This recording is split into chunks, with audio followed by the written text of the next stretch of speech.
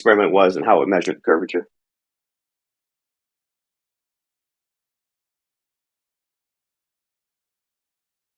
All right. Is there anywhere you want to actually point to in this this source that was put in here?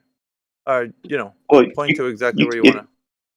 It's not. Yeah. Well, okay. It's considered an elephant hurling fallacy until you cite something that you really want us to look into, Mark. If you've actually poured yourself over this fallacy. Yeah. If you just chuck something in the. Yeah. If you chuck something into the text and you don't have any context to it, like as if you didn't understand what you've looked into, so point into this article where you want us to look at, where it actually solidifies your point. Do you know? Right. Have you looked over this article? Yeah. I spent a while. I read it a while ago. I haven't read it recently, but hold on. Just time out. I'll post some relevant graphs from here. Right. From this article, or from where? No, from this article. I'll pull out some relevant graphs here. So what I'm going to post here is, again, it's a long, detailed explanation of how everything was measured, right? So, based on the height of the targets, right? And it should see what you should see the targets in one arrangement if it's flat Earth, and another arrangement if it's a curved Earth, right? Right. So I posted the two. Is this done over land, Mark? It's done over water. Okay. Because it looks like that's why it's called the Rainy Lake. I think the name of the lake is Rainy Lake. It looks like but it looks like it's like a frozen lake. Is that right? No, it's a regular lake as far as I can tell. I think it's in North America somewhere. Okay. I mean, maybe it's frozen some of the year. Well, yeah, because some of the images look like it's frozen. Is what it looks like. It is in. It's in northern Minnesota, so I presume it's probably frozen some of it. Yeah. Is this the one that George Nutsack did? Yeah. So anyway, it's frozen. He says some of the year because it's in northern Minnesota. Yeah, it looks like he's doing it over a frozen lake. No, I don't think that it's over a frozen lake when he measures it, but he did say it's frozen some of the year. Okay. What does that matter, though? Does that change? No, because I wanted you to actually understand what you were presenting. So if you're presenting something, at least be knowledgeable about what you're presenting.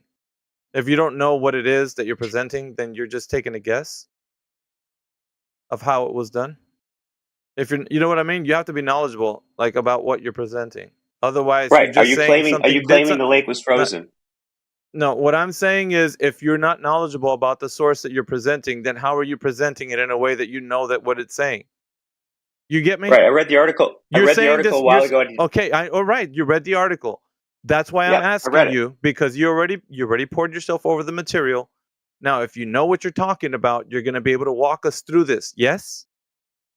Yeah, vaguely. Again, I read it a while ago, but I know I know the outline of the article. Yeah, this is George Nutsack. I thought so. This is over a frozen lake. I talked to him about this. That's what it looked like. That's what it looked like. Okay, so what if it? So how does we know about this already, dude? We're not holding on, Mark G. We're not holding on. We need you to be forthcoming. If you're able to walk us through what's being put in the source here or not. Yeah, we know about this. This is old. This is like that's cool. I want to see if he knows what he's talking about. Yeah. I want to give the lad a chance.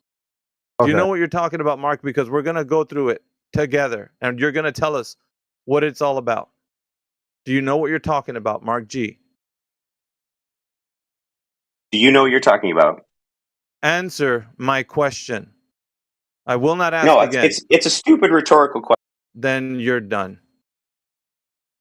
That's simple. I'm not going to waste my time on somebody who doesn't know what they're talking about. And you're not going to put something in the text channel without context. It's simple as that. If you have the evidence, bring it forward. You have the floor. If you don't have evidence, sit down and wait for another globe champion to come up here who knows what they're talking about. How about that?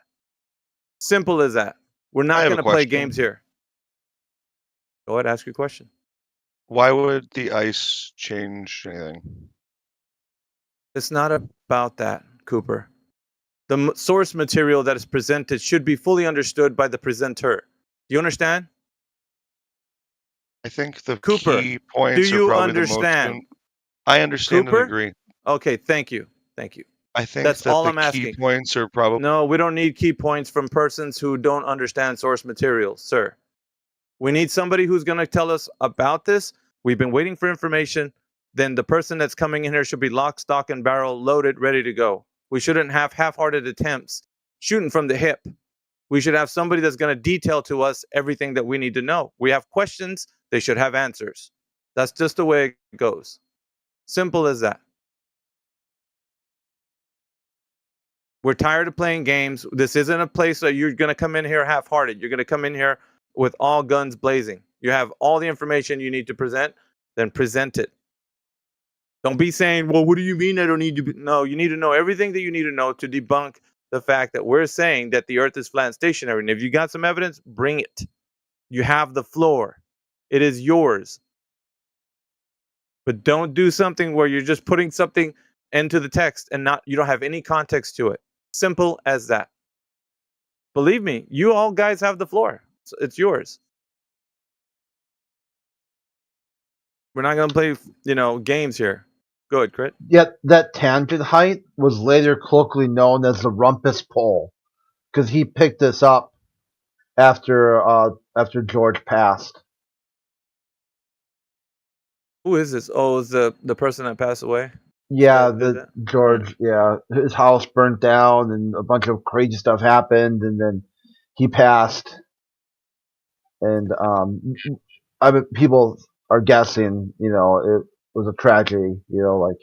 We got Jesse Kozlowski's name in here. Soundly's in here. Yeah, because he did something with like the map, I guess. Mm-hmm. Yeah, I'm exactly how. Yeah, okay. Looks like he was on scene too. It wasn't George Musso that died, was it? No, George. That's a different one. Yeah. Hannah took. That's who you are talking about. Yeah, Hakanuke or whatever, called Nutsack. Yeah, he's the one who, like, after this was done, his next experiment was to gather flat earthers, shoot them in the head, and see if they would live. Yeah, because that's the one. Flat earthers are cockroaches. Who is that guy? I never even ran into that. Was he? Oh in the, god, the yeah, arena? I ran into him. No, he really did go. Jim he Pandas? only. You do know him. Sorry, I do. Did we run into him, Jedi? No. Yeah, you know him, Miggy. I swear it was a long time ago. Yeah, he stayed in globalist spaces. He hardly left any place where he wasn't moderator. He was one of the original Toxic Brigade. Yeah. From the very beginning, like when we used to have like the 5-on-5s and that? Like 24/7? Yeah. I remember speaking to him in 24/7, dude. Yep. I don't ever remember him going to 24/7. I just remember him like, always being in like globe servers. For some reason, this stuff. guy slips my mind. He we must have like had big debates about it. Like, but was there? Yeah, it wasn't really memorable. He just would say a few things and get really frustrated and start screaming. Yes. Like he is like his engagement in the topic maybe would last 3 to 5 minutes, and then he would just go bonkers. I don't know. Well, yeah, I guess old dude remembers him. Damn, dude. Yeah. I wish I could remember that.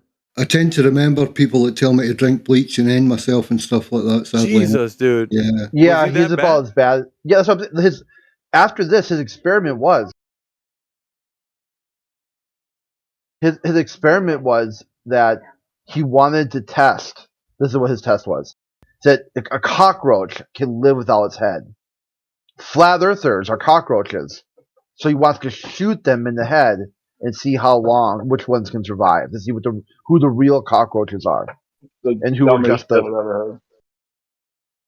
Yeah, one time he didn't live that far from me. We're really close, and he said, "Hey, come to my property and check out this pole." He cemented a pole in the middle of the lake where he said you can see the drop right there. I got these binoculars all set up. I said, George, if I meet you, it'll be public, it'll be daylight, and I will be armed. And he was like, "Oh, come on!" I'm like, "You think I'm gonna meet someone who's on your property without get the fuck out of here?" Yeah. Anyway, just want to probably switch the topic because that guy sounds like he just stirs up a Yeah, lot of God trouble rest his with it. soul. Hopefully he found some peace in the end. I don't think he Amen. did. I But, hope he's at rest. Yeah, but him and the others. What's his name? The Jesse, the Kozlowski one. He was involved in the surveying of this thing. And if you look at it, it's all based on geodetic math. Again, it's claiming R, purely and simply claiming R. Yeah, I more or less know that they can't do anything as far as a demonstration. There's absolutely, especially on a frozen lake, there's nothing they could garner from that it's going to be curving. So, I mean, but if it's Jesse Kozlowski, I already know that's Jesse Path of Light, no? yeah, this whole experiment was that the lake wasn't flat. Yeah. Dude, I think That's I what remember they came that up guy. with. He lived on a lake and he wanted people to. He was going to show that he had already he was telling everybody that he already proved it to himself at the lake. He's like, just come to my lake. It's freaking it's clearly got a curve. Like I can show you. Was it that guy? Yeah, I that's the remember guy. him. Yeah, he cement. You There's a remember small island that he cemented I a pole remember him, into. man. This was That's his. hilarious. This was his legacy then, huh? This website was his I legacy. Well, no, remember. that's a Walter Bislin. I think he just posted He's it. Contributed Yeah. or something. Bislin Yeah. put it all together, I think, Miggy. Indio knows all about this, really, about the putting together of it all. But I think it's Bislin got the refraction bender thing to extend Earth's radius and calculated it all together and made this. Was he on Wasn't one this of the time that he came up? Wasn't this the time he came up with the Globe Earth calculator, Walter Bislin, like around this time? Possibly, yeah. before that? It's all linked together in this. That his calculator works out to this calculation, and this calculation or this measurement confirms his calculator works. What show is he on? What am I remembering hearing him on? Was it Nathan's, one of Nathan's earlier shows, or was it an old? He was on 24/7. Bislin was in 24/7 at one point. I'm sure he was. I thought I might have heard him on like an old. Nathan. Yeah, I probably have to ask Indio about this whole thing because I remember hearing about a frozen lake and them attempting to, but I don't this is just now Mark dropped remember the guy named George asking people and come on down to the lake, and when it's frozen, I'll say that you clearly can't. I can prove to you that the Earth is curved from the frozen lake I live on, or something. So, because Jesse and Soundly were colluding with him in this particular experiment, looks like. And so, yeah, it says it right here. Although the whole experiment was mainly George Hanatuk's work, Jesse Kozlowski and Soundly joined him in early April of 2018 to make GPS measurements. Jesse images and videos Soundly of the experiment. Later, Walter Bislin created a computer model of the experiment visualized in the data in his GNSS data viewer. Let me see the link. Dude, I could just see them dudes out there with freaking buckets of water, pouring them to make a little freaking ice pump in the middle. Oh yeah. Check this out. I'm gonna put this link in here for you guys.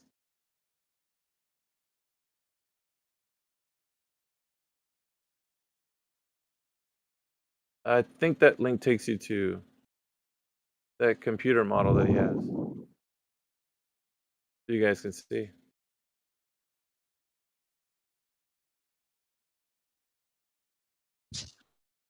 And on the bottom it has the GPS coordinates.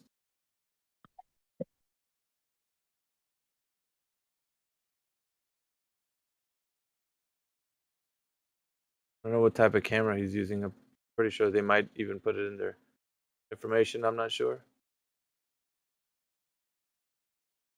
I never, not that I haven't heard of this, but I heard of a frozen lake experiment that I think one of those guys were doing.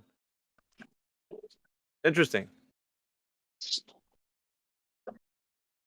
It's quite a piece of work. I'm not saying, credit where credit's due. It really, really exposes the the intricacies of how the Boyle model is applied, and to make you think that you're living on a curved Earth. But you need to be able to understand where R is magicked from in the first place to get that. And that's why we need people to understand what they're on about in the first place, that this is an elephant, but it's made up of lots of little stories that actually look like elephants when they're all together. Yeah, but in it's reality, it's all pieced together, Yeah. See, this was a soft sell. It was like, hey, look at this map, look at this lake, look at these signs, look at this laser, look at this calculation, and you tell them no. You know what? No, I'm going to stick with water finds its level, and then they turn on the hard sell. You're a cockroach. Yeah. That's how you know someone's bullshitting you. If they really are being open and honest, and you tell them no, they kind of shrug their shoulders and are a little confused. Like, dude, I guess. I mean, okay, whatever. You know, your loss. I'll just, you know, like we go to those selling for timeshares, you know, and you try and just get the the free coupon for the show, whatever. You want to get out there as soon as possible, and you say no. Then they bring in the hard seller, and then they tell the person, "Well, if you weren't here to be open and honest, we can't give you the tickets." Yeah, ultimately, what was going to happen, I mean, if we were to be honest with the conversation with, let's just say Mark G was to learn all the information and was able to tell us, by the time we drill down to all the way to the foundation and we find out that he has the R value baked in, he was going to have to talk about how he got that. So let's just be honest. That's how it was all going to end up in the first place anyway. But he didn't know that until we got to the end. But spoiler alert, that's what would have happened. We would have all went all the way back down. We would have went all the way back down to R value. And then once we got there, we were like, okay, how'd you get that? Because they're using that in their math.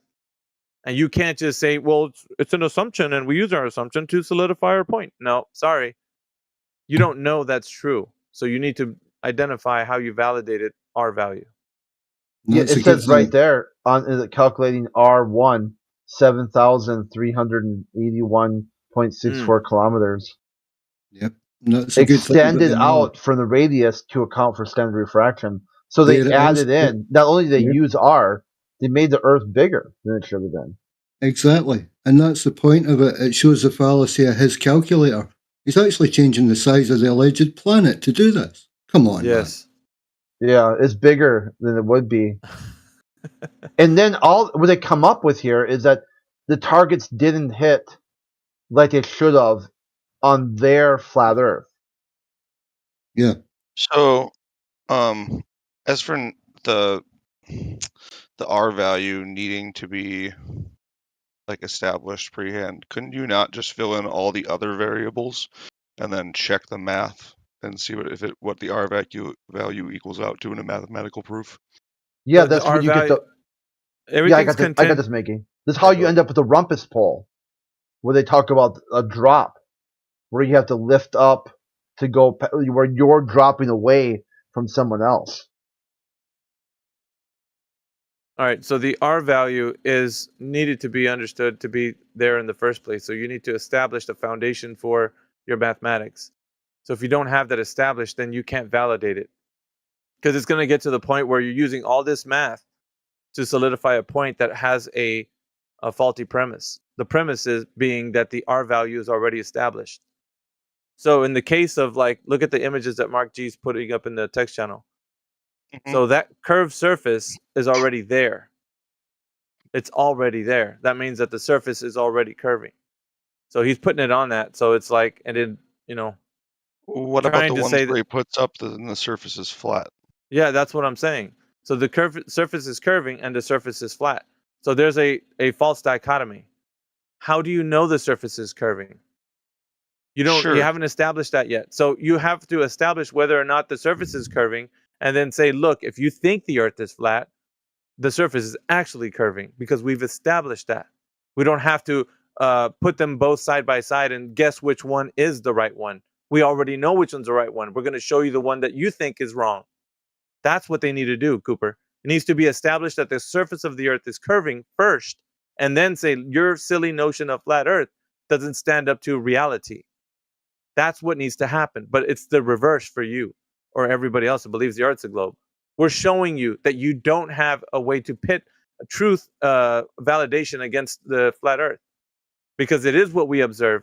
We don't observe a curving Earth, not like that. The drop over distance is simply not there.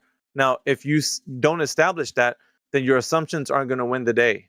It's just going to be another thing that you can think of what the Earth could be based on what you see, like in these values. So with your mathematics is going to be working now to saying that the Earth is curving, and it's not going to be that way in reality.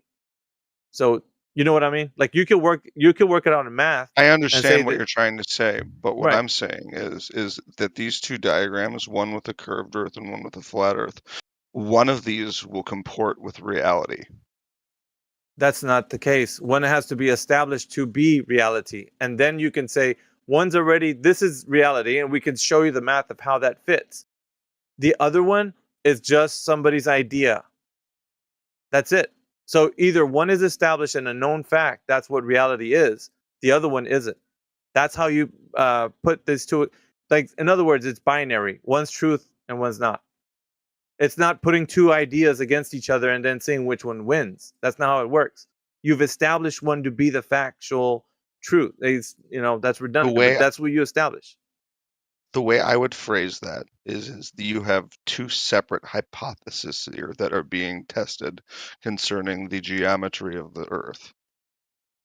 Now, only one of these is going to bear out with the measurements that are going to take. So you're going to confirm the hypothesis with the measurements that you're taking. But that's the thing, though. It's not science. So you can't run it through the scientific method. It's never going to have a cause and effect relationship. We're doing math. Geometry is a whole other category. And if you try to fit it in that category, it's not going to fit. So we're basically just trying to figure out whether or not the surface is curving as a consequence of it being a geometric shape. Get it? So it has to deal with math. Either it conforms to the specific drop over distance that should be there as predicted by the Earth being a globe, or it does not. So when we take the math and you go out into the field, it's going to comport to that specific math. So once you see that, then it's going to be like, well, this checks out. You can't validate it until you put the math to reality. Then you validate it. And then then it's like there's no question the math is validated as it is, such as a globe. But that's the issue. When you start off with a faulty premise saying that the Earth is already curving, we're just checking to see if it matches, then you've already started with saying that your assumption is correct. Again, I would argue that the premise of this is two hypotheses. One is that the Earth is flat, and the other is that the globe model. And both of these hypotheses are curved. One is flat and one is curved. And both of these are being tested. No, because you already told you they're not two hypotheses. Either one is reality, one is not. It's binary. You can't just say, maybe one of these is true, but we're going to find out. No, one is the truth. And we're just showing the other is not. The truth, the actual truth of either one of these may or may not be, but we don't know that until we confirm yes, it. Yes, we do. We know that now. That's the problem I'm telling you. When we make our observations, what do you know? What do we know? Everybody on Earth, listen, Cooper, everybody on Earth does not experience or validate Earth being a globe. Nobody, not a single human on here. If you do, then you're going to be called into question, right? We're going to put you in the hot seat. We're going to ask you, how did you validate that the Earth that you experience is a globe as you perceive it? Nobody experiences that, dude. Nobody. And when you say that you do, then you come into, like, we're going to pull you over for questioning, because we want to know, how did you experience a globe? Not that every human's doing that, but you do, right? So how are you experiencing that? That's the issue. We don't experience the Earth as a globe. That's the problem. I do experience the Earth is not flat. Does that count? I mean, it doesn't count towards it being a globe. No. But I know, Cooper, but the further stance is that it's. I know you can say, we have elevation change on the Earth being, That's not what I would say. I would make a stronger claim. I would say that the observations I've made in my own life require at some point for humans on the planet to be up flipped 180 degrees from each other. Really? Yes. What? Like what? Like, so if you're in what I would call the northern hemisphere, you see the cars moving counterclockwise. If you're in what I'd call the southern hemisphere, you see the stars rotating clockwise. This only makes sense if your 180-degree perspective is flipped. All right, Cooper. When you're speaking of these things, the southern and northern hemisphere, is that terrestrial or celestial, sir? I suppose that depends on if you're on a flat Earth or a globe. No, Earth. sir. There's only one way that this is modeled, either terrestrial or celestial. Celestial. Yes. So when we say northern hemisphere, we don't mean the actual ground. We're talking when about I the sky. excuse me, I'm sorry. When I said northern and southern hemisphere, I mean ground position. Okay. So the ground. So how did you figure out that when you say northern or southern hemisphere, you're talking about terrestrial sphere? Because one of them is a sphere as a model. It's either the ground or the sky. Which one would you choose? I guess I'm just basing this off personal experience. I want to see if you jive with what I'm saying. Personal experience. What do you mean? I live in Minnesota. I was pretty far north. When I've done the whole photo time lapse overnight, and you can see the rotation of the stars. It's apparent, it's obvious. Like if you live in the north, and if you live as far north as I do, you can see it. This is a part of our lives. Of course. Okay. You can also see this. I visited the south. I visited Australia once in high school for like an orchestra thing, and I observed the stars going the other direction. This struck me as I was like, oh, this is in Australia. Mm-hmm. Don't the stars move east to west? Don't we? Isn't that what we all see east to west? Hold on, Plum Bob. Cooper, do you know that you didn't have to leave North America to see the stars rotate in a different direction, or excuse me, rotate in an apparent direction? You could have stayed in North America. The only thing you needed to do was turn the camera the other way. You would have seen the same thing counterclockwise. Yes, you could turn the camera to the north and see that rotation in the north, and you could turn around and see it in the south. And they would still be going counterclockwise. Yes. No, yes. they would.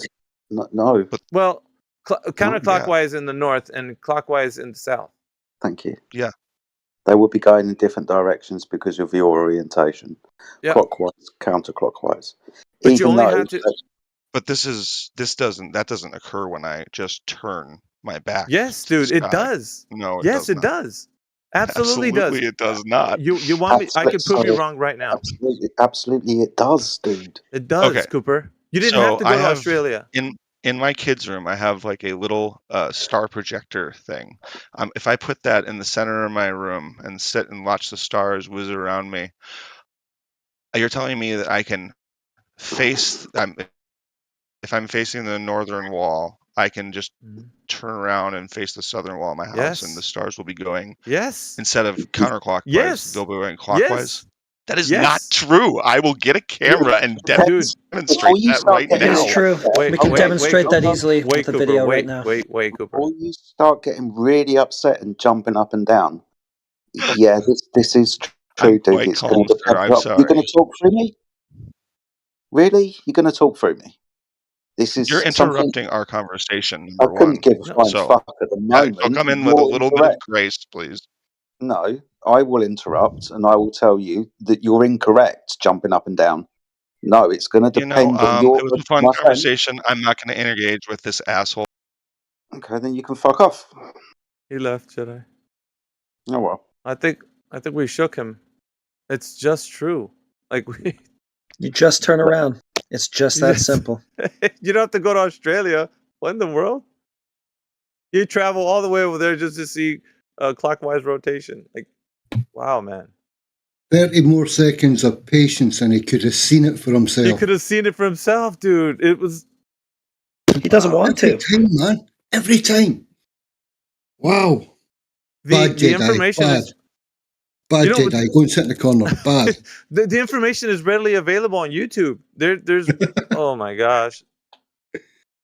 They have there's one where there's a 3D camera, and that you could actually move the camera any direction you want. So you could actually turn it around, and you could see the rotations in the same night sky. It's amazing, and in different locations too. I mean, think there's one like in Arizona, but this is just true. Like, I don't know what to tell them. Like,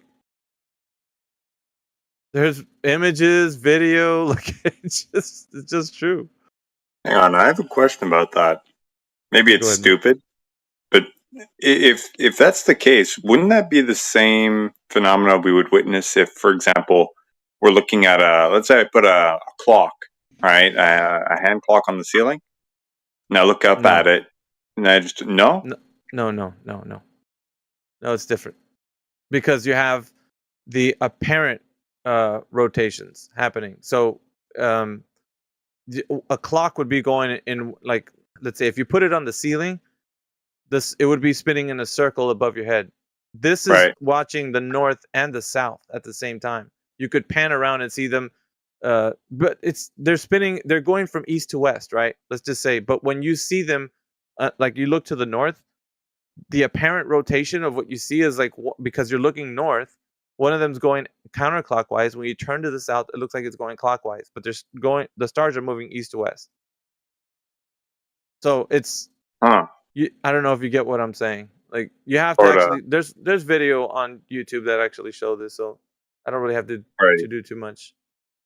Okay. People don't often, like, most of these Globers don't actually think about this. So all their life they're thinking, like, you know what? Globers don't think about the moon actually changing its orientation of its face from east to west in their own night sky. I usually stump a lot of guys when they come in here. They're like, what? I'm like, yeah, dude, if you look at your eastern sky, the face of the moon, it's actually going to be in a different orientation in your western sky. It does. It does. It's not going to be the same orientation when you see it in your eastern sky than in your west. Some people just, they're shocked by that because they never thought about it.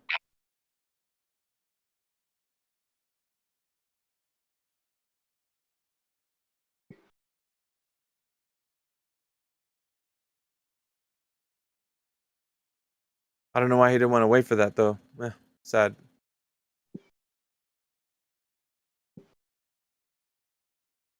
He didn't like Jedi, I guess. You pissed him off, too. No, I don't have any time for their fucking feelings, mate. If he was honestly so correct on his point, he'd still be here arguing the toss about it. I was just a little crack in the door that he used to fuck off. That's it.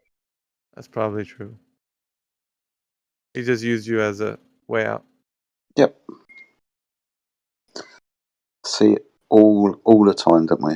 Well, he's being rude to me. That's it. I'm not going to engage with you lot anymore. Bye. Okay. Fair enough. Yeah. He's a rude Englishman, or he's a rude American. Yeah. That's excuse number 2 or 3 out the bag, usually.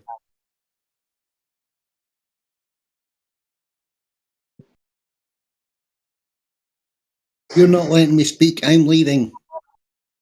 Well, he has the ability to do star rotation, so hopefully that put something to his mind that he can just turn his camera around when he's out there. Probably going to go and smash his child's toy. He's not going to have anything to do with it. Bloody flat earthers. You're getting a new toy, son. Yeah. They leave before they can find out they were wrong. That's crazy. It almost Mark tells G you is where they're back. at with the truth. I guess we shut him down earlier because he wouldn't give a straight answer.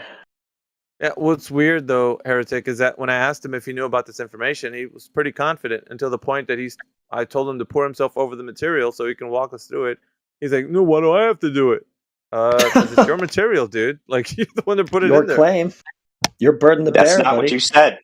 That's not it. Would you like to lie about the conversation? Well, you asked me if it was on a frozen. You asked me if you asked me if it was on a frozen lake, and I said yeah. I said it was for some of the year. I was not aware that they dug the holes to find water during the frozen time. That's what they did. So it was measured from water. Some of the parts. You were unaware of some of the parts of the experiment. Yeah, I warned you. Well, first of all, I warned you. I had read it a long time ago. I knew the gist of the outline of what they did and how they tried to falsify. Again, 2 hypotheses. I think that the other guy was correct. There's 2 hypotheses that they tried to confirm or falsify, right? And that is exactly a scientific experiment. No, dude. What was the dependent and independent variable then? Yeah, go ahead, Jedi. The dependent variable, the dependent variable is the height of the targets, right? So the phenomena is height of target. Okay, what's the cause of height of target? The observed height of the target is the cause would be the curve or not curve of the Earth. Both would be confirmed or denied by the experiment. Okay, so the independent variable will be the variable that they're changing. Well, they did measure two heights, right? Oh God, and they put the targets out on the lake, right? Oh, the thing boy. that they're changing, I the tried thing to that tell them. they what? Independent variable, please, sir. The independent variable is okay. The dependent variable, the thing that depends on the experiment, right, is the observed height of the targets, right? So they put the. Would you like help? This is painful. Yes, I forgot which one's which. I get confused. No problem. So the dependent variable is the phenomena, the thing happening.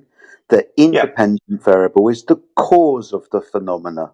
No, that's not it. That's not it. That's the thing you're manipulating in the experiment. It is. So you're just going to keep being wrong. It really is. No, because there's not. You can't determine cause in these things. Oh, so not all experiments determine cause. You just determine correlation. Sorry, you said hypothesis. I jumped up and down because I thought we were doing science and the testing of that hypothesis for an experiment. I've asked you for the dependent and independent variable, and you're saying, no, this isn't science, it's hypothesis. What the fuck are you talking about? I'm saying with these things, you cannot always, with all science, just generally, you can't always establish cause, right? You can establish a relationship. That's the point of the dependent and independent variables, right? No, that's incorrect. You will either you're incorrect. You will either demonstrate or not demonstrate your prediction of causes that thing to happen. Your dependent and independent variable. Why are you talking? Sounds like I have to educate you. You do understand that a hypothesis in natural science is a prediction of what causes that to happen. The independent variable being your presumed cause, and the dependent variable being the effect. You want to figure out what caused. You then test it in an experiment where you vary and manipulate your presumed cause, independent variable, to see if there's a rate of change in your dependent variable, whether it causes the phenomena or not. No, that's not it. So sometimes it's that, not always.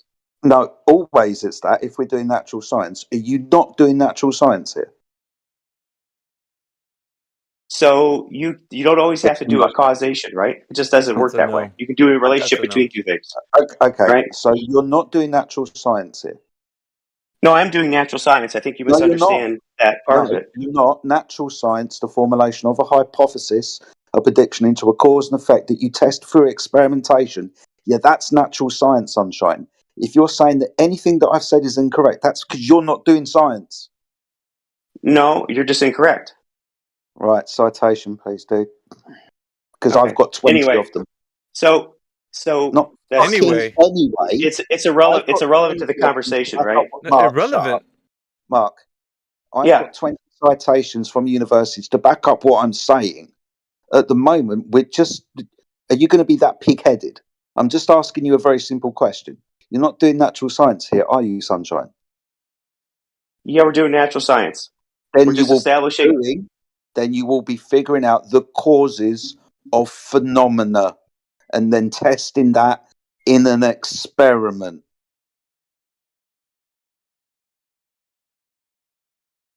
I think we're getting hung up on semantics here, right? Doesn't matter, I'm right? trying to figure out what the fuck you're doing, mate, and you keep trying to die on this hill saying you're doing natural science. When I'm trying, we're doing natural science. We're not. You're doing pseudoscience, mate. We're not doing an experiment where we vary and manipulate the presumed cause of a phenomena. That is what natural science is. If you want to step off this hill and start talking about this in a different way, I'll let you. But if you're going to keep saying it's natural science, me and you, sunshine, are going to be here all fucking day. Well, we're going to be here all day then, because you're wrong. All right, then, cool. Right. What's the dependent variable? We are observing. I'm just going to talk about the experiment. You could put whatever labels you want on it, right? It's not an experiment, mate. It is absolutely an experiment because it makes two predictions. It makes two predictions, right? And it makes two predictions, right? So it makes one prediction if the Earth. Right. So there's two hypotheses being tested. You could say two experiments. You could say, hold on. You could say it's two. You could say it's two experiments, right? There's one experiment that tries that validates or disproves the flat Earth hypothesis. He's shooting from the hip, Jedi. And there's I'm explaining. I'm explaining what they did, and you could say it's one experiment or two experiments, however you want to dice it, right? They're not experiments. They're absolute experiments, right? They're not experiments. What's the definition of experiment? I'm sorry, Jedi. I know you've already got this, but he's pissing me off as well. I know. Shall we just find you a citation of pseudoscience to validate that's exactly what you're doing right now? Yeah, find me a definition of pseudoscience. Yeah, please. No, wait. No, we're gonna find the definition of what an experiment is. So an experiment is basically measurements to disprove or disprove a hypothesis, right? Oh What's a hypothesis? Dude. Hypothesis is a speculation about the nature of reality, like something that exists. No. A hypothesis is a supposition, a prediction into a cause and effect relationship in natural science. That's why we have things like dependent and independent variables, and later those two variables will be joined by control variables. Those are things that we keep the same, and we only vary and manipulate our presumed cause to see if it has a rate of change in a dependent variable. Please get off the hill, dude. Once the citations you're come wrong. out, you're well, really. I think you just bring out the citations. We're going to go through them. Yeah, and then after and then Mark, and then we're going to find out if you were right or wrong. The citation will refute what you're saying about natural citation science. In the chat. Oh, there's going to be more. There's a lot more than that. And then Jedi's going to go through it with you, Mark, and then you'll find out whether or not you can actually. Well, really, you didn't have to go this way, but you wanted to. Because you're saying this is an experiment, it's a natural experiment, and then you said you can call it whatever you want, which is, I mean, you're really shooting from the hip, man. I told you. Yeah, I didn't want to get hung up on semantics, but if you want to get hung up on semantics, sure. Yeah, Mark. It's just an explanation. So in natural science, a hypothesis is an explanation of natural phenomena, right? It's not necessarily cause and effect. Just hold on, Mark. From California Institute of Technology. Well, actually, I don't have to go through that one. That's just somebody speaking in the publication about hypotheses aren't simply useful tools in some potentially outmoded vision of science. They are the whole point. So just clarifying that hypotheses are really important. Scientific hypotheses are a special kind of prediction that forecasts how the independent variable will affect the dependent variable. Do you remember that conversation I was talking about? Changing the independent? See if there's a rate of change in a dependent variable? Yeah, that. Yes, there's one word I don't hear in there, which is cause. Was a cause mentioned there? Okay, do you want me to go and get the cause for you? No problem. Like I said, I've got over 20 of them. I've just managed to post 3 or 4. I can definitely get you cause, because let's put it like this. It isn't going to be correlation. Science, natural science, isn't interested in correlation. It wants to figure out what causes the phenomena to happen. That's why we have experiments to test a hypothesis. All of science is correlation. No, it isn't. It is. No, it's not, Mark. No, it's not. No, it isn't. Right, let's put it like this. Will you agree? Yeah, it is. Will you agree that in the physical natural world, cause and effect relationships happen, i.e., some things cause other things to happen? Oh, sure. Yeah, there's antecedent causes. Cool. Yeah. So that's what science does. Science, natural science, the study of the physical and natural world, elucidates causes of phenomena. That's why the independent variable and dependent variable relationship is so bound within a hypothesis, because you're going to have to test that hypothesis in an experiment where you, the researcher, vary and manipulate your presumed cause to see if it has the effect. You will then verify either your alternate or your null hypothesis. Your alternate is there is a rate of change. Your null hypothesis, there is zero change. So we're going to be figuring out causes, aren't we? Dumbass. Obviously, I'm winning the argument because you called me a dumbass. Thank you. No, I'm not winning the argument. You've demonstrated that you're a dumbass. So I let you talk for a little bit. So I'm going to continue to talk. I'm going to explain why you're wrong then, right? Really? Okay, So I'll go and get the other citations. It'll be interesting if you can back up anything that you're saying with a citation, please. Right. Okay. Correlation is not causation. You may have heard that before, right? Also, all these experiments do is establish. All they establish is correlation, right? You have to take another leap. You have to have other things in place to establish causation, right? Now, maybe hold on. It may be that the experiment lends itself to implying causation, right? Because of the nature of the experiment. But this is just the way science works, right? Every science experiment that's pseudoscience. is based on induction. Obviously, you've never studied Popper, right, or Hume, right? So every scientific experiment is based on induction, right? There's limits to induction. We can only establish correlation. We cannot establish causation with absolute certainty, right? That's the nature of the experiment. That's incorrect because you agreed on my last statements about cause and effect relationships happening in the physical and natural world. You said yes, they do. I said yes, I think they do. I said I think they do, but any particular experiment cannot establish it with 100% certainty, right? Okay, so heat doesn't cause water to boil? It has every time we've seen it, but we don't know for a fact. If you studied David Hume, you know for a fact that we cannot establish that. I'm not interested about David fucking Hume and what could happen in 20 million years. No, we're talking about philosophy. No, this whole conversation is about the philosophy of science, which you're not aware of.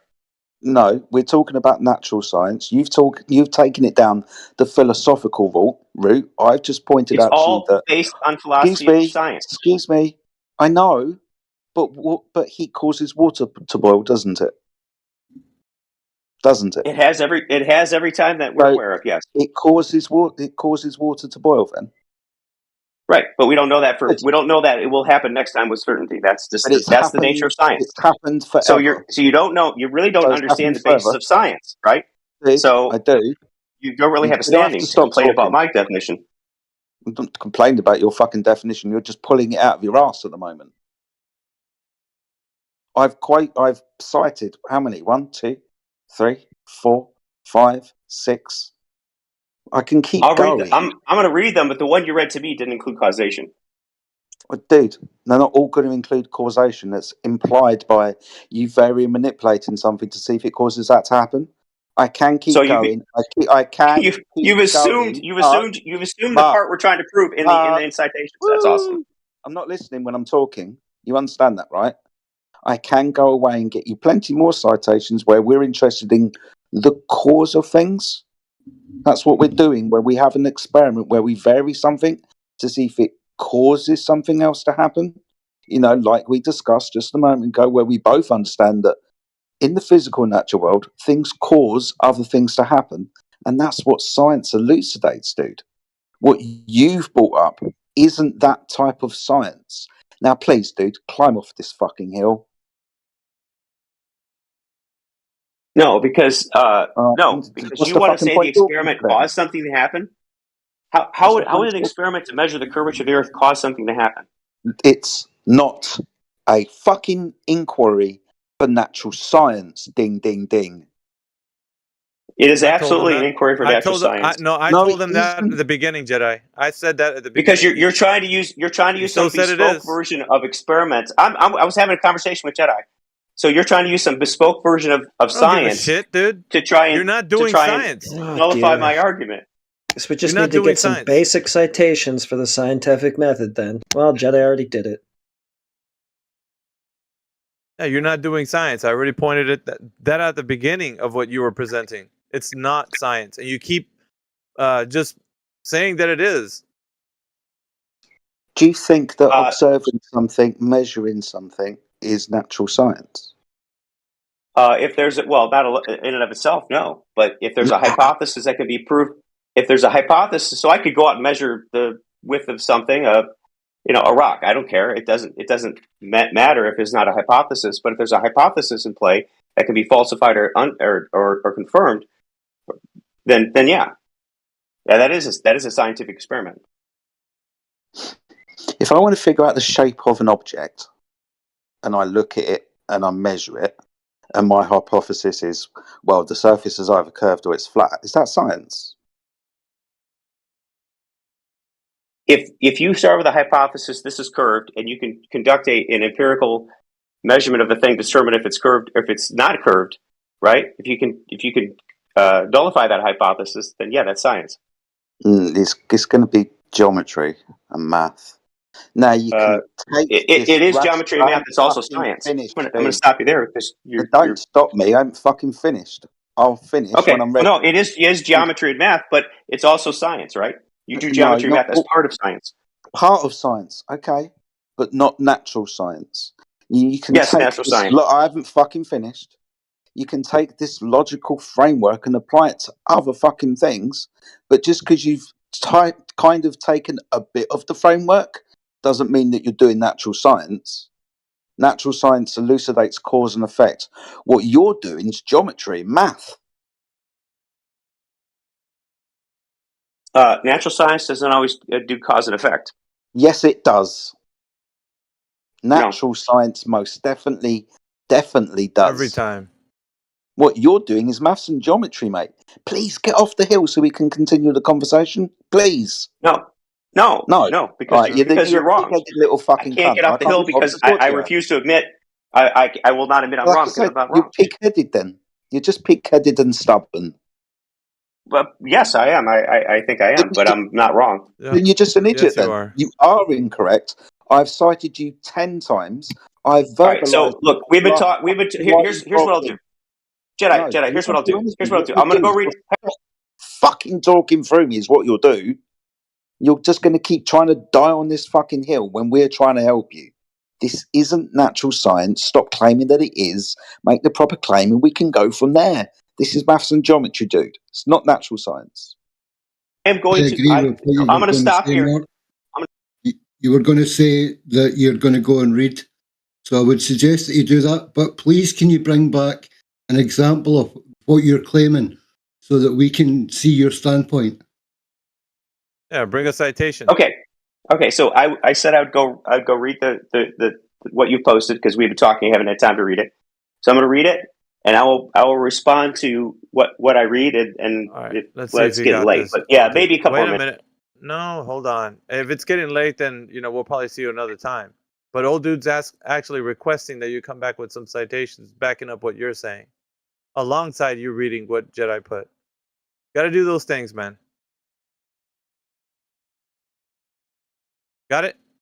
Yeah. That's 100%. I think I'm right, and if I will tell you if I'm not right, I'll admit, citations and bring back the. Yeah. No, that's fine. If I admit I'm wrong, I won't bring citations. But if I confirm I'm right, I'll bring back citations. But you will admit you're wrong, though, right? Oh, absolutely. I've done it on these rooms before. All right. Good on you. Cheers, Mark. I mean, that's very interesting because the way he's putting things, it's like you can replace the term problem solving with science everywhere, right? Yeah, but I think that's a category error that most Globers make, and that's okay. Exactly. They've used the word colloquially so much so that it's bastardized.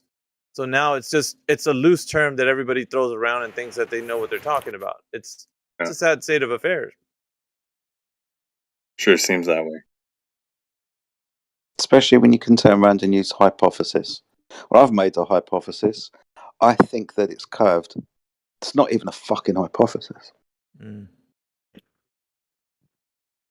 Oh, let's see if there's anybody else. Oh, what's up, man? Nothing much, man. We're just schooling some people on natural science. Well, Jedi is. I was telling Mark not to go down this road, but he went down it anyway, so here we are. I'm not gonna lie, I was listening in a little bit. The what's it called? The philosophical thing he was diving into was kind of a little bit of bullshit. I'm not gonna lie. We don't need philosophy for science, especially when it comes to this stuff. Yeah. Exactly. When you claim natural science, go ahead, Jedi. No, sorry, I do apologise to interrupt, but the only time this ever gets brought up is when people want to say, at some point in the future, that might not cause that to happen. We don't know what could happen in the future, even though if it's fucking time that we've done it, it's happened exactly this way. At some point in the future, it might not. Well, that's not fucking helpful. It's really stupid. Yeah, the boil water example was a perfect example. So when he started being like, well, we don't know if it might not, like, hot water or whatever. Like, it was just kind of like, come on, dude. Pretty weaselly, right? Well, at least for somebody that's trying to provide evidence that the Earth is a globe. It's like things that are true are true. I mean, it just is. When people start to deny that to save face for the thing that they're claiming, that's sus, man. It really is. Like, you don't have to go to those lengths just to provide or make your point valid. Like that, you're throwing actual science under the bus just so you can make your point valid. That sucks. Yeah, to try and not lose, basically. Yeah. Oh. Look, listen. What's true is true, and if it's not true, and we're saying something incorrect, we're gonna all know. We're all gonna know.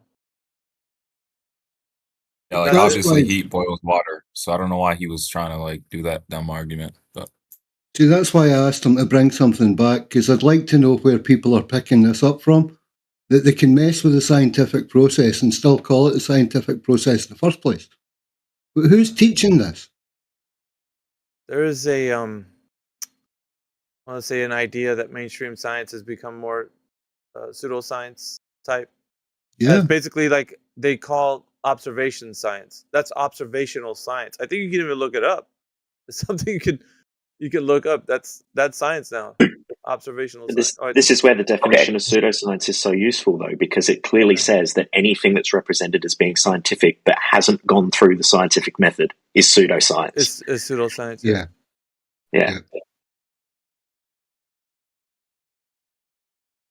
So I clicked on some of these links and started reading some of them. I'm going to read them some more, but I just did a quick search for cause, the word cause, right? Because that's what we're trying to establish, cause and effect. And the last one I posted, I'll read it out for you. Science is a so usually I'm going to read it. It's not wrong. It's an empirical method of reducing cause and effect relationships.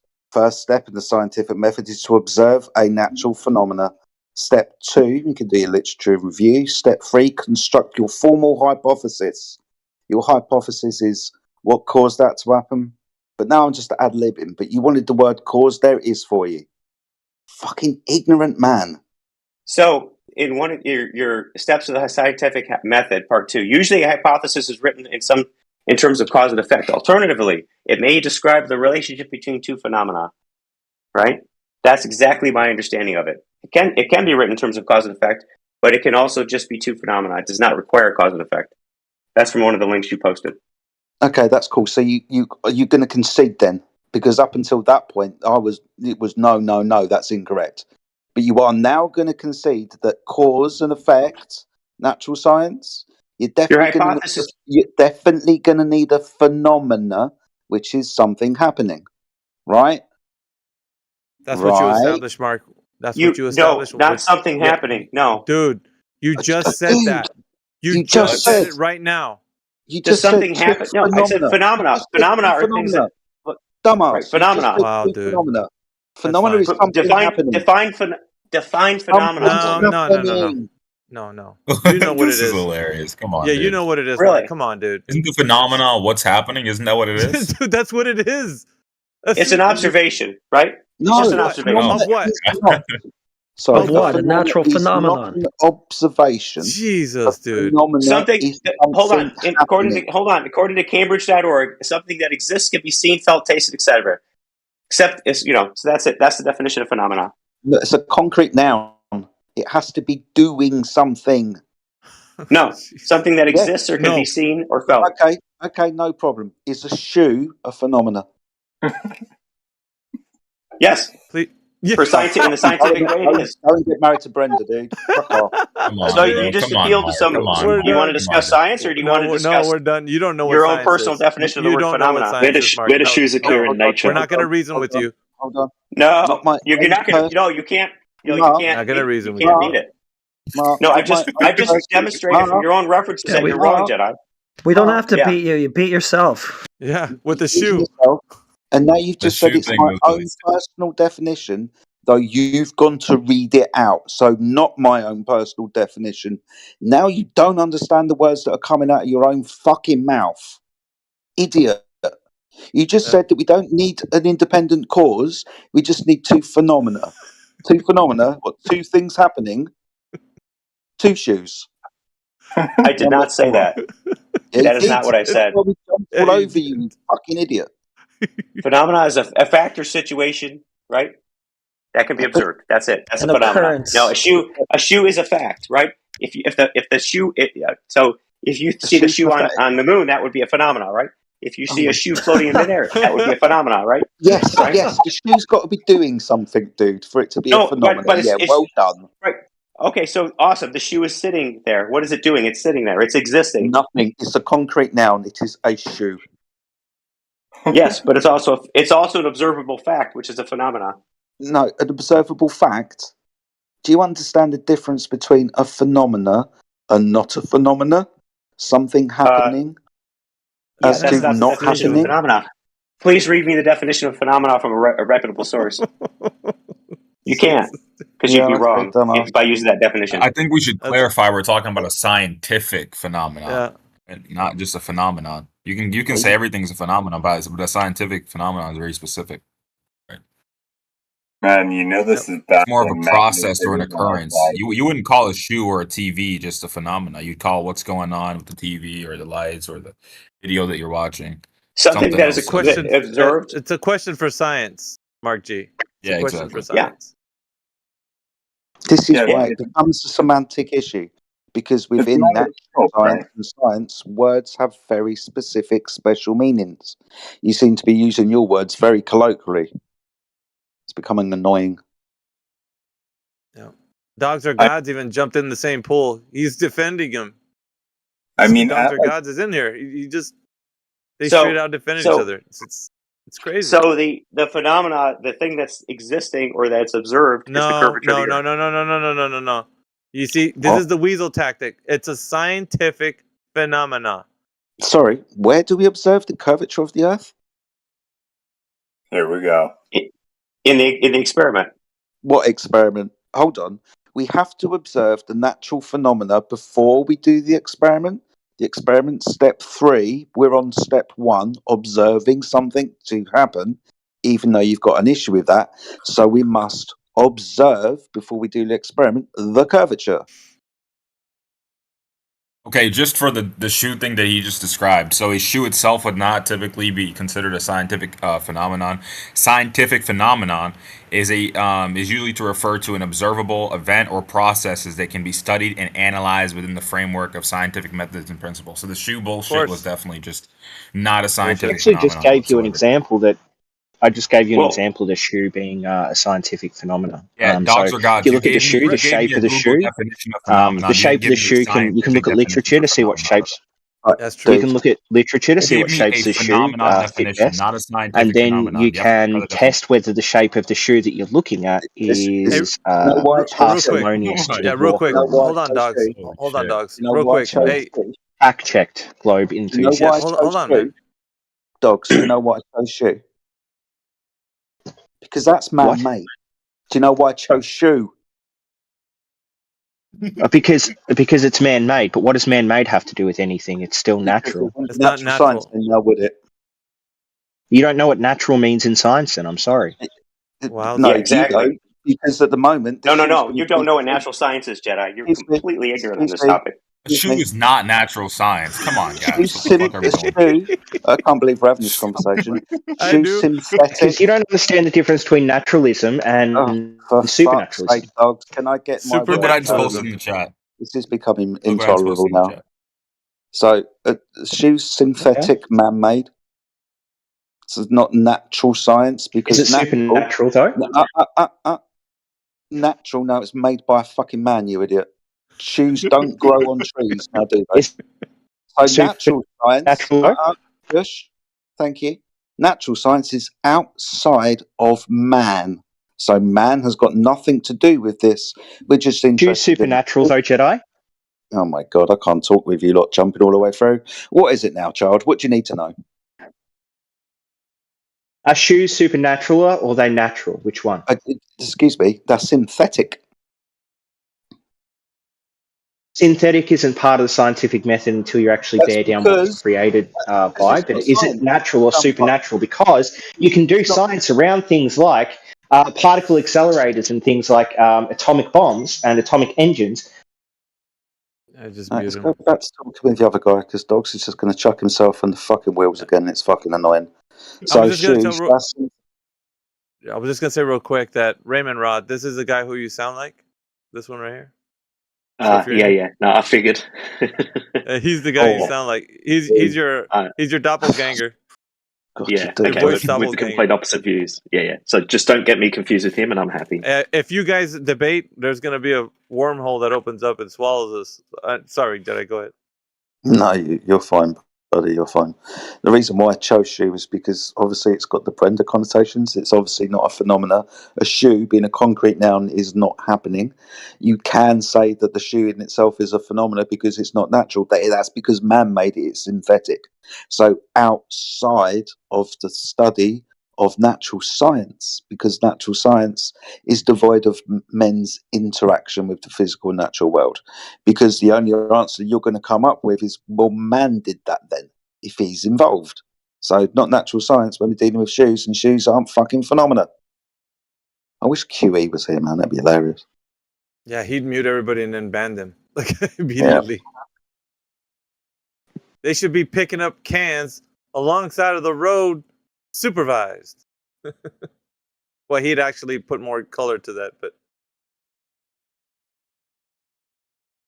looks like Dogs Are Gods is going off in the fucking chat.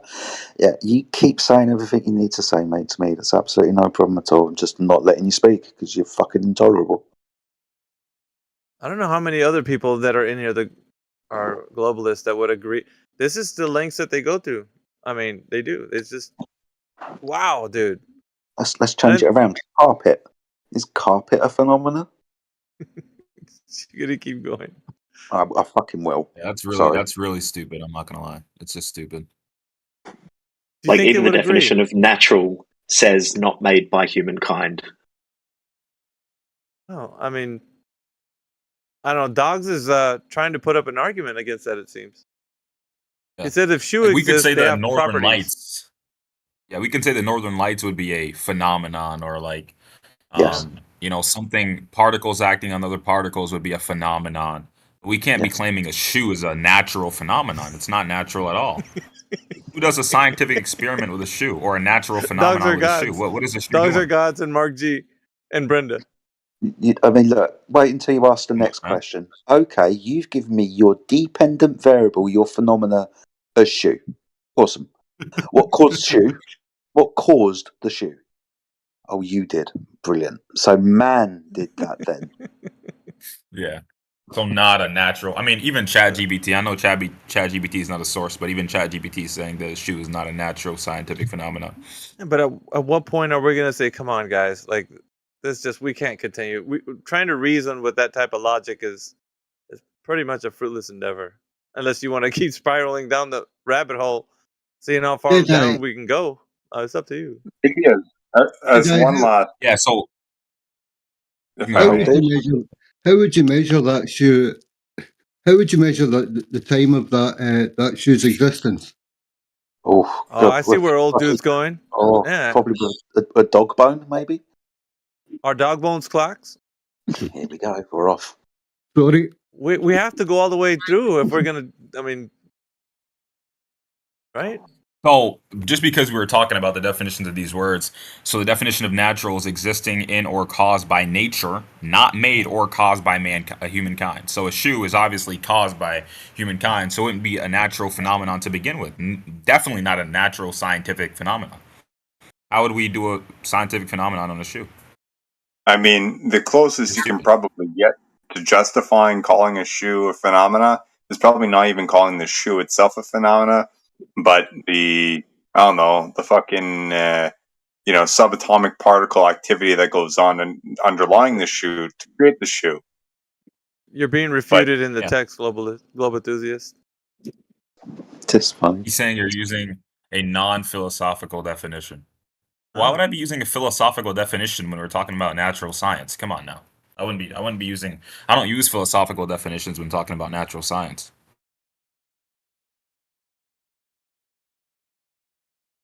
Don't worry, Dog's got his workaround. He's one of the greatest bullshitters that I think has come onto this platform. Him and probably, Brenda, one of the biggest ones. Sure, science can use philosophy, but if we're talking about a natural phenomenon, a shoe is not a natural phenomenon.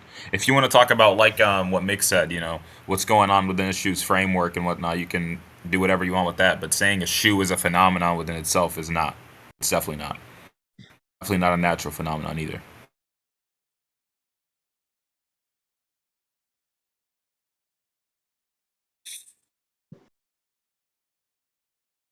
Like Jedi was saying, what causes shoe? The cause and effect relationship for shoe. Okay, dogs, just answer this question in the chat. Is a shoe a natural phenomenon? Yes or no? Just yes or no on that question. It shouldn't be hard. I'll be a paragraph. Usually this isn't actually hard. Yes, no, it isn't. Okay, define natural. Oh my god. You're calling a shoe? Okay, come on. Since you posted something in the chat, Dogs or Gods, you posted definition for something. I'm going to go ahead and post a definition for natural. It's not a natural phenomenon if it is caused by humankind. Where are you going to go walk in the woods and find... You're going to find someone's shoe that was made by a man. You're not going to find a shoe that was just born by another shoe. Existing or caused by nature, not made or caused by humankind. So a shoe would not be natural. Yeah, if you go into rainforest, there are some Air Jordans that are pretty rare. You got to go to the rainforest to go get them, though. The ones that the wood elves make. Yeah, they're hanging on that tree, by the river. Nature philosophy. Come on, dogs, man. But this is the kind of sophistry they have to rely on. Like, oh my god, this is actually funny. Yeah, it's crazy though. Like, this is the kind of crap that we we deal with now. They're just words don't have meanings. The definitions aren't actually the correct definitions. All this sort of stuff, like what Scott Mackey was saying. Dictionaries don't define words. Yeah, well, also, this is the kind of stuff they say now. It's so crazy. You don't have to bend space and time. Well, you can just bend the truth, right? That's all you got to do. Can I explain the confusion over naturalism and natural science and what's natural? Are you going to help us? You're going to help the poor, feeble-minded flat earthers understand? No, I can explain. No. I can explain the confusion, right? Of both sides, right? Yeah, no. So the definition of natural science you guys are using is the more common definition of something that has not had human intervention. I agree with that, right? That's true, right? Empirical, yeah. Well, no, it's something without human intervention, right? Something that would be present without like humans shoe? Didn't exist. Yeah, like a shoe. That would natural phenomena. Right, it's not natural in that sense. Now, we'd agree on that, right, Mark? Yeah. So hold on. So you could deconstruct that and say, we could analyze the shoe components and those are natural. You could do that, right? But I'm not saying that, right? But the confusion lies with the word natural, right? Because science in general is based on naturalism, right? So that's where the confusion jumps in, right? So the core of science, all science, is methodological naturalism. That's the term for it, right?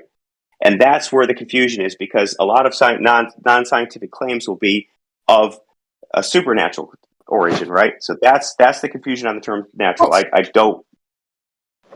So if somebody you're using the word naturalism, that's not natural. That's a different word with a different definition. That's exactly what I'm saying. No, I'm saying here's what I'm saying. I'm saying that's the confusion. You guys are talking. Everyone's talking past each other because while I agree, the flat earthers more recently are using the definition of natural science in that term more correctly, right? I'm explaining where the confusion comes about, where somebody says it's not. How's it more correctly? It's either correct or not. Well, I just think that there's a lot of people using it. I tried to be clear about what I said, what the definition was, right? I think that most of the definitions I've heard floated around were more correct. I don't think all of them were, by the way, but that's fine. So I'm just trying to hold on. You don't need to die on this hill, man. Yeah, that's what I'm not going any hill. I'm just trying to explain the confusion of the word natural. No, that's you all. really are. You can just concede, dude. Yeah. So is a shoe a natural phenomenon? I'm not conceding anything. I'm saying you guys are right. No, concede the fact that a shoe is not a natural phenomenon. Yeah, I've done it. That says you guys are right on that point. But I was trying to explain the word natural and say what the confusion is, both for you and the Globers, right? Well, for you and the people who think the globe Earth is true. There should have been no confusion. We were clearly using the word natural, nothing to do with naturalism, which is a philosophical belief. Why you would conflate the two, I have no idea. Why you wouldn't understand what Jedi was saying to you repeatedly for 15 minutes, I cannot comprehend. No. They're not even remotely similar. Mark, the word natural is in naturalism, but that doesn't mean they're anything even remotely related. No, science is based on methodological naturalism, right? That's it. Oh my god, dude. That's the confusion. Listen, the other thing, Mark, is you kind of try to dive into this philosophical thing in a very empirical, natural phenomenon type of argument that we're having, right? When we're talking about, like, what boils water. Heat boils water. Why did you hop into a philosophical discussion about heat boiling water? Why do you have to do that shit, man? Science would not be science if it wasn't based in something. Sure, but why are you have to bring that up? Like, we know that heat boils water. Why are you trying to dive into a philosophical debate about something that's so simple? Would it always do that? Would it always do that? Come on, man. You don't need to do that shit, dude. Because tomorrow the heat might not boil the water. Yes, if you studied philosophy or David Hume, you'd know that that's true. Not interested in David Hume. I'm interested in natural. You can stay ignorant on that point. Quite finished. You seem to be ejaculating for everything that I say. Calm yourself down. I'm not interested in Hume. I'm interested in the process of natural science, the formulation of a hypothesis and its testing for experimentation. I'm interested in that methodology, nothing else. That's it. Okay. Did you say that the evidence you provided, Marky, was empirical and not a philosophical type of, like, rambling? You know what I mean? Yeah. Philosophical or logical arguments, empirical is different, right? That's based on induction, right? So it's a different thing. You'd say it's an empirical argument then that you provided for us to the flat earthers. No, I the link, okay, everything, so the demonstration, all of that stuff was empirical. It wasn't. Yeah, you were right. The Rainy Lake. No, it was. No, we got hung up on the need to establish causation, right? Because I don't think that's the causation, and also phenomena, right? We got hung up on all these definitions. We didn't get and hung you didn't up need on to it, get dude. hung up on it, dude. You thought you the needed curvature to. Of the Earth, if you just considered the Jedi that wasn't a scientific experiment, you would have never got hung up. You would have never got hung up. That's correct. Experiment. That's correct. You hung up yourself on it. I demonstrated. No, we got hung up on boiling water shit. It was just that made it worse, dude. The curve of the Earth is the phenomena we would measure, I think the right? shoe as a natural phenomenon was like the cherry on top. Yeah, the shoe thing was dumb as hell too. You should have never brought up the shoe. Sorry, gonna have to do this again. A phenomena is something happening. You're bringing up a concrete noun. The Earth is curving, and we have still yet to see that observation of the phenomena, which in this case, the curvature of the Earth is happening. The curvature of the Earth is happening, dude. What the fuck? That's right. It is a phenomenon. Okay. No, it's a phenomenon. No kidding. Another hill. Is a horizontal line a phenomena, something that is happening? Well, if it's abstract, no. But if it's a concrete or it's actual, a curved line, a phenomena, something happening, or are we talking about, at this instance, concrete nouns? Well, a curved line could be an abstract, right? So it would not be a phenomena, except for the mental state could be considered a phenomenon. What did he say? Curved light? Line. A curved line could be a phenomenon in terms of mental state, but the idea of it is an abstract to know. So it's not. Okay, so if I was to see a hill, Hill, excuse my accent. If I was to see a hill, is that a phenomena? A hill would be a phenomena, yeah. No, it's not happening. Unless yes, you want to figure out, it's not happening. Figure out cause of hill, which I might let you do. But what I'm trying to point out to you is, at the moment, you've given us a dependent variable, a phenomena of the. You're confused on what phenomena is, dude. I'm going to lose my fucking patience with you in a minute. Stop interrupting. Yeah, I got to go to bed. I'm 100% silent in what I'm talking about. The only thing that's beginning to frustrate me is you. Because apparently you seem to want to die on this hill for some obscure reason, and I can't fucking figure it out. That's my frustration. Why do you want to die on this hill so much? A curve. Sorry, Alpha. A curve is a happening. if you want to give us the observation of this curve, this dependent variable of yours, so where is where so let where is it? That's the so let me question. ask you about Where like is it? No, I'm paleontology asking you a or question. evolution. I don't care about evolution, dumb fuck. I was Is that just not a giving you natural a science? window where I was going to ask you my question. You don't get to splurge and ejaculate all the way through my conversation to ask your non-sequitur of a question. That doesn't happen, Sunshine. What I'm asking you is, your independent variable is the curve of the Earth. Can I see that, please? See the curve of the Earth? Yes, please. It's in that link I posted a while ago. I could repost it if you like. No, so it's we don't need that. It's in a link, right? I'm going to have to educate you again. I'll educate you again. I'll educate you again. It doesn't appear to be a problem. I'm not doing anything else. So we understand that an independent a dependent variable is the phenomena. It's step one of the scientific inquiry, where you must observe this. So where do we observe the curve of the Earth?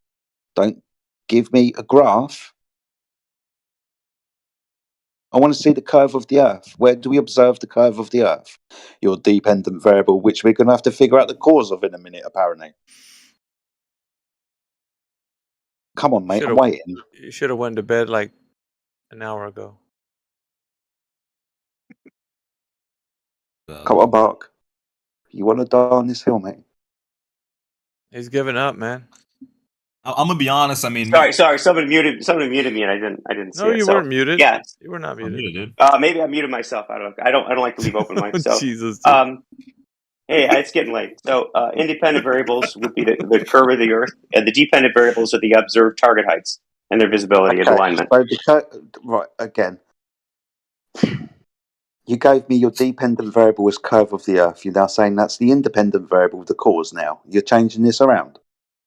Sorry, I was just being clear, right? If I misspoke before, that's what I'm saying. Okay.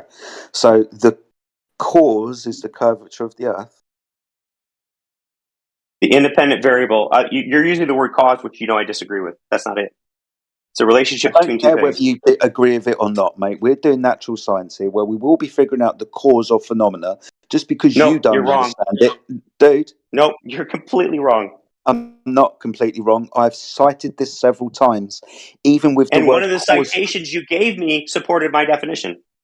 Dude, do you remember the bit where I cited the word cause for you? Do you remember the bit where it went through the hypothesis, what the independent variables were? This is the bit that you're arguing with against now, which I find very baffling. Alternatively, let me read from one of your citations. It may be written. The hypothesis may be written in terms of cause and effect. Alternatively, it may describe a relationship between two phenomena. Okay. So it backs me up then. Okay, so the relationship. No, it completely backs me up because there's two phenomena. There's the curve of the Earth and the observed target heights. Okay, so two phenomena. The curve of the Earth. Where do I observe the curve of the Earth? The curve or not curve of the Earth. Okay, the hypothesis is the curve of the Earth or the flat, right? There's two hypotheses in that site, right? The phenomena then.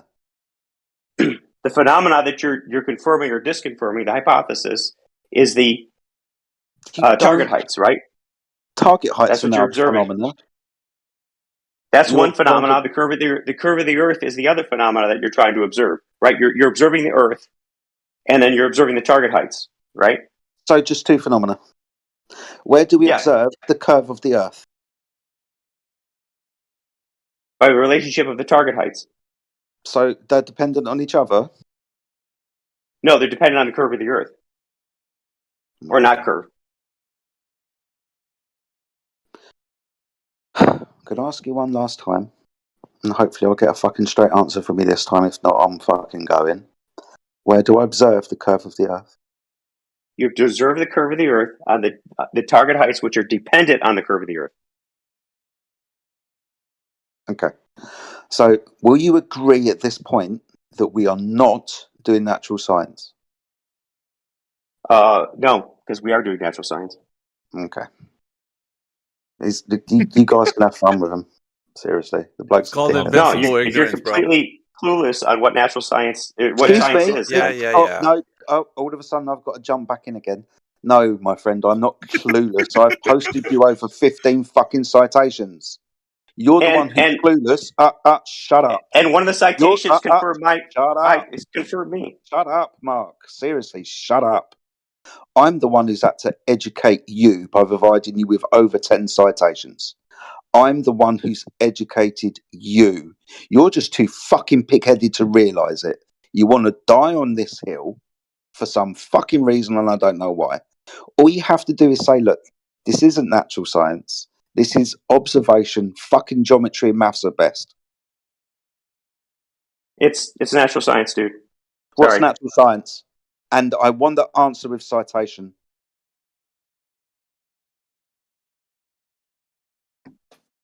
Go and get a citation to back up what you fucking said. Now. Sure. Hold on. Okay. And I want a proper citation from a university, mate, not something that your mates fucking text you. Or in Quora or something.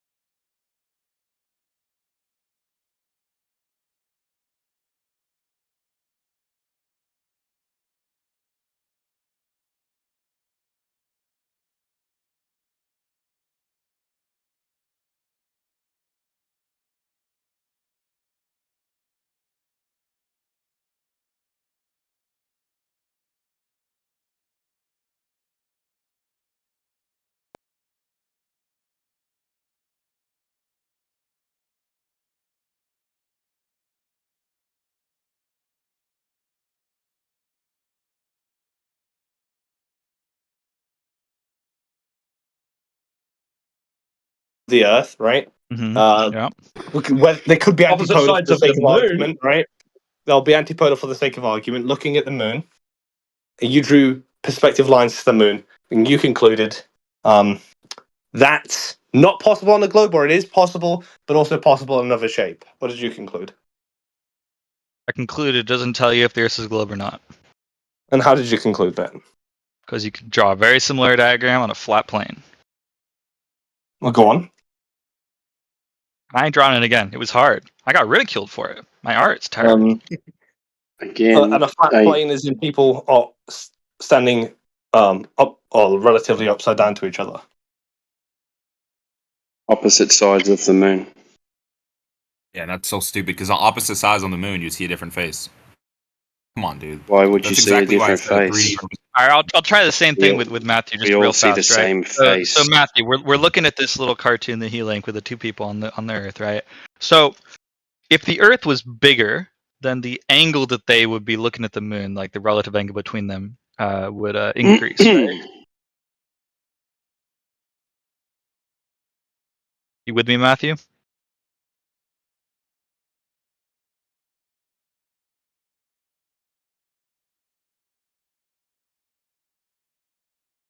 Jekyll, just in case you forgot, you changed your name to Matthew. He's talking to you. Oh, right, okay. I forgot. All right, what did you say? What was the question? I thought you were... Right. I'll just call him Jekyll then. Well, this says Matthew right there. You know, what am I supposed to know? All right, go on. What was the question? To be fair, I am named 6-star emojis, so perhaps I'm not one to talk here. But anyway, Jekyll. So if you look at this little cartoon that he posted with the two people, and it says "View from Earth's northern hemisphere" or whatever. So if you were to increase the size of this Earth, right, of the Earth that they've drawn, then the angle that these people are looking at the moon with, like the little angle between their little, I don't know, like ray arcs of vision, the angle would increase, right? Because the person would get pushed up and moved a little bit, pushed down and moved a bit, right? With me so far? With you. Okay. I'm on board. So increase it more, the angle increases even more, right? And these people are staying orthogonal to their surface. Excuse me? You're not screen sharing, by the way. You're not screen sharing. I'm not screen sharing anything. I'm just asking him to look at the picture and use his imagination. Okay. So you take this Earth, you keep the people where they are on it, but you just increase the size of that Earth. While you increase the size of the Earth, the angle between the top and bottom vision arcs, whatever, is going to start increasing. At some point, these people are going to be standing on what is essentially a horizontal plane, right? It's an excruciatingly large Earth. Their angles of vision make almost 180 degrees. At what point between then and this image does this stop working? That's my question. What do you mean works with a slightly bigger Earth, works with a much bigger Earth.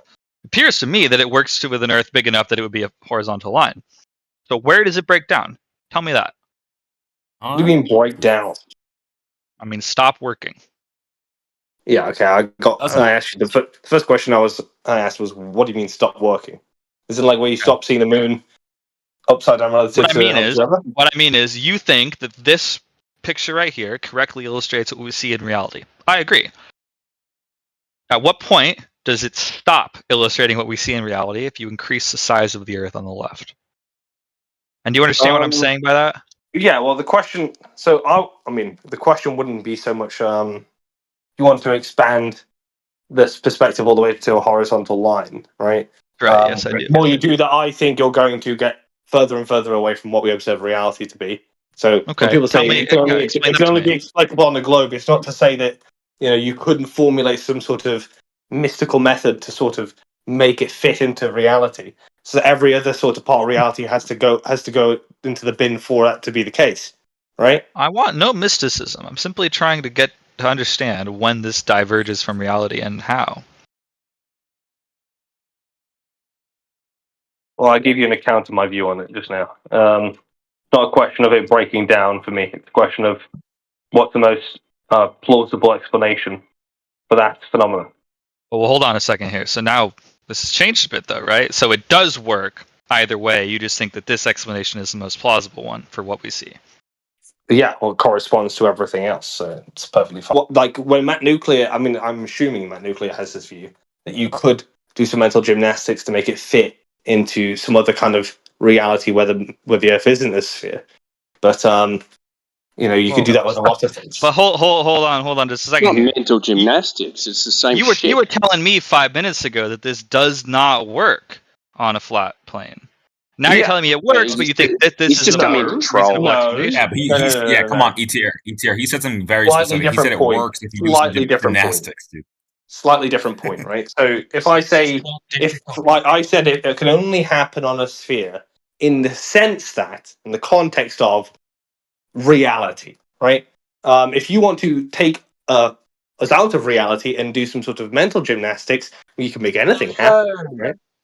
Making this more difficult than it needs to be. Just all right. Tilt those two observers. It's a relatively simple question.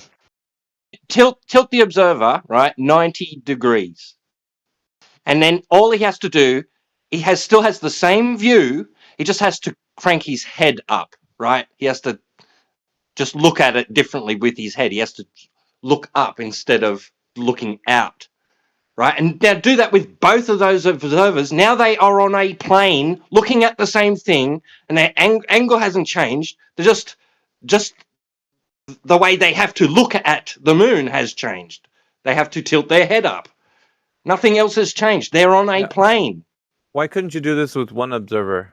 Just really quickly, just as a kind of a thought experiment, if you will. Just do it with one observer, the moon at 90 degrees above their head. They look straight up at the moon. They can see the moon right above them. The moon is at the face of it anyway, is one orientation. All they got to do is spin 180 degrees around, and now they're seeing the face upside down from their... Exactly. Exactly. Just one person can do this by themselves and see that if you orientate yourself differently, you're actually seeing different orientation to the moon's face. I mean, just one person. Yeah. You've got 360 different views of it. I mean, yeah. It's just 360 different horizontal views of it. Yeah, that's the only problem you have. Also, with one of RTR's point at the beginning was two people that are standing on opposite sides of the Earth are not going to see the moon at the same time. So it's even a bad argument to begin with on that premise. Because you will if you're North. You will if you're like South Africa. Yeah, but if you're like living in South Africa or in England, you'd see them at the same time.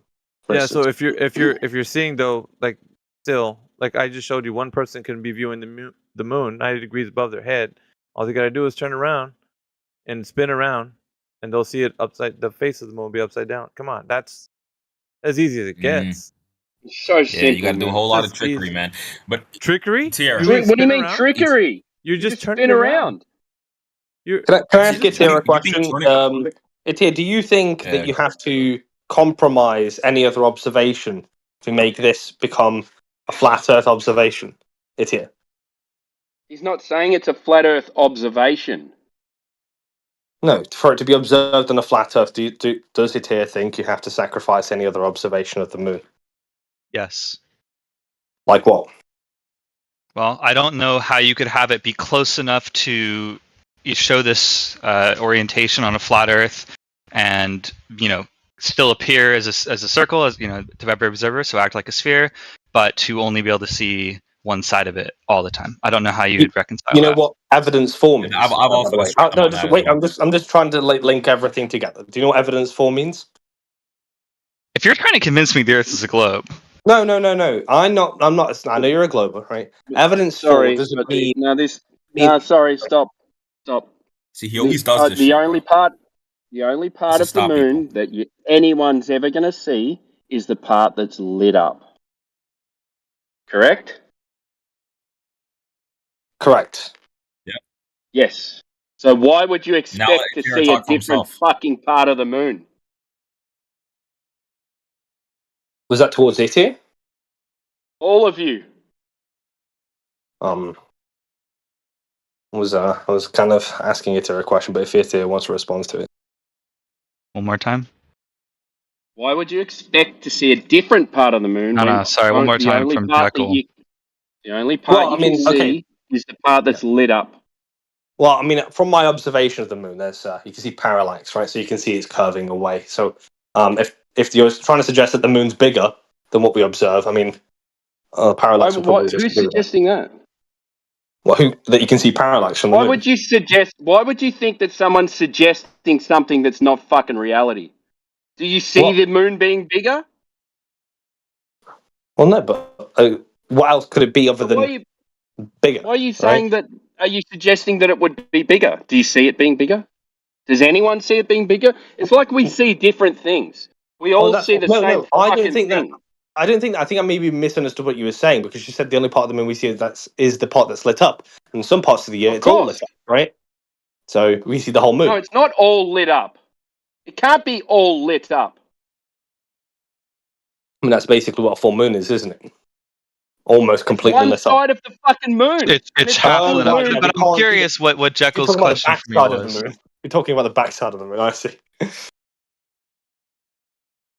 Could you repeat your question to me? Yeah, thank you. Sorry. Yeah, my question is, do you know what evidence for would mean? Right, like evidence for doesn't mean that.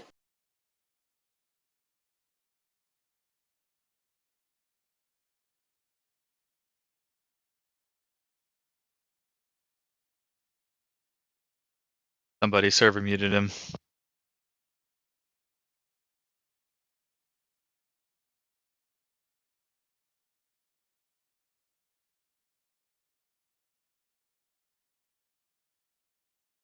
Yeah, I thought of an even simpler way to put it. Right, just draw a straight line between those. You know, in that picture that was posted in the website that Matt Nuclear posted. Just draw a straight line between the two eyeballs, two sets of eyeballs. Go. There's your plane. It is your plane. Works on a plane. Thank you.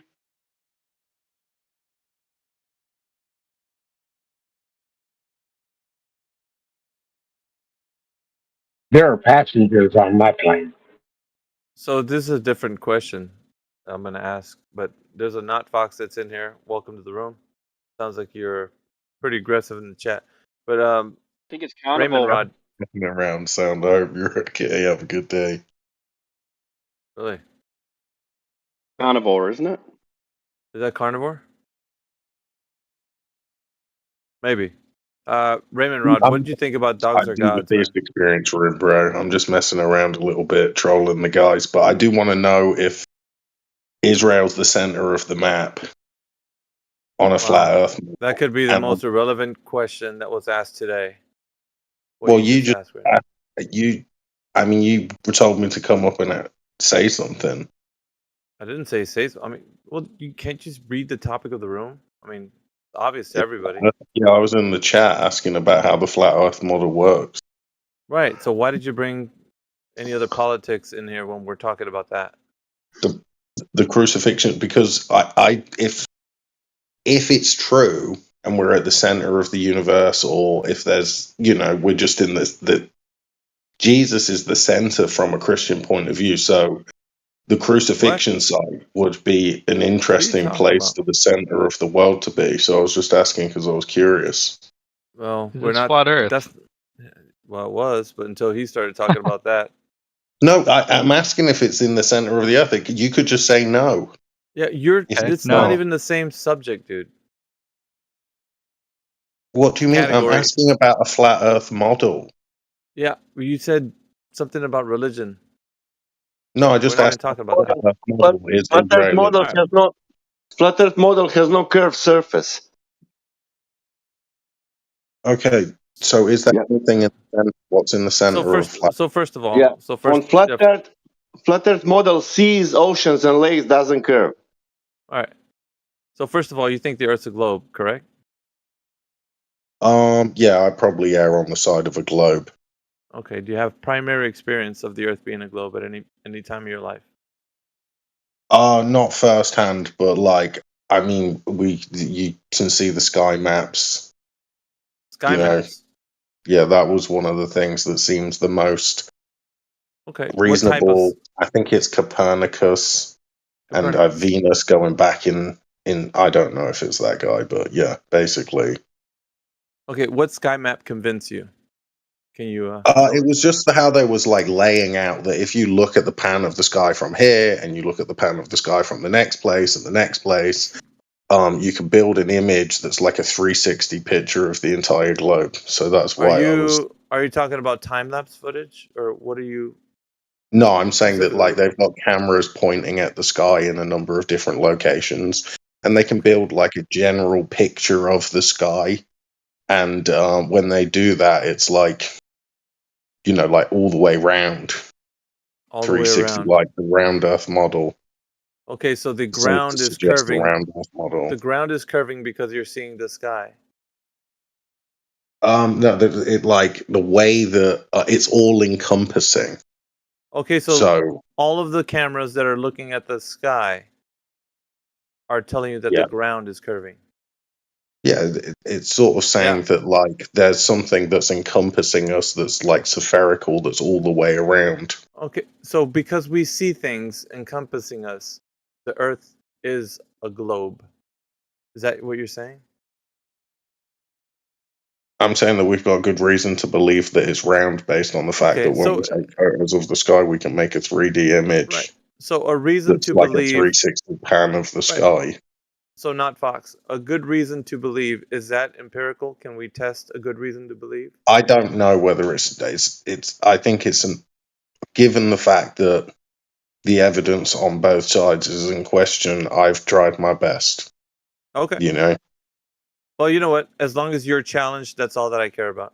I'm not here to twist your arm to think that the Earth is flat. Yep. Just so the fact that you can question what's going on, that's really our job should be done at that point, because we want you to critically think about the things that is being spoken over about the globe and how it operates, and as long as you can. I don't mind admitting that. Yeah, I'm not like look, at the end of the day, I don't research the flat Earth. I've got no idea. It's possible that all the GPS stuff's bollocks and they're just lying to us. We're not. Yeah, that's not. Nobody said that. So. No, but like the satellite navigation stuff. I mean, do you believe in satellites? Well, satellites can exist, but they might not be in the location you think they are. So the type of technology that people design and utilize can be operating in such a way that they don't have to be in the location where you might think that they're operating in. Does that make sense? Like you think currently in the idea that the Earth is a globe, that they're in low Earth orbit. What if they're much lower than that? Who knows? There might be an area where they could be in high altitude, just not in the location where you think they are, existing in a paradigm where there's a solar system and such. We're not denying the fact that technology can exist and can be above your head. That'd be absurd. Yeah, so do you think that they're lying about space? Well, what space is, right? And of course, if we're going to say space in the term that everybody's talking about what space is, we could say the vacuum of space to kind of give it a context. We mean to the place where beyond the Kármán line, it's about 65 odd miles above the Earth's surface. And that's something arbitrary that they've given it. It's a little bit lower these days, like 55 miles, I think. Beyond that, the air or the atmosphere would be so low in pressure that it would be such a pressure variance from the surface that we would say at that particular area, it would be such a vast differential that it couldn't exist with the high pressure that we have on the surface, where it's said to be around 14 psi. There's a lot of numbers being thrown out at what pressure it would be at that specific region, but I don't think it's able to be known in that way that they tell us. We could get into some numbers, but I don't think it's that necessary to get into because there's debates on that. So, but we would say that. So personally, I do believe that they lie to us through the curriculum. So if you would look at the end of the day, I have thought about the idea that the moon landings were fake. Definitely, I've seen the footage. The lunar rover. This definitely doesn't seem real. Okay, you can check it out. Yeah, it's odd. Try that doing people... a green screen. If anybody's not done it, try doing a green screen called OBS, and you'll see that it is. You'll realize how fake it is as soon as you do like one green screen attempt on OBS. So yeah, it's odd that you mentioned that, because some people that are not flat earthers will say that they disagree with the moon landings as well, for political reasons, not for reasons that we'd say that you can't go there. So they would say maybe because the people that were involved in that being the case was, there were enemies at the time, and so that they were trying to get to a location, and so just making some type of production and doing that was kind of giving the illusion that they were going there and such. But yeah, there's people that don't believe the Earth is flat that will agree that seems to be a debate. Is the South Pole the center of the Earth? Now that I think about it, like maybe you believe South that. Pole? No. Yeah. North Pole? That isn't north. I think you mean north. I don't know which way around it is. I'm guessing. Yeah, no, I thought I was hoping it was going to be Israel. In certain flat Earth discussions, people are agreeing that the AE map, or the azimuthal equidistant projection map, is the map that people would side with to say that that's what the Earth looks like in a conceptual form. But I would say most of us in here, we don't agree with that. I'm not going to speak for everyone, but most of us here would say that's not the case. The AE map with the north at the center. But for conceptual reasons, some people... Yes, for conceptual reasons, people will use that map and then say that that's the case for showing how flight paths work to go in a circumference around and come back around to the same place you took off of. This, again, is a hypothetical, so there's a lot involved with that, so I won't get into it too much, but yeah, there's a few people that still agree that AE map is the map of the world. But like I said, I don't think very much people in here agree with that.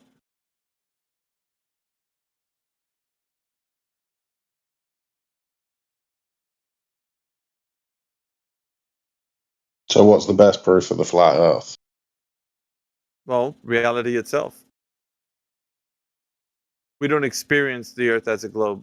And there's reasons why that's the case. On the Earth as a globe would say, well, you can't perceive it because it's too big. You don't feel the spin because it's too minuscule of a motion. It's not able to be perceived or detected. So there's no way that you can know that if you are spinning on an axis or seeing the curve. So if we don't experience the Earth as a globe in our primary experience, it's just the way it is. You have to add a lot of assumptions and such. You get it? Yeah, no, I've been there. I've even been into the cockpit of a plane. Now I was quite young when that happened, but well, so people say they see curvature from an airplane. Problem is, most of these guys that would agree that the Earth would be too big for you to see curvature from that altitude would disagree with you. These guys are globers. They're not flat earthers. But they're saying that the Earth represented as what it is in its size wouldn't be able to be represented in visually seeing Earth curvature from the altitude of an airplane. And that's coming from them, not from me. I'm not saying that.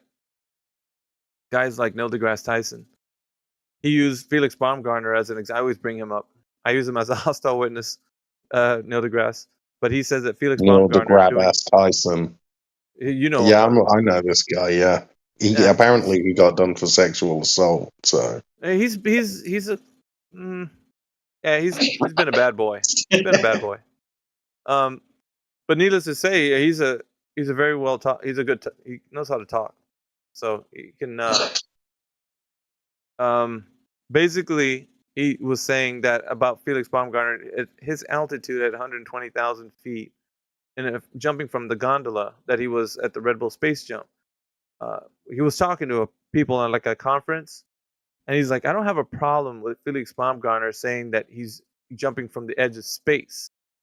But at that height, you don't see the curvature of the Earth. And he said it with that inflection that I'm using. And you're kind of like showing that stuff is flat.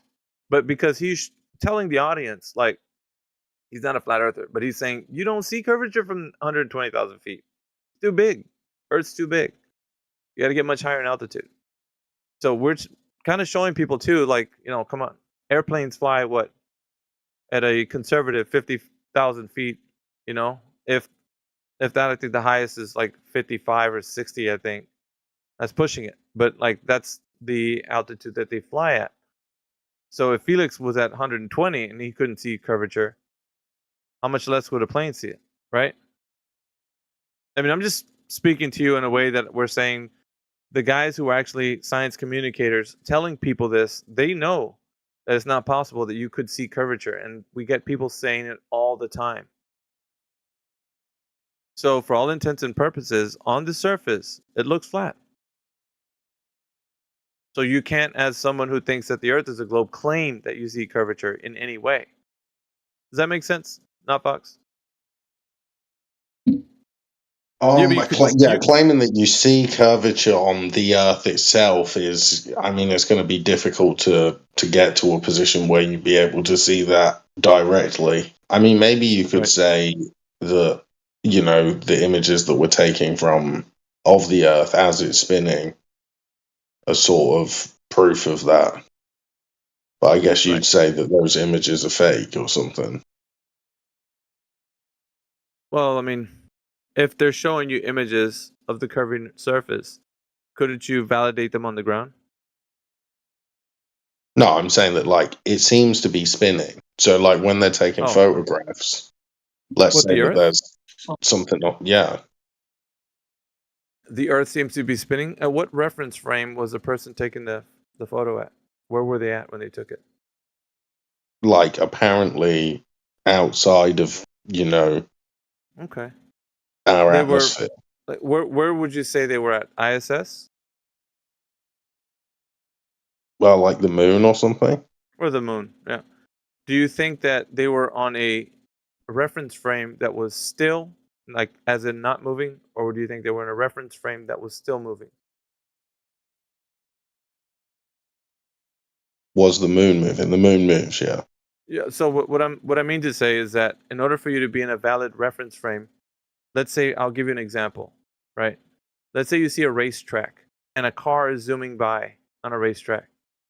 The car itself is moving and you are not moving, right? So the valid reference frame is that you are on the Earth, not moving, and you see a car moving. You can know that it's moving because you see it in motion. Does that make sense so far? Like, so my so you're sat in the seat, you can see the car going around the track, yeah. Yeah, my example is that you can tell the car's in motion, right? So the valid reference frame that you're standing as an observer is like in the middle of the track watching the car move around. So you're in a valid reference frame to say that you're static and the car is moving. Now, but you could still observe the track from a Ferris wheel as well. So even if you were on a Ferris wheel and the cars were going around the track, like you could still see the cars going around the track, even if you were on a Ferris wheel. Yeah, but the problem then becomes a more complicated scenario where you're actually in motion and that is in motion. But if you were, let's say you were in a static reference frame and you could see the Earth spinning, that would be a valid reference frame to be in because you are not moving and it is moving. But like the Earth is still seeming to be spinning, so it's like even if I was like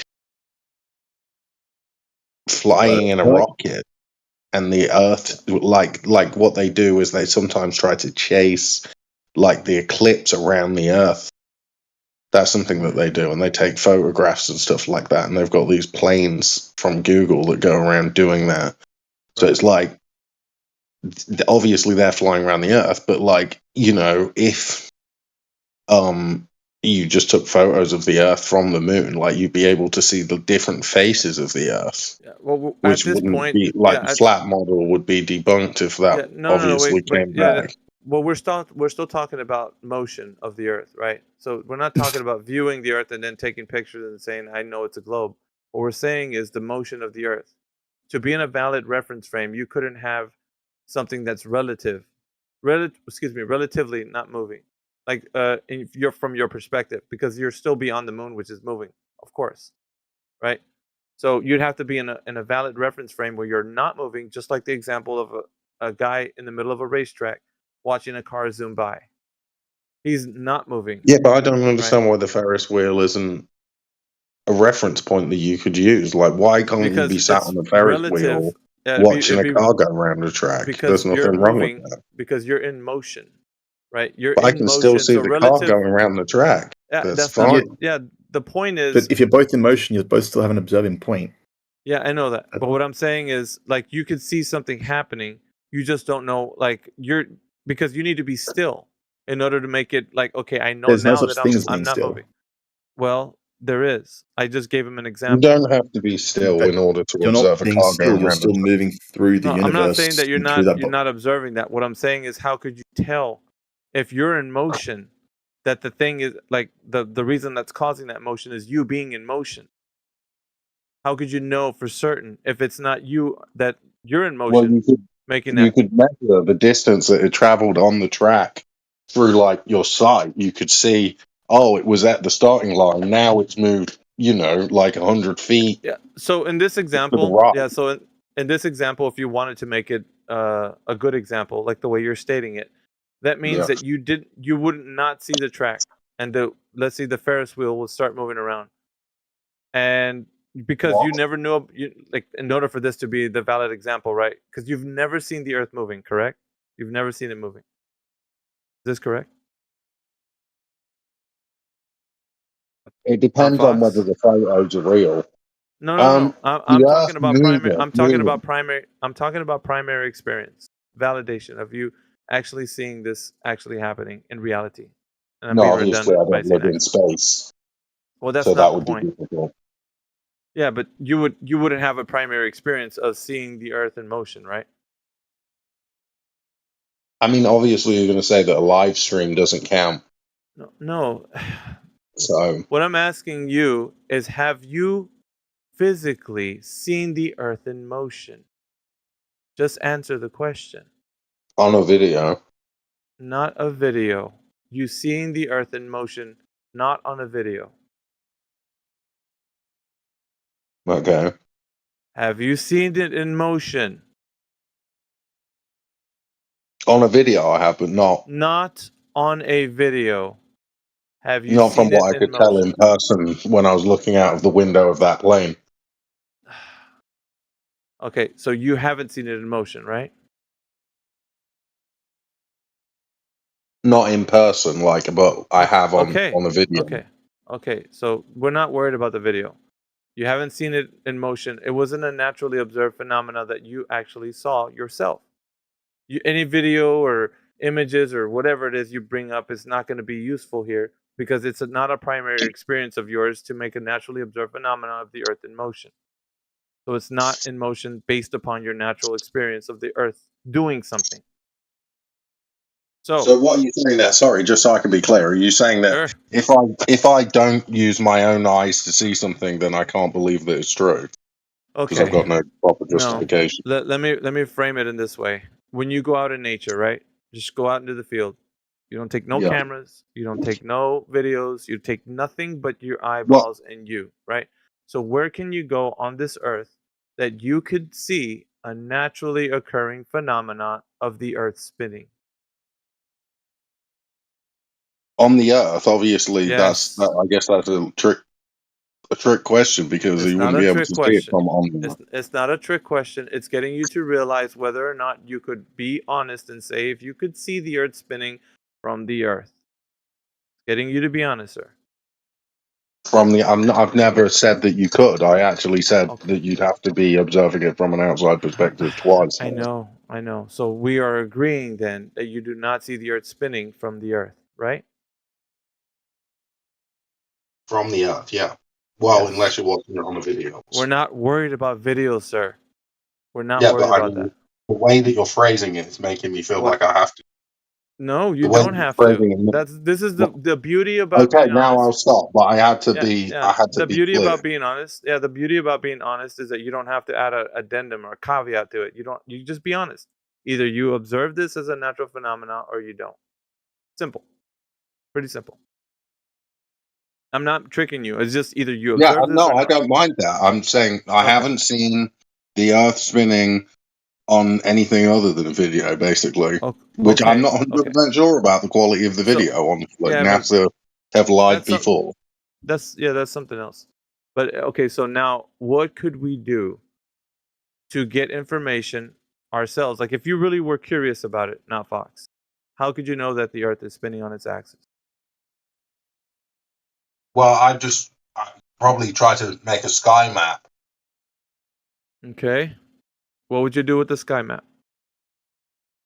I'd just take a pan photograph of the sky from a number of different areas and essentially compile what would be like a 3D image from the 2D images. Right. And what knowledge could you gain from that the Earth is?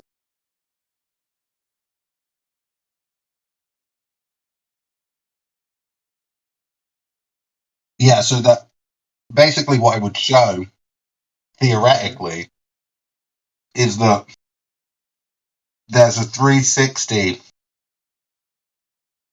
pan of the sky where it encompasses us all the way around. 360, not just 180. 360? I don't know what that means. I think you're saying that you'd see a lot more of the sky from a lot of cameras everywhere on Earth. I don't know how that would tell you that the Earth is. No, but the web would mash together. Yeah, but how does that tell you that the Earth is in motion, not Fox? Oh, because you can see the stars going around. It doesn't look that. I'm not saying that it shows that the Earth's in motion. I thought that what I was supposed to be doing is giving a good reason why I believe that the Earth is round. Oh, well, we were talking about spin. I mean, we could talk about curvature. No. You asked me to say why I thought the Earth was round. So I told you. Yeah, it doesn't matter. We can talk about both. How I try and prove it. That's what I was trying to do. They're really not that too far off. I mean, it doesn't really matter, like to me. But if you were going to present something about the shape of the Earth, when have you? I would just tell you that way.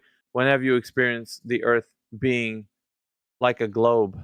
Like the images they show you. When have you ever seen it in that way? Have you experienced it in that way? Obviously, I've not been to space, bro. So you keep asking me like in different ways whether I've been to space, and the answer is no. All it is just you identifying whether you could see or identify the Earth being a globe, like they're telling you. Yeah, I think that through the sky maps is the best justification for that. Yeah, but you didn't justify it because I asked you how did you justify by using sky maps? What are you doing with sky maps? You take images of the sky. Yeah. And then you put them together, you plug them together, and you build a 3D image that encompasses the entire Earth. So based on the round Earth map, you take a photo in let's think of a country where it joins up pretty well. Yeah, let's bring this into perspective. How much curvature do you think you can get from piecing all the sky maps together? What would be the circumference of that map? How big the Earth would be? I don't know.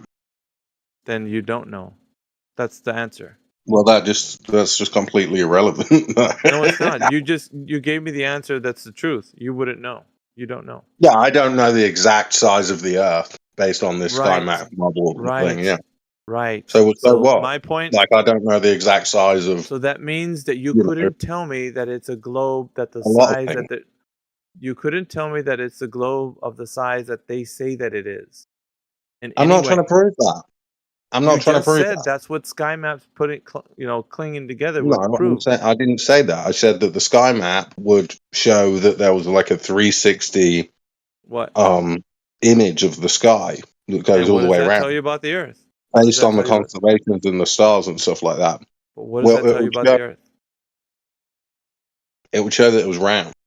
Okay, how round? I'm asking you now, how does it tell you it's round if you can't tell me how round it is? How big it is. Why would me telling you how big it is you're because you're defining the Earth's curvature by telling I thought me you were being honest.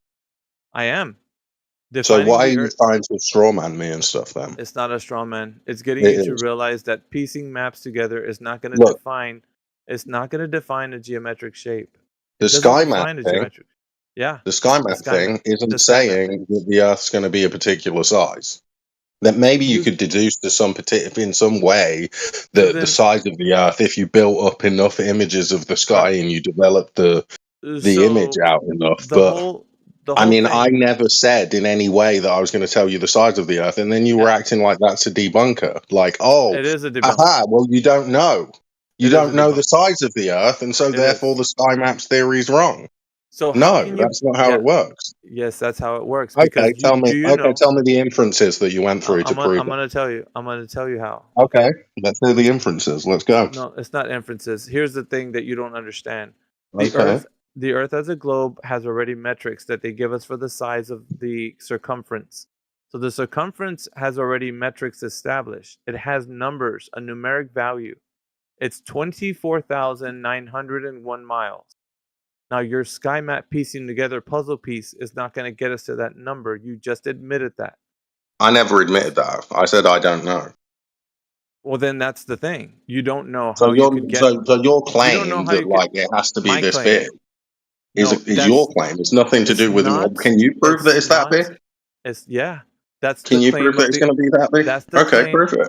That's the claim of the globe Earth.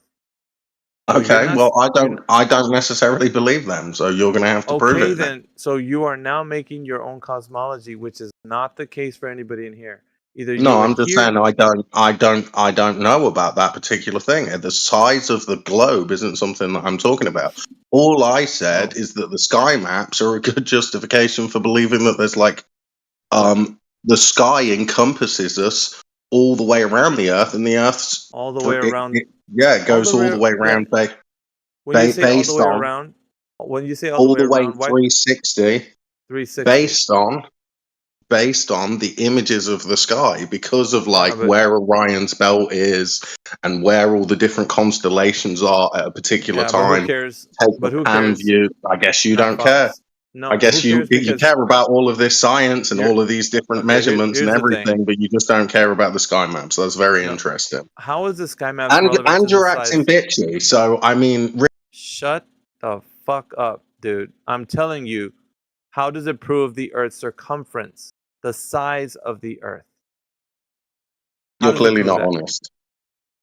Well, you're not. You're clearly not honest. You said you were being honest, and then you lied multiple times, misrepresented me, and then I think you just muted me. You're saying your sky. Yeah, I did. Said that you were being weird. I did. Which you are. I did. So I feel like they need to. I feel like they need to get somebody who's better at arguing for a flat Earth than you, because you can convince me. You're piecing together sky maps and saying that the Earth is a globe. And when I ask you for the specific number of the circumference, you came up tits and you said, I don't know. So how is that proving anything? Could you have a globe that was 24,000 miles? That is not my claim. You're the one that said it. I didn't say it. That is the claim of the Earth being a globe. That is not my claim. You understand? It's not my claim. I never made that claim. That's not my claim. You were the one. Yeah. Okay, so you're basically making up your own whatever Earth that you think you live on based on sky maps. Nobody does that but you. So what kind of cosmology do you think you live in where you can make up your own size of your own Earth? I don't know the size of the Earth. That's all I'm saying. But that's got nothing to do with, whether we can develop an image of the sky and have an understanding of the roundness of... But you don't have an understanding. The world that we live in. You don't have an understanding of the roundness. Based on sky maps? Why does knowing the exact circumference of the Earth give me the perspective that I need to be able to tackle this particular sky map understanding of the globe? Because Why that's do I the need size. That's the size that the globe claims that it is. Whether or not that's the size you care That's a about, non-issue for me. yeah, That's not an issue well for me. then it doesn't matter Got then. no Because bearing. The size of the well, Earth has it no doesn't. bearing on whether I believe it's a globe or So not. then It's your based on the argument. size. So your argument is bunk. Then I can just hand No, wave just dismiss it. because I don't care about the size of it doesn't mean that it's bunk. The fact. Yes, no, there's no facts anymore. You're trying to make up your own cosmology and pass it off as you have the gospel truth on how to get the circumference or the knowledge of how round the Earth is based on your sky map bullshit. Nobody's doing that except for you. I haven't heard an argument so dumb as this. You don't even know the circumference of the Earth. How are you proving that it's even any value? There's no values. You're not giving anything. Yeah, the It's bogus. circumference doesn't come into this conversation, and now you're abusing Oh, your mods absolutely because you're does. losing the debate. No, So I losing. appreciate it, everybody. I'll accept the round of applause when you're ready, but this guy's a trash debater, so I'm sure that Elijah will be able to do Really? a better job next time. So you haven't proved anything with your sky maps, and you're just patting yourself on the back as you won something? Really? You didn't prove anything with your circumference point, and you were abusing your mods, and Yeah. we can't have a conversation I was because of it. abusing my mods. That's a shame. That is a shame. Your bogus argument didn't get you anywhere. Not anywhere close to the Earth Your being a bogus globe. argument didn't get you anywhere. Oh, it did. I just provided No, it evidence didn't, that you because don't. everybody in the room can see that the circumference had no bearing on whether the Earth's round or not. That's They how all big the Earth understand is, that. numbnuts. Yes, it does. It doesn't really matter. It does. That's how It big does. the Earth is, numbnuts. It makes no difference to me if it was 50,000 miles, 24,000 miles, It should, because that's 12,000. the I claim. don't care. It should, because All that's I the claim, care about is numbnuts. whether it's round. That's all we were talking about. Dude, that's redundant. That's ridiculous, man. How's that redundant? That's what we were actually talking about. What That's you're stupid. saying is irrelevant. What you're saying how is did they come completely up with the irrelevant. metrics? How did they come up with the circumference? It's nothing. Not part of my argument. That's for sure. The Not sky part of map my is the argument. only thing So that I all you reference. got to do is chant that the Earth is a globe, and there you be, right? Everyone's happy as can be. I'm not doing that. I'm saying that based on the sky map, you can develop an image of the sky that actually is a 360 encompassing image No, hold on. all the way around. Shut up, dude. Provide the evidence in the chat right now about your stupid sky maps. Let's see your evidence. Go ahead. You want to talk all kinds of crap? Put your evidence in the text right now. Let's see it. Do it. Put your money where your mouth is right now. Put your sky map bullshit in the text right now. Let's see what you got. Man up. You want to call me out? I'm calling you out. Let's go. Put your sky map bullshit in the text. Look, honestly, sky map bullshit in text. Let's go. You didn't want to hear it, so no, I don't want to hear it. I want your sky maps. I think it's over. Oh no, it is over. Unless you provide evidence that your sky maps are proving what you say it is. Let's go. Put them in there. Yeah, this is dumb. This is dumb. I didn't make any claims about the circumference, and that. I'm not saying that. Let's see if even if what you're saying is true. Put your sky maps in the text so we can have a look. Go. Yeah, that wasn't my argument. It was your fucking argument, you dumbass. That's what you came in here saying. My sky maps, man. Proves the Earth's. It's a globe. What size is it? Doesn't matter. Okay, well, put your shit in the text channel and let's see what you got. See what you're made of. Sky maps, text channel. Let's go. Yeah, I said you could generate an image. I never said that I had. Oh, so you're moving the goalpost now. Generated images, huh? That's convenient. Well, generate an image then for us, Mr. Not Fox. Generate it in the text channel, please. I said that I could. I never said. Well, then do it. That's all I got to do. Provide evidence in the text channel. Go. I provided sufficient evidence. Sufficient evidence. You didn't say nothing but your own feelings. That's it. That sounds like what you're doing. No, I'm asking you to provide the evidence, the bullshit that you're said about Sky baby, bro. You need to hide behind the mute. No, I'm getting you to stop. That's how the conversation is. Stop talking and provide evidence. It's show and tell. You've already tell. Now I need you to show. Go. Show now. Let's see if you got anything left of your little sky map. Put them in there. Text channel. Let's go.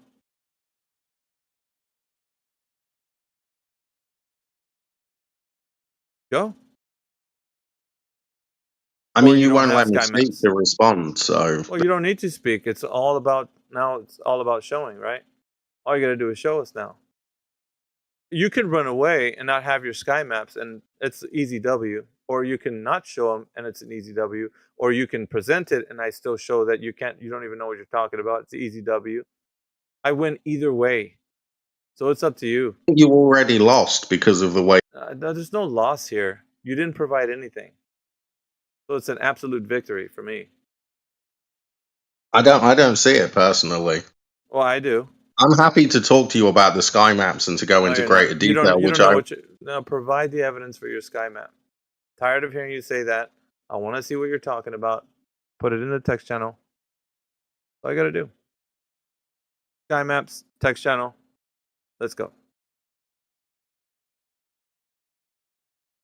Explain to me why it'd be worth my time. Because I know that you're not just full of hot air. That's why. Well, I'm sure I could go into that with you. We could have a conversation. But you're not willing to. Go. I'm asking. I already explained earlier about this. I'm tired of hearing you say that. Just put it in the text channel. We can go to somebody else. Until you do, I'll keep you on mute. Let's see if you got what it takes. Or you can walk away empty-handed. It's up to you.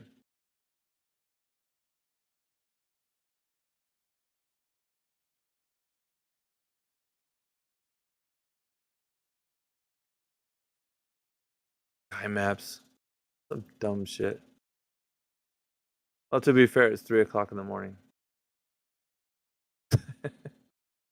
I'm a sky maps, man. I don't need to provide evidence that the Earth is a specific circumference. I just need to declare that it's a globe of some kind. He's not even saying that it's the circumference that the Earth is what it is. That's the crazy part.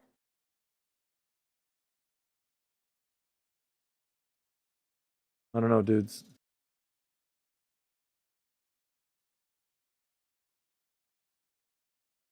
Let me kick him over there. All right, Heretic. It's your turn. I'm just kidding. Are you still at work? You work at a night shift?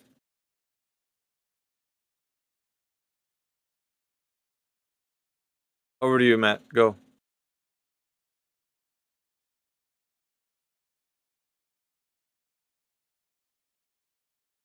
Oh, me. I'm not Matt Nuclear. Oh, shit. You need to change your name. Fucking hell.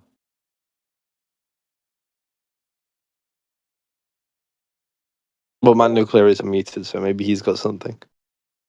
He fell asleep with his keyboard. I guarantee it. He does this often.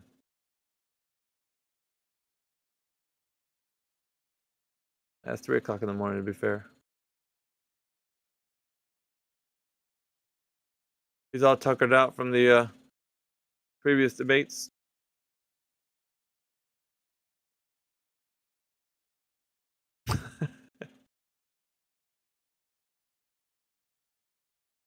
Are you not at work today?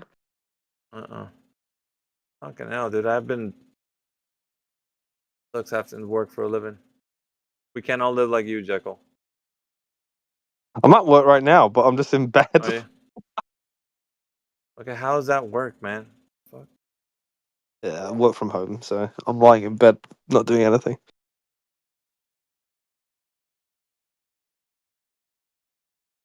I was gonna say, never mind. Don't even. I was gonna say, what kind of job is that? We can fucking stay in bed. Need to apply for that shit. What? Bosses. Yeah, I find that there's loads of work from home jobs going. So, like this since C Word, loads of places do work from home. So you should definitely look into it. I mean, it's the amount of times I just go to sleep at work is insane. Yeah, your Zoom calls must be fucking you with bedhead and shit. He's like, did you get those TPS reports? You're like, oh, shit. Yeah, in a minute. Just relax. And then you get the SpongeBob fucking interlude 3 hours later. Yeah, it's bold of you to assume I turn up for those meetings. They probably say something sarcastic when you turn up. You're like, "Oh, glad you could grace us with your presence, Your Majesty." Yeah, sorry guys, I was just debating flat earthers on Discord. You know? No, that shit will not fly. I promise you.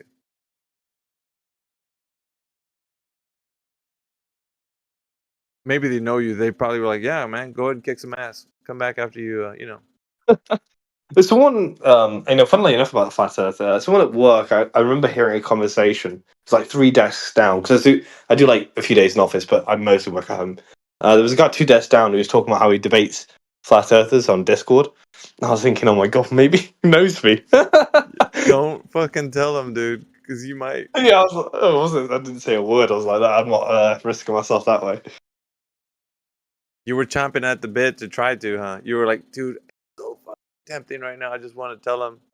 Do you know Alpha Veritas? Dude, he probably tells you, I hate him too, bro. Fuck yeah. Fucking handshakes and shit. We can talk about it over fucking breakfast. Fuck it. Matt, wake the fuck up, dude. As he lit up, I guarantee he fell asleep with his headset on. It's either that or he walked away from his mic, because he did type in the chat about literally 30 minutes ago. Yeah.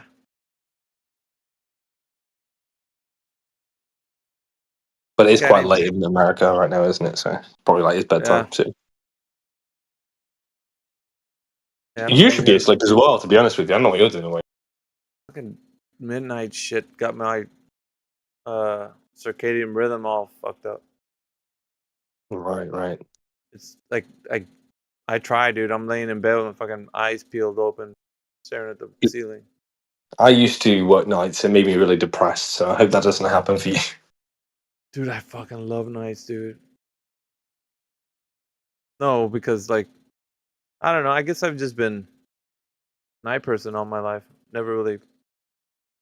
I don't know. Getting up in the morning. I don't know. That's just so. That's not me. Waking up all groggy and shit. Getting to work. Half asleep.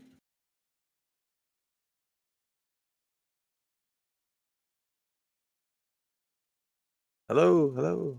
Is anybody There out must there? be a few. There's a few. There must be a few. Like Contrarian. Are you a globe birther? I've not seen you before. I wonder what it's like to talk to him. Jeez, contrarian. There's Sipe. Well, he's just definitely himself. And Jordan Peterson as well. And Adam, maybe. Who knows? They might all be. If not, you might have to get Not Fox back. Fuck, dude. Really? All right. Not Fox, you're unmuted. Yeah, I gave the image of the sky map, and I think that you're childish, so I win. There you have it. There you be. Your sky map. Yeah, also just for the sake of the room, the sky map shows, obviously that the Earth is round because the images that we see of the sky in Australia are going to, correlate. And oppose the images that we see in other places, like on the other side of the world. So, basically. Based on this sky map, how big is the Earth? This guy, you've seen this before. Yeah, he sits here lying about his position all day. Right. Based on this sky map, how big is the Earth? Yeah, I guess he gets off on this. Are you the owner of the channel? Yeah, I'm the big dog. You're an idiot, bro. Right. Have a nice day. Is that it? No, where are you going? Damn it. Now we got nobody to talk to. All right. It was difficult to say you are an idiot. That's okay. I'm not the owner, but. Oh, I know. I just said it just like those people that have the, hey, are you the manager? Hold on, let me go get my manager. And you just turn around. Hey, you need some help? Like, it's the same person. Like,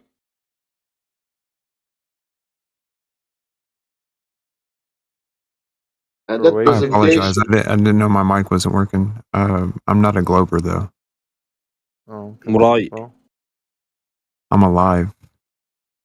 Right. Okay. I can't prove or tell you what I'm living on. You're one of those. You don't believe you can know anything. Do you believe you exist? Absolutely. 100%? Yep. Can you know anything else? Well, I know I affect you. Well, you know you're on Discord right now, Contrarian? Yep. But you don't know what the shape of the Earth is. I can't prove to you what it is, but I can tell you what I think it is. Could you prove to me you're on Discord? Yep. Okay. Wait, can you prove it 100? Can you prove it to be 100% that you know you're on Discord? It's more than 50. More than 50. Ah, that's where you didn't see the fine print, Jekyll. Sorry. Yeah, of course. Right, what do you think it is, Contrarian? Out of curiosity. I think it's a stationary, non-moving surface. Okay. Right. Okay. So, can you prove that? I can't prove it. Okay. Also, W but from what I'll test and stuff that I read about and stuff like that, it points to it. What did you read? Give me your literature. There was, I think it was from 1986. It was a flight research developer and his debriefing, and it said it in it that it was a stationary, non-moving plane that he was flying over. Yeah. Was it one of the declassified documents? Yeah. From NASA? Was it? Oh, I don't know if it was from NASA, but I know it was from like a dude. flight research system. You don't happen to have that PDF or article, do you? I can find it. Yeah, if you can, just chuck it in the text, will you? Absolutely. I think it's one that I've seen before. It sounds pretty familiar. There was a YouTube video that had like these declassified documents that were speaking of that. Actually. Yeah, just give me a second. I'll look at.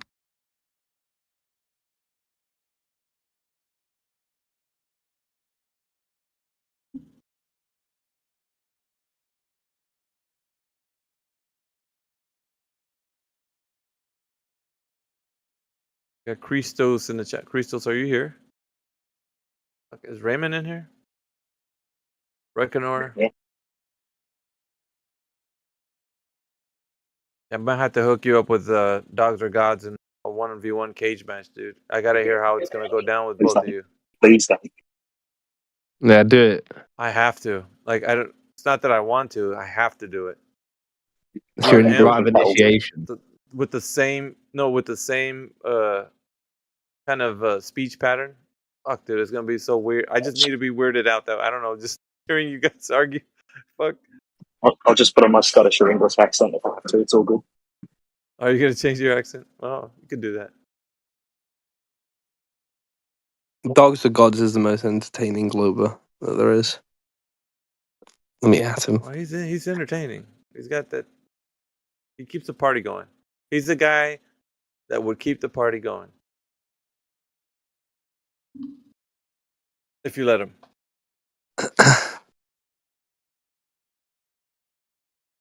You're an ass. You're summoning him into the fucking chat. Wait, what time is it over there in Australia? 6:30 p.m. here. I'm just finishing up at the gym, so I can't talk too much, but I will be able to in about 15. Well, if he comes in here, man, I'll just be like, all right, there's Raymond Rudd. Let's go. 1v1. You can just call me Ray, that's fine. Ray. Dogs and Ray. You guys ain't leaving the cage until somebody comes out of Victor.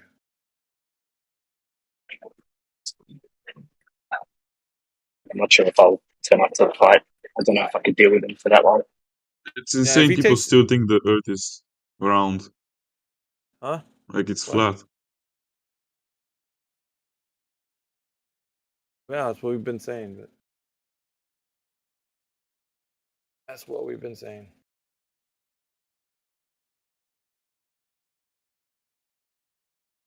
There's nobody here in the moment, but Globe Champions will come in here in a moment.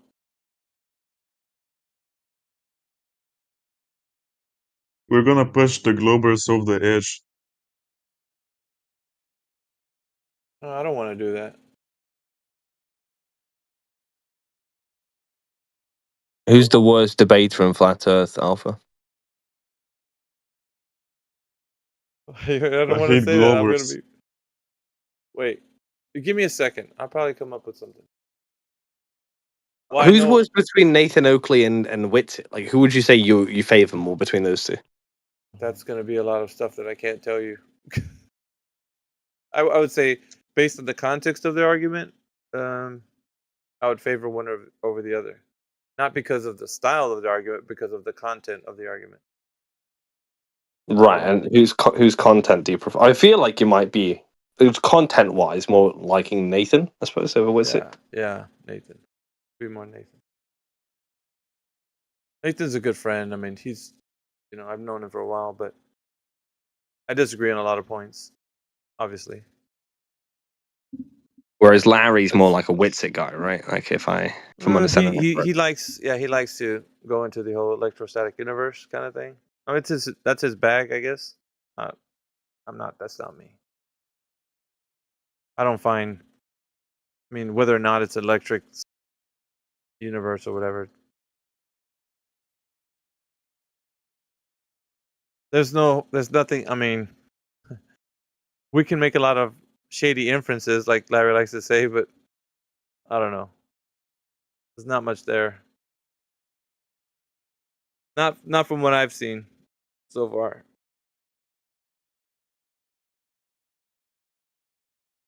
Like to really make the solid point that all of it is, electric universe. Of course, we have a lot of things with electrostatic potential and stuff like that, but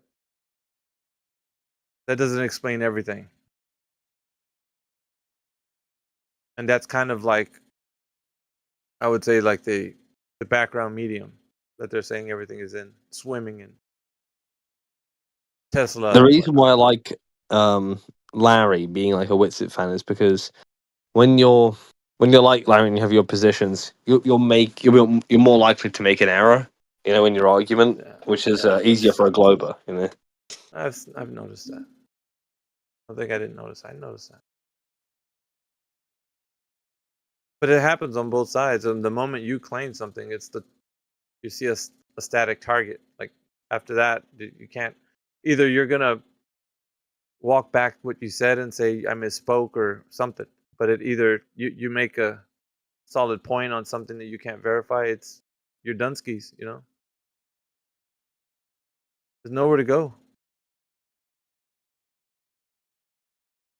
Right, Rhinoceros? What are you doing up this late? You working on something?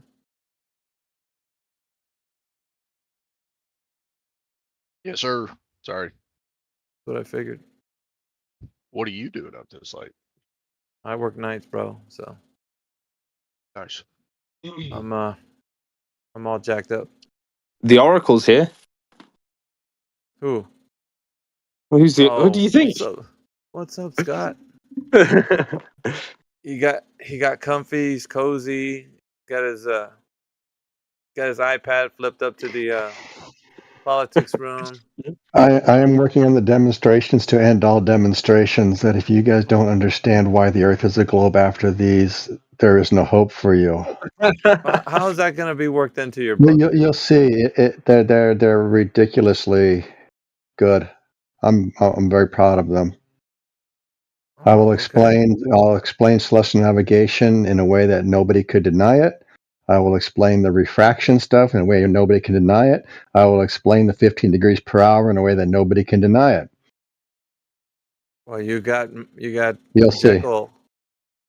He sat up on his bed for this, man. And it's and it's all Peter's fault, because Peter introduced me to GeoGebra. He introduced me. Now I'm hooked on GeoGebra. There is so much you can do with this. Uh-oh. Are we in trouble? It is so cool. Should we run for cover? No, you're about to be freed. You're about to be able to go on with your life without wasting it here. All right. Thank you, man. Thank you. Yeah. I was hoping that somebody would. You do spend that as much time here as we do. Yeah, I know. But this will be my final test to see whether you guys, because there's no way anybody who wants to can't understand this. You know what's funny is that you actually sound like fucking Peter right now. I'm not kidding you. I know, I do. But he said he said the same fucking thing, dude. Like not 1 month ago, 2 months. I don't know. No, but this is better than what Peter did. Okay. Did you tell him that you did something I've been better an than he did? educated longer than he has. I know what education looks like. I know what a good presentation looks like. Oh shit! Oh shit! I need to record No, it's that. not new with his. No, his that's a was right. soundbite. His was right. It's just not. Didn't Say explain it. it well. It Just wasn't as say it. compelling. Nah, but why do you gotta soften it, dude? Just fucking say it like you wanted to say it. You see how he's being I a said little exactly like. like I wanted to say it. No, I don't think so. You smiling behind that mic. I know you didn't say it like you wanted. Oh, so this is all Peter's credit. He introduced me to fine. this thing and he taught me how No, to use listen, this thing. You gave him some credit, and you just want to keep that at just that's fine. His feeble attempt at trying to do something was, not on par with your standard of what you think you can do. No, it could be You're rejected. not swinging that by sword people who right, want to Peter. Here, reject give me it. that thing. What This is how I you will do it. show you is unrejectable. You cannot deny it. Let's go. It's not ready. How long do we need It'll to be wait ready until soon. you set this free? Should I put How long? my Sunday best? I mean, what are we doing here? 'Cause- Well, when Peter did his globe proofs, what we would do is, I think it was a couple of us. We would. I know he'd send it to Matt. To Scott, but he'd show it to me, Manufacturers Menembo as well. And we'd sit in a call and we'd think, what would they say in objection to this? Like, what would they say? And because you never know, right? You have to enter like creative like thoughts about what could they deny this proof The with. fuck? You had a think tank? What the fuck? Yeah, literally a think tank. Yeah, it's a good analogy. See, that's the thing. This is not a proof. It's just an explanation of how the rest of us see the Earth. Well, Because I'm pretty sure they I can't don't care. visualize what we're saying, and once they can visualize it in a way that can't be denied, they're going to go, "Oh, I guess you're right. It's a much simpler explanation for the world in which we live." Okay then. But if it's not proof, why would we accept it? I guess because you'll have you're the little kernel of rationality in you will say, "Yeah, Like I got some guess I really got to good. accept it." I got some really good cologne, man. I'm gonna have to get Yeah. my attire. We'll set a special dinner. I don't believe that Scott's making this thinking that it's gonna. No, he's people are gonna making it. accept This is. Oh, that's good. It's good. Okay. I mean, look, because Scott's always been the one to temper us and say, like, guys, I mean, some of these people just won't get it ever, right? So the fact that he's changed his mind and thinks that this will make people get it, I don't know. It's got you smiling. I gave you behind the mic. presentation first if you want, Jackal. Tell me what you think. Yeah, I'll get first dibs at look at it. Yeah. Fucking Jekyll. It's gonna be a little bit like still putting on the final touches on it because it's got to be presentation ready. I told you. Remember we had that discussion. So as soon as you're ready, man, bring it on. Yeah. The worst globe proof was Manufactotems, not because of the content, but because it took him 4 months to make it, and then he gave it out, and nobody remembers it. Like the biggest waste of his time he's ever done. Yeah, he. I don't know if he was upset or the other day you didn't hear him, and Crit was saying something about him, and he got so pissed off that he shut off his machines, and he even said so. He came in here, he was like, "Dude, I had to shut off my machines to tell you off." I'm like, "What? What the fuck, dude?" He was so pissed at Crit. Crit got under his skin so bad, and he turned off his machines at work, and I was just ragging. I was ragging on him because of me. I'm being a smartass, and so he came in here just like all pissed off. And every time that I see him, and he hasn't been in here lately, I'm like, "Dude, did you have to shut off your machines to come in here?" Like, I fuck with him, but I don't know, Scott. You said that before. I've never said anything close to that before. Up till now, I said you guys are unreachable. There's no point in trying. Yeah, true. That is what he usually said. That's what he told me at least. So I think this is why I'm surprised. It's like Scott Mackey thinks there's hope. Well, I'm gonna see. I sort of also. Are you thinking it's going to be a today thing or a few days away type thing? No, Rhino had something to say. I said I sort of also believe that you guys are in some sort of space that's sort of unreachable due to the fact that, like, if we have this, because you have no model of your own, but I have this model that can predict certain things, and it's the most accurate model that we have of like our reality. If you don't provide another one, then like, why would I even believe what you believe if it's not useful to me? Do you know what I mean? Let me ask you a question for the room, Globers. Let me put it that way.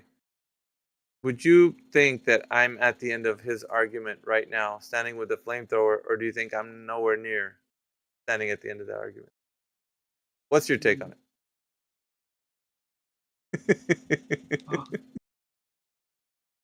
Oh, he's back. No, there's not going to be an argument. There's just going to be an explanation of the world. Oh, okay. You won't be able to touch it, man. Okay. It's just, Veritas, if you were to give me another model that can like accurately describe as well as the globe model does, then I'd probably believe you. You know what I'm saying? Okay. Well, I think I'm getting sick. Sorry for the voice cracks. Is that you? No, that wasn't you. That was Matt Nuclear. Okay. Excuse me. Oh no, that's you. Fine. That is me. No, sorry. Matt was lighting up. Matt, you there?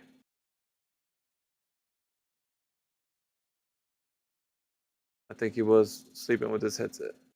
Anyway, if I hear him snore, I'll just mute him. I don't know, man. I've heard this from many, many people. And, we could name off a whole bunch, but I've heard it for 3.5, 4 years myself, but nobody's ever did anything like this before. Nobody's ever done anything like this before. I've been here 4 years. No one's even come close. All right, then. We'll see. Well, fuck, man. I don't know if anybody's not opposed to it. I'd give you the floor. Fucking go through. How long is it going to be? Is this going to be like a fucking 30-minute spiel? Oh no, it's 4 parts. Oh shit. It's all the classic arguments that have been made over the 4 years. We're the only ones actually, and it's a demonstration of each of them. Good stuff. Good stuff. Because I'm pretty sure some of you lack the ability to visualize these things, and that's why you don't understand why 15 degrees per hour demands a globe. Yeah, man, you got all that fancy book learning. We don't know nothing about that. Well, it's got to be a reason you reject it. It can't be because you understand it and find it unpersuasive. We can't understand your fancy words, Mr. Educated That's why this all images. Graphics. You're going to have to convince us that angles of degrees don't require flat measurements. Exactly, and that's what I will do. Veritas, how convinced like in your worldview? Like, is your mind open, or like could it change, or what? Open to the truth. Okay. Open to the truth. The truth cannot be refuted in any way. If you got some of that, my mind's open to that. You come at me with anything less, you're getting a flamethrower.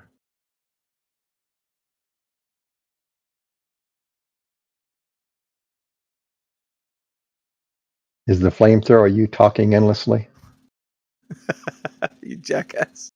Okay. Fucking hell. Don't act like you don't like attention, Scott. Like, don't even pretend that when you're on the mic you like the sound of your own voice when you're speaking here. Did you recognize or realize I wasn't on mic all day today because Jekyll and Mez were here entertaining the fuck out of me? Jekyll, I was loving that. I would much rather hear that all day than listen to myself. No, I didn't even hear when earlier. I wasn't here. Yes, if Jekyll and Mez were here every day, I would never turn on my mic. Fuck, Jekyll, don't ever leave. How about you not being here? If we get 3 Glovers in here, who else again? We don't see you at all. Tell me the number of Glovers. I'll make it happen. I could be an ass too. It's not the number, it's the quality. Well, fuck. Just tell me who you want in here. And if we don't see Scott Mackey, if you want a way to drive me away, I mean, instantly, ping Cortico. Can't stand that motherfucker. I just cannot be here when he's on. Oh, God, the guy. But he usually drinks, so to be fair, he's the thing I accused you of before. Don't care. He fucking drinks. And I literally cannot listen to him. I have to hang up as soon as he comes here. He does say that he's educated, though. I don't know if you ever heard. I don't care. Well, makes me want to put an ice pick through my ear. That's how Get made me feel. Oh God, yeah. Get if he came in VC, I'll be like, all right, see you later, guys. That's me done for today. Yep. GBG? He does that. Yeah. He's not been on for a while though. I haven't seen him in ages. I thought it was Greg that does that for you. No, he makes me stay. He's one of those people that I have to listen to. Dude, I feel like I could feel your eyes rolling the moment you start speaking. Yeah. Although he's been hanging out in other rooms in the server. I've seen he's been in the Christian rooms. Look at Lulu conjuring him, calling him in here. I don't even think I haven't seen GBG in a while. Shit, that's been a solid month. Have you guys seen him? Fuck, I haven't seen him in here. I have not seen GBG in here.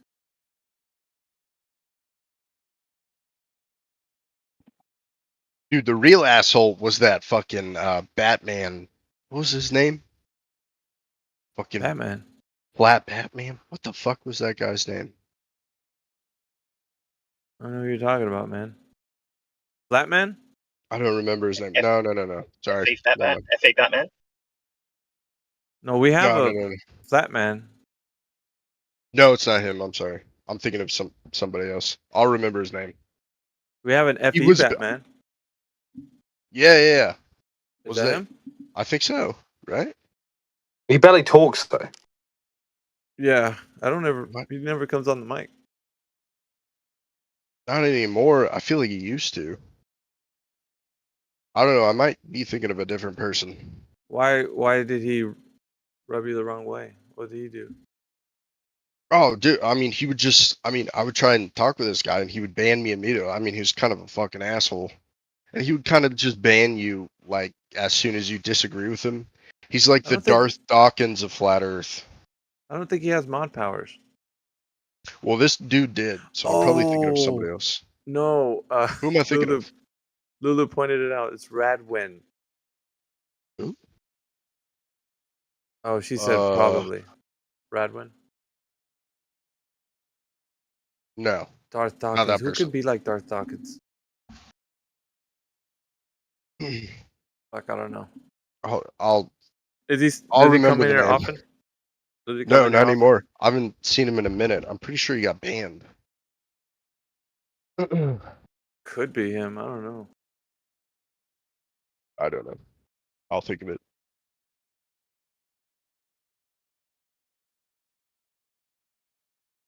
Let's see who else we got in here. Any new people? UNK is joining us. UNK, are you there?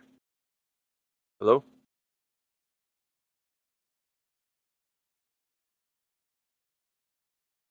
No UNK.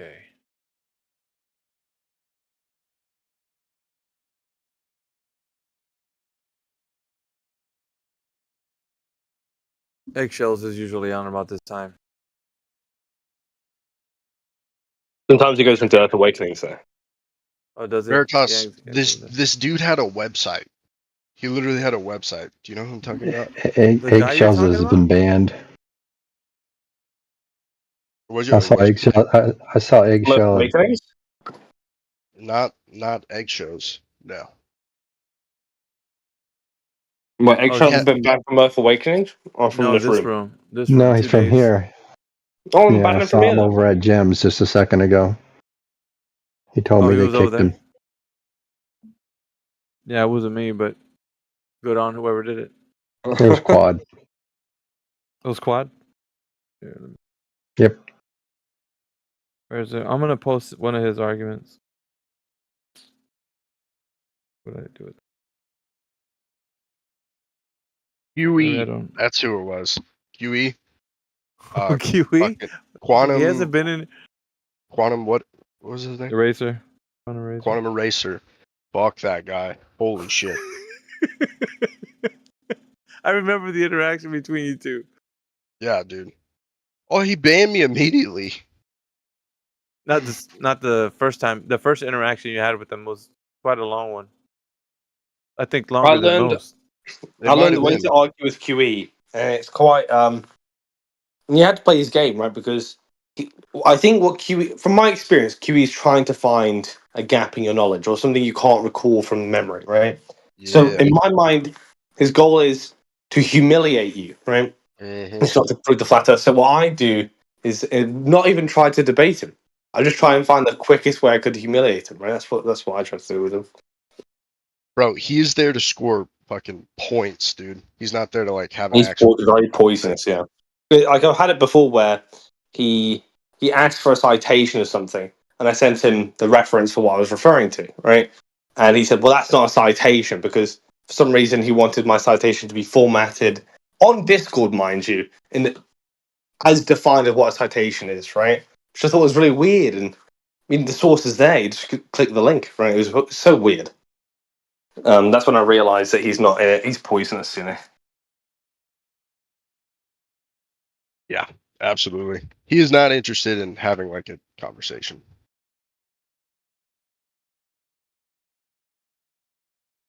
My iPhone's not letting me post the image. What the fuck?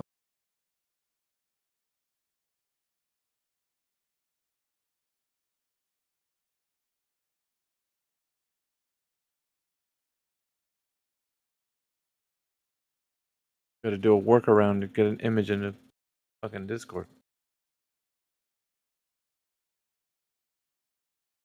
Veritas, you've always been super chill though, dude, which I appreciate about you. It's funny because people tell me that Alpha's like the worst one, and I'm just like, really? Alpha's the worst one? I mean, maybe he had like a bad experience, but he is not. He's like one of the best ones. Yeah, Yeah. Like it just depends who you are, man.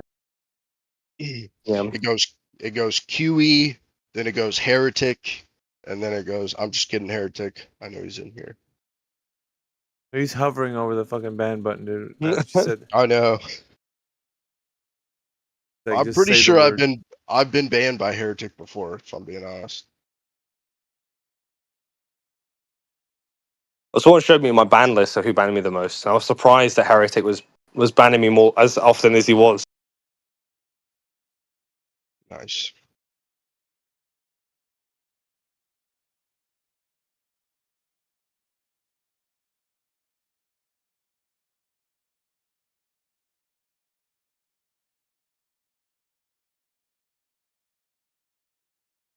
All right, I got both of them. I gotta send them in a different. This sucks. What's up, Mickey? What's going on, bro? What's up, Kimbo? What you doing, man? What you Not up this much, late man. for? Oh, I'm just chilling. I took a nap earlier. I just woke up. But Oh, yeah, it's like- man. I've been to so many servers, bro. I never been banned before.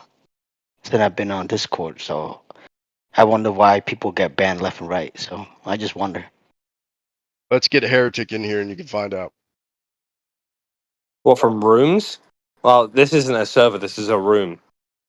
Oh yeah, even a room. Never been banned. Not even once. Oh, I get banned with it. I went to the communist room yesterday and I got banned within a minute. So I get banned regularly. Yeah, maybe it's not your fault, bro.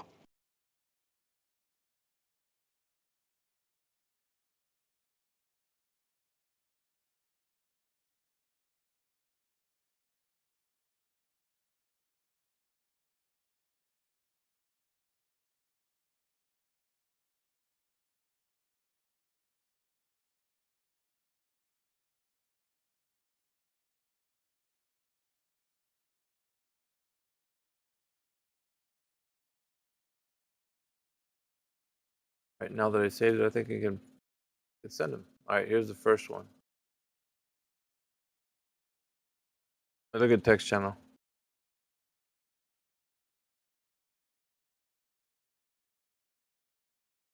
I got another.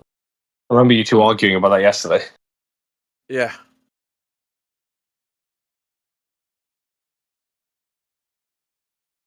There's a few.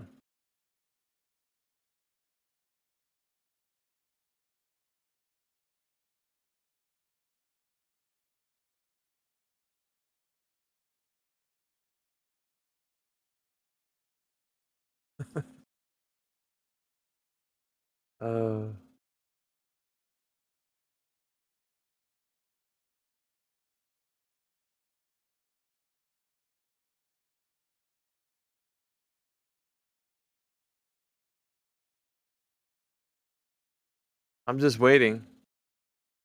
Waiting on the world to change. You like that song? Waiting. Is this thing on? Yeah. Hello?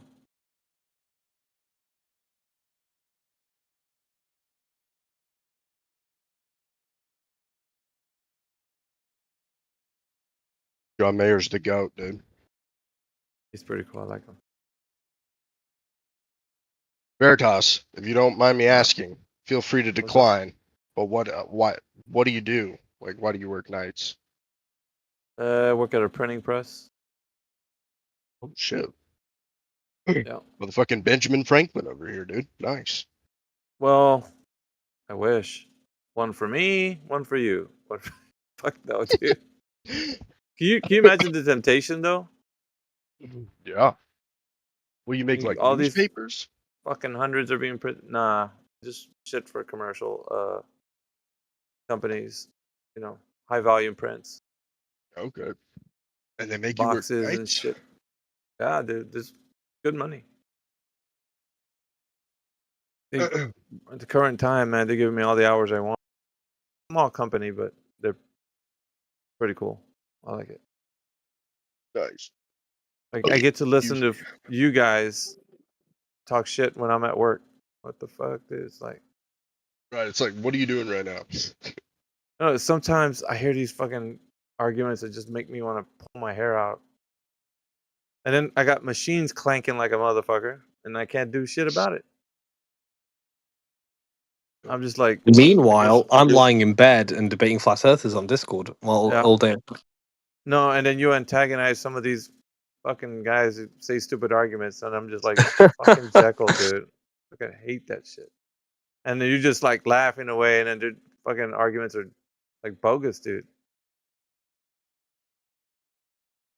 Yeah, you were. I don't know. Whatever you do. I think we're like piranhas, Alpha. I feel like we sniff out bad arguments, you know. And then fucking whatever you're gnawing on, the person doesn't know. They're just like, you got them going in circles and shit. Because some of the newer, like, well, the ones who are not part of 24/7, the other flat earthers that come in here. Like there was this one guy. I don't see him anymore, but he was talking about like what's beyond the dome. That was like the conversation that I was pulling my hair out, dude. Like it's like, I guess basically he was on flat earth side, but not really. I don't know how to explain it. But he was talking about like what kind of water is beyond the dome, and like it's got to be this based on like science, and you know, it was crazy, dude. And I was like, what the fuck is going on? But he was the other Aussie guy, yeah? Yeah. Yeah, he was in last week.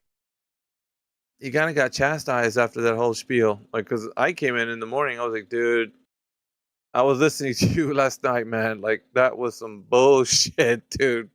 I was at work, like, who was it? ITR was listening.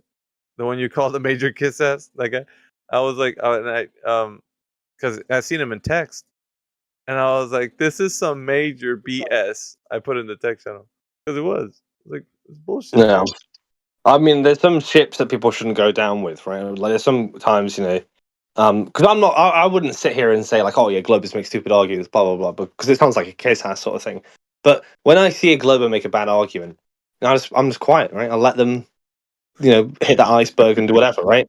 There's some I noticed that there's some people who try to do Captain Save-A-Ho for a bad argument, and when it's a flat earther, it's glorious because people you would struggle to get to balance let's say, I don't know, you have a flat earther that usually goes with the mainstream sort of like, don't say this stupid stuff, but because they feel like a flat earther's in danger, they'll defend them, and you're like, oh, I've got a whole snack of of people I can munch on right now because they're all saying the same stupid shit. Whereas there's some people I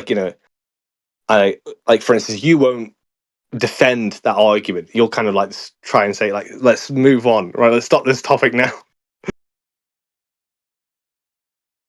Meanwhile, back at the ranch. Yeah. Is this thing on?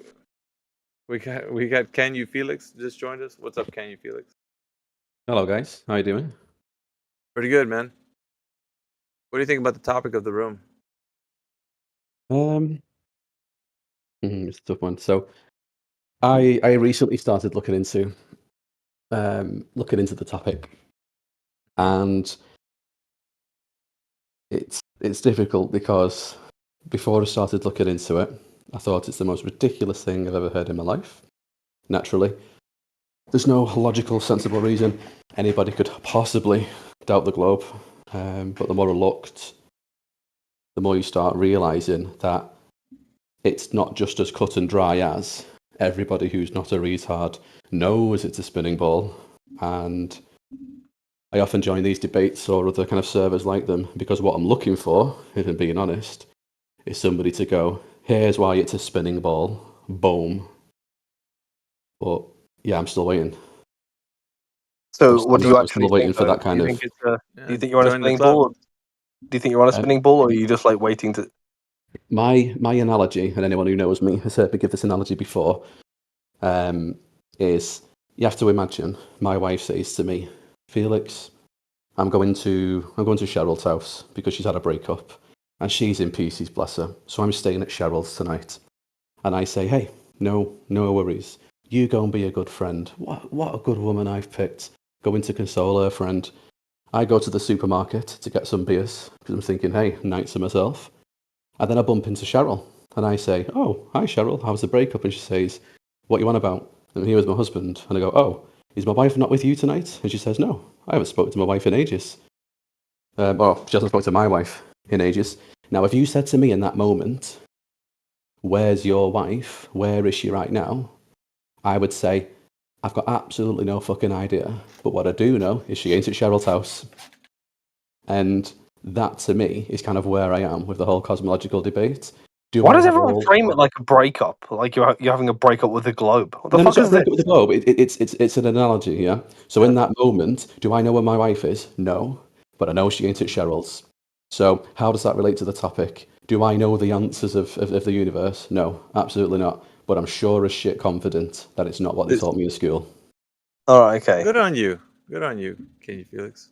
Well, at least you thought about it in a way that it's a different take, right? At least you had something to think about that. And what if you don't mind me asking, when was that first moment when you felt that was the moment of clarity, I guess you had? The only time I started really looking into it in earnest is mindful of any kind of server rules about certain topics, but let's just call it 2020. Because one of the main things for me that stopped me looking into this topic seriously and seeing it as anything other than a bit of a joke was the idea of all the countries all over the world, they'd all have to be on it. That was a big blocker for me, because everyone knows that all enemies, right? And then 2020 happened, and all the countries all over the world, did the exact same thing. And that for me was like a bit of it was kind of like the first domino to fall, because then it got me looking at, well, what other topics have I initially completely ridiculed offhand without looking at them properly? And was I maybe a bit too hasty? Did I Did I jump to conclusions too quickly and ridicule things without actually looking into them? Can I probe you a little bit more on some of your thoughts around this? Hit me. Do you think gas pressure requires a container? It's all I've ever evidenced on Earth. Yeah. Okay. Do you think they're stationary? Do you think they're stationary? I actually do, yeah. Okay. Do you think seeing far over a horizon means that the Earth can't be a certain size that's reported? So if it helps, I can tell you I bought a P900 and personally visited large bodies of water to do the maths. Let's go. I'm a bit further along than you'd maybe expect a newcomer to this particular area of the internet to be. But one of the key things for me was, if they lied to us about health, if they lied to us about I get the idea that people lie about other things. Yeah, with the P900, do you think you can always bring a boat back into view, no matter how far it is? I wouldn't say no matter how far it is, because let's just say that 100 miles, given clear conditions, you could bring that boat back into view. Yeah, let me just bring some context real quick for Kenny Felix. In this call right now, Kenny Felix, there's people that are on the side of Flat Earth and on the side of Globe Earth. Just to let you know. He's on the side of Globe, and I'm on the side of Flat Earth. So just to let you know. I just want to see how far along he's gone, because I don't know how deep he's into this, right? Just to let you know, so he doesn't think it's some Flat Earther firing off at him from the sideline. So just to let you know. That's fine. Do you think you can bring boats into view that, let's say, clear conditions, quite far away, we say 50 to 100 miles, right? So I've not done the maths on say 100 miles, 50 miles, because eventually things would get so small that they can't be resolved. Outside of the, let's just say there's no way that there could be a relatively close obstruction, let's say 12 miles, right, where you couldn't bring that boat back into view completely. Clear day. Well, not completely because of how perspective works. Because when I was at a pond recently, and it's not something I'd ever kind of considered before starting to look into this topic, I can see geese on the water, and these geese are maybe 20 feet away max. But because of the water was a bit choppy, I could only see the necks of the geese. But that's not because the pond was curving over a ball away from me to obscure the bottom of the geese. It was because the waves that were closer to me were blocking my view. Nice. Obviously, that's small. That the further away those geese are from that wave could eventually block entire mountains because of the way our vision works. So I wish you'd have took a picture of the geese, because I've said, look, the geese are curving over the ball, which is a sarcastic way of putting it.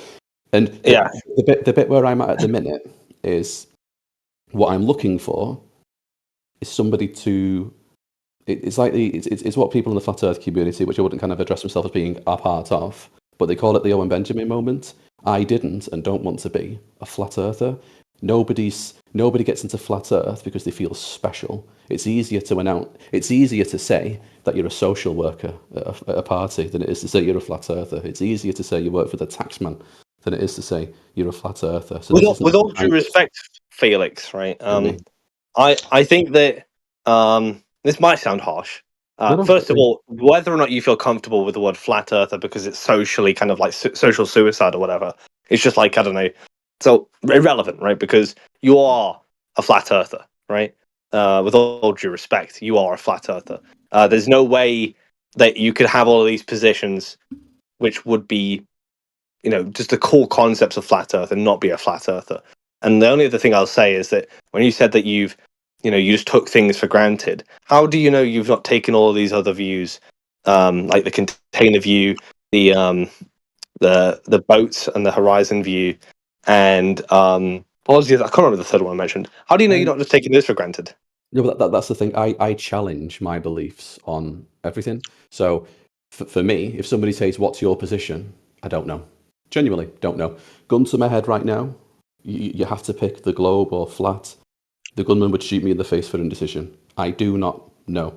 And the reason I join these debates, these conversations, whatever it is because I'm just looking for arguments on both sides of the fence and hoping for somebody to do a mic drop moment where I go, that's it. It settles the matter. It puts it to bed. And unfortunately, when it comes to arguments, for either, I'm not just picking on the globe here. There's certainly more that I can see with my own eyes, my own ears, that make me believe I'm probably not on a spinning ball flying around at 66,600 miles an hour. Well, what's one thing you're skeptical of the flat Earth? What's like one thing you're skeptical about the flat Earth or anything along those lines? So for me, there's a lot of people in flat Earth who talk about the firmament as an absolute given. No, about the shape of the Earth, not to do with what's going on up there. The shape of the Earth. What are you skeptical about that? Like with the flat Earth? So the difficulty there is that a lot of people in flat Earth believe that to be Antarctica as the shoreline of Earth. That seems to be the prevailing theory. Antarctica it's not an ice wall. It's just like a pond. The edge of that pond is the ground, and you can't fall off a pond. You just step up onto the land.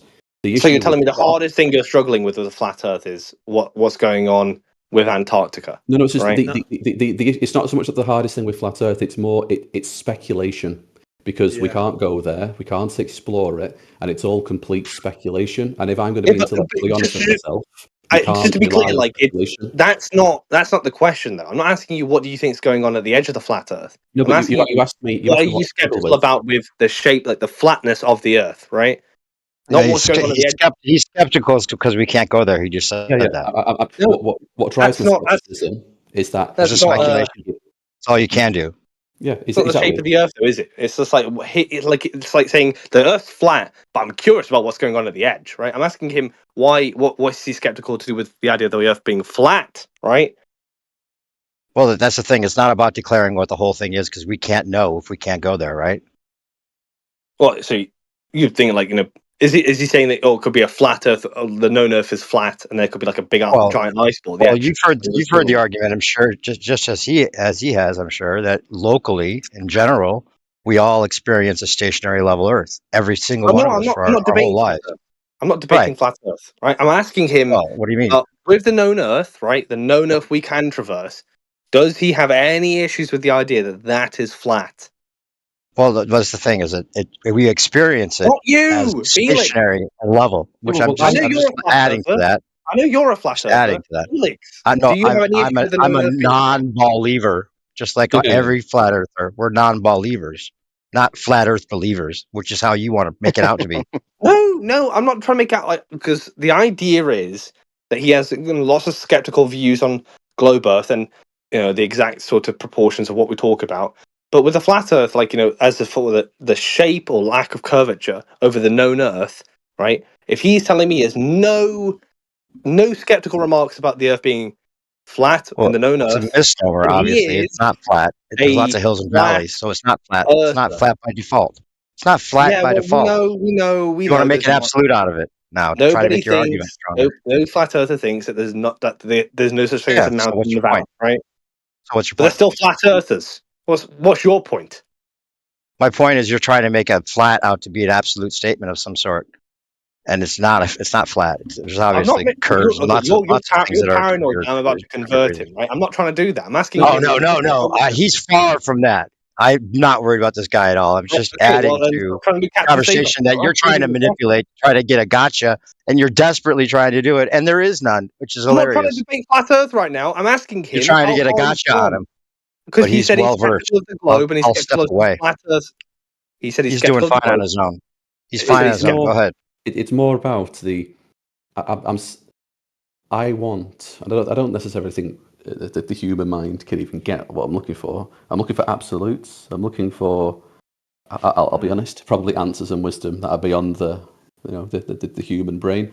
And when it comes to fundamental truths about A, the nature of our reality, B, our roles within them, all I can really do is pick up crumbs. So one of the crumbs I pick up is that I go outside, I sit in my garden, and am I moving? Don't see it, I don't experience it. I go to a lake that's 10.5 miles across, Lake Windermere, and I do the maths on how much curvature there should be according to NASA's own maths, according to the curve calculator. And I ask myself, is it visible? Is it detectable? And I'm like, well, it's not. And what I have to come back to is, other than me being told it's a ball, and I'm still struggling with this. This is all very, very new to me. It's not a position I wanted to arrive at, believe me. Other than the fact I am told it is a ball, how do I know? Okay, this is what I'm. This is. I'll just say one more. I'm going to wrap up this. Right. This is the last point I'm going to make. Felix, the fact that you have no qualms with no skepticism about the flatness of the Earth because you've done all these observations and you don't really you're not really skeptical about the methods you've used. Right, leads me to suspect that you are a flat earther. You're coming at this the wrong way, friend. You're coming at this the wrong way, friend. You're trying to pretend like you're curious. You're not. You're a flat earther. I am curious. I would not be here. Like, I'm here in this server, and it says here, flat earth, ask me anything or make a claim to debate. I don't come here to try and convert other people. I come here to listen to arguments on both sides, because what I'm waiting for is the moment where I go, ha. Hey, you know what? I got one for you. If you don't mind, I have to go soon. If you want, I'll just drop this and leave. Go ahead and perspective. I've got a good one. That'll end it. But it's just so funny. I have to say that this guy's like, trying to make you. He says this will sound harsh, like you're going to feel offended by him saying you're a flat earther, like it's some kind of an insult. I mean, if the Earth is flat, it's obviously just the truth, right? So it shouldn't be insulting if it's obviously that fact of the matter, right? But he wants to make you out to like somehow be afraid of being a flat earther. You have to call yourself that, and it's just so funny that how desperate these guys are. But anyway, the basic facts is that every pilot is taught to treat the Earth as stationary and level. That's not arguable. That's in the trading manual. That's admitted. That's admitted to on both sides of the argument, right? We all just accept that that's the fact. That's what the manual says. Treat it as stationary and level, right? Yeah. So I'm the one that goes into this argument probably more than a lot of others, and there's no answer to this, right? Because if it's spinning at 1,000 miles at the equator, right, and we let them beg the question with the 500 miles per hour conserve momentum from where they took off from or wherever they are towards the pole, if it's only 500, how are they going to be spinning in perfect sync with the Earth when it gets to the equator to land at 1,000 miles an hour? Where's the extra 500 sideways tangential velocity going to come from? There has to be an exact answer to this, and they'll all guess at it and like try to make up things that the atmosphere just is going to push them along, even though the wind's going all directions. They can never separate the atmosphere from the winds, and they can't name how the atmosphere would move them perfectly in sync.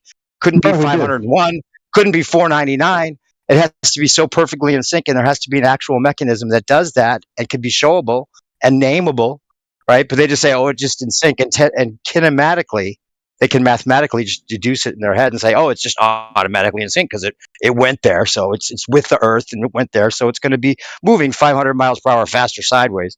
When it goes to land and treat the Earth as perfectly stationary, the funny thing is, even if the pilot was trained to somehow accelerate the plane sideways, which is not made to do, and he's not trained to even do it, but even if he were, when he gets to that point, he would have to continue accelerating with the Earth sideways as he's slowing to land in a perpendicular direction. It would be impossible, even if he were trained to somehow make the plane go faster, which he's not. And yet they do it every day. All right. Yeah, they do it every day because it's flat and stationary, just the way they're taught to treat it. That's the only way they can do it every day. That's the point. Either that or you don't understand what's happening. I go with you don't understand what's happening. Explain it then. I'll go with that one. Hold on. Explain it. New perspective. I tried. You just keep talking. You never shut up. Go ahead. I'll stop right now. You go ahead. Yeah, you guys, just for a moment, okay? We're all here. Let me come through with the because I wanted to introduce Can You Felix to the 24/7 Flat Earth server. This is kind of like a forwarding. Oh, you're already part of it? Oh yeah. Oh, so you're not new to like the group? Is that right? No, well, I don't always join the calls or whatever it is. At the minute, I'm on garden leave while I wait to start my new job, so I've got a bit of free time, and I thought, hey, check out what's going on. And yeah. Besides the little argumentation that's been going on right now when you first entered. Just like to welcome you to the, if you haven't seen like what we got going on over there, or the extra information, or the type of debates that were happening here. I actually want you to be a part of it, man. Just put this on like a podcast and see what's going on, And if there's any questions you have, like the rest of the guys have been here doing this for a while, can answer any things that you might want to have as questions. We've been debating these guys for a long time, so most of the things that you probably were thinking of can be answered. We don't talk about things like maybe the ones you hear about these guys out there calling themselves flat earthers, and they talk about domes and ice walls and stuff like that. That's not a part of our argument. So it's speculation, and the way I approach this kind of debate is I've spent about 2-3 years now really in earnest trying to understand the position of, I call it geocentrism, because my concern is that if you call it flat earth, you're playing into their hands. So what I mean is, if you haven't had the booster and you call yourself an anti-vaxxer, you're playing into their hands.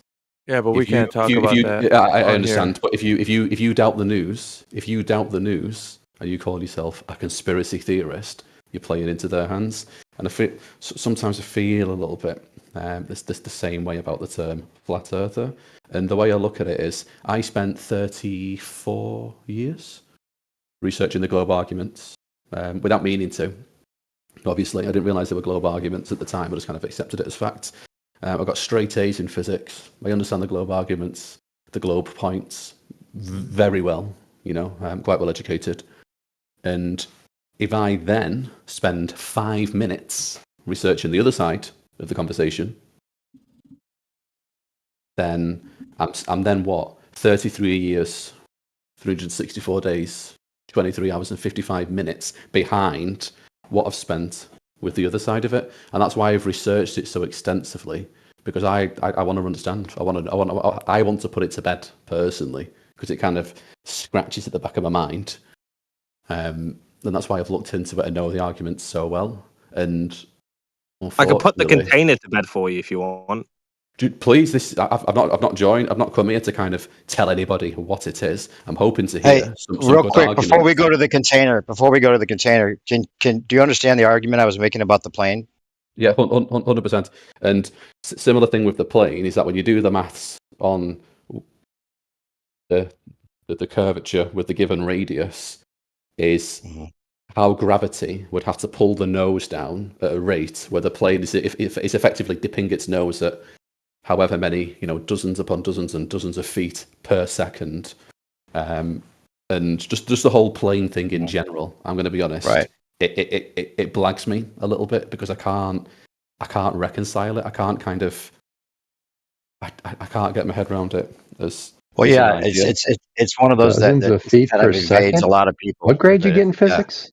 Regardless, don't worry about how you have to dip your nose as much. I think the stronger part of it is that you would have. Hold on, I have to go here real quick. Just the stronger argument for the planes, in my opinion, is that the plane would have to be somehow catching up to the city that it's going towards. If the city it's going towards is moving faster than where it started out from, and we have a cruising speed, it just goes 400 miles an hour most of the way the whole time there. It would have to be accelerating to catch up to the city to begin with, and even if it did catch up and he was trained to catch up, you'd have to continue accelerating with Earth as he's landing, which totally puts it to bed, in my opinion. What would say just in retort to the what grade did you get in physics? Good one. Exams test your ability to memorize and regurgitate information. Yeah, Felix, what exams? GCSEs? No, A-level. A-level, right? So not even a degree. No one cares about A-levels.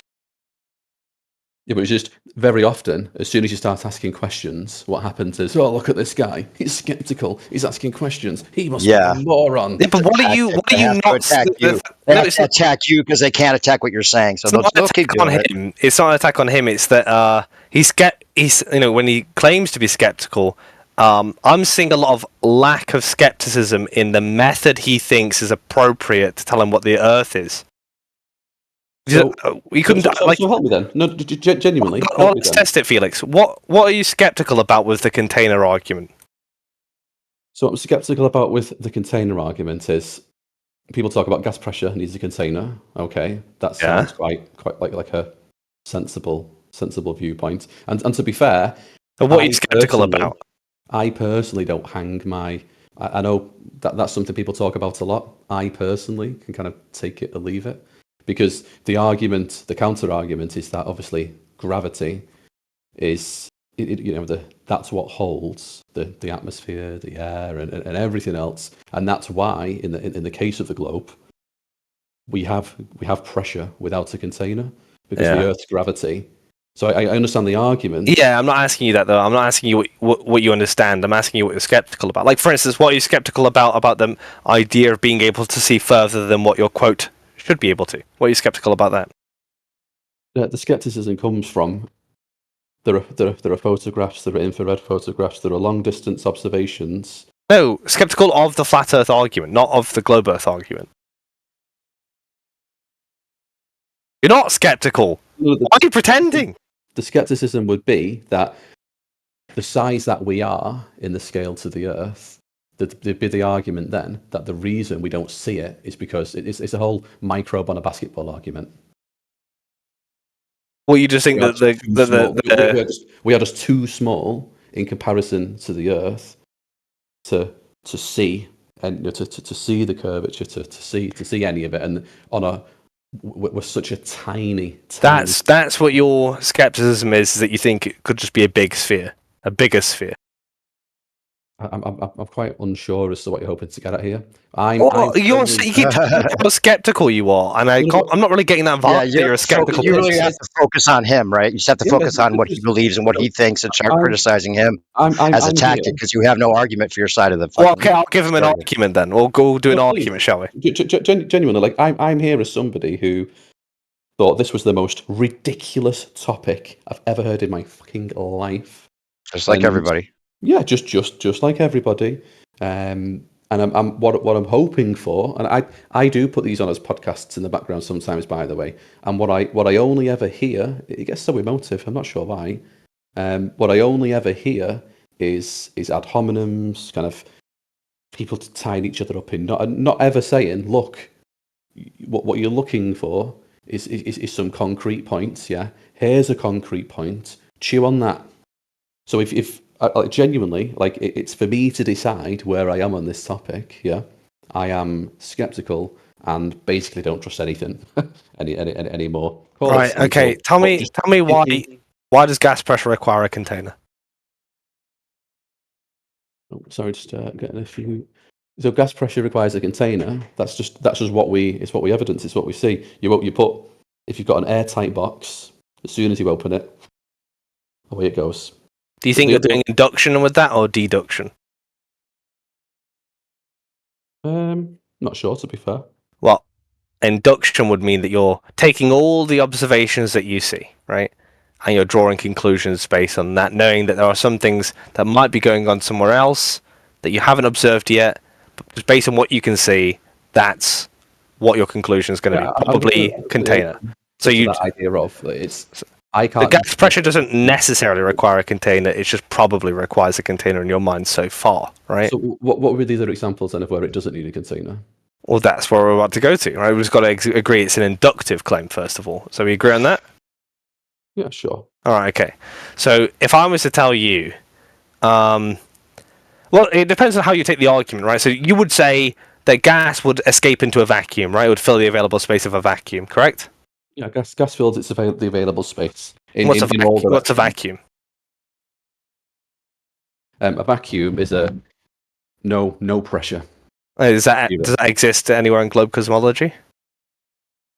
Well, if you want to get into the weeds with it, people wouldn't argue space is a vacuum specifically, just super low pressure. Yeah, technically not a vacuum. Okay. Can I ask you a question? Why at 65 miles up, when the pressure's a medium vacuum, does the atmosphere, the more denser atmosphere, not fill that available space? No idea. Okay, here's another question. Let's say we just put that one to one side, because that's really disputing the idea that there's a container. Because if you can have a vacuum next to dense atmosphere without a container there, then that core argument sort of falls apart as evidence of absence. But the second argument would be, let's say there is a container, right? and you say, well, there's a gradient, there's gradients in containers, sure, whatever, right? And I ask you, can a gradient extend to 10 to the negative 17 torr in a vacuum, in a container, sorry? Is that possible? No idea. Yeah, so given those two horns of the argument, how the fuck have you derived that there must be a container? It's inductive. You've got an observation high in altitude that's different from everywhere else on the surface of the Earth. And the second horn of the argument is even if you have a container, right, you can still have space. So there's an important distinction here. I have not at any point derived there's a container. I've never said there's a container. I asked you. No, you didn't. I said I don't know. Like if you ask me something I don't know, do you know what I say? I don't know. I don't know if there's a container. People argue there is. So you don't think there is a container. You're just neutral on it. Neutral, yeah. I have no idea. I've never been. I've never seen it. I've never seen pictures. I have no idea. So I've got then the next question would be like, if it's the case that you have such low pressure at a certain altitude, everywhere you look, right, that you have this sort of like low threshold of pressure, which is very close to the vacuum in space, not quite, but very close. At what stage are you going to say that you've satisfied evidence of absence? Personally, once I've bought some kind of weather balloon, whacked a GoPro on it, that's indestructible without a fisheye lens. Do you think that's rational to say that you have to do that? I think it's quite rational, yeah. To say, if I'm going to buy this equipment that I bought myself, I'm going to buy a lens that I bought myself, I'm going to send it up and look at the footage myself, I think that's actually pretty rational. Do you apply that reasoning everywhere you go to with respect to what you know exists or doesn't exist? Do you think more and more these days, yeah. Like a lot of things that I took for granted, took as a given without ever really questioning, I'm now I'm just having a look. And sometimes I have a look and I go, do you know what? It's satisfied my curiosity. It's what I thought it was. Let's appeal to some earlier rationality, Felix, right? You said that globe is, I never used the word globe. Okay, well, I mean, I'm going to paraphrase a little bit. You can tell me if I've bastardized it or whatever. Governments lie about X, Y, and Z, so why should I just do a leap of faith with them on this particular topic, right? That's basically your point, right? That's what drove you a little bit. Yeah, I can yeah. That. Now, flat earthers have been telling you that gas pressure requires a container, and this is resolved. No matter how many times I say that they argue the three horns of my argument, they'll still say it the next day, knowing that's presented, and they still say it anyway. Why would you trust flat earthers on the virtues of their methods to understand if the Earth's a globe or not? This whole idea of gas pressure requires a container. I hear people arguing about it constantly. I'm not that bothered.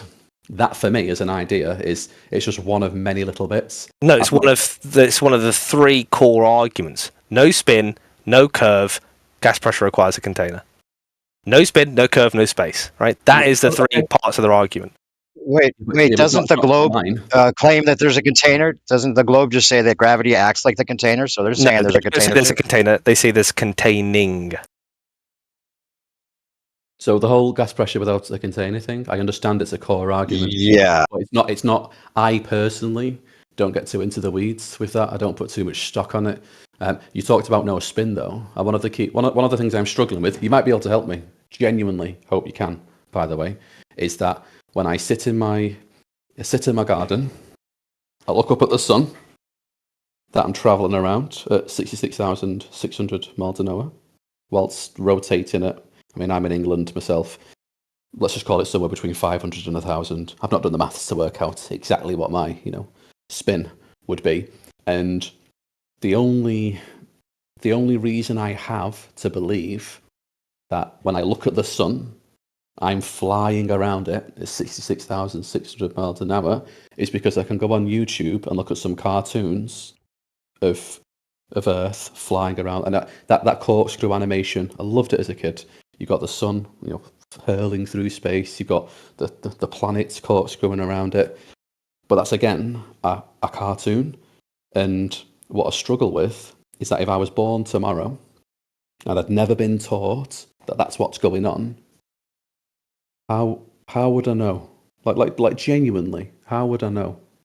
Okay, so there's two things we need to cover first. The first one is we need to just wrap up this container thing, right? And then we'll go. And I've wrote down what you said, so I'll remember what you said, right? The container thing, you did say, by the way, that you do think gas pressure requires a container based on everything you've observed. You're sort of retreating from it, right? No, it's not retreating. It's I personally, in terms of what I can observe, I can't myself do any kind of experiment where I can come in, say for example a flat earth server, I can do this experiment, I can roll on it into there and say, boys, pack it up, because here's an experiment we can do ourselves to prove gas pressure does not require a container.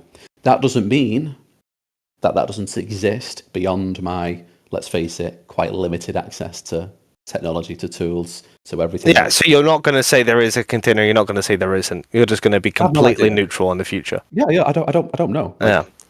Right, I'll hold you to that. I hope there's no container comments tomorrow. But to your next point, which was about this, the only reason I have to believe I am flying around the sun at X distance is because of things you've seen on YouTube and cartoons and so on, right? What's your second point? Well, it's just that's probably the main issue that I'm struggling with, because it's all well and good to say you don't see it, you don't feel it, because you don't, and people are lying if they say they do. But it's okay, well, how do we know? Because say for example, germs, microbes, yeah, I don't see them. Oh, so I guess that means they're not there. But there's that there are things we can do. Yeah. Well, two things could be happening, right? I mean, the travel of the Earth around the sun, the spin of the Earth. You know, I'm struggling with, even Einstein himself. However much stock you put in him is obviously up to you. But yeah, Felix, I think just not going into Einstein, because we need to fix it on this sort of like spinning Earth, right, around the sun. Now, I could bombard you with pendulums and all that sort of stuff, but I'd say it's far more simpler to just do this, right? One of two things are happening. You're on the Earth, and it's moving around the sun, or the sun's moving around you, right? One of those two things are happening, right? You take the initiative and say, well, I don't feel like I'm moving, right? Okay, that's fine. That's reason enough, right? But then I would say, because you were saying, you're struggling with things, struggle with this. Struggle with putting all the different observations for the sun together without inferring that you're moving. Because it's not just about one observation about what you can feel, It's about a preponderance of evidence based on all the different observations fit together.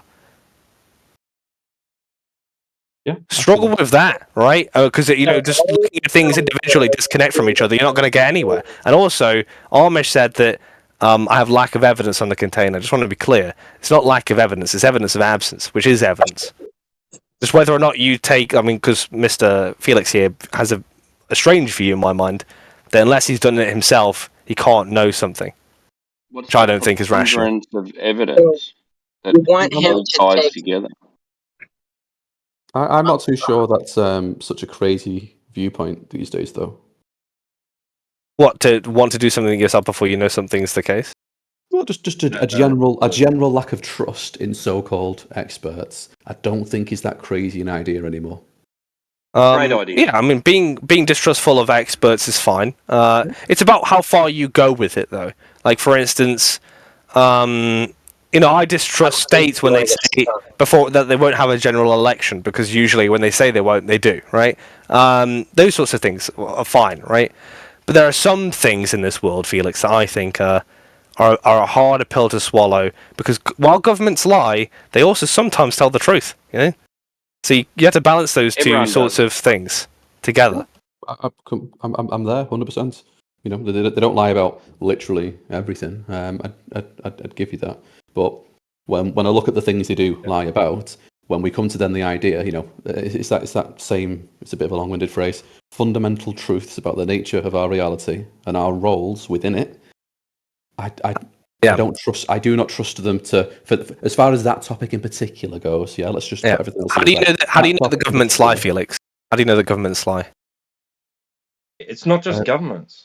Well, just as an example. As an example, governments. How do you know governments lie? 36 years of seeing governments lie. Yeah, it usually, 9 times out of 10, doesn't make it, through a good decade without being found out, right?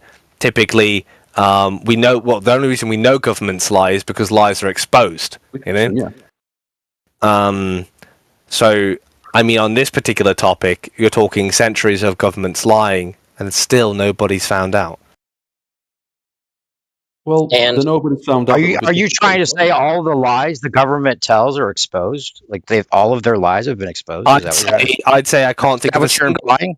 I'd say there's not one government lie that I'm aware of, right, in any country. So not just like maybe like there's some countries where governments. Because you're not aware of it. I'll give you an example. Well, no, because there's. Hold on. Well, to be clear, we have history to appeal to, and we have countries where they do lie to their citizens. How can you be aware of something you're not aware of? Well, I'm aware of North Korea lying, but their citizens aren't, right? How can you be aware of the government not lying about something you're not aware of? I've just answered you. There are countries in this world that lie to their citizens that I'm aware of. Do you understand? Okay.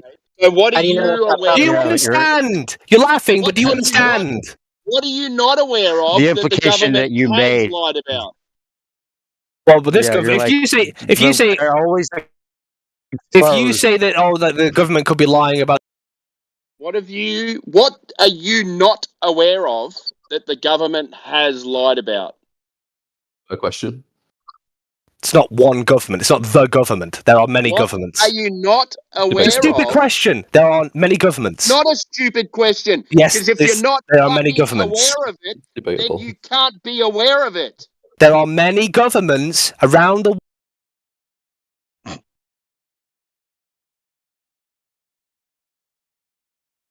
Don't know how you guys fucking put up with that guy. No, he's crazy. Yeah. It's not hard. Okay, look, you observe. What do you want to do?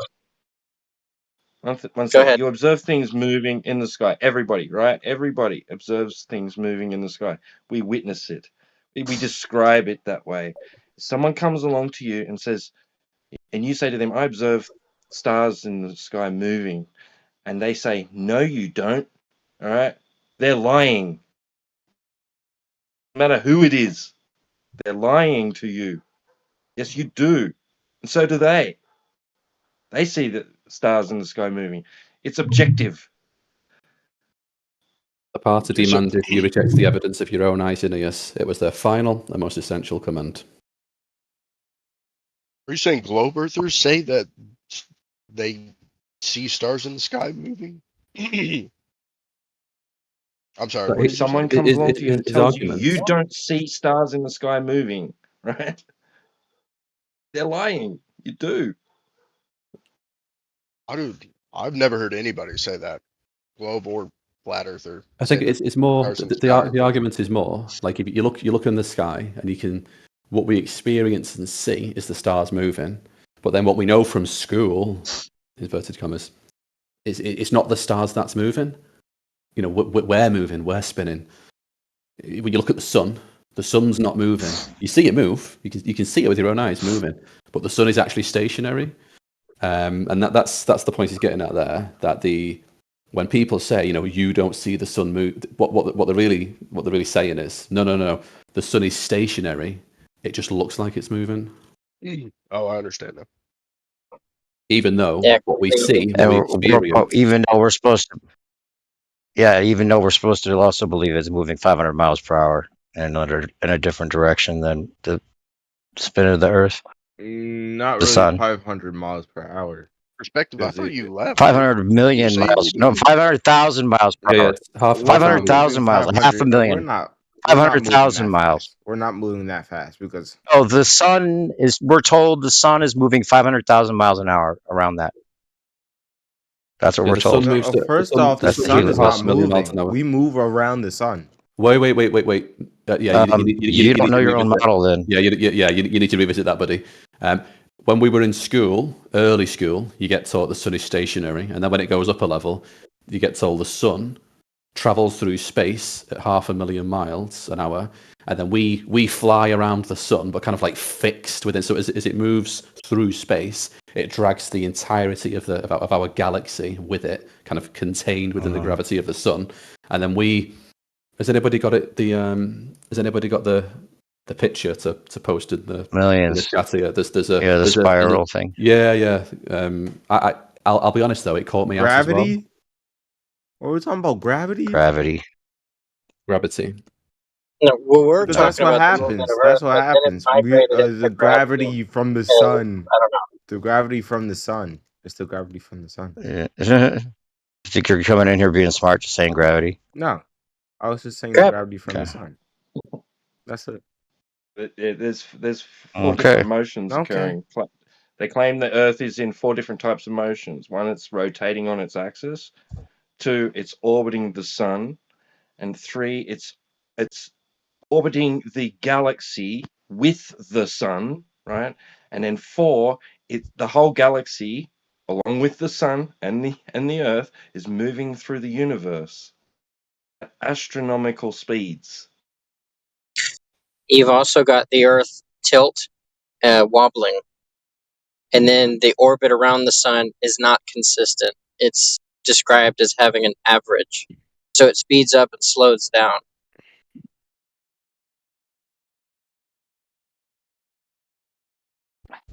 All kinds of motion, and you don't feel any of it.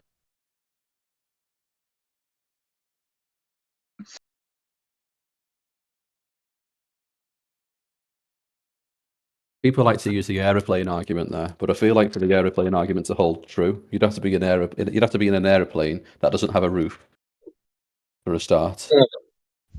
Well, it's also spinning it's not around. even about the. Yeah, but the problem is that they have to just think about it kinematically as a concept, where the Earth is spinning eastward at a certain rate, not only 15 degrees an hour everywhere, but different speeds at different parts of the Earth, right? So there would be an effect on the not only the plane's path, because it would have to chase the target, just the way they say that Coriolis effect would be necessary for a long range shooter to like lead the target and actually shoot where the target's going to be, not where it is, right? So there'd be no reason to even start heading south towards your destination straight below you, because you know that your destination is going to be moving faster eastward than you are. So it would change your path completely. You might as well just head to where it's going to be. And even if you did head to where it's going to be, you'd never be able to make the plane not continue to accelerate sideways tangentially with the eastward rotation as you're slowing to the land. You can't just say it stops rotating. Wrong. You're hot micing, Streaky Bacon. Sorry. So yeah, that's the point that I think is like really kills it, because the plane has to continue rotating with the Earth, so the pilot can treat it as perfectly stationary. That's impossible. So it ends the whole thing. There's no way. We know planes land safely. We know they treat it as stationary, and the only way that'd be possible is if it's actually stationary. Well, think about it. What about a fly, a little fly on the wall, right? Yeah, in the car. Yeah, I know. Yeah. One reference frame. Totally. From one back of the car to the front of the car, he's still going to have to travel that distance. Why that car? Non sequitur. It's a good example of ways to make people like that want to believe in the globe still believe in it. Just use that all the time. I've heard that many times. But why wouldn't you? Problem is that see it happen. Fact of the matter is. What if though? What if it's non sequitur?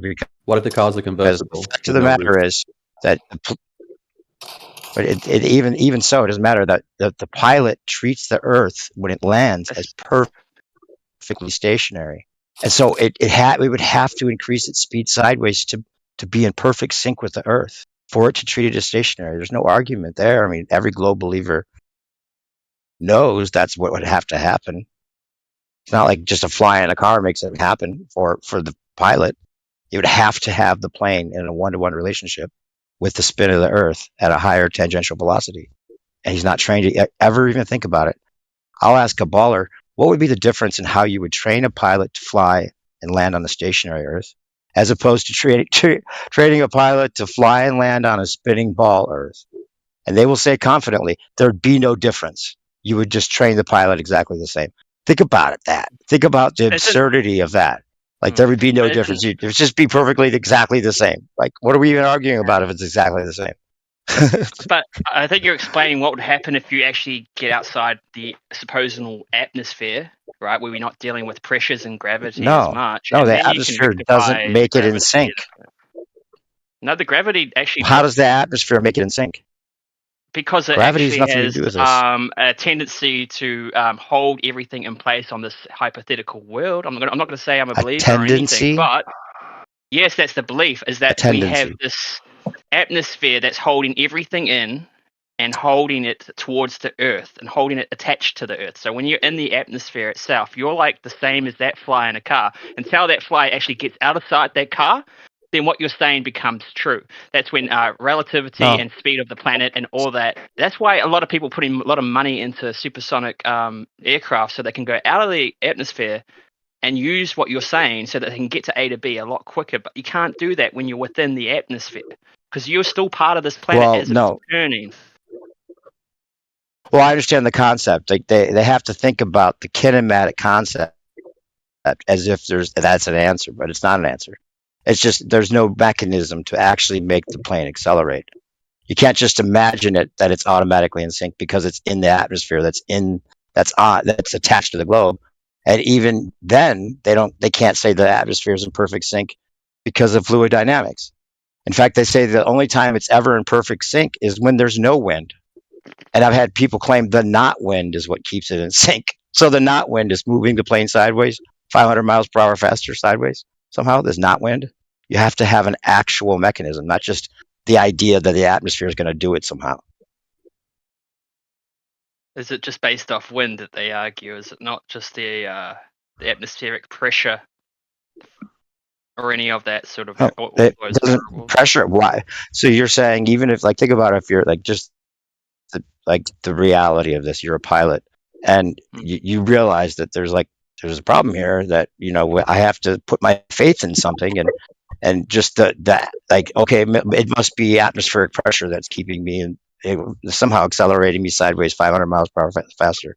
I have to believe that somehow the atmosphere is going to make it perfect for me, so I can just assume the Earth is stationary when I'm landing, and somehow I don't know, the atmosphere moved me 500 miles per hour faster sideways, even though I have no gauge and no awareness and no effects on the plane whatsoever to tell me that that's happening.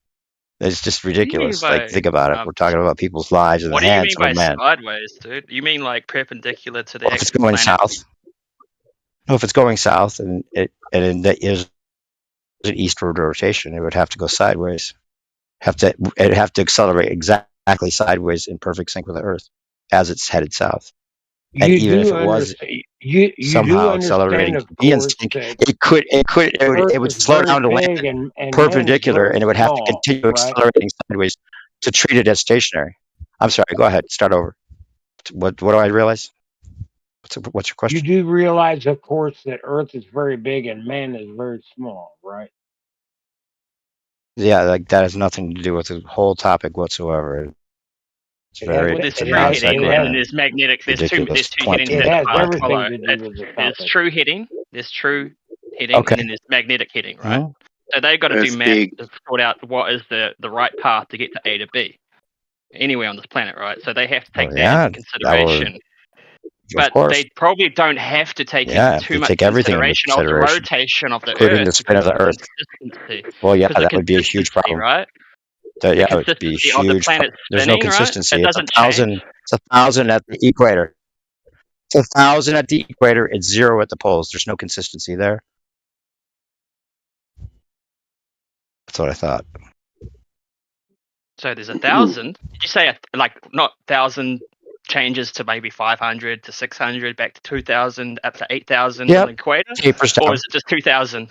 No, 8,000. No, it's 1,000. Around the 1,000, they say at the equator. Yeah, but like you're saying, it tapers down to 0. It's not consistent, and it's not consistent. And that big fact man that it small. tapers down Yeah, because it tapers down to 0. Yeah. It's not the same. It tapers down to 0. So it's not the same. If you'd started at a tangential velocity of 500 miles an hour, and you weren't moving eastward with the planet at the equator at that time, you would have to accelerate the plane to be in perfect sync with the equator's speed at 1,000, which would be 500 more somehow sideways. How are you going to get that? You have to. There's only one answer to this. In my opinion, there's only one answer because it's actually stationary, just like he treats it, right? But there should only be one answer that actually just look it up and find out the answer. Atmosphere doesn't answer it. Atmosphere doesn't answer it. If I might interject, I have your answer. Okay, what's the actual mechanism, the dynamic mechanism, not just the kinematic concept, not just the mathematical deduction? The fact that Earth is big and a man is small. All right, how big is it? It doesn't answer it either. That is how big is it? Why do you think that answer? It's actually correct. How big is it? We're talking about the plane. How does the plane accelerate faster sideways because Earth is big and man is small? How does that really answer the question? How does it answer the question? Because the velocity is... Yeah, how do you get the extra 500 miles an hour sideways? Because the velocity is irrelevant considering the size of our planet and the size of our man. How big is it? So that's what the pilot believes in? The pilot's like, oh, good thing I'm small on the planet. Same thing applies in regards to the size of a plane and the size of our planet. How big is it? This is simple math. How big is it? How far is that plane traveling? So that plane is traveling. Hello. Okay. Plane small, Earth big. Earth big, man small. It's a really good answer. Of the plane that is really. irrelevant. Are you sure that's me, Tarzan? Good enough for you? Yeah, that's about what you're saying. It sounds like. That's a Tarzan belief that you have to think the opposite. Hello. Me big, Earth big, me small. That sounds like Tarzan. What he's trying to say is that from our point of view, it looks like a flat, but it's actually globe. Earth big, plane small. Oh yeah. But when you talk about real dynamic and dangerous situations like a plane flying and landing on a spinning ball as opposed to a stationary Earth, there would be different ways of doing that for one as opposed to another. So if he treats it as stationary, it has to be stationary. That is so easily. That's just the basic facts. You do know that planes okay, go ahead. Actual You can just travel up the North Pole or the South Pole. Sure. They fuel economy, because they could also just fly without a route. They could just fly south and find a place to land and just land as if it's stationary. They don't have to even follow a route. They could just head south, fly wherever they want to. They could always just land on the Earth as if it's stationary, no matter what tangential velocity difference there is. How is that possible? As soon as you jump, your feet jump off the ground. You are vulnerable. I'm not saying that. I'm letting you beg the question. At what point I'm saying that the 500 mile per hour conserved momentum, even if we give you that, I'll give you the 500 mile conserved momentum. That's how you excuse the helicopter can go up in the air because it was on the Earth. So it's automatically turning with the Earth because it was on the Earth. But you're not claiming that the atmosphere is pushing it to be in sync with the Earth. No, they're saying the reason it's going with the Earth is because it was on the Earth, right? And if it goes up high enough, it's going to have to accelerate faster because there's a greater radius. So it would automatically have to have a mechanism just for that as it goes up in the air. But there's no mechanism pushing it faster as it goes higher, and no mechanism to push it faster as it goes southwards toward the equator.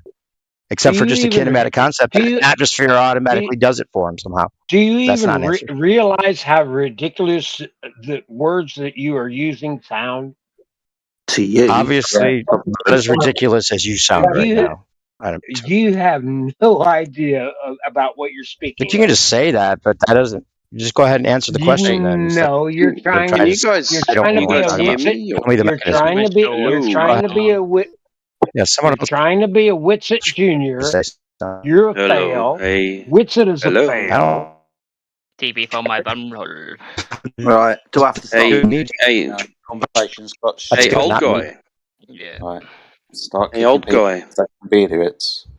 I like the conversation that was happening, but if you're going to start being idiots, I'll just ban you and kick you out. Well, I don't know. I couldn't comprehend what the reply was because you guys hear me or not? Oh yeah, we can hear you. Oh, that's better. So that old guy keeps on saying Earth big, people small. How big is the Earth, dude? Bigger than a plane. Not you. Why should I? Earth's circumference has been proven for who knows what, thousands of years. What do you mean? With a rough how big is it then? With a rough measurement. Yeah, how big? Why should I have to look this up for you? Because you said Earth big, people small. Big man small. Yep. So how big? Plane small, Earth big. Yeah. How big? So we can get to the point. Yep. 25. Well, the point is pointless. All right. The point is that he doesn't know. He has no idea what he's talking about. That's yeah, but he knows that the Earth is big. How big? But big enough to actually consider the argument. He doesn't have to know exactly the number. He actually does. Yeah, you do have to know the number. If I give you so if I give you the measurement, which is pointless to do. Well, you're just going to Google it. You're going to give me a number, but it's not a measurement; it's a calculation. I'm not going to Google anything. I'm not going to Google anything. Okay, what number is it? I've been in this game longer than you could care to imagine. So, I'm sure you have. You sound like you're about 90. Even if I provide you with a number, what would be your next move? He sounds drunk. Don't know. Yeah, I think so. Oh, I'm not drunk. I'm not stop drunk. acting like it then. I'm perfectly okay. Then act perfectly. What would if I gave you the circumference? What would be your next move? How about you give us a circumference and we go from there? Yeah, circumference of what? Hey, Renee, a circumference of what? If I gave you the circumference of Circumference? what would be your next move? I've answered that question. I answered it like no, this. you haven't. What would be your next move?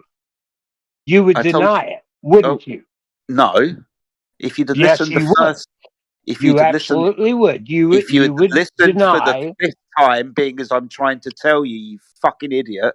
I told you. Oh, I'm no idiot. Give us the number, and we'll tell you. Why don't you fuck off? Then, I have a background in the sciences. Do you? Yes. Okay, Renee, how did you get the number? Shut the fuck up. Awesome. Somebody else is getting kicked out. Brilliant. If I gave you the number, why would the number be relevant? What would you do with the number? How did you get the number in the first place? You would deny the number. How did you get it? How did you get it? Did you pull it out of your ass? Like, where did you get that number? You pulled that shit. Willebrod Snellius. How did you get the number? Eratosthenes. All right, so how long's the Stadia? He was wrong. What are you talking about, Aristophanes? He wasn't. Right. He wasn't accurate, was he? We have no idea how long a Stadia was. He was off by a minor percentage. A Stadia is very minor. A mile. What? Sorry, so was Willebrod Snellius. He was off by a small percentage. So what? A Stadia is an eighth of a mile. What does that mean? What does that matter? So we're not going to be talking about Aristophanes or the other gentleman you broke up, being as they were incorrect, weren't they? So how did we verify by a very minor error? Excuse me. Every time I open my mouth, you seem to want to ejaculate for everything that I say. Can you shut the fuck up and let me finish? Is that all right? Sure. Go ahead. Thanks. Shut up then. So, being as Aristophanes was incorrect, as you said, he was off a small percentage. What was the actual number, and what was the actual measurement that was done? How was it achieved? Eratosthenes was off by about 4%, and Willebrod Snellius was only off by about 3.5%.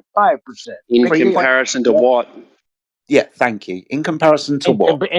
In comparison to the actual circumference. And that was measured how and when? Using sticks in the ground and using triangulation. No, can't use Aristophanes. Remember, he was off by 4%, you just said, and the other guy was 3.5. So not these guys. They weren't accurate. We want the measurement of the accurate circumference. Can you get that? What does that matter? Oh, at the moment, it matters. Why does it have to be actual? Mate, we're asking you. Why are you talking through me again? Why are you doing that? Thank you. Don't need permission. I just need you to shut the fuck up. It's quite simple. We want the actual measurement. You said it was proven 2,000 years ago, but the guy that you referenced was incorrect. He was off by a small percentage. So how was it actually measured to be actually true? When was that done? how was it verified?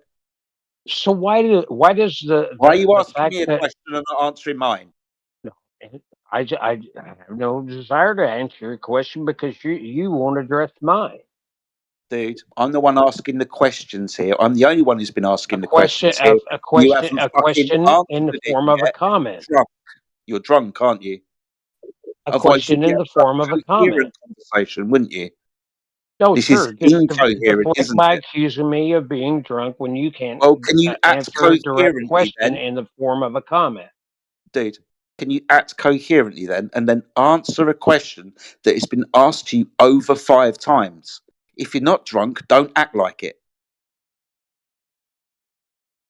So, measurement of Earth's circumference, please. How was that measured to be true? Not Aristosthenes, remember?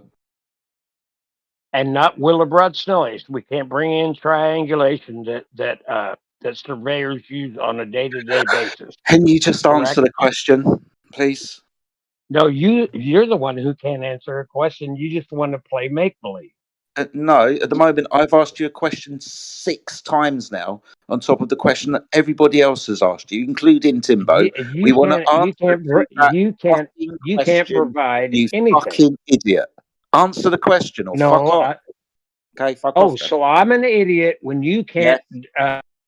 Because you haven't answered the question for the 7th time. How was the measurement? So why are surveyors able to?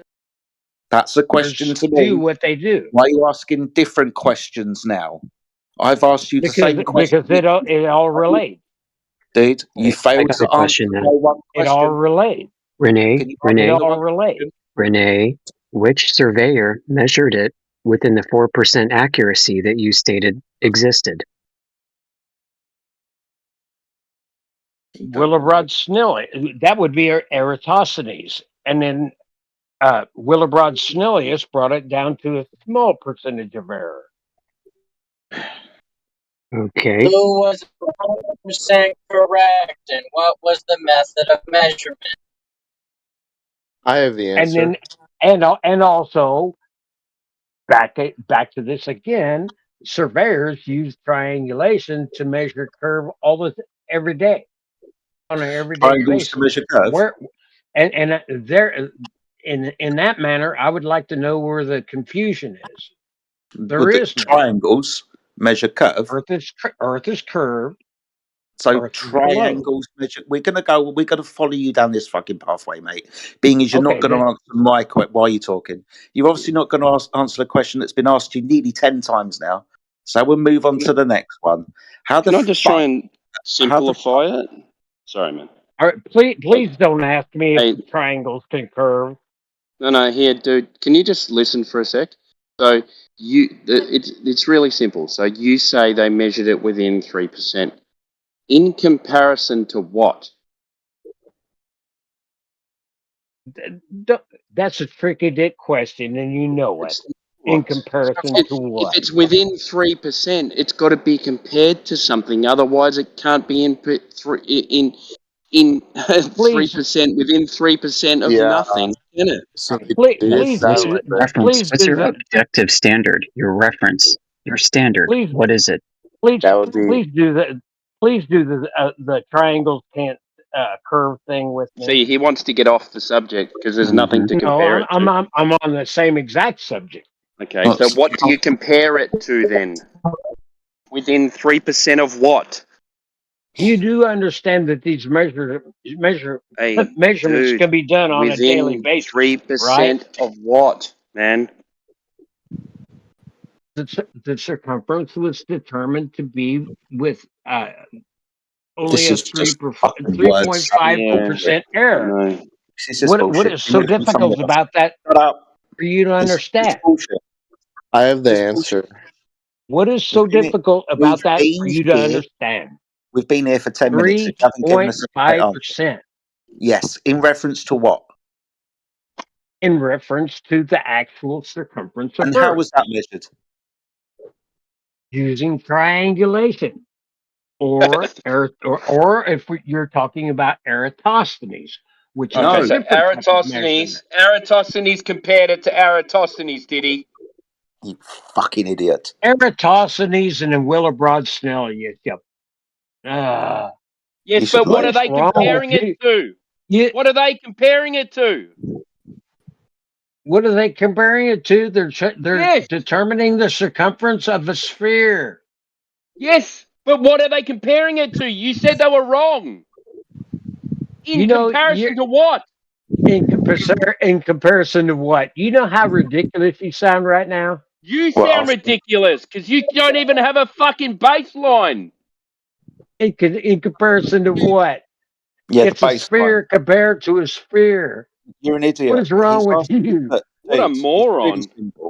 What a moron. You're the one who can't even speak proper English, form proper sentences. Seriously? I mean, look, he can't even hold a fucking conversation, let alone answer a straight question.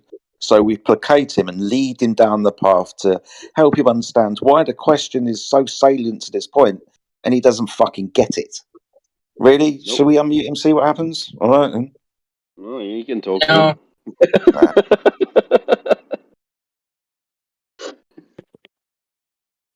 Okay, how do you know, right? How do you not know that if you're saying that you're within 3% of a measurement of something, that you have to have something to fucking compare it to in the first place? It's like having a meter and then measuring 97 millimeters and saying, I was within 97% because it's based on a meter. What don't you fucking get? He's gone. Within 3% of the sphere. Yeah, no shit. What it's worth, this is all I ever seem to see or hear when you think, right, I'm going to whack something on like a podcast in the background. Let's hear some, let's hear some intelligent input from the other side of the fence. Because with all the tools, all the technology, everything that we kind of would have to believe exists, as far as the Hubble telescope and the satellites and everything else, you'd have to imagine proving the globe. It's a 2-minute job. If they have the technology, it should be easy. Yeah. If they have the technology, they say they do. Like putting the argument to bed, it's literally a 2-minute job. Because all you need to do is turn one of those satellites, turn one of those telescopes back towards the Earth and zoom in, unedited, uncut, on a man spinning upside down while riding his bike in Australia. But we never get that. Exactly. All you ever hear, and it unfortunately, it only kind of pushes you more towards one side than the other, is insults, people, oh, look at me, Earth, like, putting on silly voices, attacking the person who's almost like retard, who's like stupid. It's never just calm and go, here you go, guys. You've got this confused, yeah? Let me show you. Not just, oh, well, what you have to imagine. I don't want to imagine. I want to know, yeah? So they calmly join and they go, here, guys, let me show you. And then go, oh, drop the microphone. There it is. There's your proof. There's your evidence. It's never that. It doesn't exist. It's only ever insults. It's only ever people shouting, and you're a retard. You never went to, and all the rest of it. It's never anything you can kind of grab hold of and go, interesting. Actually, yeah, that's okay. Yeah, point one for heliocentric, model. And I've been here for something like 2-3 years, lurking around in the Flat Earth 24/7, popping into here more recently, various debates online, various debates on YouTube, genuinely hoping for the mic drop. Here it is. Still waiting. Like globe proof? Well, yeah, just something to kind of put this whole thing to bed. And you go, there it is. Fallen down a crazy old rabbit hole recently, but thankfully, this person drops into a Discord and boom, there it is. It's resolved. It's done. I've been waiting 10 years for that, man. 10 years I've been waiting for that. I suspect I'll be waiting. I mean, I've been waiting for 3. I suspect I'll be waiting for 7 more. You obviously don't Can you guys stop trafficking adrenochrome, please? Thank you.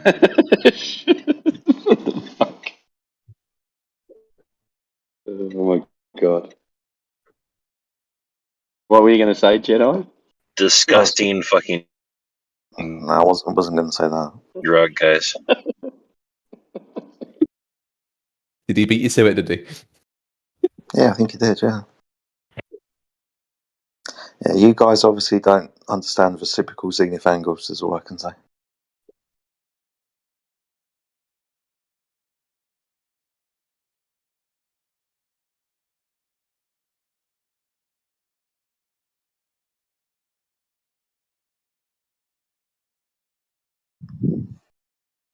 So even when they talk about surveyors measuring curve, like it's not the case. They wrap it around a presupposed geoid. That's all they fucking do. They take straight line measurements and then they put it into a mathematical equation which gives you your what they call fucking spherical triangles. You can't measure spherical triangles. You'd need bendy lines for that, and you'd have to be able to see around curves. Oh, can't do that.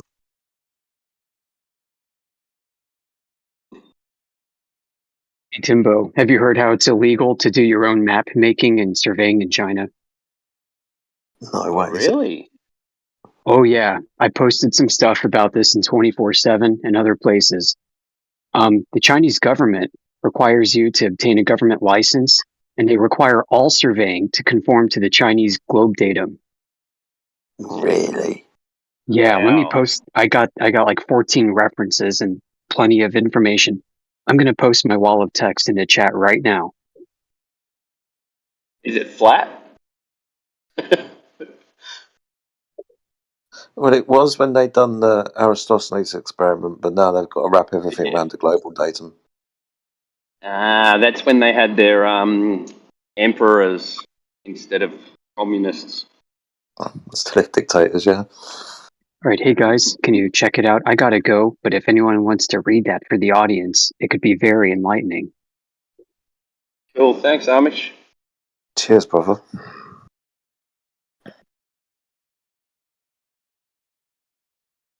A lot of a lot of tricks that these guys pull to say the Earth is a globe.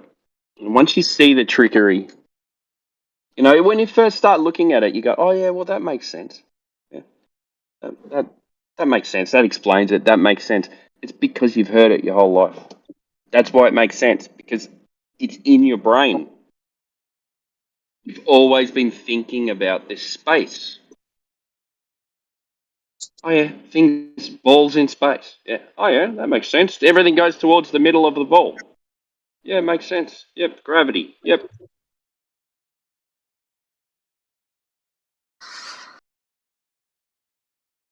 It takes a long time to come out of that. Yeah, sorry, mate. Oh, hell yeah. No, I was just going to say this stuff that Amish has just posted. There's a lot of references to it, but the initial blurb that he's written out is actually quite kind of interesting. Save that. Read it when I get home. Yeah, man. And just to start off, it is illegal to conduct private surveying and mapping activities in China without government authorization.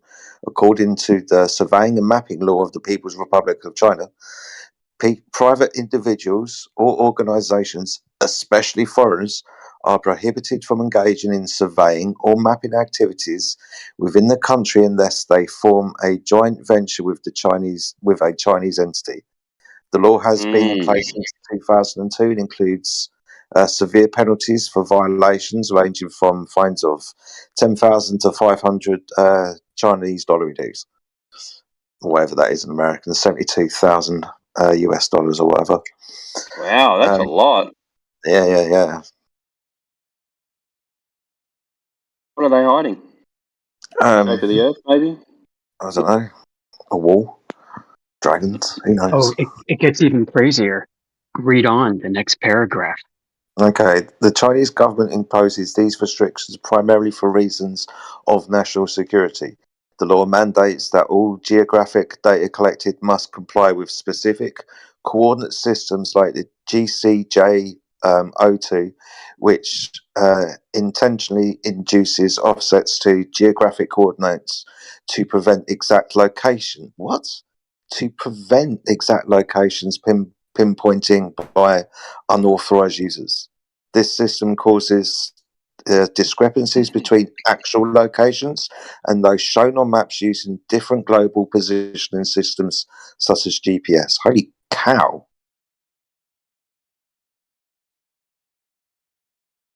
That's crazy. So their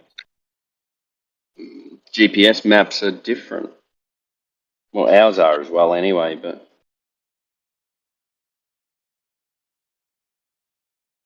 All right. The law mandates that I'll read this bit again. The law mandates that all geographic data collected must comply with specific coordinate systems like the GCJ02, which intentionally introduces offsets to geographic coordinates to prevent exact locations pinpointing by unauthorized users. So they're intentionally screwing with the map.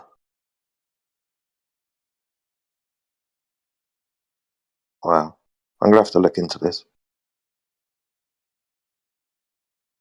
Oh, wow. Okay, I'm going to carry on reading. Yeah. Furthermore, no map material generated within China is allowed to leave the country without proper authorization.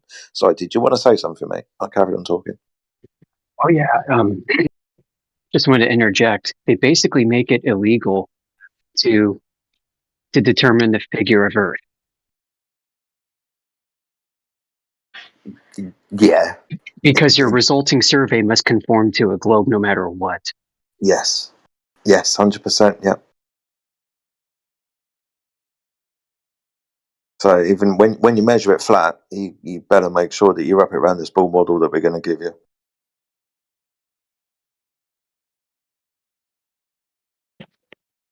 Sounds fair. Yeah, sounds lovely, doesn't it?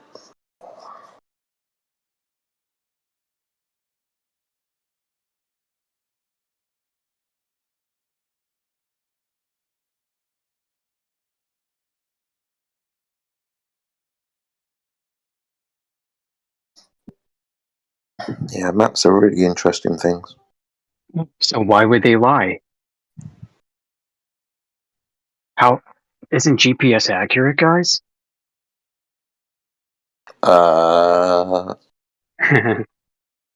G means globe.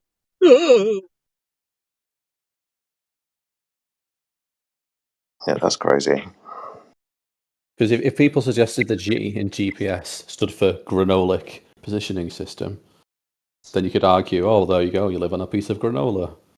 Like the positioning systems they don't require a ball, they don't require space, they don't require satellites. You know, it can just as easily be ground-based towers.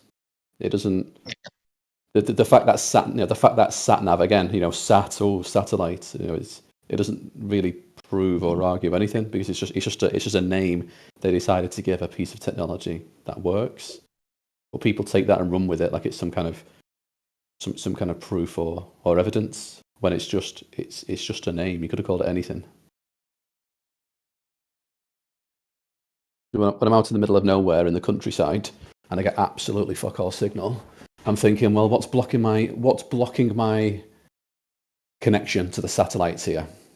Is it the grouse? Is it the pheasants of the countryside? Blocking my connection to the satellite. Yeah. But then when you're in a city or you're close to civilization where there's towers all over the place, oh, would you look at that? My signal is loads better. Yeah, it doesn't take a brain surgeon to figure that out. Yeah, it's not a giant leap to think, well, hold on a minute. Could I be getting my signal not from outer space, but could I just be getting my signal from these fuck off massive towers they're building everywhere? Could be. And they are everywhere these days. Literally.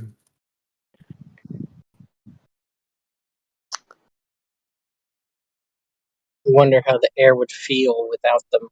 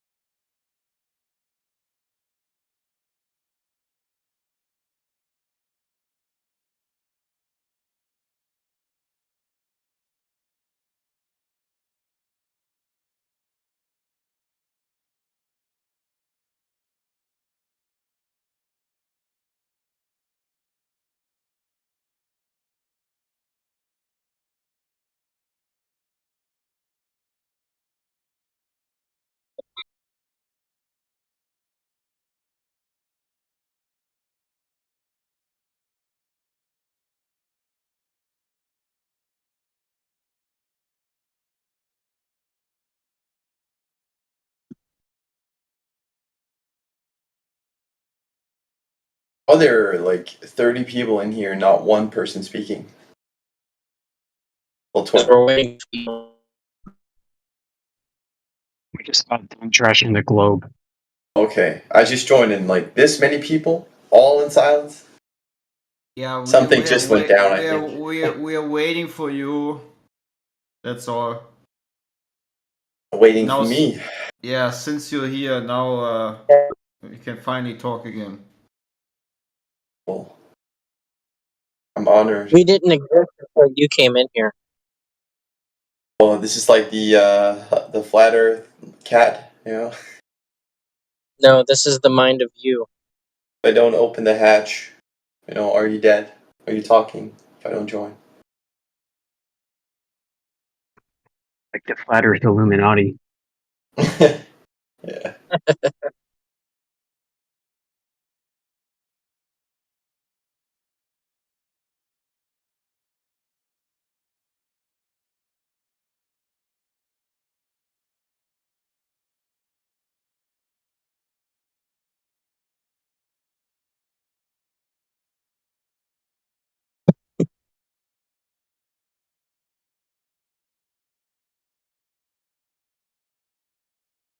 Well, since no one is talking, this is not going to be a scientific take or anything like that this time. I don't mind doing that sometimes. But on a conversational level, I just don't understand how, when I look at my phone on Google Maps or Apple Maps or any map, these, not actual maps, but the service that is called Maps, right? When I look at my dot and I plot a route and I follow that route, it aligns with reality. And at scale, I've even tried this. Going on vacation, it works as well. So the same device, the same phone, will have some form of like knowing where I am. right? And I can see where other people are too. That's the cool thing. My girlfriend has Find My Friends on, I think it's called, and she made me do it as well. So I have her live location all the time. She has mine. And the funny thing about this is, I have a guy called Max who I worked out with a lot. He was here for the summer, and now he traveled back home, and he lives across the world from me. And I have him on the friend thing too. And you can even have SnapMap and stuff. I don't know if you guys use SnapMap, but there are like a lot of these location device services where you can track people live. And I don't understand how, with that in mind, that you can disregard like the Earth being a globe still.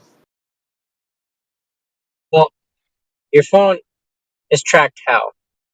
Well, usually it's GPS, but it could be some of it can be from ground. So there is ground triangulation, and then there is satellite triangulation. Most of it is done with the satellites Question. connecting to the.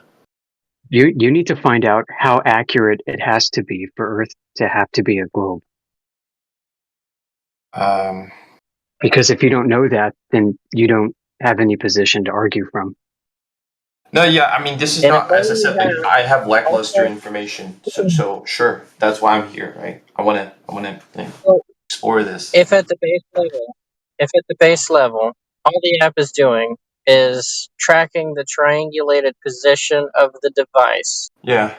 Technically, you could plot that in whatever shape you want. Yeah, no, that's true, but I think like the follow-up to what I was going to say is, with all that in mind, now we know that if that person is really live, because this service works, right? That's like the base level. How do we know that people say the truth or speak the truth or are where they are, not somewhere else? Well, this is like the foundation, right? We know they are where they say they are. And with that in mind, we can sort of also acknowledge that the map on the app is correct. And with a map like that and travel routes from people to other people, we now know that the flight routes are also correct. And when you start to assemble all these Stop puzzle right there, pieces, okay? Yeah, okay. It's correct enough for you to believe that it's a globe, but you haven't evaluated the correctness of that. If they wanted to plot it on a cube, they could do it. And then you'd be like, nah, they're just making a joke out of it. Yeah, but it would be quote unquote accurate because you got friends on the other side of the cube. Yeah, but then when I travel there, I would have to see like an edge, no?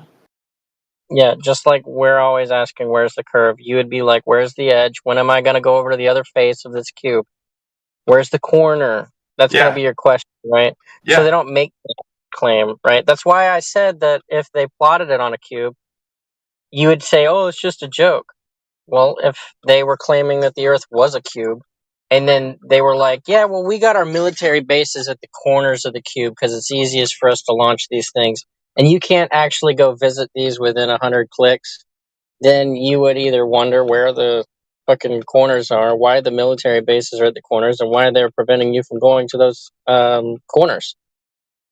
But then your experience would still be a flat plane, and you would never experience any of those edges and the traversing the 90 degrees to get to the other face. That's why we don't claim it's a cube. But in this thought experiment, is all the known countries on one side of the cube, or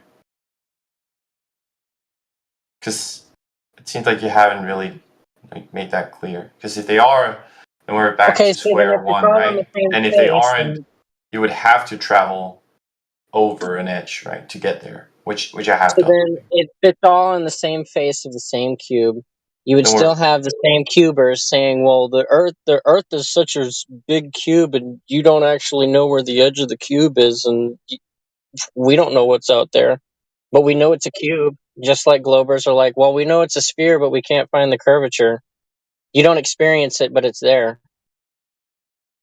Yeah, no, I can see the comparison, totally. I just don't agree with it, because if you can open your phone with me right now, right? But if you have your phone open and you go to Google Maps, I've actually been to both Russia, believe it or not, before this whole thing, So I've been to Russia, and I haven't been to Alaska, but I have been to Canada, right? And I'll tell you this: I know Alaska is like right next to it. I know because there's a border, and although I haven't traveled across it, certainly it's there.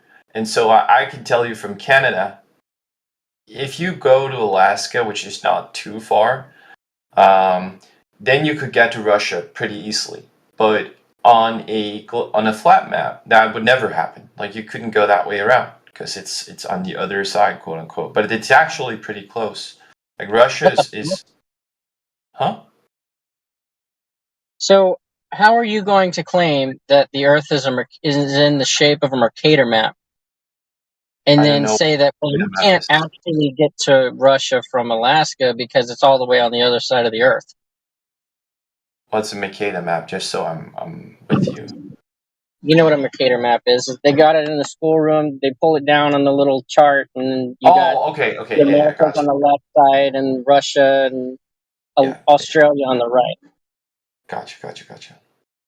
Because that's what you're describing to me when you make that claim. Me too. Well, I mean, in essence, I guess all I'm trying to say is, or explore with you guys, is like we have these location devices on our phones. Like if you have a phone, you can access this. So this is not like secret information. And if you go and you plan a route, and even if you go on holiday, you can take it with you, and you'll see that it actually works, right? And so you can say, well, does it work down to the centimeter, or maybe is it like 100-meter triangulation, or is it somewhere in between? I don't know, but it works pretty accurately even when you're in a car. And so I just you can absolutely go around the world, right? It's not like it stops. So it's not infinite. And I think that to me just shows that maybe not on all sides, because I haven't gone up north and kept going up north or south, but I have gone west. And with that in mind, it's just it's absolutely round west, and it's not infinite. Like you can go around the world. And so it's not flat. It is bending somewhat, right? Otherwise, this couldn't happen. But I don't know if it's a sphere or a spheroid or an oblate or something like that. But it's not flat. If you're going west, you're just going in a circle around the flat Earth. But you're going in a circle around the flat Earth. Well, you can't go in a circle around something that's flat, right? Yeah, of course you can. Center is the North Pole, and you go in a circle around it. Draw that for me. Just imagine a flat surface with a point on it, and you go around the circle on the flat surface. Yeah, but that's a 2D illustration you're trying to, right? Yeah. So I'm 3D. We've already had the conversation. So that's what you're doing when you're going due east or west. You're just going in a circle around the North Pole. That would only follow on a globe, though. No, on a flat map, on a flat surface, on the flat Earth, you're just going around in a circle. I mean, your compass is always pointing to the North Pole, so you're just going in a circle. AT has already been presented this projection. No, I haven't. You have. Every time you want to talk about flight paths and somebody's talking about, well, emergency landings, and then they show you the azimuthal equidistant projection map, or they show you the Gleason map, right? And then they're like, oh, see, the emergency landing was just in a straight line from point A to point B. And then you want to have the argument about having a flight from Australia to South America and being like, look, they don't actually go north. They actually follow the Antarctic ice wall because they can see it outside the window. You have been presented this projection.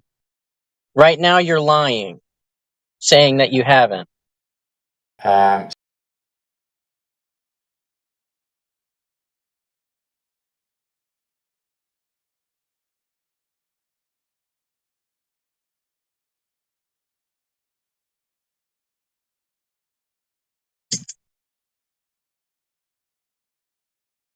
But again, you're just projecting it on whatever projection you want. Your triangulation just has to follow the system. We could make the map a heart shape, and then they could project your triangulated position on a heart-shaped map, and it would function.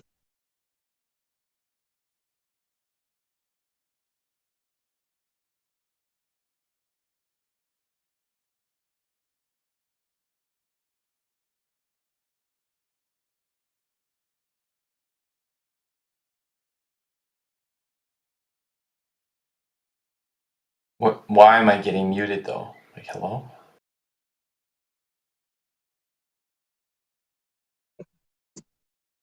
Who thought it was good for the conversation to mute me when I? Well, whoever did it, they don't like talking to liars. That would be my best guess, but I can't divine their thoughts.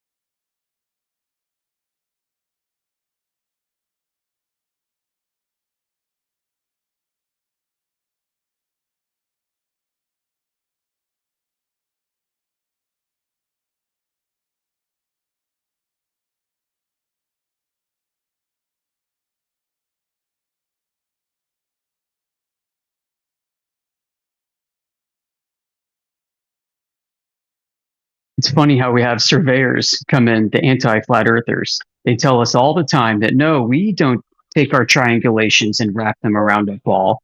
That's not how it works. You just don't understand.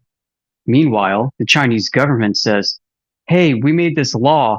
You have to take your flat planar surveys and wrap them around our government coordinate datum. So, yeah, somebody's not telling the truth here about how things work.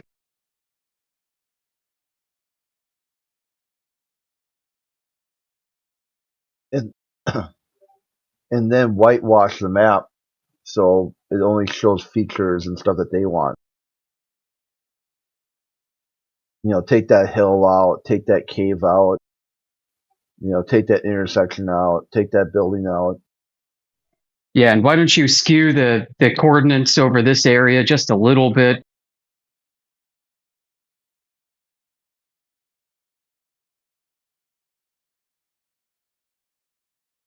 Do you recall, Fred? Yeah, so when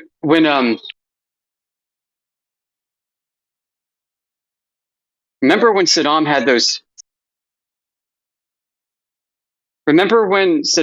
Scud missiles?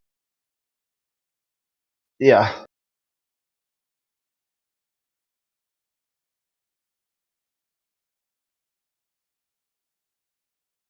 So I think he had some faulty quote unquote guidance system. I think if I remember the lore, they did that on purpose. They sold him like a computer that appeared, by all measurements and detection, appeared it was calculating correctly, but when it would actually go to fire, it would throw in some random variable to make it so it would hit the wrong spot. Right. So they altered the coordinate reference system somehow. Yeah, like if they tested it, it ran the normal algorithm, and but they went to go fire, that attached to the fire button was like a variable that was inserted. The weapons they sold to Ukraine don't have like advanced targeting systems in them either.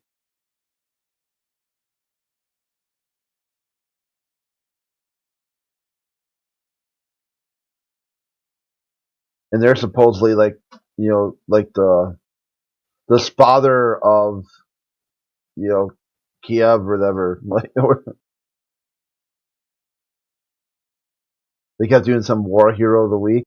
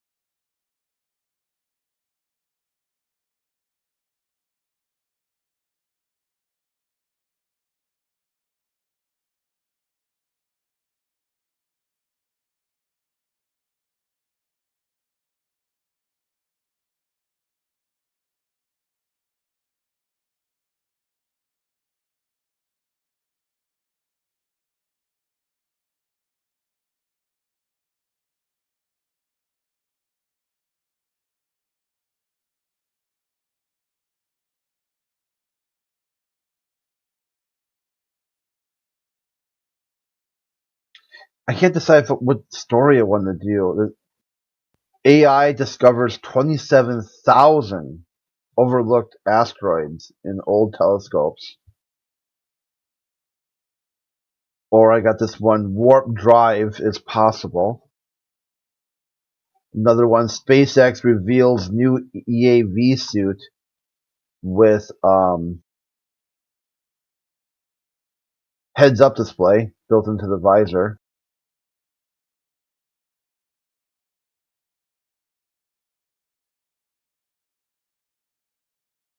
Boeing scrubs first launch due to bad rocket valve. Emotional roller coasters who are for astronauts ready to fly on Boeing Starliner. New guidelines will handle environmental concerns on Mars.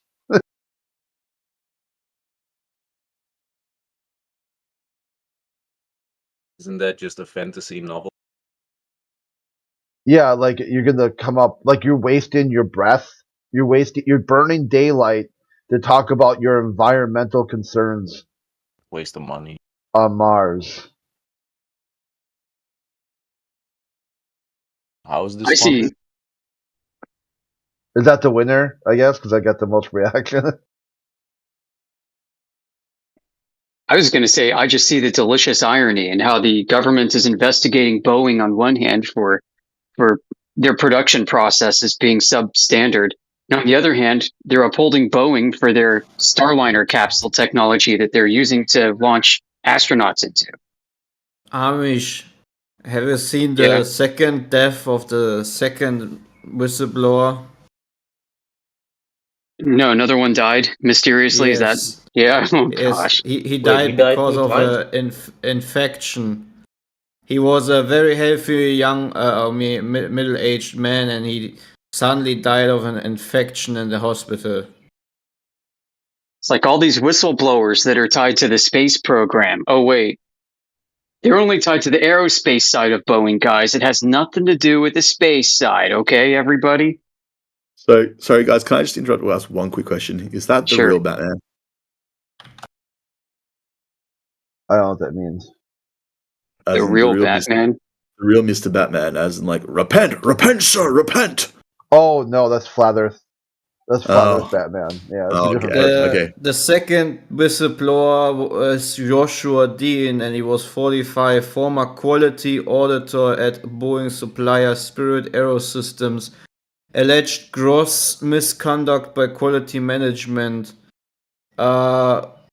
Joshua Dean, a Boeing whistleblower who warned of manufacturing defects in the plane maker 737 MAX, has died after a short illness. The second Boeing whistleblower to die this year. Yeah, I think that's a coincidence. I mean, why would big corporations kill people? Like, that never happened before. Who are whistleblowers that cost them billions of dollars? Yeah, I mean, why would they ever kill people that's a conspiracy, you know? Right. Like, I mean, remember the story of Gus Grissom from NASA, one of the astronauts that they barbecued inside the capsule. Anyway, I don't care as long as that's not Batman. Because he was. Yeah, that was just you mean the astronaut who talked about security issues and how they can't really transmit any signal, not even within their own, through two walls or something, like, and they talked about all the security issues with the whole thing. Oh, that guy who was barbecued? You mean that guy? Yeah. I think that was a coincidence. Like, he criticized his own company and then gets barbecued. I think that, like, I mean, his own government agency, sorry. And Boeing working with the government, like, that's weird. The government is 100% trustworthy. They would never kill people.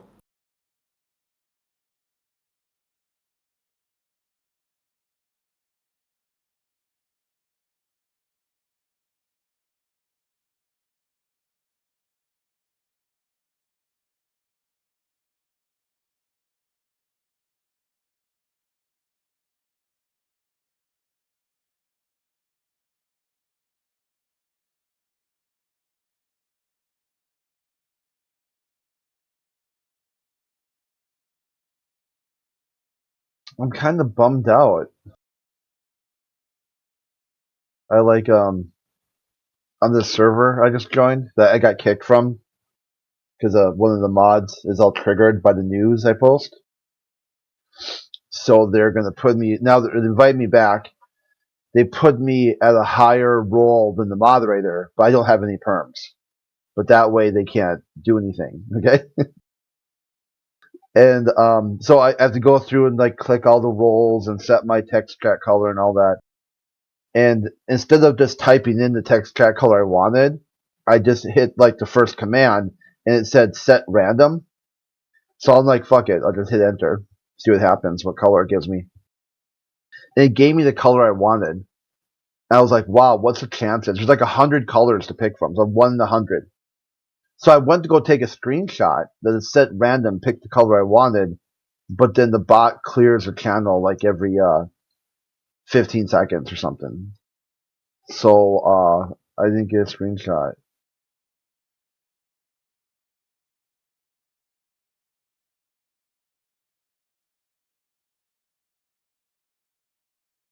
I was like, it was like lucky day.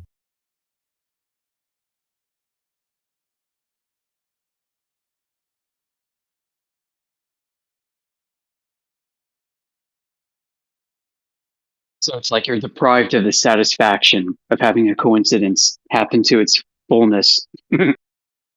Yeah, I mean, it's not that big of a deal, but it's like, I kind of hesitated, and I thought about, let's see, do I want that? Yeah, I guess I want that.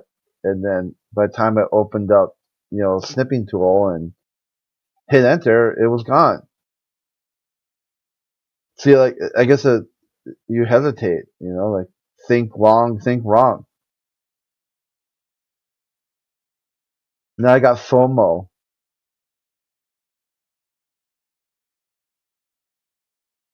Like a globalist, they're afraid that they'll miss out on their space travel. All they gotta do is just keep arguing flat earthers, and someday someone will show up at the door like Publishers Clearinghouse. We noticed all the times you argued with flat earthers. Here's your reward.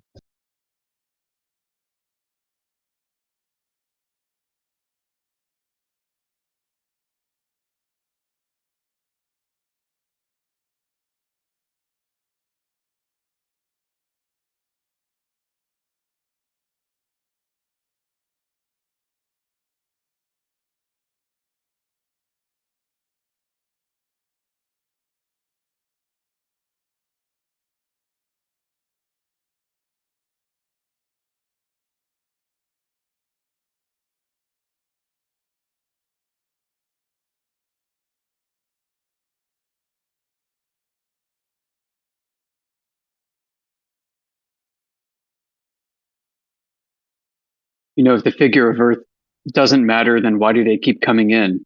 They say, well, it does matter. We say, okay, how?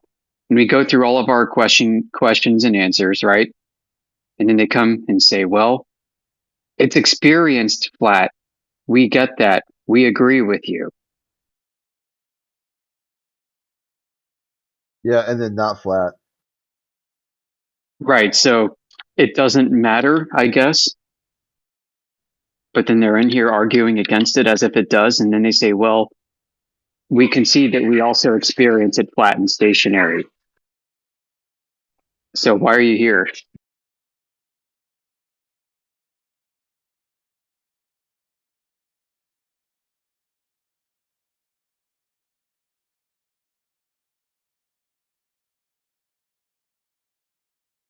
So does it matter? Doesn't it matter? Does it matter? Doesn't it matter? Which one is it?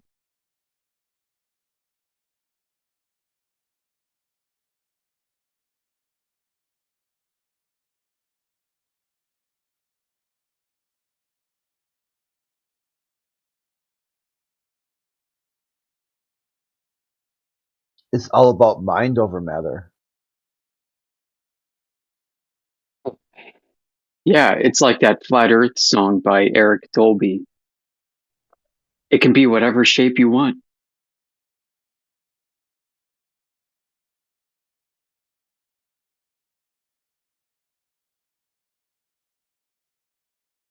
Yeah, it's like if it don't If it don't mind, or if I don't mind, it doesn't matter.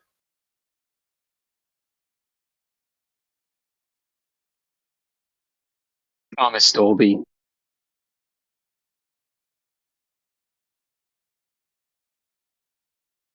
If you look into the lyrics of that song by Dolby, Flat Earth, it almost reads like he's coping with Flat Earth against his globe desires and wishes.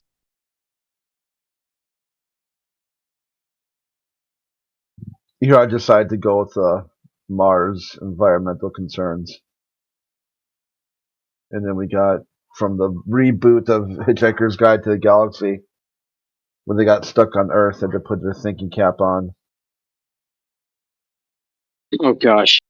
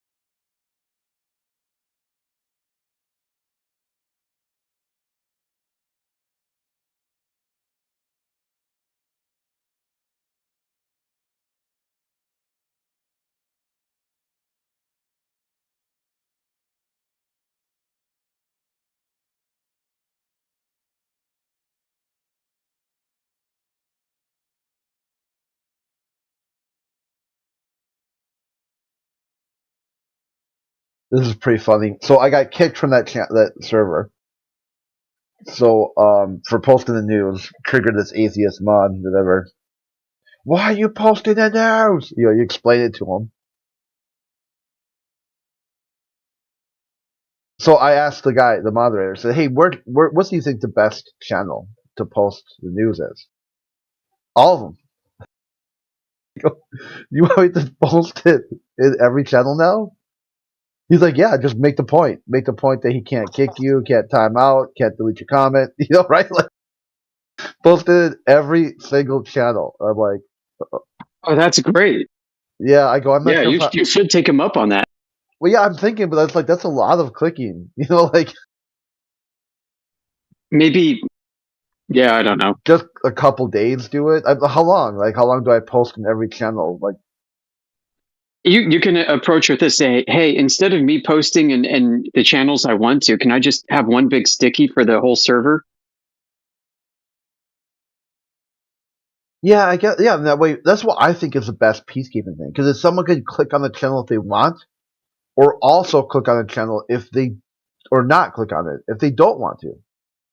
They get to make the choice, instead of like the moderator just flipping out like, I don't like how Crit appears to be making fun of science, so I'm just going to kick him off the server, and no one gets to see it, what he posts.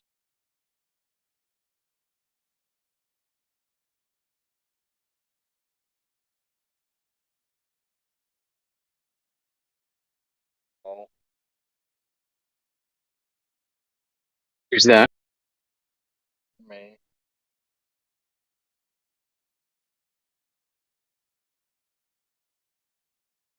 There's like 20 people in here and nobody's saying. You can't hear people talking? Testicles? You hear, you'll hear anyone else but me? Unless I got someone muted, which I don't even fucking mute people, so. I mean, Crit and I were just literally having a conversation, and you butted in. So, hi, welcome. Who's talking so I can... Oh, Amish.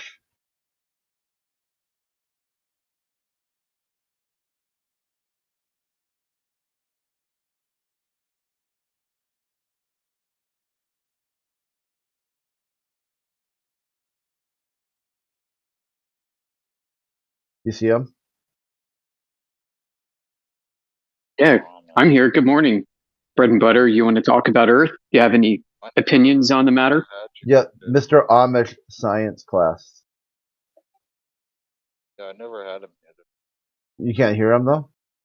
I can hear him. Okay, so how would you come in here and be like, no one's talking, and you're like, no one's talking but me, and now you're like, no one's talking but Amish. The only time I heard people talk was when they responded to me saying, Do you know this live streamed, right? You can just like go back and listen to the live stream. or I just don't go back. I Okay, rarely go forward than live in the past. Yeah, this is happening right now.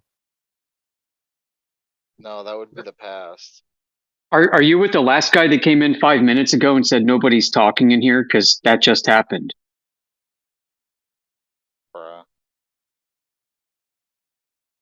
Are you guys huddled in some channel together and you're like, hey, let's go into the 24/7 channel and tell them that nothing is happening in here? And then one guy pops in and says it, and then you pop in and say it.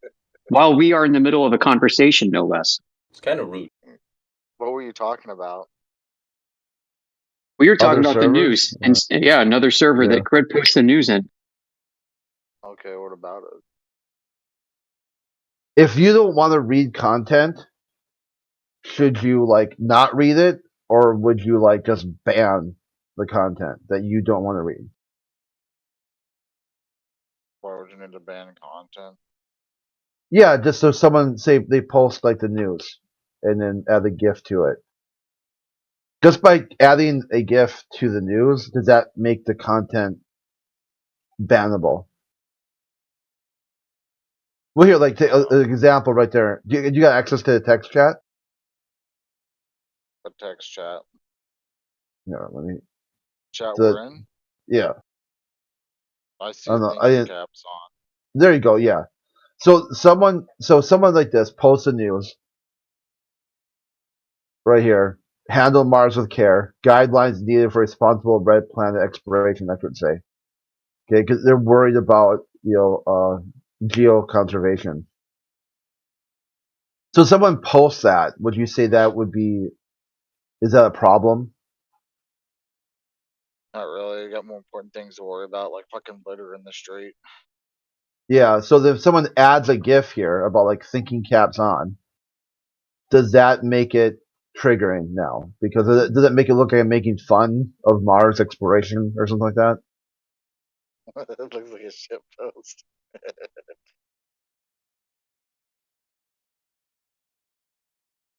Or maybe I'm citing sci-fi and sci-fi fantasy to compare with the news of the day. We'll just say someone, hypothetically, someone's like, yep, that's a shit post, and they don't like it. Do they then delete the comment? Do they ban the poster? Or do they just ignore it and move on with their life? Who the fuck cares? Well, I'm telling you, there's a moderator who really cared, okay? He like... Okay. Wow, a moderator on Discord who abuses his power? Whoa. Yeah, that's what I was talking... That's what we're talking about. Yeah, and we're talking about how this would start... It was a functionally normal person. This would start a conversation. But you got an anti-flat earther who's pissed about flat earthers, just looking for any excuse they can come up with to say flat earthers are breaking TOS, they're violating, conversation, they're shit posting. Everything a flat earther does is fucking weird, except for if I post the science and space news.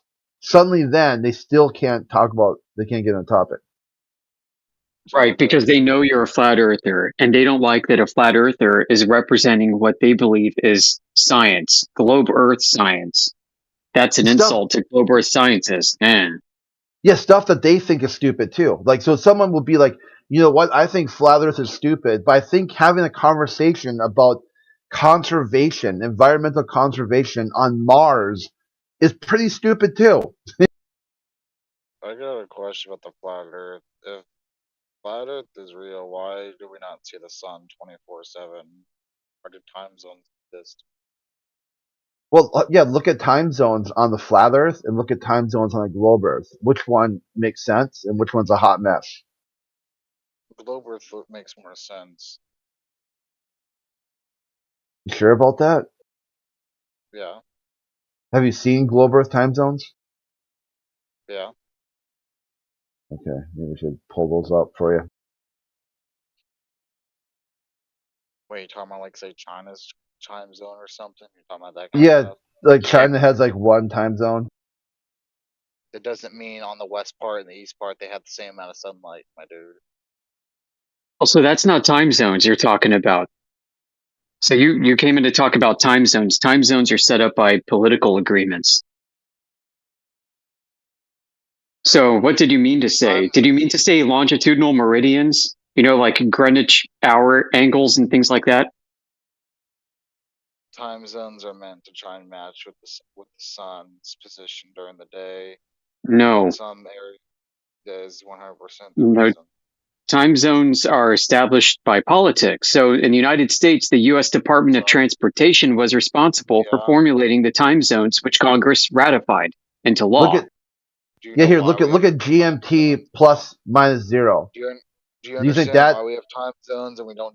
The whole Hey. Earth this doesn't live under one time. Bother. Look at GMT plus or minus 0. Do you think that makes sense?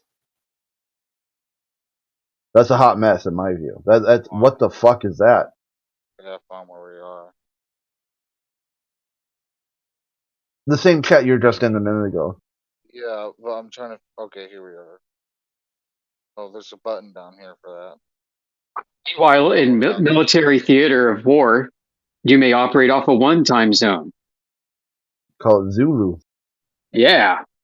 So you got one time zone if you're in a theater, which could span multiple quote unquote other time zones. So time zones are arbitrary. They're set by convention. It's a matter of what's useful. What's wrong with that? Well, they're not determined by nature. That's the problem. Yeah, they're. You came in making a claim about nature being different than how we perceive it. I'm telling you, you're not perceiving anything natural. You're making a claim regarding political, I should say legislative matters. It's a category error. Do you not think the position of the sun heavily impacts how we draw our time zone borders? Dude, look at the time zone borders I just posted in text chat. You think this has anything to do with the position of the sun? Look at GMT plus 0, and then look at GMT plus 12. Whoa, that makes total sense, guys. You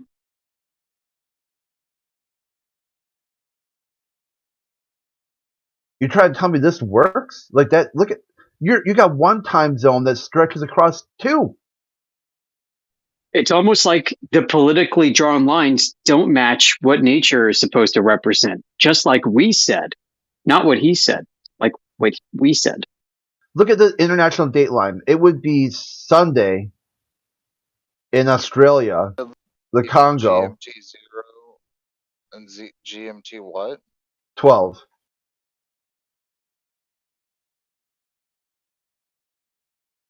Plus 12. I'm trying to look at it. Hold on.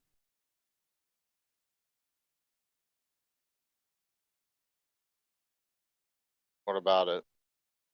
Look at that spot that just shoots out to the right.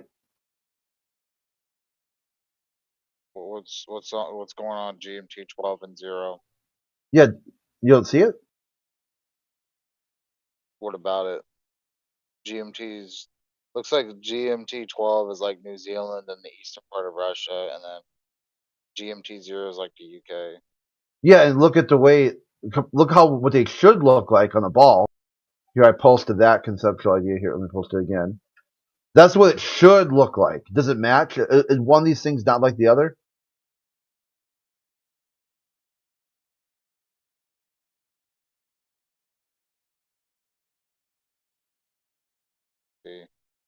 Isn't that what it should look like? Where? What's wrong He just with posted that? Yeah, the one on the bottom is what's claimed to be natural. And those are not called time zones. Those are not called time zones. What's wrong with this? You called those time zones. Can you explain to me what's wrong with this? Well, what's wrong is you called things that are not time zones, and we're explaining that to you in the audience.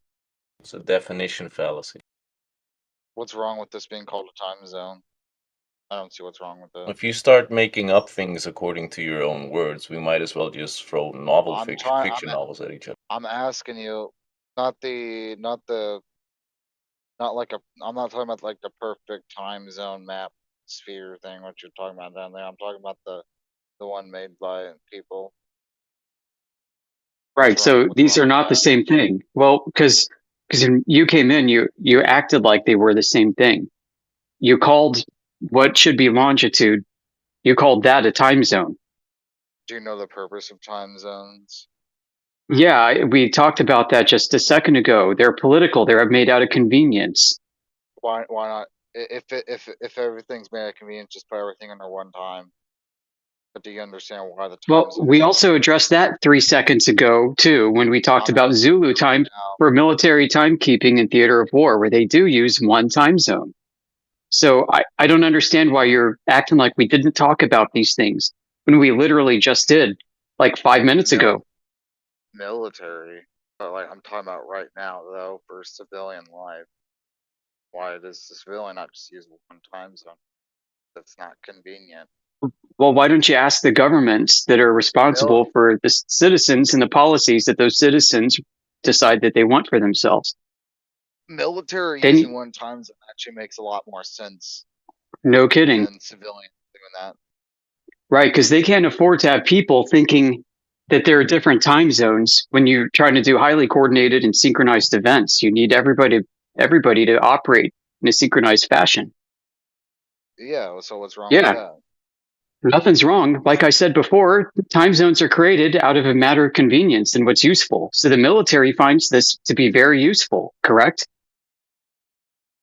Yeah, because the average person's not going to care, like, what time is it in fucking China, because they're just going to care what time is it so they can go to work.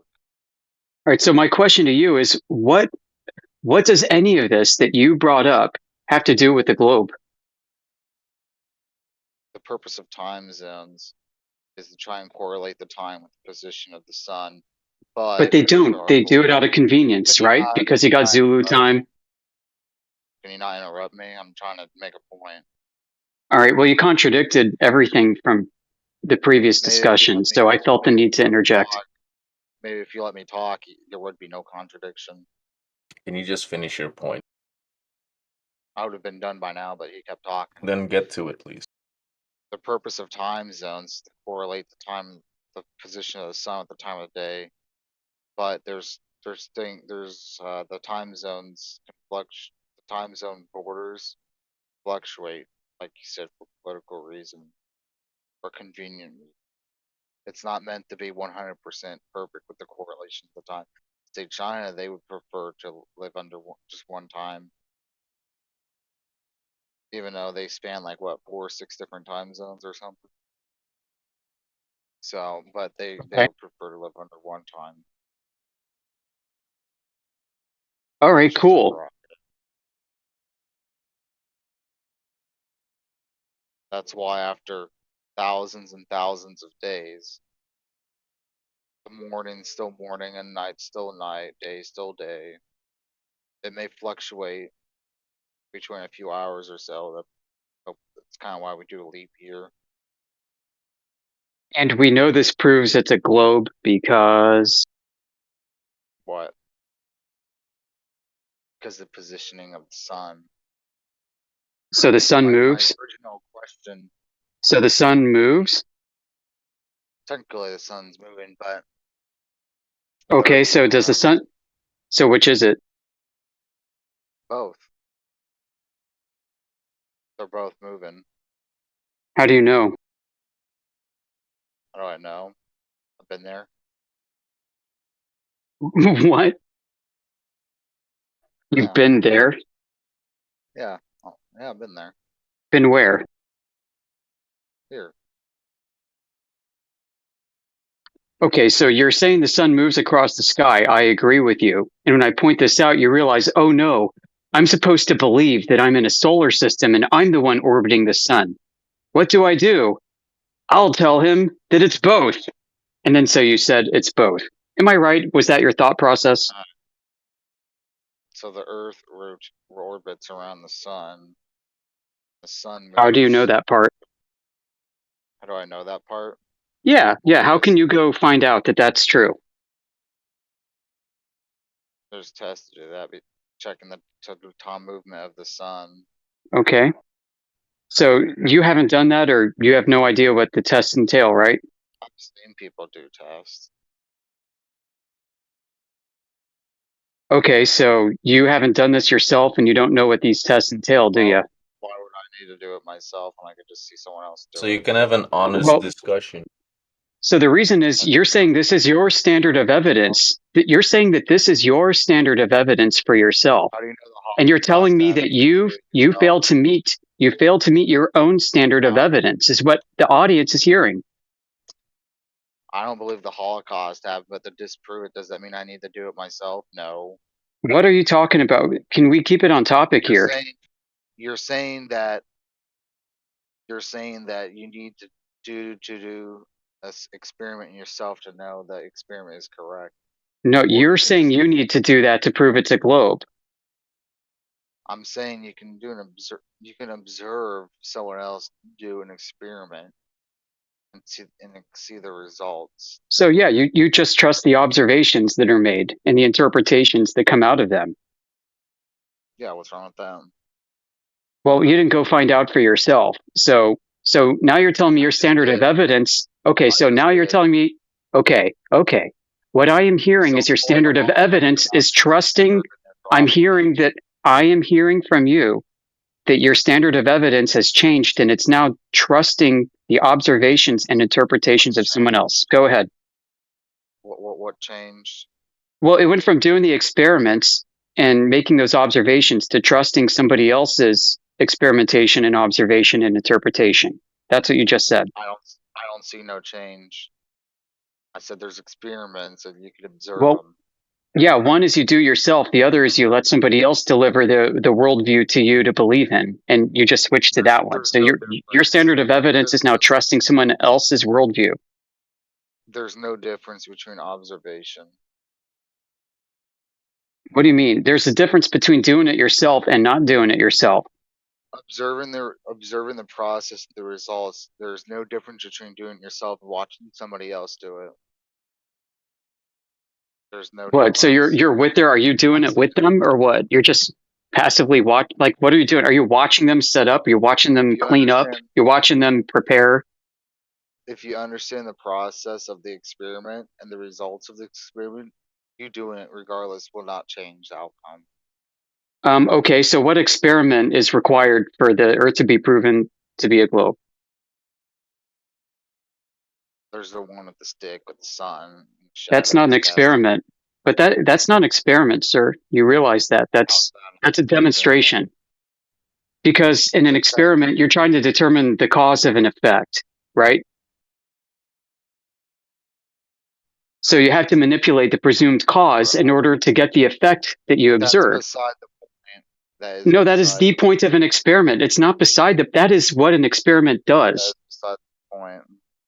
So you didn't mean to say experiment, you meant to say observation. So you have two category errors in our conversation. The first is regarding time zones, and now it's regarding what experiments are. Don't forget the definition fallacy.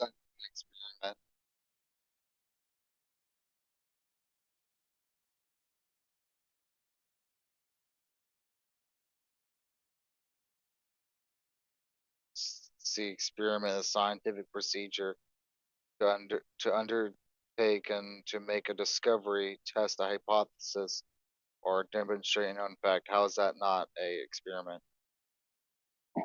Well, you brought up Eratosthenes.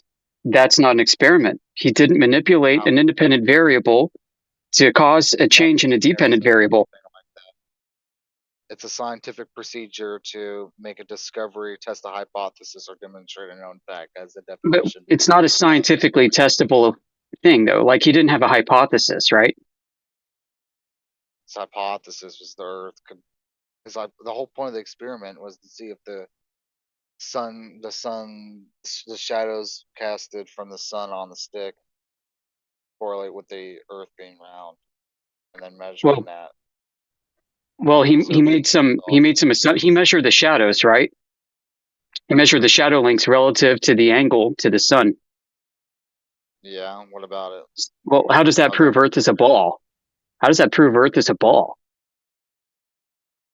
Okay, so now you're admitting it's experiment then. No, not at all. It's a demonstration. You say, I'm going with it how is because that you not don't know what an experiment is. So colloquially, we can call it an experiment, even though it's not. Continue. right now? I just looked at the definition, scientific procedure to make a discovery, test a hypothesis, or demonstrate. So yeah, that's not. How do you differentiate science from pseudoscience? How about we start there? Because I don't think you know the difference. Okay, so now you're just calling it pseudoscience now.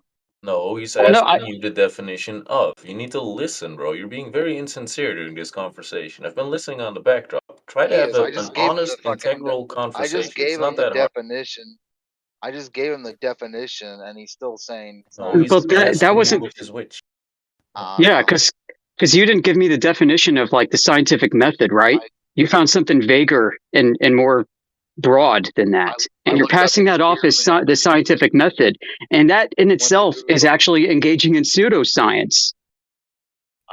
Okay, cool. I went to Google and I looked up experiment, and this is the very first definition that pops up at the very top. Well, so that means you didn't know what it was prior, and it also means you're bringing up a definition that you don't understand. No, this means I did know what it means prior, and I even looked it up to confirm what I Okay. believed it meant. All right, so what's the independent variable in Eratosthenes' supposed experiment? Independent variable. Yeah, I'm gonna ask that because I don't think you know what we're talking about here, and I'm trying to expose your lack of knowledge to the audience. I believe it'd be the sun. The independent. All right, so how did he manipulate the sun? Why would you need to manipulate the sun? Because you manipulate an independent variable in a scientific test. So you don't know what science is. You don't know what an experiment is. You don't know what any of these things are, but you come in here and claim that you do. So you're a pseudoscientist. And it's fine if you don't know, but don't claim or act as if you know and then hold a stand, because you'll get dismantled quick.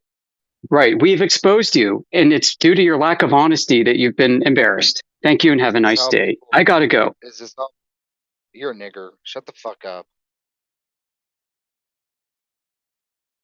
Is this how you treat people? I didn't even do this to you, and you're talking like this to people?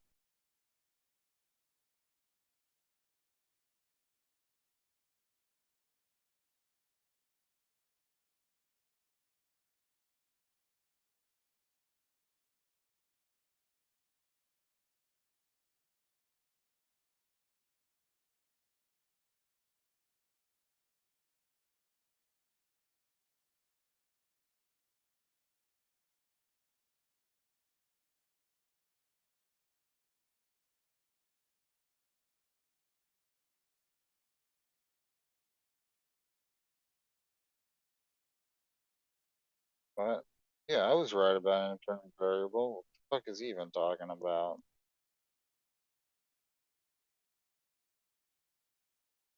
Hello?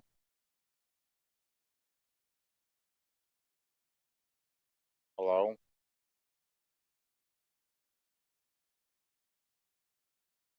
Oh. Oh.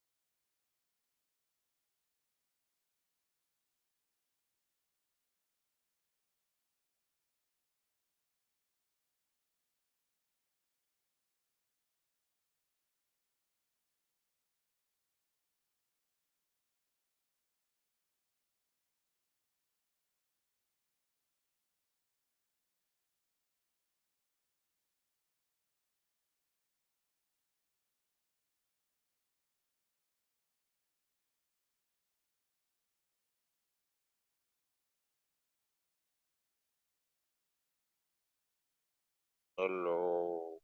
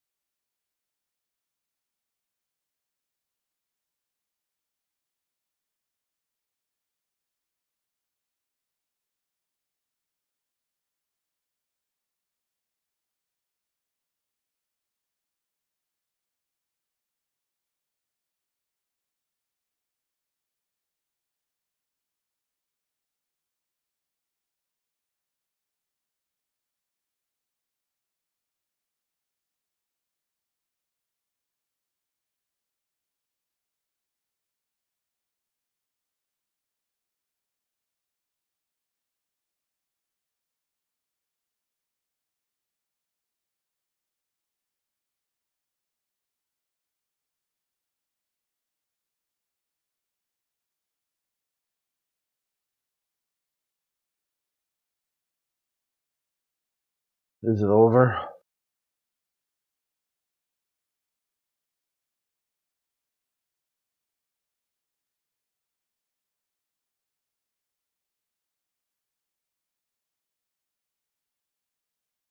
Anyone around?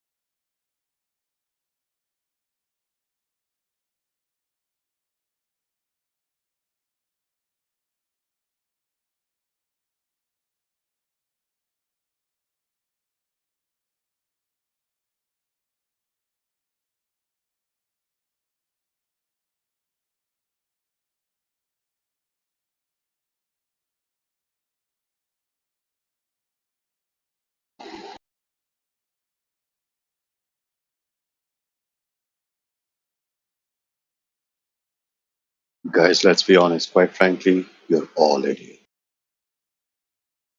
Say again?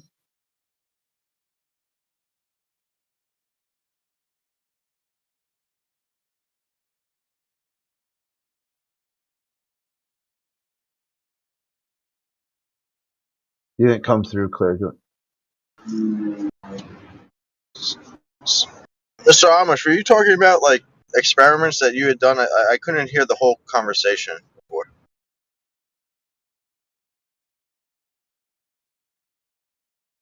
Yeah, I don't think he's here. And he's still unmuted.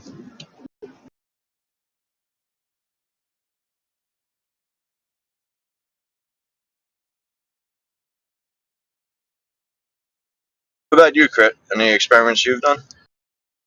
Yeah. Yeah. Such as? I'm not sure, like, where to start, because you're, trying to explain to someone who doesn't get really what an experiment even is.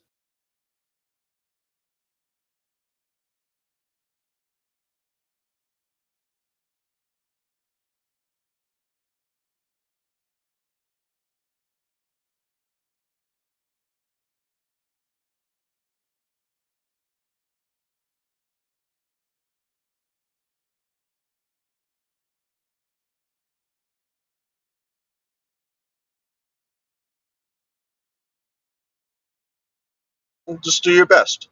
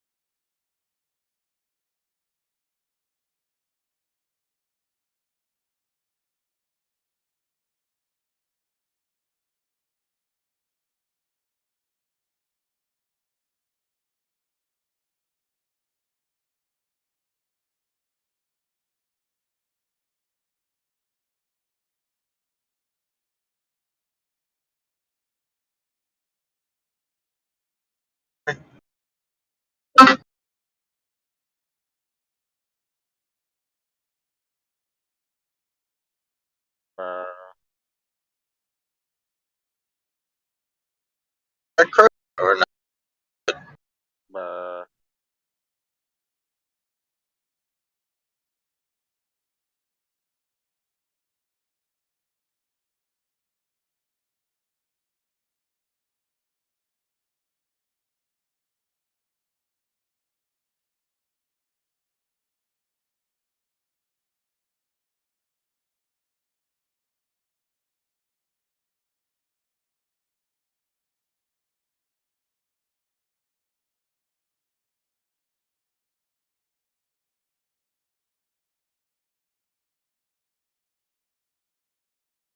The experiment I did was so good that QE said it matched what he thought was an experiment too.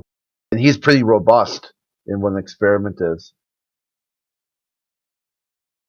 Just hypothesis. What did you do? What did you do? That's what I'm saying. It's not really worth explaining to you. It'd like just be out of, just be wasted breath, wasted time, and I got better things to do than try to explain something to someone who doesn't get it, doesn't even know what an observation is, doesn't even know what the variables are. You busy today? What do you got going on?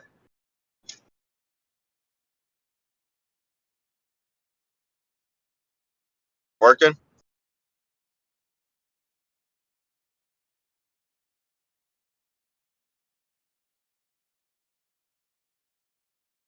No? What do you got going on today? What, are you keeping the tabs on what people are doing, or what? Just casual conversation.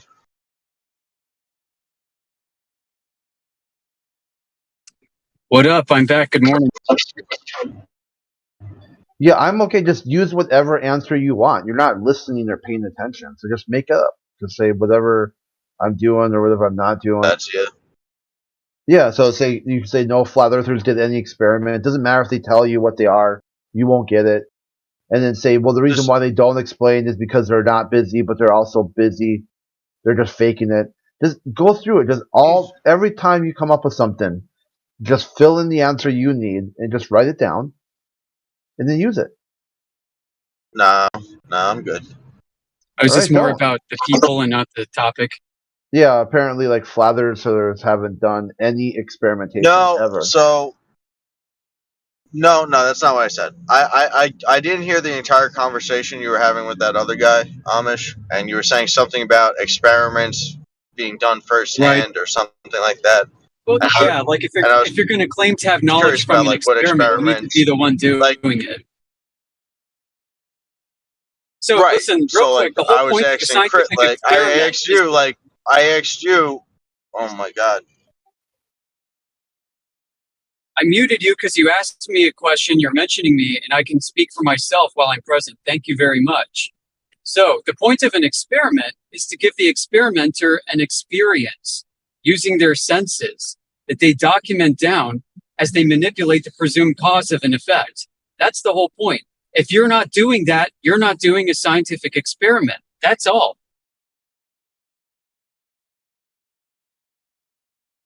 That was my question. I was asking you what experiment you did do. To what end? For what purpose? Well, I did an experiment on environmental. What flat Earth experiment did you do? I did an experiment on environmental conditioning and ambient light in the air. I mean, any experiment you do on a flat Earth is an experiment on flat Earth. I mean, what's your point? What experiment did you do to discover the shape of the Earth? So now or its back flatness, to not nouns. shape. So another Or it's flatness, category not shape. error by Yeah. somebody else? Are we for real here? Another Yeah, this is category what I'm error? saying. Why do you even go down this route? Or Because its flatness. blitzed. I also said it's flatness, An not adjective. just the shape. Yeah, straight up again, adjective and nouns. It's hard to explain something as complex and as robust as a scientific method, going step by step. If the person is fully brain farting the difference between nouns and adjectives. Like, how do you go through that when you're describing, you give an attribute to something, adjective, noun, and they hear noun. You got to listen to the whole thing I Yeah. said. I said its shape or its flatness, or meaning one or the other. It doesn't have to be both. What? A shape or flatness. So you can't have a flat shape. It's got to be or. It's a hot mess, yeah. It's like trying to go into someone's worldview to explain something that can't be explained because they're just so triggered by the topic. So just write it down. Just Let me write down try this. whatever answer you want. You're asking Let me try this questions one more that are time. so loaded with faulty logic. It's impossible to answer. No, I said, what experiment have you done to discover the Earth's shape or its flatness? Or. So it can Okay, be one of there the are other. two category errors doesn't have present. to be. You have two fallacious category errors present in your question, and we're trying to pick through them, and you keep denying our opportunity to pick through them with you. This guy's question's actually So pretty the good. first category error you mentioned is Earth figure being determined by experiment. We don't do that. We don't even claim experiments can do that. What we claim is measurements do that, not experiments. So that's your first category error. And the second is conflating a scientific experiment with a demonstration. You see, The that's purpose the of a thing. What was demonstration is to force an observation, which is part of the scientific process, or method, I should say. cause and effect? You have to write it out as in what is a cause of shape in your worldview? What is a cause of flatness? And that's why I said it's impossible for me to explain the experiments or to talk about the experiments I've done because that is your understanding. It's really very difficult. I got it. I think I got it. I'll rephrase the question. What observations or demonstrations have you done to discover the Earth's shape or its flatness. Okay, third category error is saying that shapes and flatness are diametrically opposed to one another because it's an or. When you can have flat shapes. So 3 category errors present in one question, and you want us to answer as if we're not keen to that. We're trying to open this up for exploration. So the best part here is use the answer you want and then get to a logical conclusion and then see if it matches your understanding. That way you'll be able to highlight the contradiction. Speak for you guys. You have. I don't want to speak for you guys. Just speak for yourself. We are unable to reach a logical conclusion to your question in any possible world, flat or globe, because of your category errors that need to be resolved first. And if you don't see it, then try to answer yourself, what your answer would be, and then follow it to a logical conclusion. Then when you get, that's why you're getting to these points where you're asking questions that you think don't have answers. And then after you're told they don't have answers because they're malformed questions, and then go into why you can't find an answer for yourself is because of somebody else's fault. So right there, even in terms of science, your cause and effect is somebody else. It's very difficult I think that went to over explain. his head. Yeah, it's very difficult to explain somebody who doesn't have a concept. That did go over my head. Of cause. Like your idea of cause is something else than what you manipulated. It's very, atheist logic used to do a very good demonstration, a thought experiment of this, where they said, here's a chessboard, and the players control the pieces. Now give the pieces free will. And like, one chess piece starts breakdancing, another one, falls in love with the pawn on the other side of the board. The queen kills the king, takes the crown. All kinds of stuff like that. Inside your worldview, that is incomprehensible. You don't understand this idea that somebody can do or not do something at a whim, a completely uncontrolled variable. But you'll add in if they answer or if they don't answer to get to exactly the same conclusion. It doesn't matter how hard or how much effort I use to explain that the big two experiments I've done. You're at the end of the day, you're already going to say flat earthers didn't do any experiments because your concept of cause and effect. So tell me about that experiment that you have done. I just told you why. This is hilarious. Just not even 5 minutes ago, I just told you what they were. Can you repeat back to me what I said? We're not here to discuss experiments, to answer questions about what is involving measurements. No, like even still, what experiments do you do? I said, yeah, ambient light in the air and environmental conditioning. Can you repeat those back? Even the first thing I said, ambient light in the air and the environmental conditions. Yeah, it took 3 times or twice, or I don't know how many times, 2 or 3 times of me saying Tell me about the experiment. Tell me about the experiment. You can't even hear it. Just saying what the experiment's about isn't telling me about the experiment. No, it's just demonstrating that you don't have any concept of what's even being discussed. Yeah, I don't want an experiment, and you should not want an experiment either to answer this question.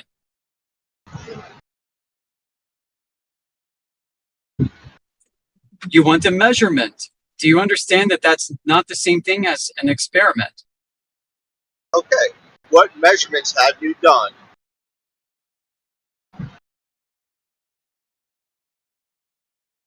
I've observed a mirror flash from water level across a 3-mile body of water near my house. We don't want observations. We don't want observations. We want that's a measurement. Measurements. You have to measurements. When you measure, a measurement is an observation, and it's part of the scientific method. So, Okay, so then I'll go back to it. What observations have you done? Okay, same answer. I gave the answer, and it's the same one.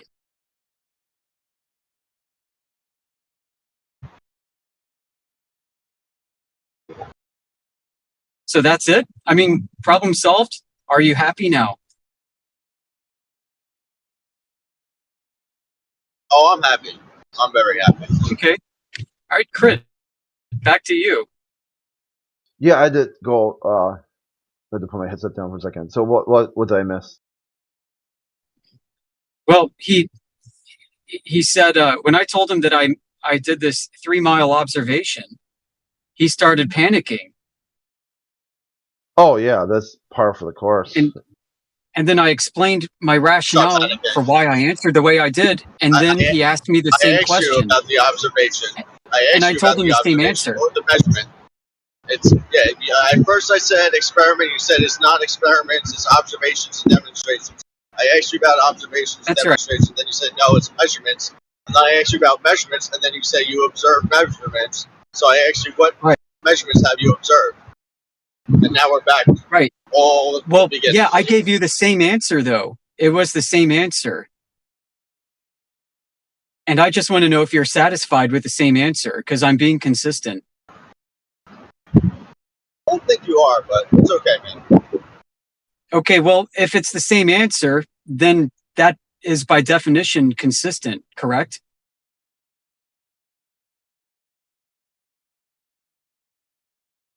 I just disagree that you gave the same answer. He has an answer to Hopper already that he can't get past. He's in the contradictions. His idea is that flat earthers have never done any experiments, measurements, or anything. Again, I didn't say that. If I tell you what I did a third time the same way, will you point out what I said differently the other 2 times? Sure. Okay. I made an observation. I went to a 3-mile lake. How was it 3 miles? Well, it was determined by a measurement. You can take it up at the U.S. Geological Survey. I accept that their measurement is a 3-mile lake. And I did a mirror flash from across the lake at water level on both sides. And I was able to see the mirror flash. I didn't really say much more than that in both cases.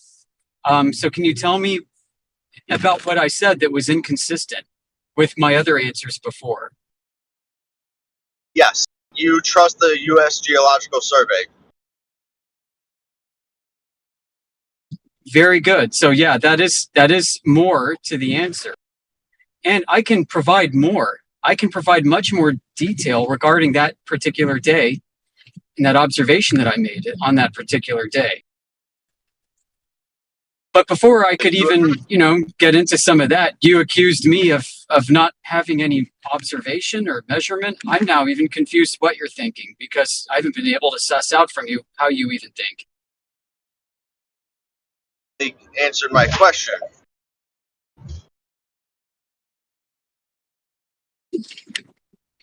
Well, to bring it back, the topic at hand was your 3 category errors that were inherent in your initial question to us, which was regarding our experience with doing experiments to determine the figure of Earth as being either a shape or flat. Do we need to go into those 3 category errors again, which I just announced as I paraphrased you? Point out where I'm wrong. So you don't do an experiment through measurement. Right. Okay, so your observation of your observation of the measurement is this 3-mile lake where you didn't take the distance measurement yourself. You trusted a second-hand. It's a second-hand observation. Correct. I trusted the globe math because I'm testing the globe. Okay, so you accept the globe measurements, but you don't accept the globe measurements. Well, right, because the fact that I was able to see the mirror flash refuted the globe measurement. But why are you trusting the globe measurement to begin with? I trust their claim and belief that their claim is accurate. and then I go test it because I want to fact check that claim, and I determine that their claim was false. That's it. Shouldn't you have to do the distant measurement yourself? Like, shouldn't that be a primary observation? I could go do it next myself, but for that to be 3 miles on a globe, it does not comport to globe curvature. Now, here's the fun thing. I was a mere few inches off the water surface. So if I was just 6 inches off the surface, looking at a mirror flash only 6 inches off the surface, I believe I was lower than that, by the way, but we'll give 6 inches. Then the curvature should be somewhere around half a mile instead of at 1.2 miles for 1 foot, or 3 miles for a 6-foot observer staring completely across from a fully standing position. So anything less for a 3-mile observation, anything less than a 6-foot height, observation height of the observer, to a mirror flash on the surface 3 miles away, anything less from my height should not be presently visible. Any reflected light into my eye should not be visible the lower I get from that threshold. So this was actually quite an easy setup for me to use, because I knew that if I'm observing the mirror flash from any height lower than my natural standing eye height posture, that refutes the globe. And I could see the mirror flash all the way from a mere inch or two off of the calm surface. I found that to be pretty remarkable, to be honest. So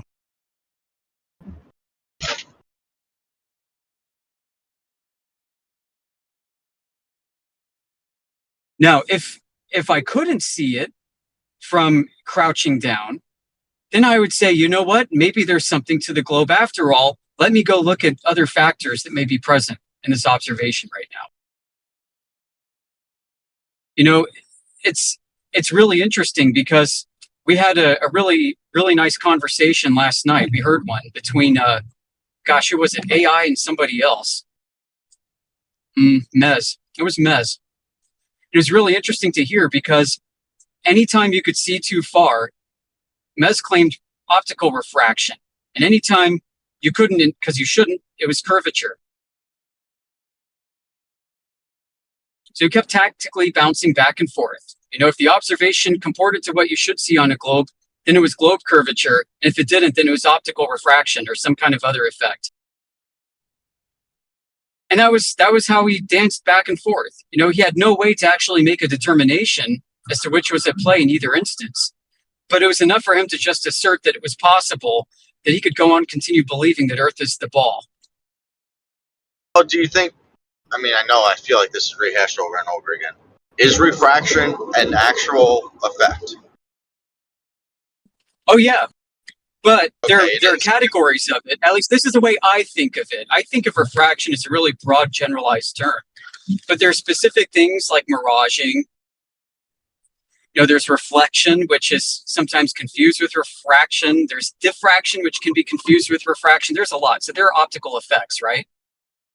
And they happen all the time. And they're very complicated and it's very messy.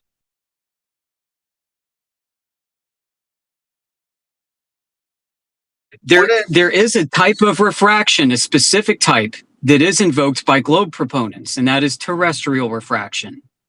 This form has never been observed in reality. It's theorized, and it's worked into models in order to make people's models work on a globe.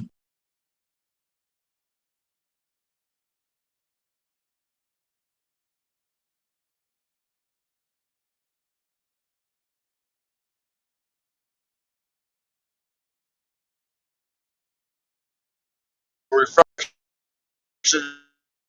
thing, just not the way that we use it. Terrestrial refraction claims that there's basically an ever-present bending down of light over the Earth's curved surface, everywhere at all times. That is the base default of what light does. And therefore, any deviation from that is considered a mirage or reflection or something else happening. But terrestrial refraction for the glober must be the baseline for us to be able to see too far, as we often do. There's no proposed mechanism for it, which is really funny. Like, what is causing terrestrial refraction? You get into the definitions of it, and they start providing definitions that would cause mirages and other kinds of refraction. But there isn't an actual observation of what they claim to exist, and that is this ever-present bending, which they said averages out to 7/6 times Earth's presumed radius.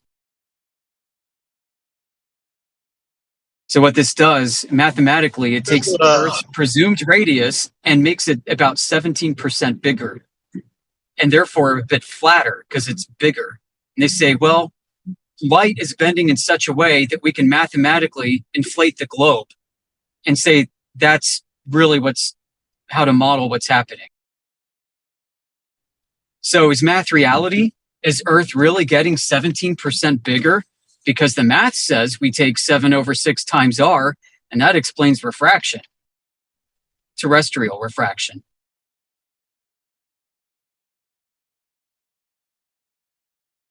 So if someone's going to come in here and say math's proof things in reality, math is reality, then we can say, okay, here's your formula for terrestrial refraction. Are you in reality making Earth 17% bigger?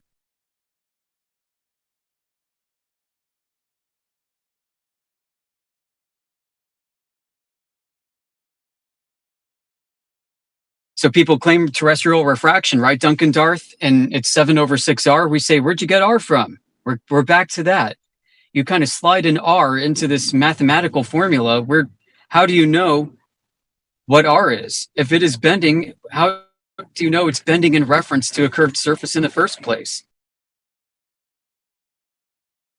Because 7/6r was created out of seeing Earth too flat. It's like, damn it, Earth is too flat everywhere we look. Shit. Well, how are we going to deal with this? We don't know what optical effect this is either, because it seems to be happening as our baseline in all these instances. Shit. Well, we'll just say it averages out to what? 7/6r? We'll average it out. Yep, that works. Okay. If we just mathematically inflate Earth's radius by 17%, it accounts for all these observations. Perfect. So that must be what's happening, and we'll figure out the details later. And that's how Gaussian refraction was reified into existence in like the 1880s, and hasn't really changed since. Except back then, Gauss said it was 13%. And it's kind of funny how claims of the standard refraction have increased over time as optics have gotten better and we see too far. Because now people are saying you can use 21%. So however that works out, multiplied by r, 21%. So you say, what, 121 over 100r?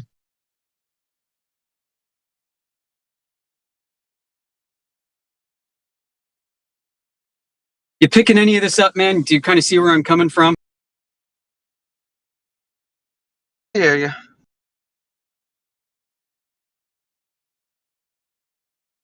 So this goes beyond just the numbers and working with the numbers that are given to us. This is asking questions about the existence of those numbers and how they came to be. That's why we're flat earthers. We go deeper than the surface and we start digging. We start asking how this happened, how this came into existence. It's more important than the what. So how do you think it came into existence? Well, I just explained how refraction came into existence. It started with these observations where people are saying they see too far. They're unable to come up with any true mechanism of action. So they make assumptions, they plug the numbers into their math, and it works. And they're able to preserve the notion that a ball exists in their minds.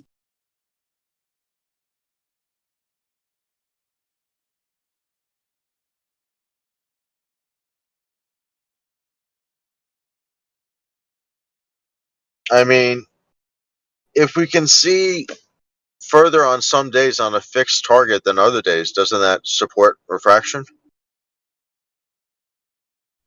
Yeah, it does, but even refracted relative to what? I'm not even talking surface, about, right? well, it doesn't matter. I'm just talking about just refraction at this point. Okay. I mean, nobody's disputing, and this is what I said to you before, and you asked the same question. Like, do you deny refraction? I'm like, no, but what it's defined to be. It's to me, it looks like a very colloquialized term because there are lots of different ways to talk about and express light changing angle as a result of going through an aperture, or not an aperture, as a result of going around an object.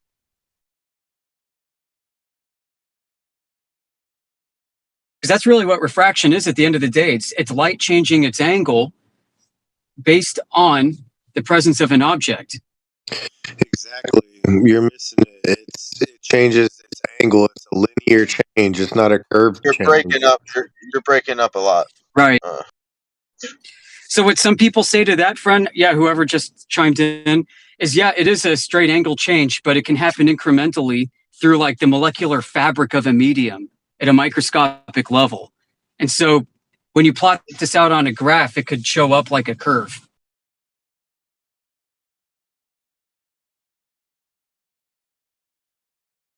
Yeah, because if you have a bunch of tiny straight line changes, it can result in what looks like a curve.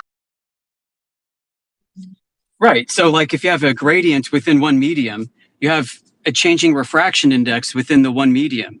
And so you wouldn't use Snell's law. You'd use Fermat's theorem. There are others. I think Christopher Huygens came up with an idea. Laplace came up with one. And Fermat came up with a model. Is it a horizontal or a vertical gradient? What, like looking up and down? Well, most of these observations are looking across, like horizontally, not vertically. Oh yeah, I get what you mean.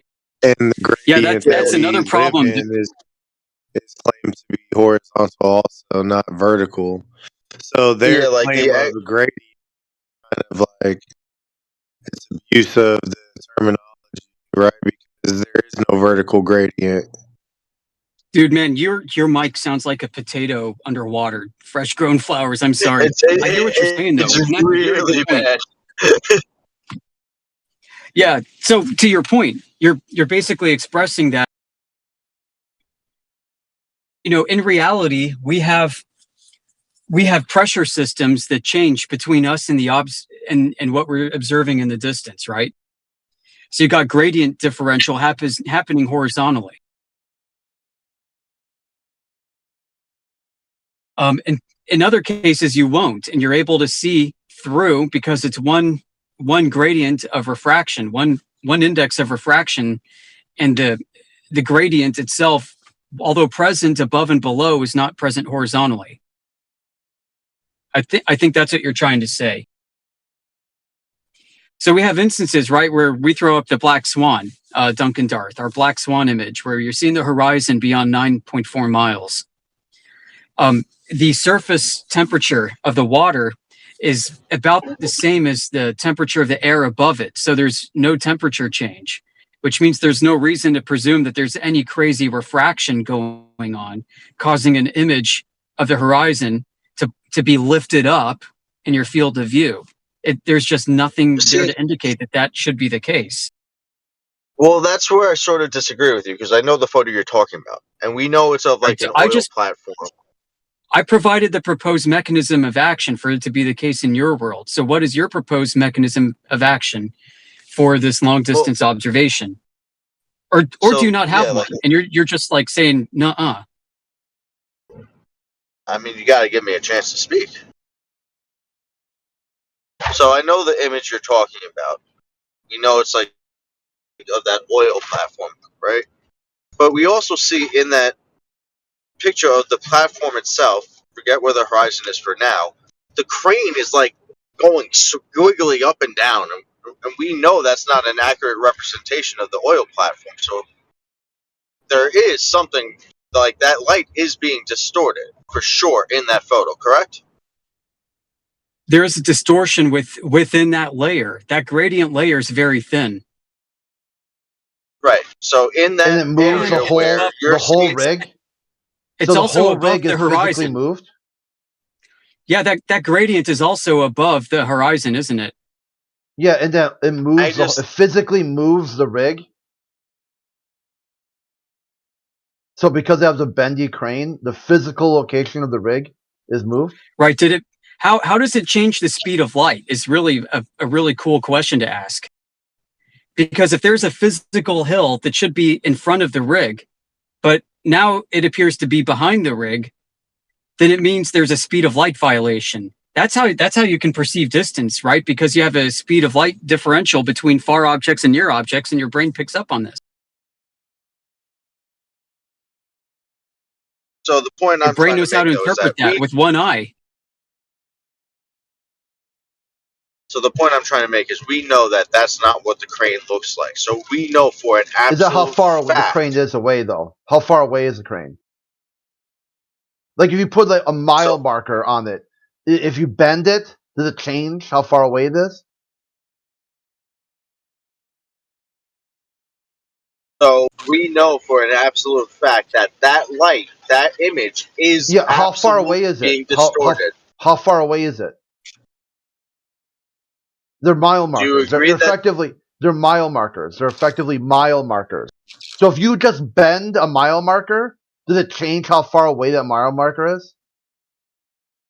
This is why it's impossible to explain anything to you in terms of science, because your cause and effect is completely warped. You don't have a concept of these words. Just bending something changes its location. Is that light being distorted? Is it being moved, physically moved? If you want to call distorted, moved, yes. Okay, so it's no longer at its spot. It's someplace else. So it's an optical effect. Did it physically move someplace? Do you disagree? So it bends and it shifts. No, I'm just trying to find a way to get you to go with something you can use. Is that a physical location or not? Is that light being distorted? Use any answer you need. Both yes, both no. Is the physical location changing? In the photo of the black swan, is the light being distorted? Yes or yes no? Or no. Now find out. Honest? Has it moved I from want this you point? to answer this question honestly. Yeah, is the light I'd being say distorted? yes and no. It doesn't matter. It could be distorted. It could not be distorted. The physical location doesn't move. That is a mile marker. That is a distance marker. If it doesn't matter, why won't you simply say yes, the light is being distorted? Because it's irrelevant. It's like, hey, was there some guy there eating a sandwich that day? Was the crane operator talking on a cell phone? Was all these random variables that are irrelevant? They are spurious causation. They are uncontrolled variables. It doesn't matter how much bending or refraction you got. The physical location of that oil rig is fixed. Is the light being distorted? Yes or no? Both yes and no. Because either way, you get understand to the conclusion. Why that's not. Yeah, if yes, the physical location does not move. If no, the physical location didn't move. That's the answer. The physical location, those rigs are demarcation lines. They mark distance. That shows you how far away you are. The oil rig in the same location. Okay, so you think it physically moves. Okay, there we go. That's the problem here. According to that image, if the light's not being distorted, yes, it's causing it to move. If the light is being distorted, then the rig isn't moving, but in the photo it appears to move, which means that there's a distortion of the light, which means objects are not appearing. Anything distorted is physically moved from its location. If the camera's in the same exact you can't location, explain things to you in terms of science. You sit there and put optical effects and put physical same exact qualities to them. angle, same exact height, and the image isn't the same. That means either the object in the image moved, Did it move? or the light is being distorted. And it didn't move. No, so that means the light is being distorted.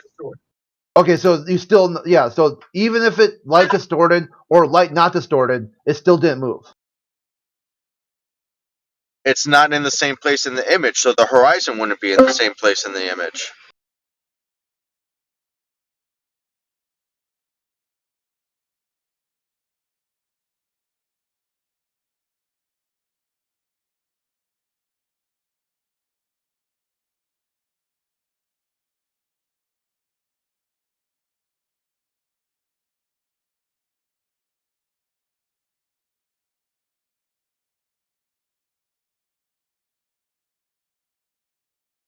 Did the horizon move? Crit, did the horizon move? Use both yes and no. Did the horizon move? Use both yes and no. The horizon does move, yeah. I mean, you can take a time lapse of it and see and watch it move. Appear to move. Let's get that straight. Yeah, it didn't actually move. It didn't actually. So the oil. Okay, so why are you using? So that's the best part. This optical and image, physical. So why are you using the distorted now you know image why. instead of the clear image? Now you know why. What? To get you to say those objects physically moved, so you can maintain your globe delusion. I'm not saying that. You did say that. You just said it earlier.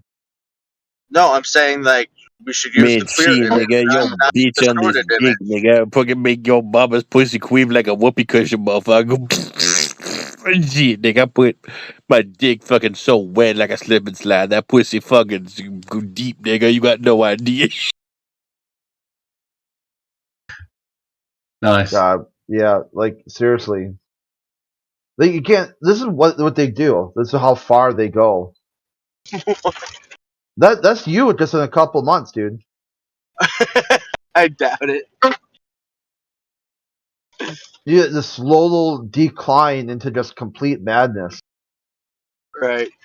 That suddenly now, like you can't figure out that stationary things are in fact stationary. Well, I mean, I just would use the less distorted image rather than the distorted image. Then you do you, homie. Shit. Like, I mean, what, we waiting for an invitation? I just don't know why you choose to use the distorted image where you know that's not that's not the truth being represented in that image. So what truth? Well, we know for a fact that that's not what the oil platform looks like. So, but we know for a fact how far away they are. But we know for a fact that's not what it looks like. It doesn't matter. We know exactly where it is. Kinda does. No, you know exactly how far away it is. But it doesn't matter what it looks like. Okay. Just as long as you can see it, you can Seems to be sight going it. over your head. You know exactly where it's at. I don't think it actually is going over your head. I think you know what I'm saying. You know exactly where it's at. It doesn't matter what it looks like. It doesn't have to be a clear image. Just admit it. It doesn't have to be a clear image. As long as you can sight it, you know where it's at, and you know how far away it is. But why would you choose to use the image that's not clear instead of the image that is clear? You know exactly how far away it is either way. See, this is the best part. This photo was originally You know how used not by... to answer a question. Yeah, then use that. So now use that. That I won't answer a question. So next time you want to ask me something, filter that back into your worldview. Use that. Because I told you what the answer is. The rumpus is the best part. The rumpus originally used this. You didn't. The rumpus used this photo to prove super looming. He said this photo proves the globe. And he rolled it out, did the whole tour, going around all the flat Earth spaces, and flat Earthers just simply asked him and said, with enough refraction and a powerful enough telescope, what is the limit? How far can you see on your globe? No limit. There's no limit to how far you can see. You could see the rumpus, I quote, the back of your head. Does the back of your head change distance based off how much of a telescope or how refracted or how blurry it is? Does it increase distance or decrease distance? Like if you give someone with 20/20 vision or somebody with 2200 vision, is the distance that object is further away or closer away depending on how blurry it is or how distorted the image is? No, not at all. It stays exactly where it's at. And as long as you can see it, you know, hey, that thing I'm seeing over there is X distance away.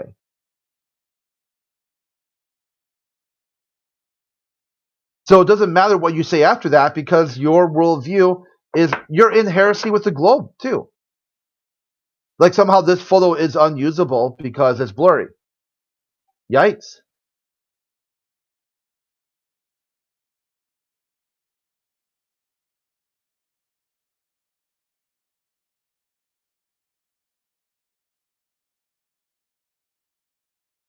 You still around, Amish?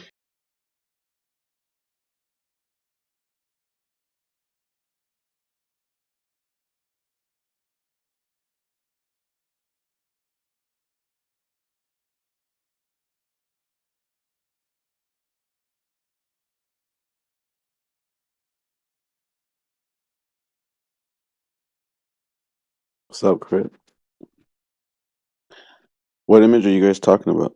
Black Swan. Oh, Somehow, if it's distorted, the physical location has changed. dude, there's this really good video that this one guy caught. And let me see, did I screen record it already? I'm gonna snag it off of his Twitter. But okay, it's of a boat that is just way out there, behind the horizontal, mountain water curve that they believe in, and he just records it for 3 hours, and it's anchored. It's like docked. It's like just positioned out there off the coast, just docked. And 3 hours go by, and you can literally, like, he captured how the water's lowering, almost like a Skunk Bay situation, but with the boat. And then 3 hours later, all of a sudden, you see all the boat again. And like, you didn't have to zoom in, nothing. He just let the water do. He let the optical phenomenon do the work. You know what I mean? Yeah. And it's fucking here. Let me grab it. It's a really good one. I was just, let me try to find it right here, and I'll show you it. It's fucking amazing, bro. Like, yeah, that's the shit that we should be recording. I want to go out to the Pacific here, one day and just record boats.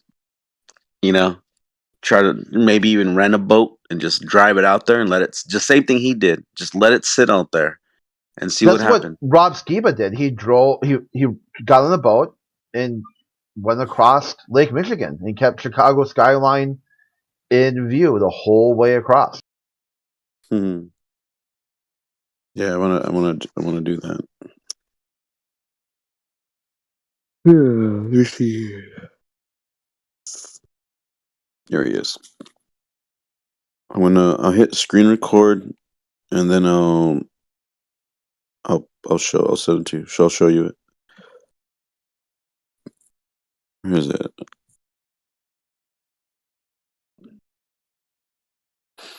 Takes a lot of good videos. Shit, where is it?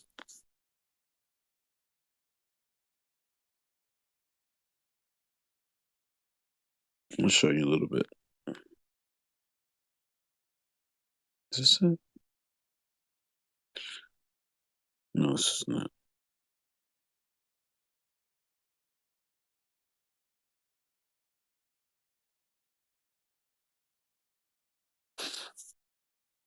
It's 25-0.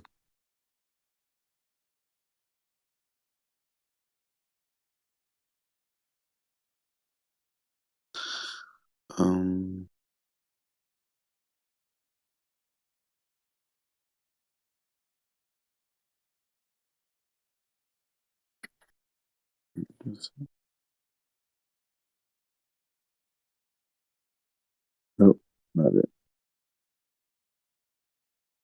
I'll find it once I find it. I'll post it for you.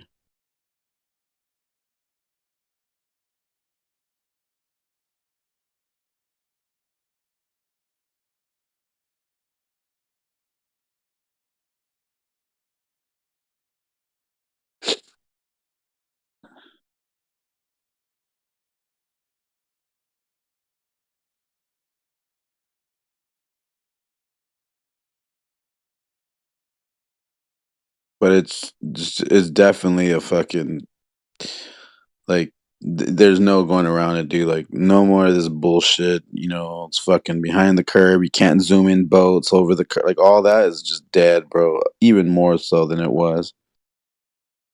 It's a wrap. You ever hear what happened to Bandsaw? Is he still around? Nah. Okay. Did something happen to him? No, I just haven't seen or heard from him in a long time, and I just was looking to see if he's got like no mutual servers and no mutual friends. Mm. Damn, where's the video at? I'm trying to find it. Oh, here it is. All right, so let me hit screen record, and let me capture it, and then let me see. It's only a minute 52.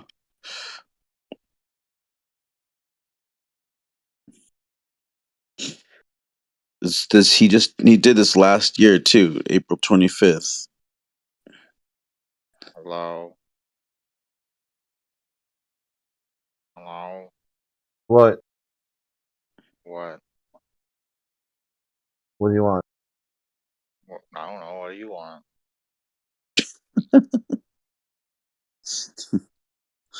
That's some Nothing Cheech from and Chong you. shit, I do bro. not need or want anything from you. Okay, good. I wasn't gonna do anything or give you anything anyway. Unconditional acceptance.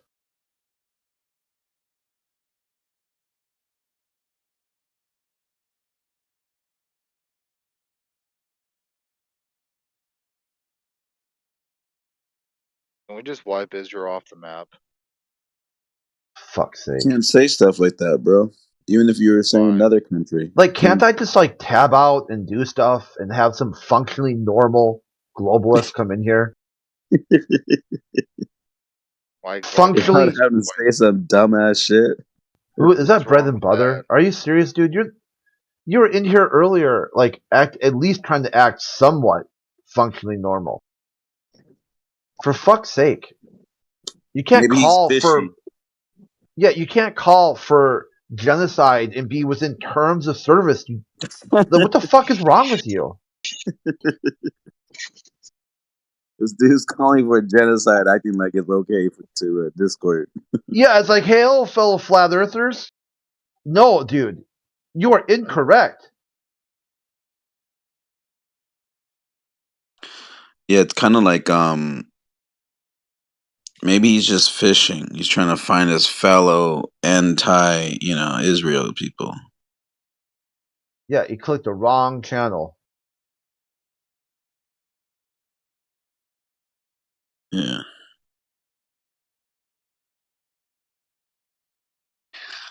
They've been bathing hardcore with this stuff too. Yeah. Believe it.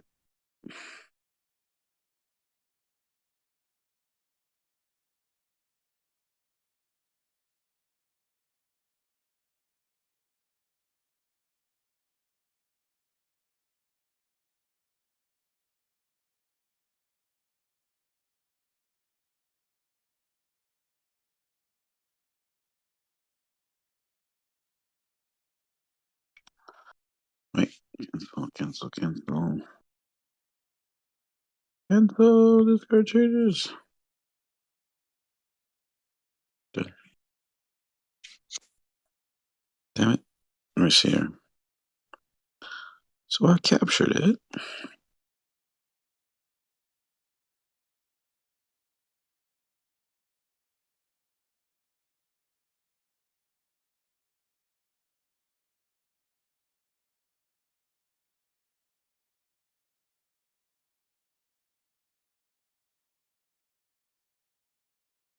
I'll take screenshots of the video.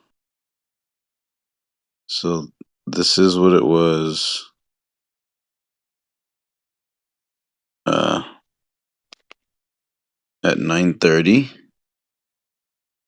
So in the morning, yeah, you could have zoomed in with a really high powerful camera. You would have been able to bring it back, right? Matter of fact, it even looked a little bit further. I'll take another photo. Looked a little further down, and mind you, it's just docked. It's just anchored. I mean, it's not moving.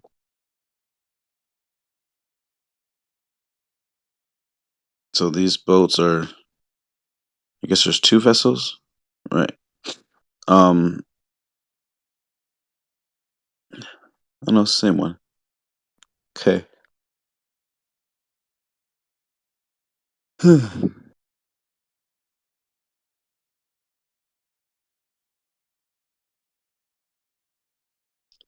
Now,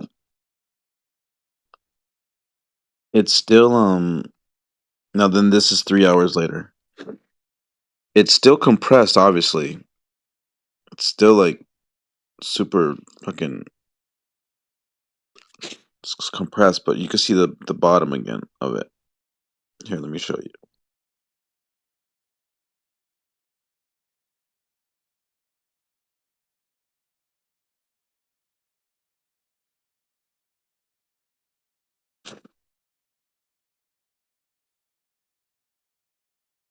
Let me see here.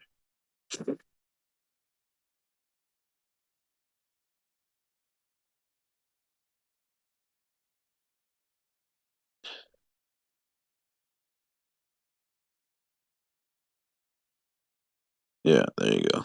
Okay. So you ready for it? You ready there? You still there?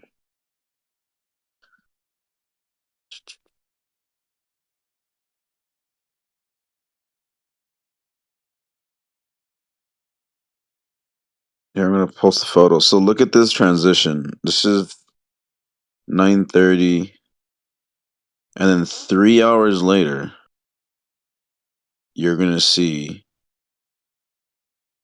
how it's no longer what you originally saw it at.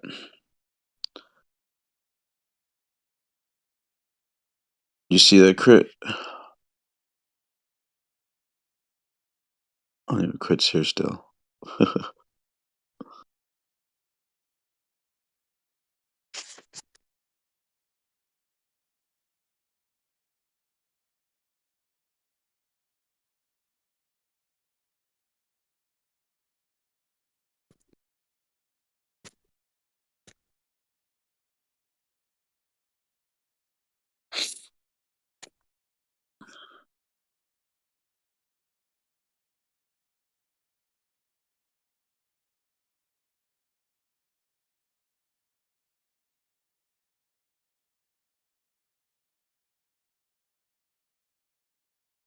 Why did I do that?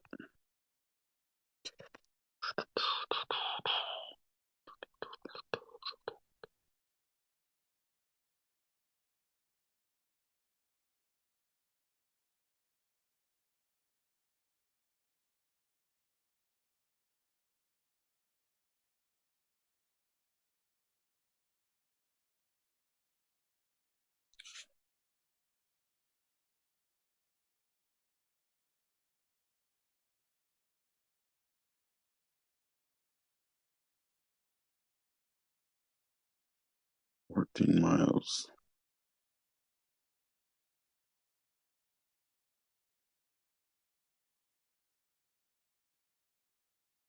2 feet.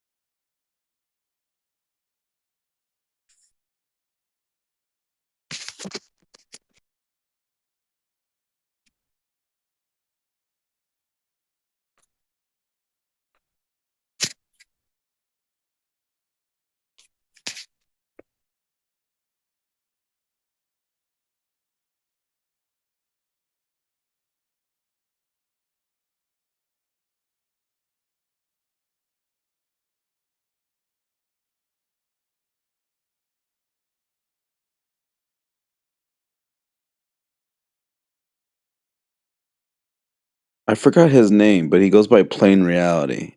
He's a really cool guy. I met him last night, and he showed me this. I was like, dude, that's a wrap, bro. Because McToon and Craig, they use shit like this. But what they don't show you is 3 hours later with the fucking boats back in clear view. Just because you let the the conditions of the day change.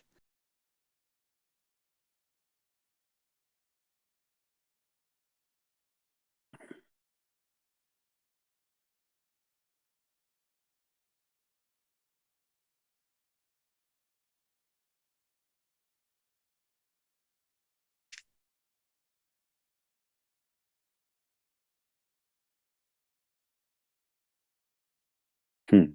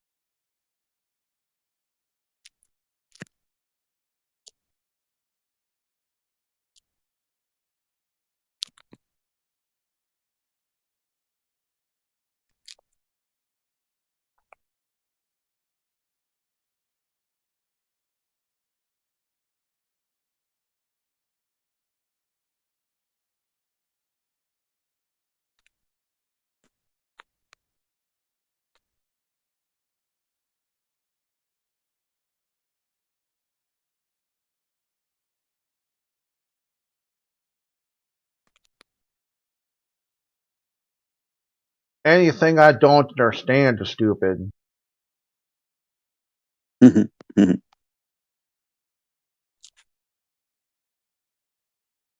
anyone know why they would lie? Do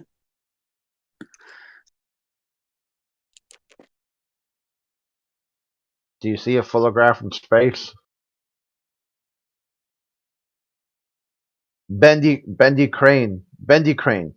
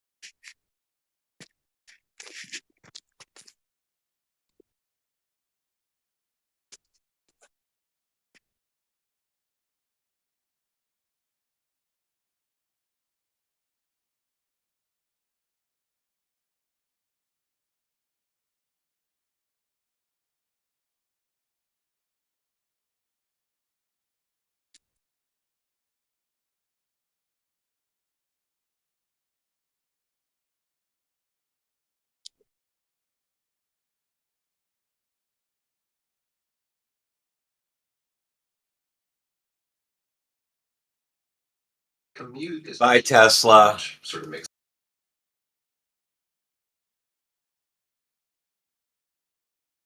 I'm literally commenting towards you right now. I'm replying to you. I was saying, dude, all the corporations are. You can get them in one way or another. It's just I feel like it's almost like a blackmail situation. Like once you start going out of line, and you're not doing what they want, the establishment wants you to do. I feel like then they'll start like, oh, let's go get them. Let's shut them down. Because I don't know if Good. Yeah, shut them down.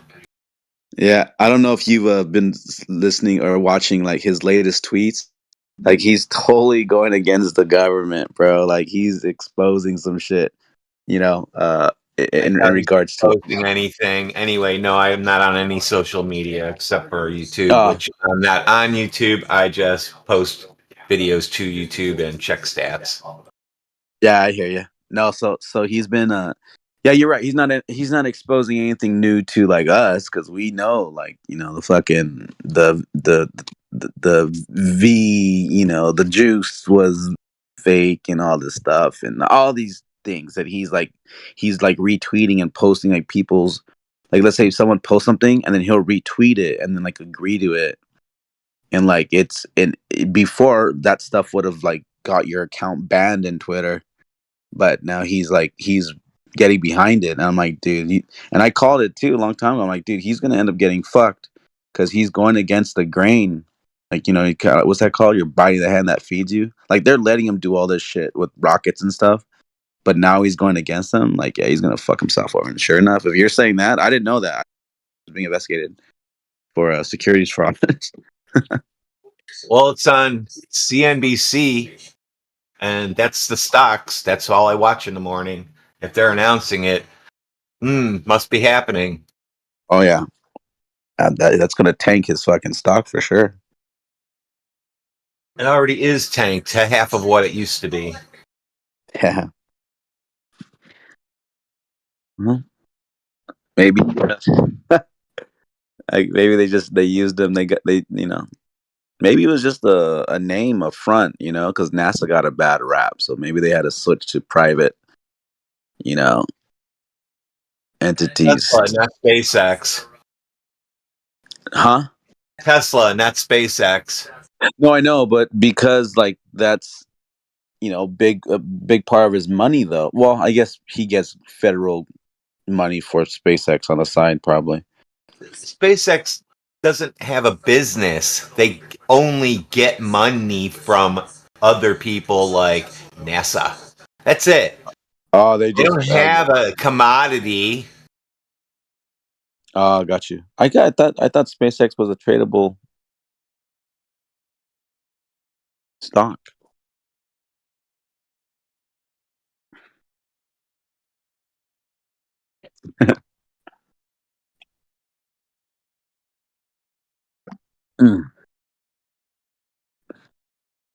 So no more Tesla cars, huh? Already down 3% this morning, and it hasn't even opened on the exchange yet. Damn. Hey, Glober. Hey. Tesla's autopilot probe. Yeah, autopilot that they were trying to sell. The whole reason for the company was self-driving cars. Exposed as they don't work, and that was just a way to raise money. That's securities fraud. Damn. Is it? They completely don't work? I mean, don't they kind of work? Kind of is not being able to sell people self-driving cars that you can just lay back and they'll drive.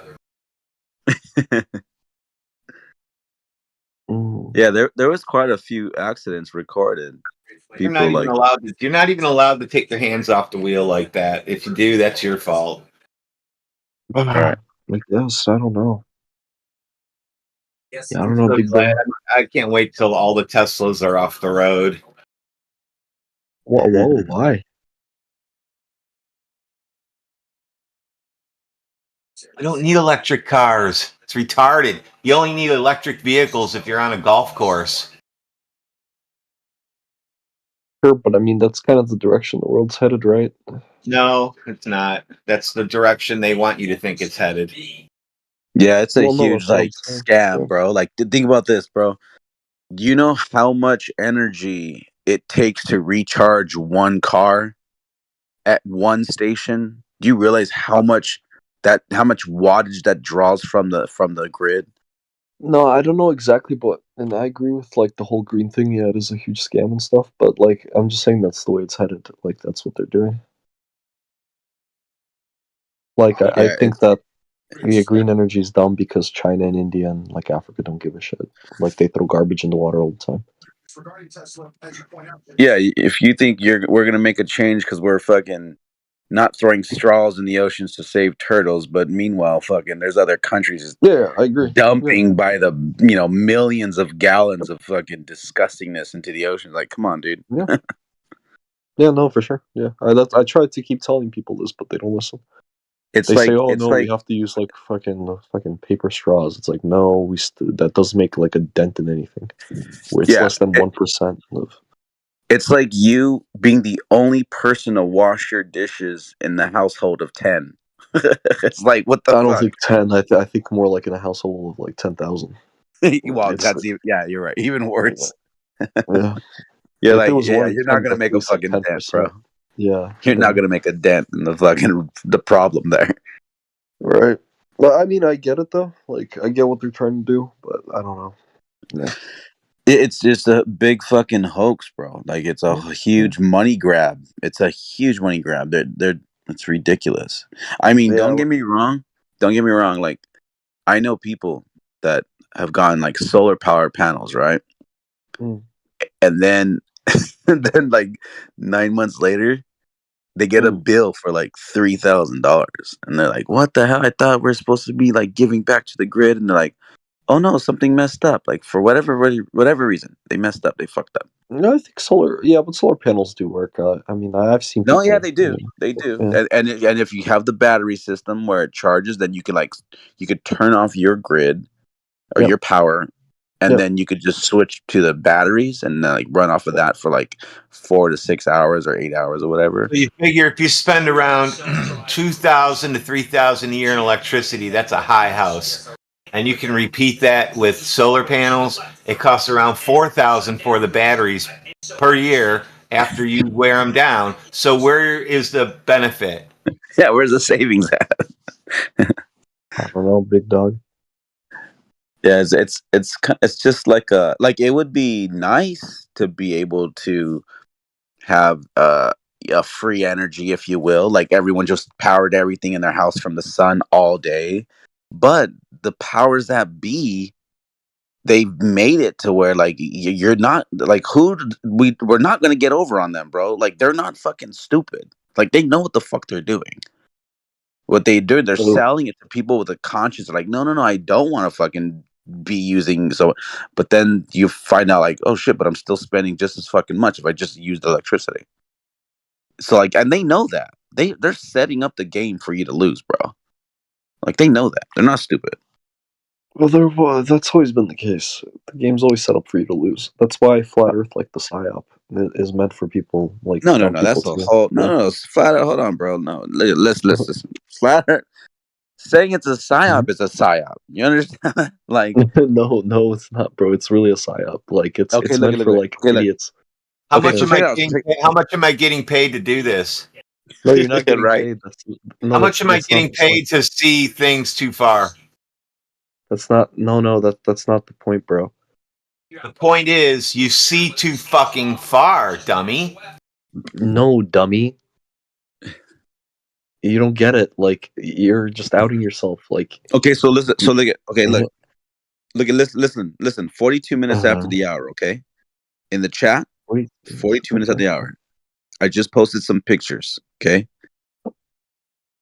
And I want you to take a look at with me and let me know when you're there, because I want you to look at them. We could talk together right now while you're looking at them. I'm going to break it down. 42 minutes. All right. Okay. Do you see the picture where it says approximately 9:30 a.m.? Mm-hmm. Okay. Yep. What do you think you're looking at right there? Bro, I don't know. Just Okay, it's, I it's don't just even know what that it's, is. it's not a gotcha. That's a boat. Now No, with okay. you being told that's a boat, what are you seeing right now? What is that boat do? What's going on in this picture? I guess it's a boat on the water. I don't know. Yeah, okay, it's on the ocean. Yeah, right. Now, why is it lower like that? In your opinion, what do you think is going on right now? Why it's lower? Bro, I don't know. It's just a boat. Like I don't. So do you believe the Earth is a globe? Of course, yeah, 100%. Okay, so then, in your paradigm, you globers, as I once was too, we believed. You still believe that the boat is on the other side of an obstruction, which is caused by the water because it's curving downwards. Would you agree to that? Yes or no? Well, yeah, but you're saying I shouldn't see the boat. Is that what you're saying at that distance? No. Oh. You see the boat, so I'm not going to say you're not supposed to see the boat because you see the boat, right? Okay. Right, yeah. Okay. Now you're seeing the boat. Okay. Now, technically, the camera's only 2 feet off the ground, so technically, you should only be seeing no more than 3 miles or 2 miles away. I'll even give you 3 miles. Let's say refraction is fucking cool that day or whatever. Let's say 3 miles away. That anything that's on the horizon should be now going behind the horizon because it's curving down, right? Do you agree to that in your paradigm, right? I guess I don't know the exact distance though for the horizon. Okay, of when well, you're roughly. supposed to see a boat of that size, the spear, but sure. But Yeah. roughly though, right? You get the concept. Okay, so now, I get the concept, right? okay. So now, what we're looking at here is the boat itself is actually anchored. It's not moving. Okay, it's anchored. It's off the coast, and it just sits there. As a matter of fact, I think it sat there for a month. It was just sitting out there for like a month. Okay.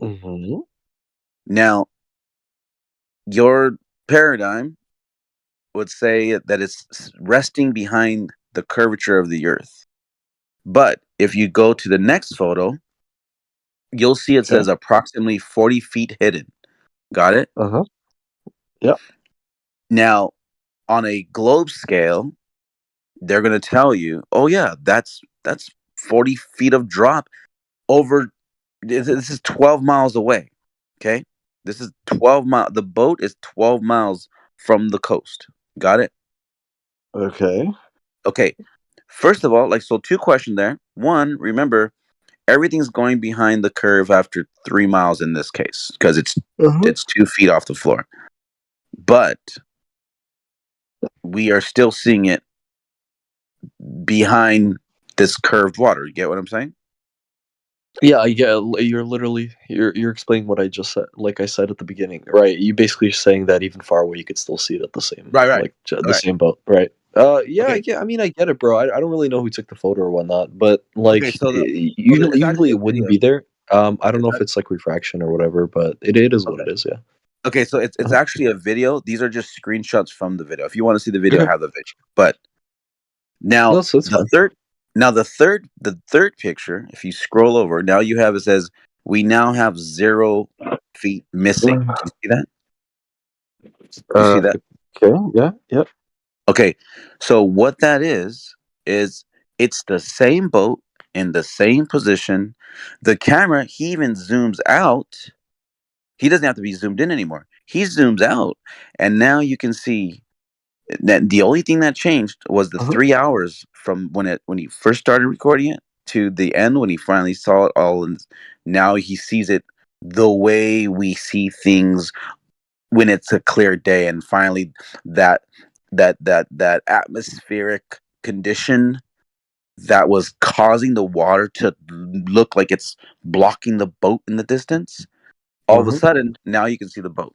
You don't have to worry about that no more. It's no longer a problem. You get it? Yep. Let's see here. 6. Yeah, depending again at the camera angle, you can see up to like 38 miles apparently. before an object actually disappears. So I just don't know enough about how the photo was taken or the video or whatever. Well, if you can see up to 30 miles, then you don't live on a globe. Yeah, I don't know. It depends. It depends on the angle, bro. No, it doesn't depend. It Yes, it depends does. on you standing on the beach. Like, this is geometry, bro. It You're really not gonna see 30 miles away if you're only 1 foot or 2 feet off off the sea level. Right, but I don't know if that is the case, right? For example, every time I post a globe Earth, everybody, what you clowns always say is, no, who took the photo? It's a fisheye lens. You have a million excuses, but when I question your photo, all of a sudden, like, no, you don't understand, bro. It's exactly at 2 feet. It's all this. We do want to know who took the picture when you show a picture of a round ball planet. We do want to know who took the picture. I have we a do video want to know what camera was used. Sure. Well, I have a. How high were they? Yes, I have a video of amateur rocket hobbyist, not NASA affiliated, with You've tried this 100 times in a here non-rectilinear lens with fucking fisheye lenses that we circle for It you. literally isn't though. They literally show you the camera. It's not a fisheye lens. Hold on. You You've said that they been lied edited to. the video. That's the excuse flat earthers use. Hey, look They at said, "Oh, you've we been lied edited the to. video." I know what you're talking about, and you've been lied to, and I'll tell you why you've been lied to. How? Because in the video, I'll tell you. I'm going to post the go ahead, photos. In the video itself, it tells you it's a non-rectilinear lens that's put on the camera. In the video, he shows you it actually. He's like, this is what, right? But when you watch the video, I posted the photos. You can pause it and you can see the wide angle lens effect, or what I think it's called barrel distortion. What you can see that in the fucking video. So they're telling you, look at guys, we're going to use a rectilinear which is going to take away the wide angle effect, and then they record and you can literally see the distortion. Do you understand that? No, they're lying to you. Curve. No. Not everything is a conspiracy, bro. You see a curve. No, dude. You know why you see a curve, bro? Because it's round. When are you gonna fly a rocket with a P900 on it? Oh, I'm glad. Hang on, I'm glad you asked. Actually, yeah. I'm trying to contact the guy, see if I can join. It's curving upwards, you don't need to join anybody. You build a fucking rocket and you launch it. Don't you understand how that works? It don't takes need a lot permission. of preparation. You don't need permission from other rocket people. That's bullshit. What do you mean? It takes a lot of preparation to make a rocket. I mean, I don't know what. Get on it. Get on. What the fuck is this old man talking about? Go order the big cardboard tubes you need. Make your cones. Make your fins and make your rocket. Bro, it's a lot more work than that. Like, hey, did you look at the photos? Don't talk to somebody who builds shit for a living. What do you build for a living? It takes a lot more than what you know. What do you build for a living? It's none of your business. Butt plugs. Hey, look! Did you watch the videos or the pictures? Did you see the photos I posted? Yeah. No, I get all that, bro. It's cool. Okay, flat Earth. So hold on. Do you see how it's curving up? It's not even curving down like the way you think it. You're like, it's a curved Earth. You don't even realize those cameras are curving the Earth upwards, because that's also another effect that the wide-angle lenses do. Not only do they curve straight lines up, but they also curve them down. And not only do they curve them down, they curve them up. You get that? Yeah, Puck. Could it be that it's just round, bro, and you guys are just like making up excuses? So now you believe the Earth's curving up? So no, wait, hold on. What he said is, even though it's flat, when we go to the beach, it's actually round. No, could it be that you're just wrong on like this one topic? No, dude, Gary, I'm not wrong. Could it be a chance that you might be wrong? Just a small chance. No, it's not a chance. No, not even. It's not, bro. Okay. You're literally looking at the photos I posted, showing from the video that you are bringing it as proof and evidence of a rocket, your amateur rocket launching I'm dismissing your evidence, is what I'm saying. Okay, so it's your evidence. You're dismissing your own evidence. Got it. No, no. My evidence, I'm not dismissing. I'm dismissing your evidence. But that's your evidence. I'm talking about the photo you were just talking about. Okay, look at. Check it out. Your evidence is the amateur rocket that used non-rectilinear lenses. Yes or no? Oh yeah, correct. Yeah. Okay, that's the video of what you're presenting. Now, in that video, I didn't see your comments. Okay, I'm looking at the photos now. Okay. In those photos, those are taken from the video, which you're presenting as your evidence, and it's proving to you they don't have non-rectilinear lenses on their cameras because the Earth is bending upwards. Now, guess what happens if you went really high? It's also going to bend downwards. You get that? Bro, that's your they lied to you. Stop with the bullshit. What do you these are amateur rockets. These are just regular people, bro. I know. And they're lying. Even okay. They're lying and saying, "Oh, look, guys, we're gonna send this rocket up with a non-rectilinear lens." So guess what? It's not. We're gonna. So when you see it curved, it's because the Earth is curved. Bro, hang on. I think they actually have multiple cameras on their rocket. Stop. Yeah, I'm the mod here. How come they're using a GoPro? Well, you know you could turn off the settings on a GoPro, and GoPros are kind of like durable cameras. No, I have a GoPro 9. You can't turn off that effect. Yes, you can. Yes, you can. And why is it a durable? Why, like, what's a more reliable camera than a GoPro, like durability wise? P900. Yeah, give me another brand besides a GoPro that's durable. Go ahead, I'll wait. Why does it have to be durable? Why does it have to be durable? What's happening to it? Because it's going out into the atmosphere, you clown. Like, why? What do you mean, the atmosphere? What are you talking about? Bro, you think you could just launch a regular camera up that high? Like, are you... Okay, you're a fucking retard. Oh, there goes the moon. Moon pictures are over. No moon pictures are allowed. No, that's durable cameras, bro. Like, those are space level no, cameras. They're not. Just take a box, dummy. Oh yeah, he bought a camera off Walmart and used that. Come on, bro, get the fuck out of here. Come on, like the plastic would melt. Send your cell phone up. No, it won't work, bro. That's what I'm trying to tell you. Like, cell phones pictures don't work. No, I'm just saying the camera's not that durable, bro. Like, so an iPhone 15 isn't as durable as a GoPro? No, I think a GoPro is more durable, bro. You could actually put a case around it and shit. Like, you can put a case around a phone too, you dumb ass. You could, but even that GoPro failed at the end, bro. Like, I think you understand how fast a rocket moves in complete and utter fucking cloud. I have 2 GoPros, P900. I've got drones with cameras, so it's not like I don't know what the GoPro. Your drones fly into space now. Do they take off a launch pad and fly into space? Bro, come on, get out of here. All right, bro. That's what I mean. It's just like a disconnect that you flat earthers have. You're disconnected, bro. You can't even look at your own evidence. You can't admit you're wrong. You can't even look at your own evidence and admit you're wrong. Okay, that's correct. Okay, let's break it down. Okay, all right. Hey, blue. Let's break it down real quick. Okay, let's be men here. Let's break it down. Okay. Okay. Go ahead. You presented that video.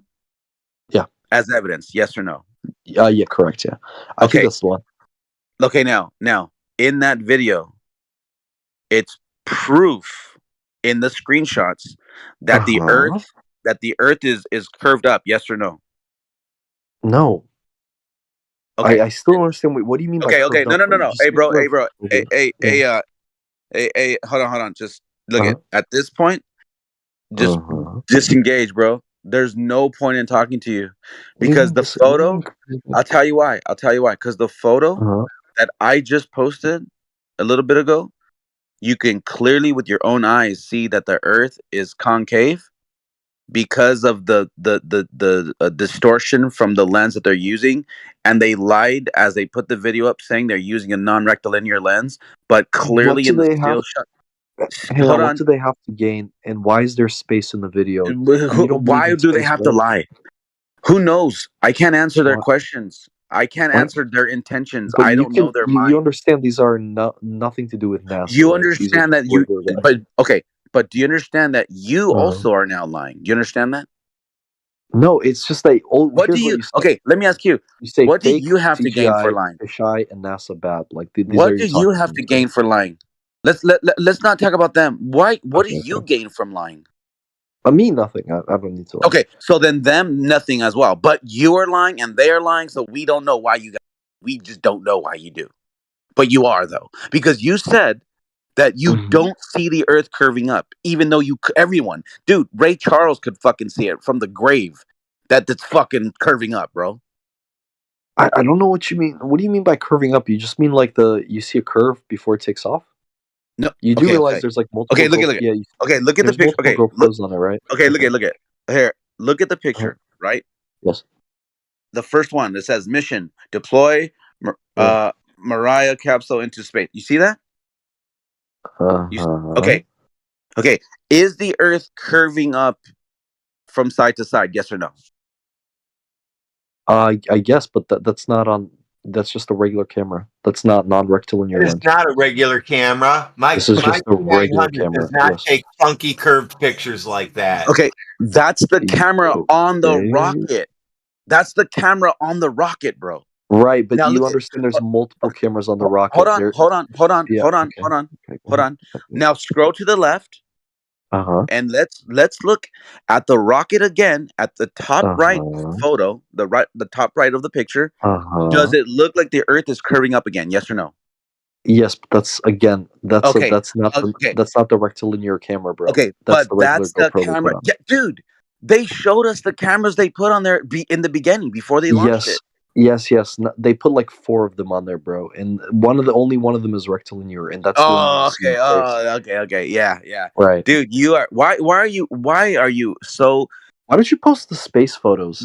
Why do you have to? Why don't you post the space photos real quick? Why do you have to have it be correct? Even though it's obviously it's a lie. Obviously they're lying. But you won't post the space photo, right? You're too scared. You're too scared to post the space. What do you mean? Right? What do you mean post the space? What are you talking about? Photo. Post the curve. Post the actual photo of. You mean post 8 minute mark, photo sir. from high altitude? Post the 8-minute mark, good sir. Of that video? Yeah, please. Okay. I see. I didn't know what you're talking about. You said post a space video, dude. Space is fake. So I didn't know what you're talking about. Yeah. Can we go to like 8 minutes? Go into imaginary space too. Okay, so they didn't go into space, is what you're saying? What is that? No, they don't go to space. You retard. Okay, so rockets don't go to space. You said 8 minutes, bro. I only see a 3-minute video. Yeah, around the 8-minute mark. Let me see what's a good one. You could do like 8:20, 8:22. Hold on. I think maybe this. Hold on. Let me see. Yeah. Because the one that I have of that video is only 3 minutes long. Oh, maybe this is it though. Oh, okay. No, that's not it. Oh, well, wait. It's the same thing. Maybe that's not correct then, is it? No. It's the same video. It's just broken down. It's like edited down to be shorter. It's not 8 minutes long. It's only 2 minutes long or whatever. Here, I'll tell you what. I'm gonna post the link so that way it's actually posted by this. Here, I'll just share it with you. So that way you. Yeah, I have it up. I'm watching right now. Here you go. There you go. This is the video that I have. Of that video, that's the video I have. Right? It's from GoPro themselves. That's why it's probably so hang on, we're talking about different videos. Wait a second. No, it's the same video. Wait GoPro's whole thing is their wide angle lens. That's their whole One second. No. This is the video. Okay.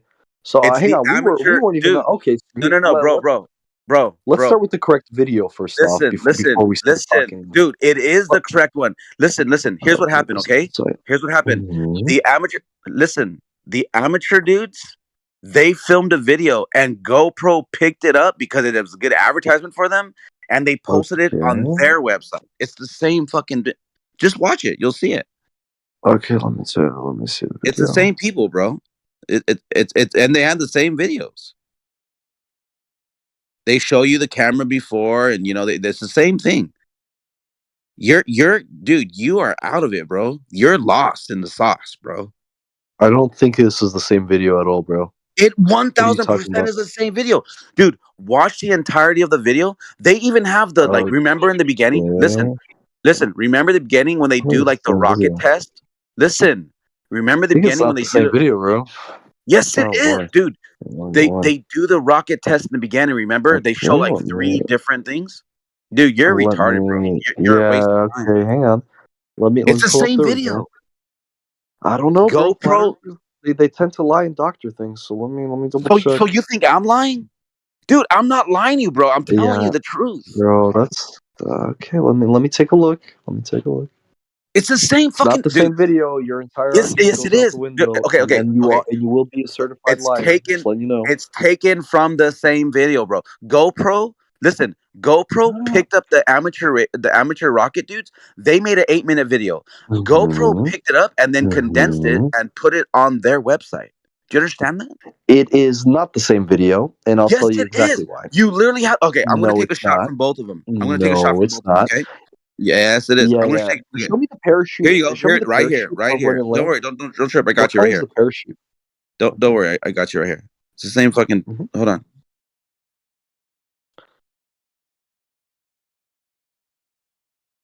Looks like Blue got caught in a lie again. No, it's the opposite. Where does it say Mesos on the rocket? Bro. Look at 37 seconds of the. Look at 37 right. seconds. Look at 37 seconds on the 8-minute video, and see how they're testing the rockets. Now go to the 3-minute video, and you're gonna see them doing that as well. It's the same fucking video. Where's and matter of fact, where does it matter of say fact, they have a Mesos? shot. Yeah, of it. it's just out in the desert. No, this is a different rocket that's out in the desert. You could see there that rocket is not the same rocket. The parachutes are different colors. What the fuck are you talking about? You posted a completely wrong video. Dude, it's the same Trying to video. debunk what I said. All right, It's yeah, the but same bro, you're video. lying. Okay, It's the same video. Oh my god! Here, I'm gonna show you a screenshot from it. Look at. I'm gonna show you a screenshot. No. Now you're lying. Now we know you're lying. Here, now No, I'll I'm show you not. a screenshot. Okay, Bro, go I ahead. literally hang on. I literally have a screenshot of the parachute. Tell me if this is the same parachute. Bro, at Bro, 1 you're a minute and liar. 6 You're seconds. literally, Listen, hang on. listen. You're literally a liar, bro. Listen, you literally at just 1 lied. minute and 6 seconds. Look at 1 minute and 6 No, seconds. that was not a good faith argument. No, you're Can a you fucking shut the liar, fuck bro. up, bro? At No, 1 minute and 6 you're a seconds. fucking liar, bro. You're Dude, an shut actual the liar. fuck up. Post You're a piece of the shit liar, bro. screenshots. You're Here a you go. piece of Here you shit go. liar. It's a whole Here you different go. rocket. Everything's At different. 1 minute and 6 seconds, he's showing the fucking ring that he makes. Right here, I want to post it there. And let me go back to the other video now. Okay, the video I posted, and they also show you the ring that they made, bro. Here, let me see it. No, bro. The launch sites could look similar. That's fine. They're both out in the desert. That's not. I mean, the rocket's completely different.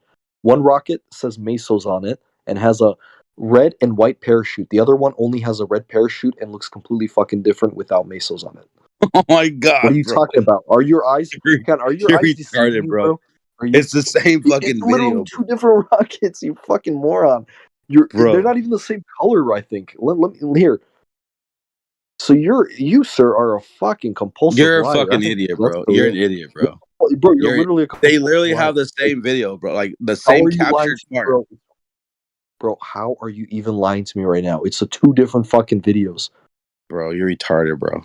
Okay, show me this rocket in that video. Go ahead. I'll wait. All right, I'm gonna show you the shot when I'm gonna show you the shot when it launches. I'm gonna show you the shot when it launches. Give me a second. Highlight Mesos on there on that shot, please. And fucking clown, god damn. Hold on. That little D engine rocket went that high. Yeah. Amazing. Mine never went that high. Is that the one that hit something at the top? No, it's the one that took off. Now, why don't you please show me that video and show me where I'm finding it. Hold on. I'm scrubbing through it. Hold on. Let me. I gotta open it up. Give me a second. I think you're having a hard time. Hold on. When it launches. Oh, it's crazy. This man. Oh my god! I can't believe I went back and forth with this idiot. Yeah. Oh my god. Don't worry. I'm gonna. That's like me bring up a whole. Bro, that's like. Don't worry. I'm gonna get this. I'm gonna get the screenshot, bro, of it fucking bit curving. Thank you. Make sure Mesos is Here on you that go. fucking Here you rocket. go. Here you go, bro. Here you Alright, go. It says Mesos on that rocket. I'm about to see Mesos on that rocket. Right? Okay, go ahead. Post it. No. I'm gonna show you the fucking curve of your rectilinear lens. That's what I'm gonna show you. Looks like a parabellum. What are you even talking about? Okay, bro, you're so full of shit. It's called a parabola. You're so full of shit. Curve, more curve, by the way. Don't worry, I'm gonna grab all the curves of that video. Where does it say Mesos on it? That's your fucking video right there, bro. Okay. Where does it? That's the one you posted. Show you. Look at 2 minutes and 21 seconds. That's your fucking video. Yes. So. Yeah. So what do you mean? So it's supposed to have a rectilinear lens. Yeah. It's curving upwards. It's 20,000 feet. You're gonna see a curve. So at 20,000 feet, the Earth curves up. It doesn't curve up. Where does it curve up? You can see it in the photo I posted. It's a screen. Okay, my god! go to Go to 2 he's minutes and cooking. 21 Look at this seconds. guy. First, it's a fake. Hang on. Go First, to it's a 2 minutes and different 21 video, seconds. different rocket. Bro, go. Now he's. Go to, Oh my god! go to Bro. 2 Oh minutes my and god! 21 This man. seconds. This Go man's to 2 bro. minutes This and man's 21 on seconds. bro. Hang on. Welcome to Round Earth, bro. Yeah, because you're a liar. Because you're. I brought you fucking back, bro. I brought you all the way fucking back. That was easy, bro. Right, that 2 was minutes. That's Go. what you do to these Why can't you clowns. go? Everybody in Why this can't you go to chat, 2 minutes this is 21 what I mean, seconds, bro? Why can't you do it? Yeah, you can do it All right, because just you. talking through each other sounds like crap. Yeah, I'll shut up, dude. This guy's a fucking lame, dude. He's saying that's a rectilinear lens, but look I fucking took it, and now I have them from both videos. So both videos they're lying, bro. Both videos are saying they have fucking a rectilinear lens, bro.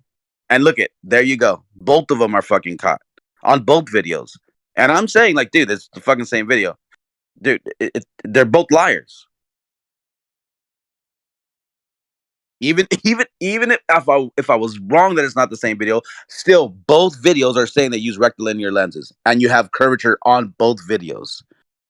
I guess all amateur rocket dudes just fucking lie at this point. I guess none of them can fucking tell the truth. I guess. Agent looking to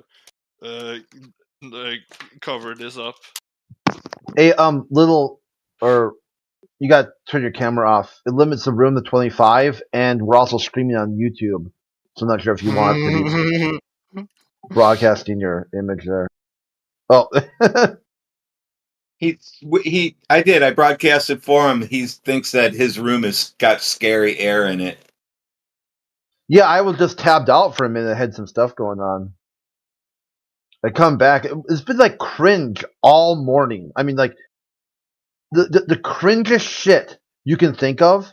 It's just been like I almost gotta go take a shower. Like holy fuck! Like what is with these people? Dude, I asked the guy straight out, "Is that fucking ground curving?" He said no, and then he finally conceded to that. But then he's like, "Oh, it's a different video." Okay, I'll even give that. Fuck it, fine. But there's still curvature in also the other video. Why do all amateur rocket videos have fucking curvature with a wide angle lens? Even when they're saying, "Oh, we're gonna put a rectilinear lens on it," they're fucking lying. Or maybe the Earth is concave, Crit. Maybe we are wrong.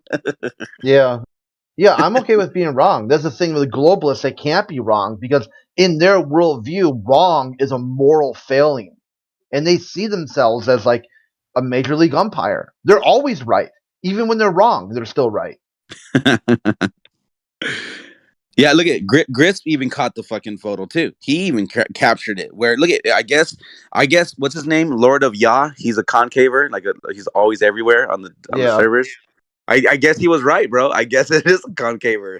Because at 28,000 feet, you fucking have a curved Earth that goes the opposite way. So are we saying that rocket went 28,000 feet, and that's where we see the curve of the Earth? Yeah, that's what he said. He goes. I said, "Why is it curving?" He goes, "Because it's 28,000 feet up."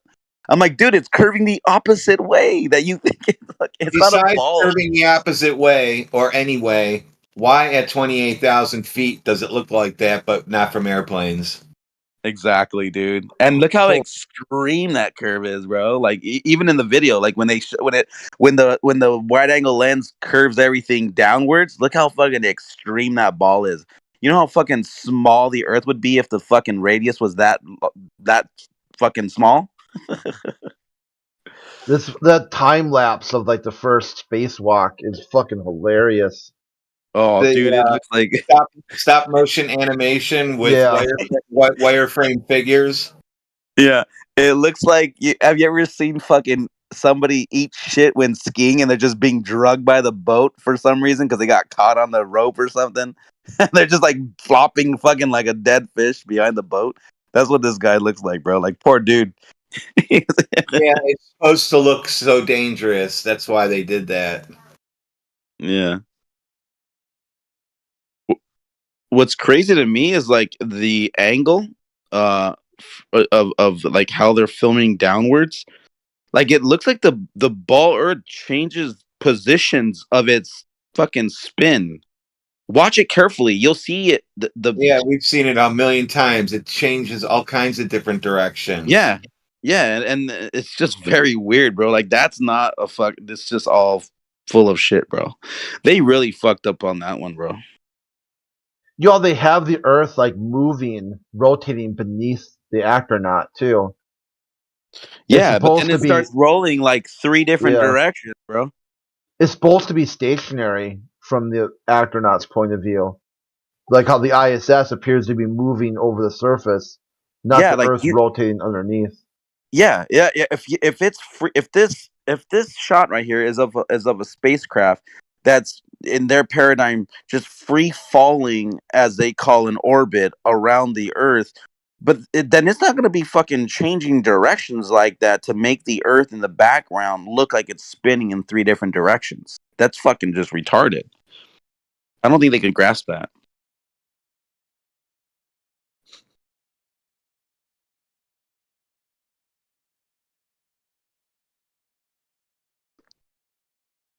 I'm getting a kick out of watching all these Cybertruck videos with people like buyer's remorse. Like the worst purchase I ever made is a pile of junk. You know, With it's a like Tesla Cybertruck. Yeah, Tesla Cybertruck. It's like almost like a whole rabbit hole you can go down. All the people just like they don't know what they were thinking. Like I heard they all got recalled. Yeah, there was a pedal issue, and they stopped production and everything. What's really good about this is like it's snapping people out of the cult, the sort of like cult of Musk. Like somehow Musk is like a superhero. He's Iron Man or whatever. Because they get this vehicle and they're like, "Holy shit! It's like hot garbage." The one guy said, "I drove 90 miles and I had to stop and charge." You're like this other dude talking about like I bumped up against it and look at this 6-inch gash I have on my arm. Wow. It's like the rust. It's rusting already. You know, some dude just it rained and it shut down. Like one video after another about how completely disenchanted they are with this vehicle. Yeah, I heard that all of them got recalled because they realized that the brake pedal, I think it comes off and it could get stuck, and then or I'm not the brake, the accelerator. acceleration. Yeah, the accelerator. Sorry, Yeah, not the Dr. brake. Fun. Yo, what was the contention with the video? He was saying that it's an amateur rocket with a non-rectilinear lens on it, and I said, dude, you can see the curve in it. And then I pointed out, and then he's like, dude, that's not even the same video. Okay, looked into his video as well, but I'm like, dude, it's the same video. They're both the same fucking. They're both testing and everything. But even if I was wrong, I could still find curvature in both of them because those people are lying. Clearly you can see the curve. The actual original video is not even on the internet anymore, on the YouTube. But I do have from Missonian and another person that posted the actual video that GoPro has. By Kai Michael, he posted. Yeah, but I just screenshotted like the curve, but it's curving upwards though. It's not even it curves up and down, obviously, but showing them how it curves up because their argument is it's going to curve down because it's a globe. But then all you have to do is just show them. Oh, really? So what happened here? Did the globe? Oh yeah. the concaveness. Yeah.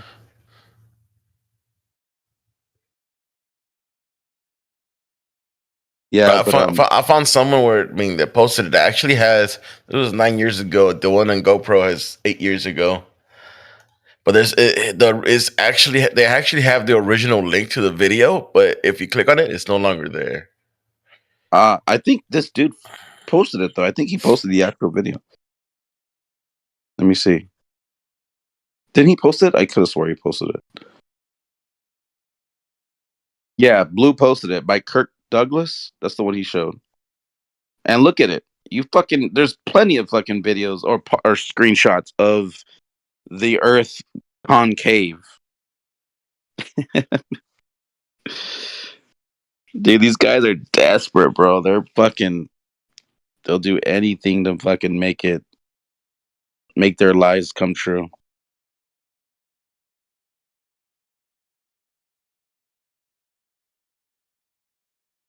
They need it to be right for some reason. I don't know why, but they have to have it be a curve. Even though you can fucking post it and show them. And that's only 73 miles up. It's not even high enough to even see the curve. ISS isn't even high enough, which is 250 some miles up, supposedly. How about this? The dumbest shit so far today. Like a guy says that flat earthers haven't done any experiments. Never? Like they've never done any experiment. He's like, yeah. And I'm like, okay, I have. And he's like, no, you didn't. And I'm like, okay, sure. If that's what you just use that answer. Then he says, well, what experiment did you do? I thought, well, why would you ask that? You said I didn't. And I told you I did. You said, nuh-uh. And then I tell him, yeah, I did environmental conditioning and sort of ambient light in the air. Like, had to tell him that like 5 times before he even heard what experiment I did. And then wanted me to explain it. I go, dude, it took you it took me like 3 to 5 times of me just saying environmental conditioning. You couldn't even repeat the words back. I said, how am I going to go into this and like get more past that? Because he said, well, I want to hear, you didn't tell me an experiment because I want to hear what causes, I'm paraphrasing, what causes flat. And then Amish stepped in and said, finally, okay, now we can go somewhere. What's the cause of flat? Wow. Like the only answer he would take is a direct cause and effect relationship of flat. You're like, see, this is why you ask questions without answers because they're malformed. Your worldview is just fucked up. And then he went on to say, like, the Black Swan, so tried to help him with Black Swan. He said it's distorted. The image is distorted. They were like, okay, so does that change the physical location of the oil rigs if they're distorted? Yeah, he said it did. Last night I was over in Ether Cosmology, and this guy was there. He has a Twitter called Plain Reality, and that's where I got those photos from. The screenshots of his video. Oh, yeah. Dude, Okay. That's fucking like, that's perfect, bro. That's like globe dead, bro. Enough said. You know what I mean? Globe dead, enough said. Like, he shows a time lapse of 3 hours. It's completely like, fucking being blocked, blah, blah, blah. Their bullshit paradigm. Like, oh, look at it, behind the water curve mountains over the globe. And you just wait 3 hours, and then all of a sudden, boom, there it is. You fucking see all of the boat. Like, come on, man. You guys are stupid, dude. These globers, they just don't get it. They don't want to. The thing is, they ask questions, and they already think they have an answer to. If you give them some other answer, they can't hear it. It's like earmuffs, like. Right. Like how do you do that? How do you say that no one's got an answer to these questions, and you have an answer already that you're expecting? And if you don't get the answer, then there's not an answer. Like any answer whatsoever. You have a bunch of people coming in want to talk about the war in Israel. You're like, nope. Why not? I go, it's not the topic. But why? It's not the topic, dude. Dude, it's not. Just tell them, go 2 rooms up. Yeah, literally 2 rooms up. Like, seriously, like, you see that channel's name? Go, I don't get it. It's like, you guys hate the bang right away. I was waiting for him to say it. I don't hate anyone, dude. Right. You have to. Like, somehow his whole shtick is that flat earthers are somehow these extremely bigoted people. And that's all he was going to talk about. It didn't matter how many times you tell him no. Right. See, if they could brain fart just simple answers like the word no, how do you expect it? How do you move the conversation forward? Like, no, I mean, how many languages does no mean no? Like 40, 50, something, a lot. There's a lot of languages. And if they hear the word no and can't comprehend it, that's like how do you bridge that gap? Like, is that like a Grand Canyon of walls and barriers to communication?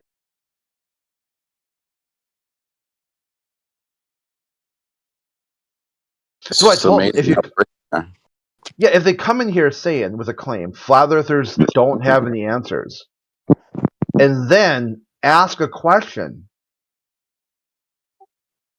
Okay, so why did you do that? If you think if I know globalists don't have answers, if I want to know anything about the heliocentric model or whatever, like conceptual idea, I don't ask a globalist because they don't know it. I just Google it. Dude, I paid my room with things they think flat earthers can't do. I'm up to like 17 or whatever, What's that? Oh, like wallpaper they just put on the wall. Yeah, they're like flat earthers can never, and I'm like, what number is this? I'll just put that on my little. Come on. That's epic. Yo, what's up, man? Did you get some sleep? No, but I did create like the best song ever. So best thing I've ever created right here. Oh hell yeah, post it, dude. Yeah.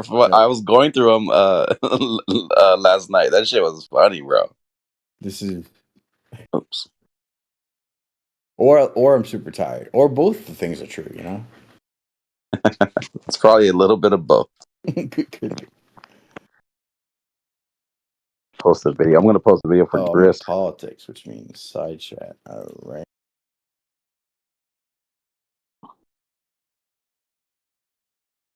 Hey Gris, I posted that link for you. Just click on it. It's Twitter. It's Plain Realities. Dude, follow him. He has some really good videos on there too. Hey Shane, who was he? What's his name on Discord? I don't know. I forget. I forgot too. I was trying to remember. Plain Reality. What's his name on everything? He made it really simple. Oh, it's the same. Okay, I thought he was like somebody else. He's like my Twitter. Oh yeah, it is Plain Reality. I'm looking at it right now. It is. That's where I grabbed the link from. It took a quarter-second investigation, bro. All right. I was like looking at it like, yeah, it's him. I'm gonna deafen so I can listen to it. Yeah, definitely listen and watch, complete with visuals.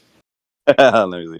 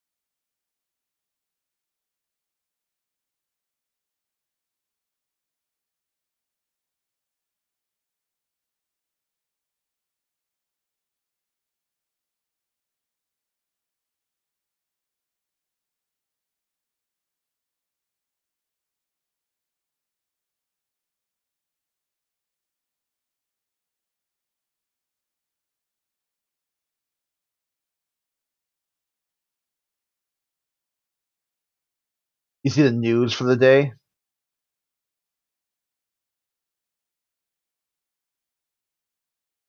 What's the news?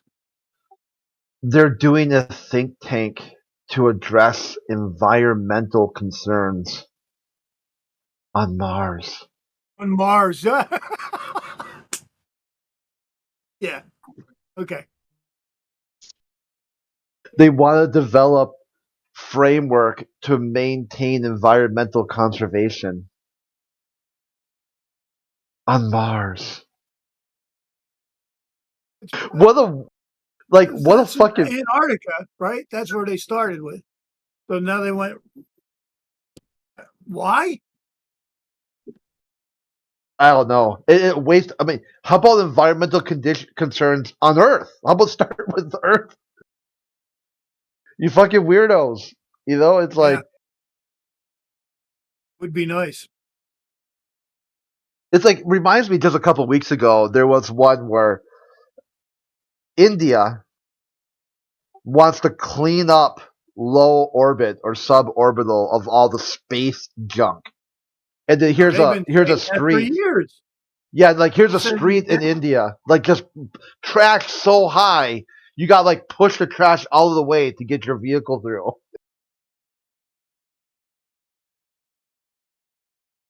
They're worried about space debris, huh? Yeah, but they're worried. Debris that Yeah, doesn't exist. they're worried about like space debris, but yet their whole country is just one garbage dump. You're not worried about that? Pretty amazing.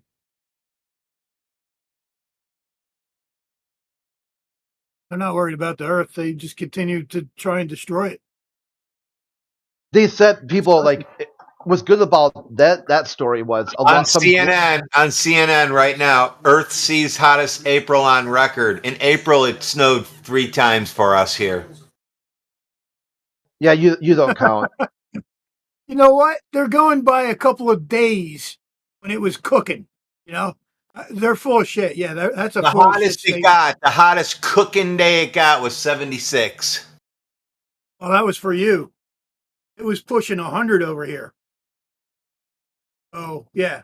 But that didn't happen the whole month. You know what I mean? There were a few days where, because they have a little question thing right beside when you're looking at the weather.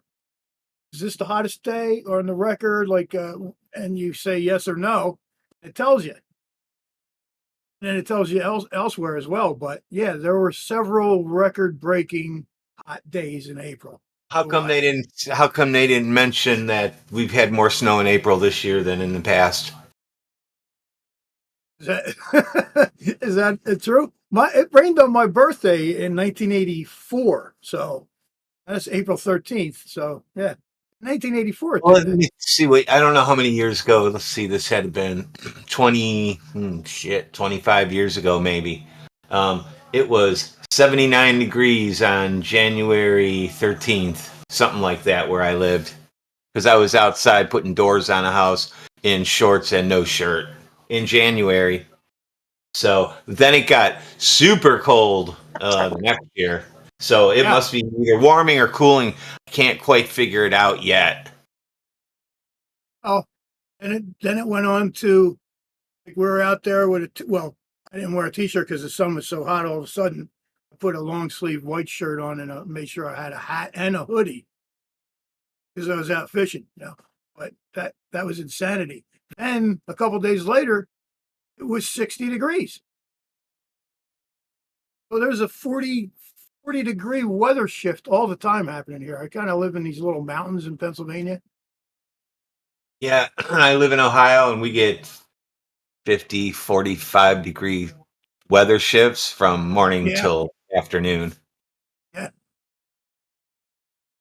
I kind of enjoy it because I like to sleep in the cool and then I like the daytime to be warmer. So and to me, that's kind of perfect weather. There's so much humidity over here. My God, you can hardly breathe right now. Yesterday, my God, man, the air is just so thick. Plus, pollen.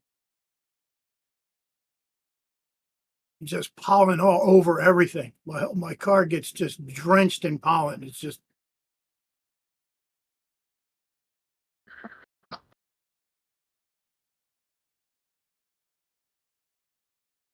But in the cities, when you get a wave, you know, everything's black. Streets are black, the roofs are black, everything's just black. That was the most idiotic thing. I was watching, you know, the city's streets black and the roof's black. It just attracts and soaks in the sun and causes more heat than there would be normally, you know, like lots more heat. I hate the city. It took me years to get out of the goddamn city, man.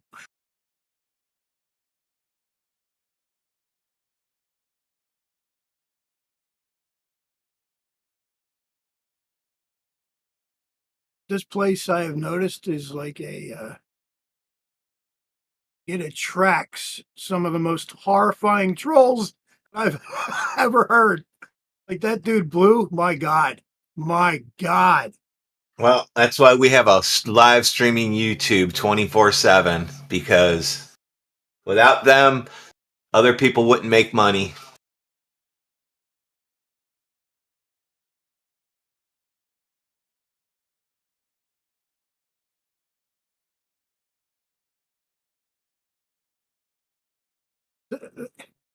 Literally denied that what was happening right in that video was happening.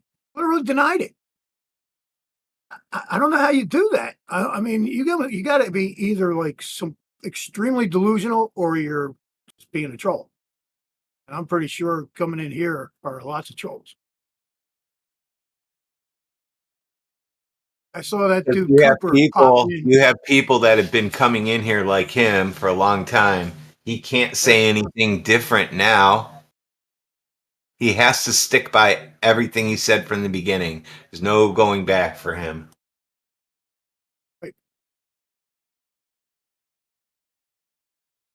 Yeah, that's another one who's completely fucking clueless. Like, nothing you say is understood. He got really upset by the science and space news I post. And he asked me, why do I post it? And now, mind you, he's got a question already in the hopper. So I said, the main idea is twofold. The claim that flat earthers are nothing but entertainment, yet the globalists have seen the same episode for years. So let's change it up, present some globe, and see what happens to their idea of entertainment. Or B, offer the globalists something other than flat earth to think about in the hopes of breaking this downward spiral they have about flat earth, a topic they can't even tell you what it is from a starting point. Does something other than flat earth have an effect on them? Then he says, you didn't answer the question. Why do you post the science and space news? I said 2 reasons. Number 1, you think flat earth is entertaining, so let's present globe. Do you still find it entertaining what flat earthers say if they're talking about the globe? And B, if you're really worried about flat earthers saying what they do and what they say, I'm going to talk about the globe to see if you can get away from, hey, flat earthers are saying things that upset you. Right back again. Okay, so why you send the scientists? Like, holy shit, dude. And I go, are flat earthers entertainment? He's like, yes. Okay, answer A. If flat earthers are entertainment, I'm going to talk about the globe and see what happens to your idea of entertainment. He's like, well, I'm just going to block you then. I go, that works. Now I got my answer. So your idea of entertainment is flat earthers are entertainment. The globe you block. Sure, he didn't mean I'm just going to block you because you still haven't answered my question.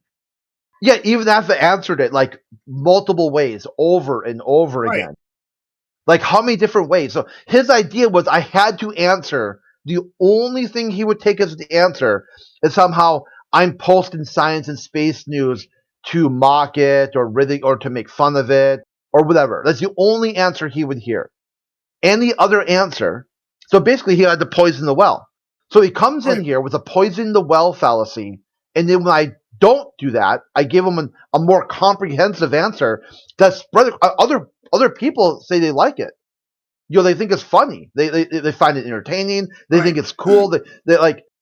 I've got a wide swath of people. Some people call it spam. Some people call it, oh, I'm so busy. It's cool that you pick out the most, like one story a day instead of trying to filter through the endless barrage of clickbait.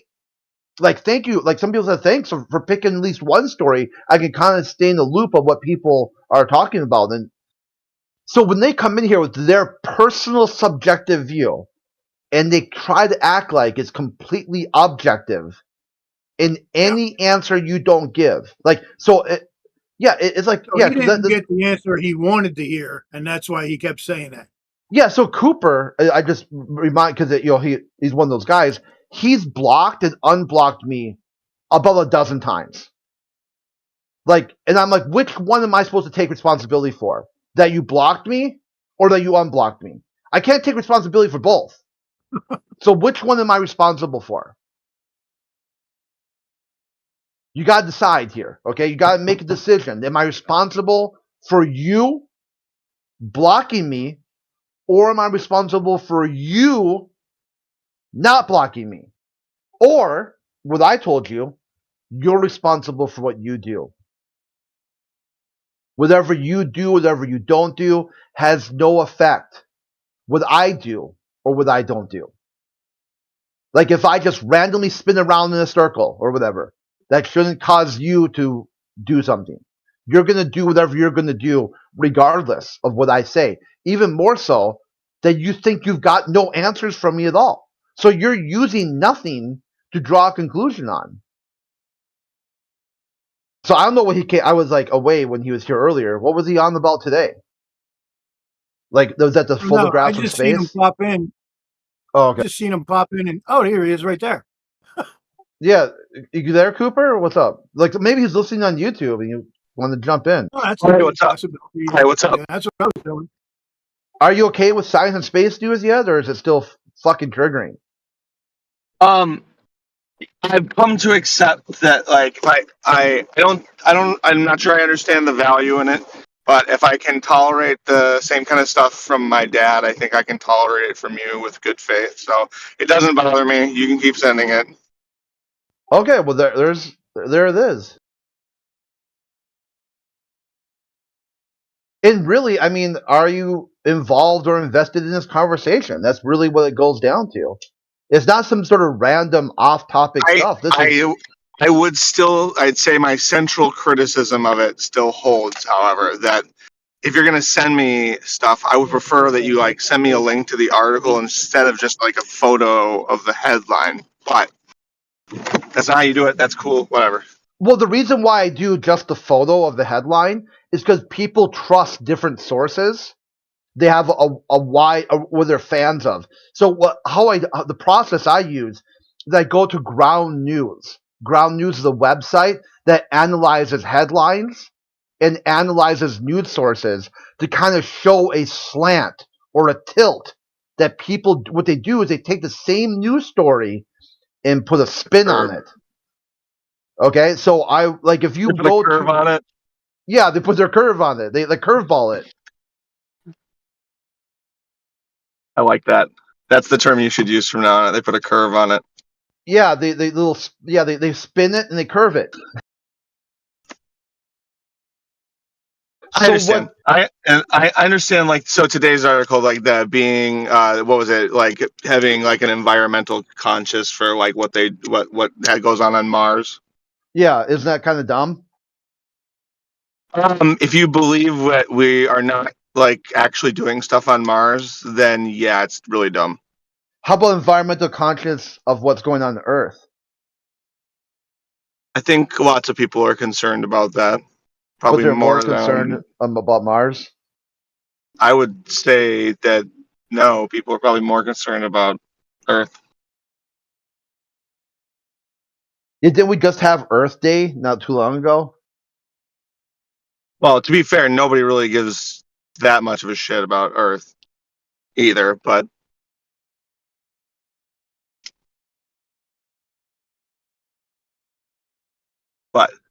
I'll be back. I just got to my Yeah, next that was like appointment. one day after Oppenheimer's birthday, and sorry, All right, take care. See you next time.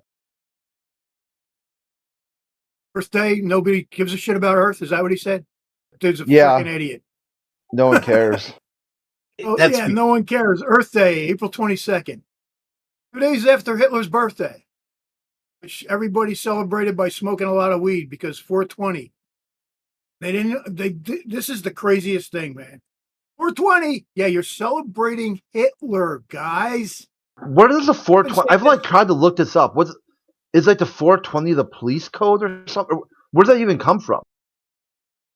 Hitler's birthday. Yeah, the other 420 though. 420 was a meeting time for some kids at one point to go smoke weed, and that turned into the date, and that turned into a holiday. Oh, And okay. I guarantee Hitler's birthday was the backbone of that, and all of the rest of it was bullshit. Yeah, it Same turned with out Earth Day. Same with Earth Day is on the 22nd. So you got Hitler, and then you got Oppenheimer. You know who Oppenheimer is? He's April 21. Then Yeah. you have Earth Day. Isn't that weird? Yeah, so the 420 is like it's 5 o'clock somewhere type of idea. It had to do with roadies of Grateful Dead in their bassist, Phil Leese, said that 420 was the socially accepted time to blaze up. So then that became April 20th for some reason.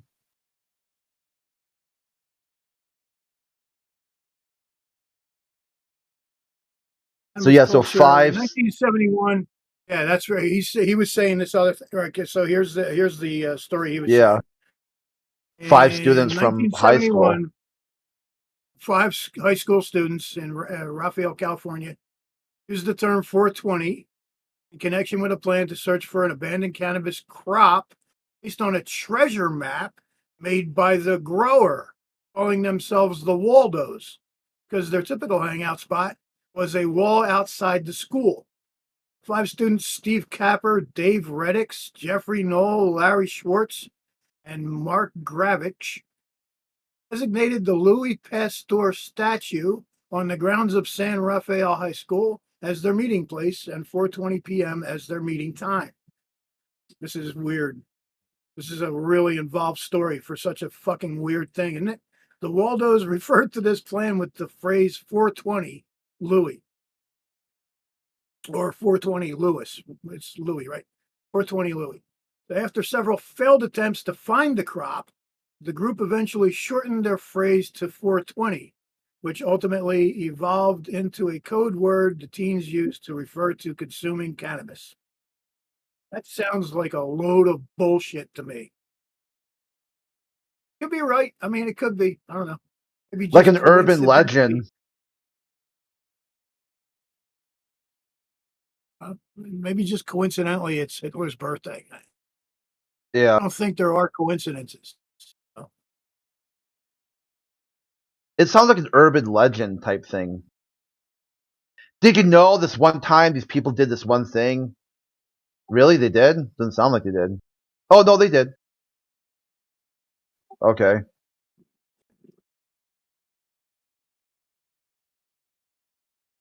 This is funny. Yeah, this is just.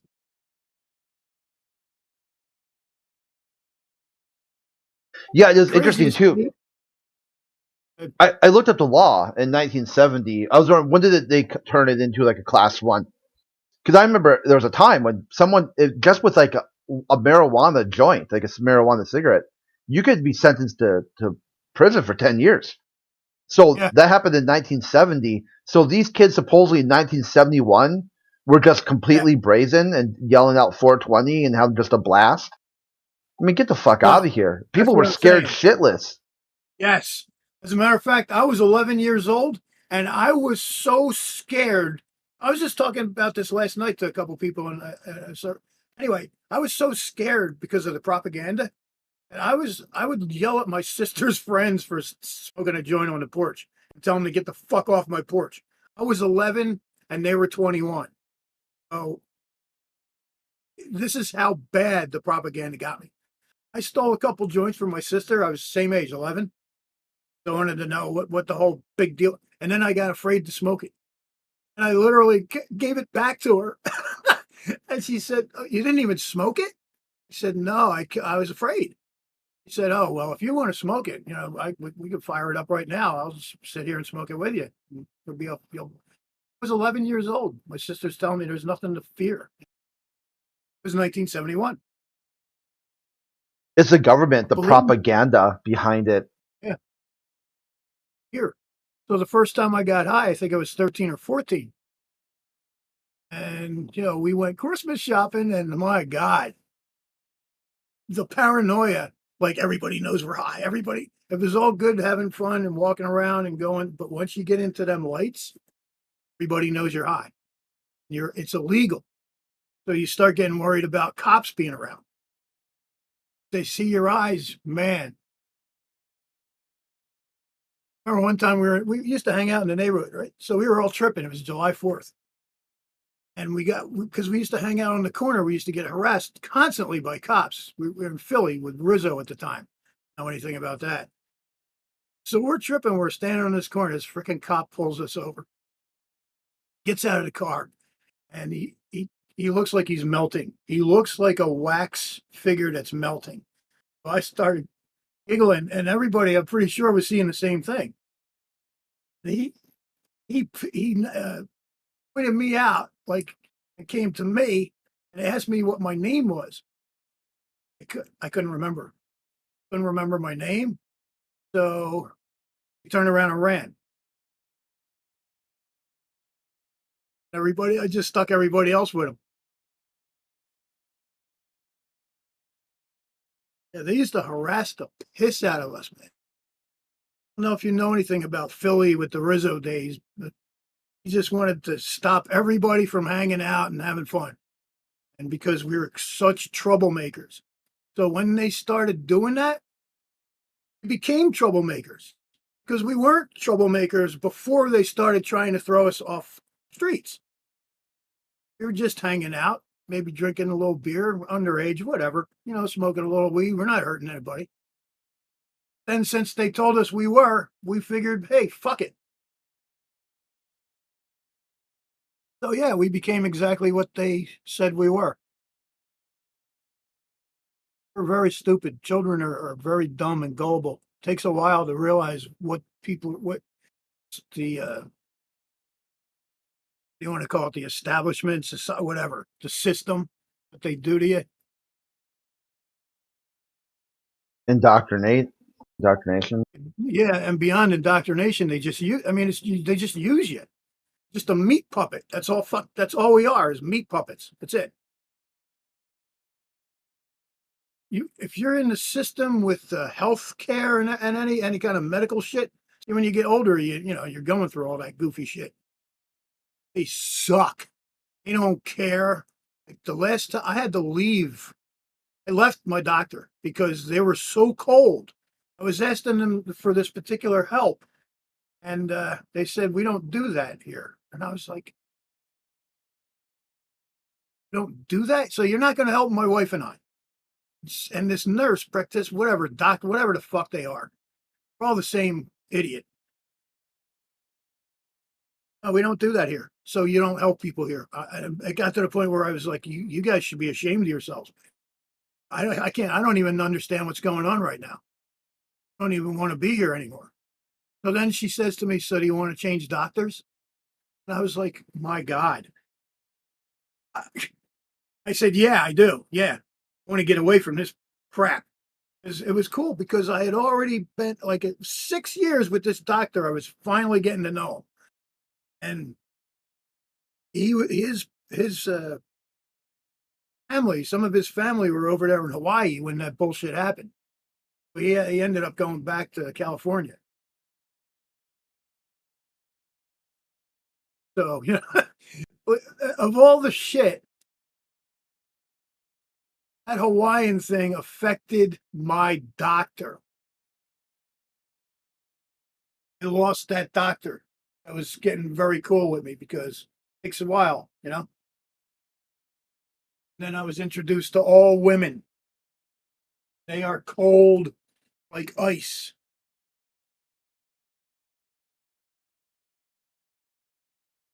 So if you got lots of money, you can basically tell the doctor what you want. Because I did that when I got hurt, when I got knocked off the roof. I had the compensation that was amazing. So I would go in and I would tell the doctor, listen, this is what's happening. I think I need this. He would write me a prescription. Need aquatic therapy. Done. I need this. I need that. Done, done, done. They would bring me stuff in a van, like back supports and back braces and all kinds of shit. That's the freedom when you have money. You do whatever the fuck you want, almost.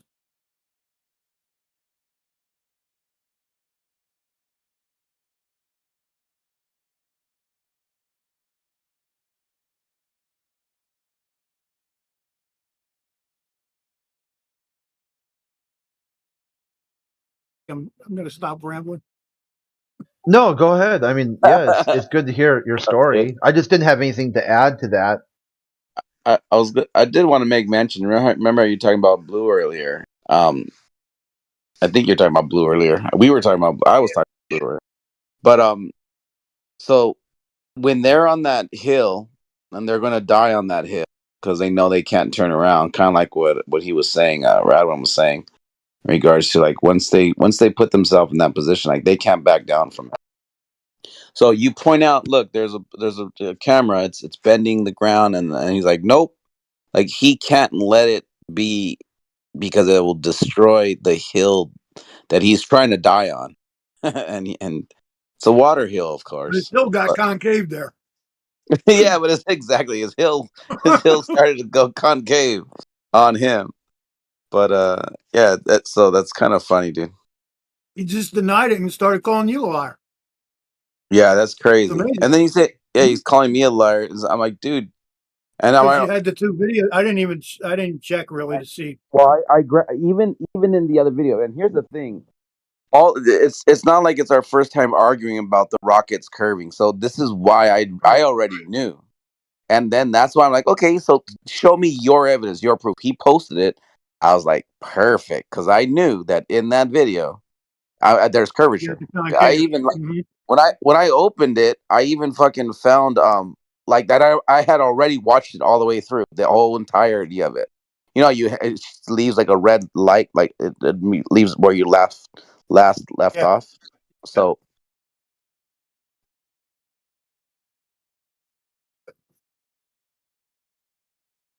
easier thing instead of arguing these things and denying the truth for years is to just say, "Son of a bitch, fuck,"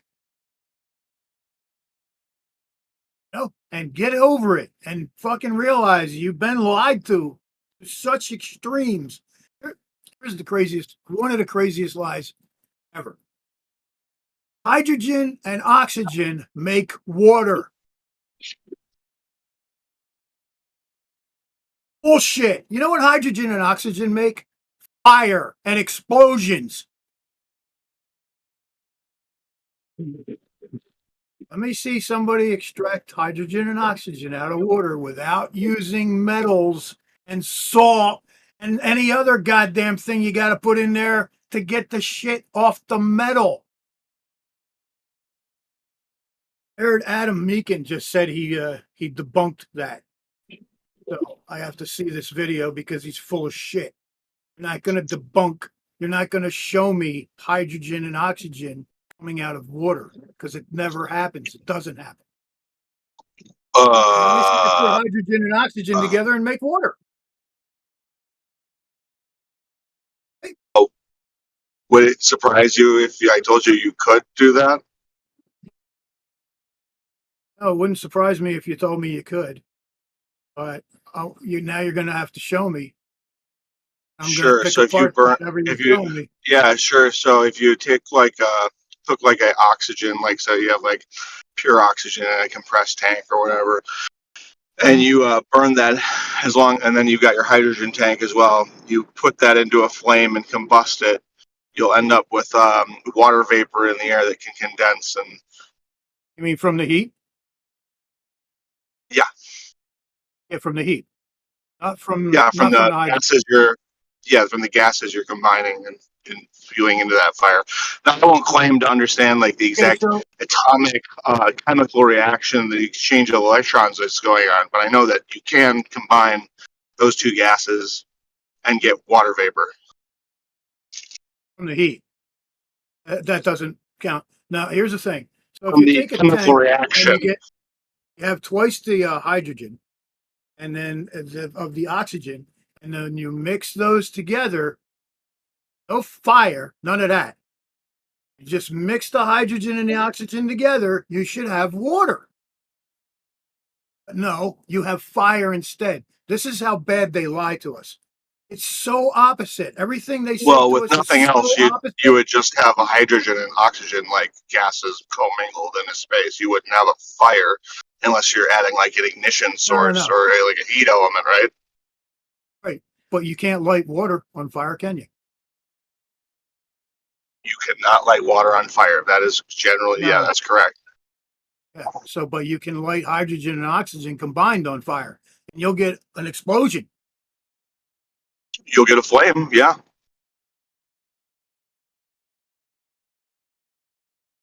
Yeah.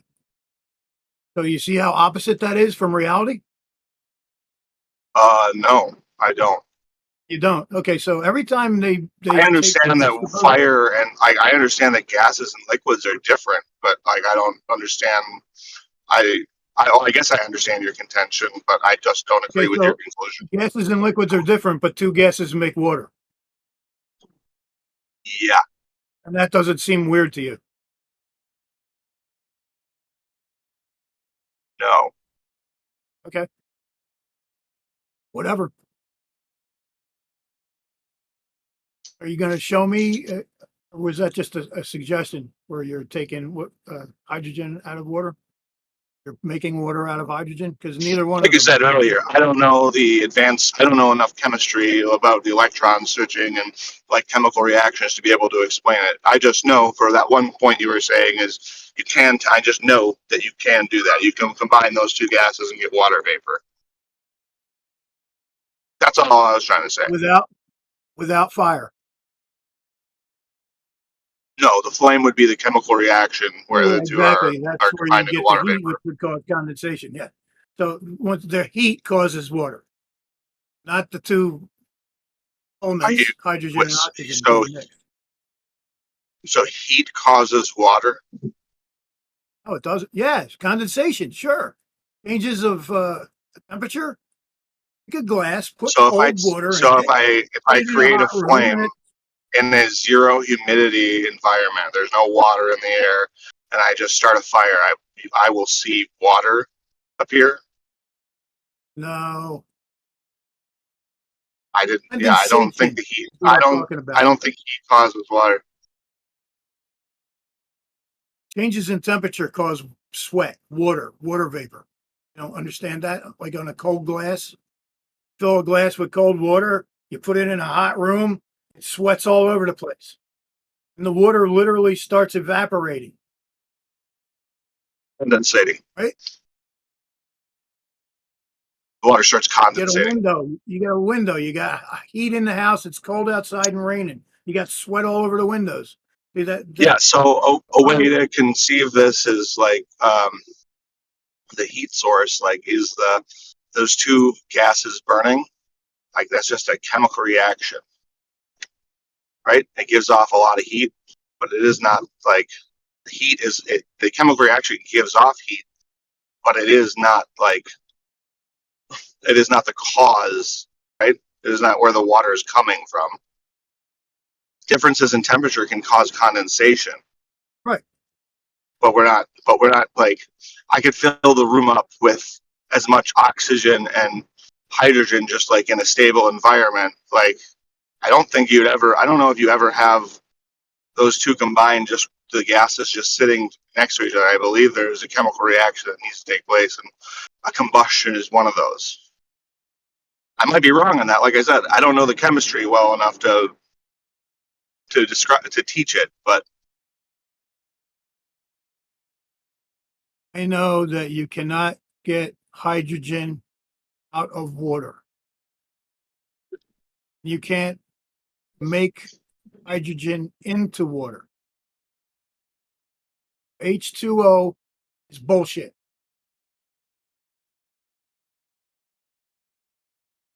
If you want to like show me where you can get hydrogen and oxygen out of water, I'll tell you how they're doing it. Every single time you're going to show me something very similar, and it's always using metal, some type of metals and salt to create the electricity going through the water. You're talking about separating. Very good. That's exactly right. Exactly right. Why do you want to talk about that? What's bothering you about electrolysis? It doesn't bother me. That's how they say they get hydrogen out and oxygen out of water. Yeah, it seems like you have a contention with that. I'm just wondering. I don't understand the contention. Well, it's real simple. getting the hydrogen from the metal. When you introduce these metal boards or whatever you're using into the water, and you turn on the electrolysis, you'll see that the bubbles are coming from the metal, not the water. And the metal starts to deteriorate, not the water. Now, if you're taking hydrogen and oxygen out of water, you would expect the water level to go down pretty rapidly. It doesn't. But the metal starts to rust and corrupt, It would and depend the on water how gets real dirty. efficient the level of the water dropping would be solely dependent on how efficiently the liquid is being converted to a gas, right? So we wouldn't like make a claim on how fast we would accept. Like we wouldn't just make that claim that like we would expect it to move at a certain rate. Like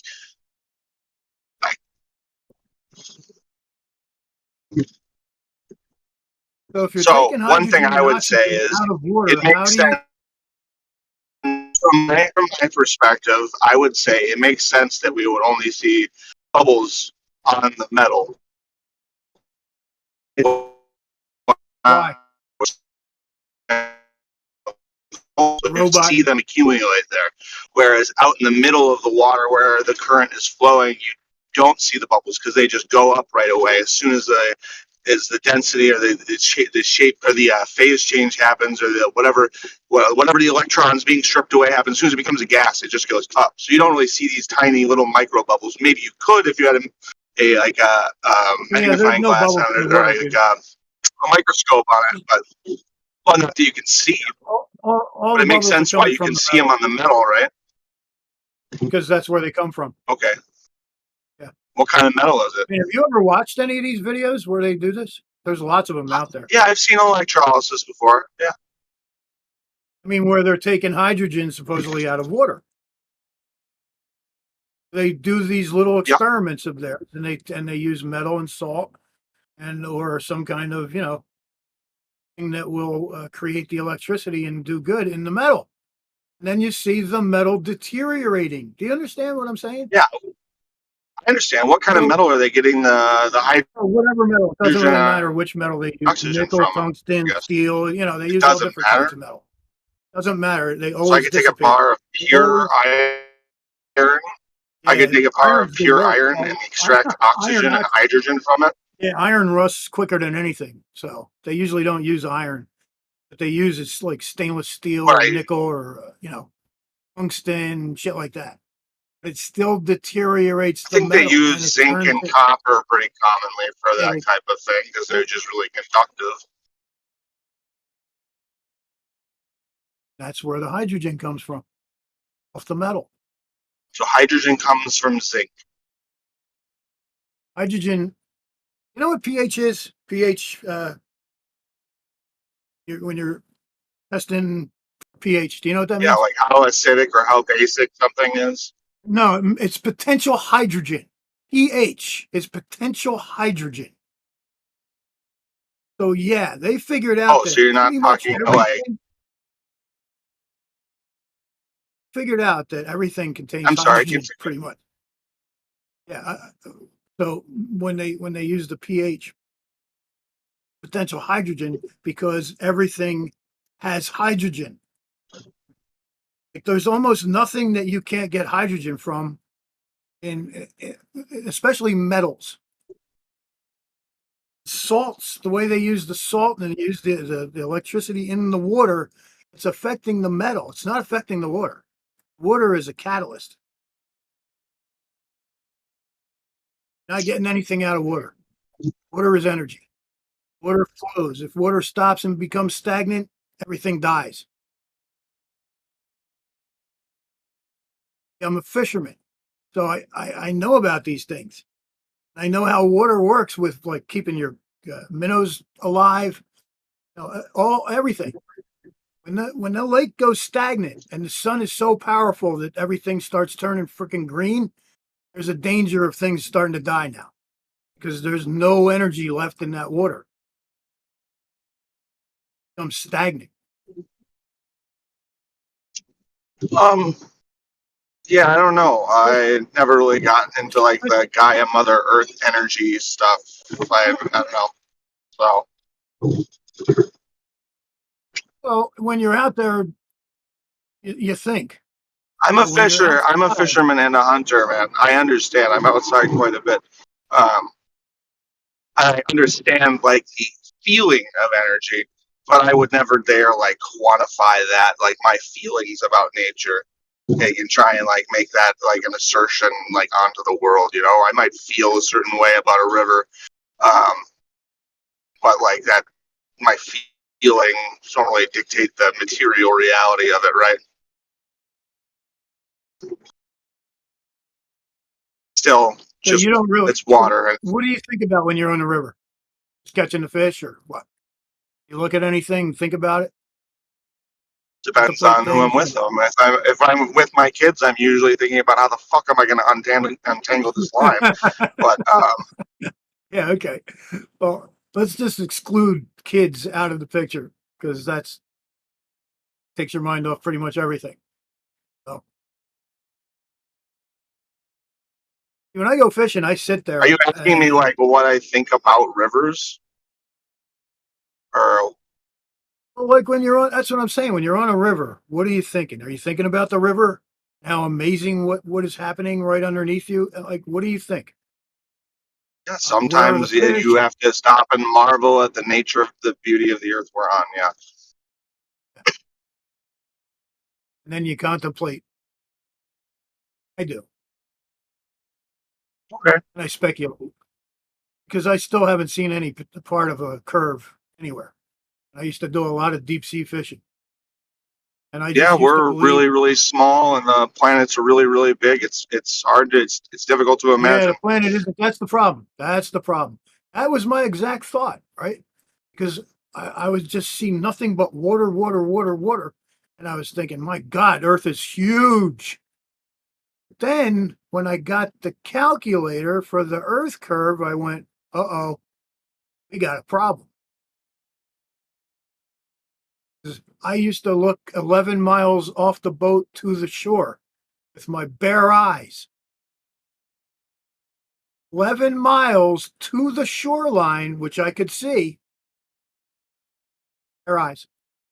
You can't do that on that globe with the calculator that you got. That's not how it works. That shit would be hidden from 11 miles.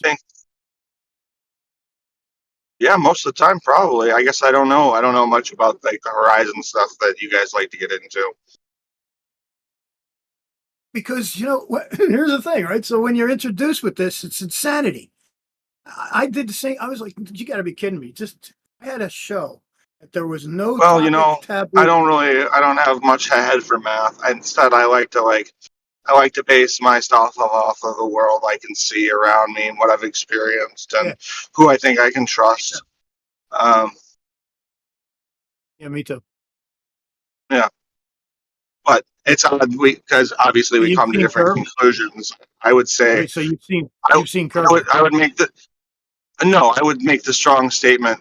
The strongest statement I think I would make is that I think the flat Earth is impossible from what I've seen, and that things that I've observed in reality require like a 100 and shit. Like if the Earth is flat, it is like we are inhabiting both sides of a coin. I think you need that 180 perspective flip to make a lot of stuff make sense. So Not you even that think Earth raises is a a whole disc bunch in of questions. space? You think Earth is a disc in space then?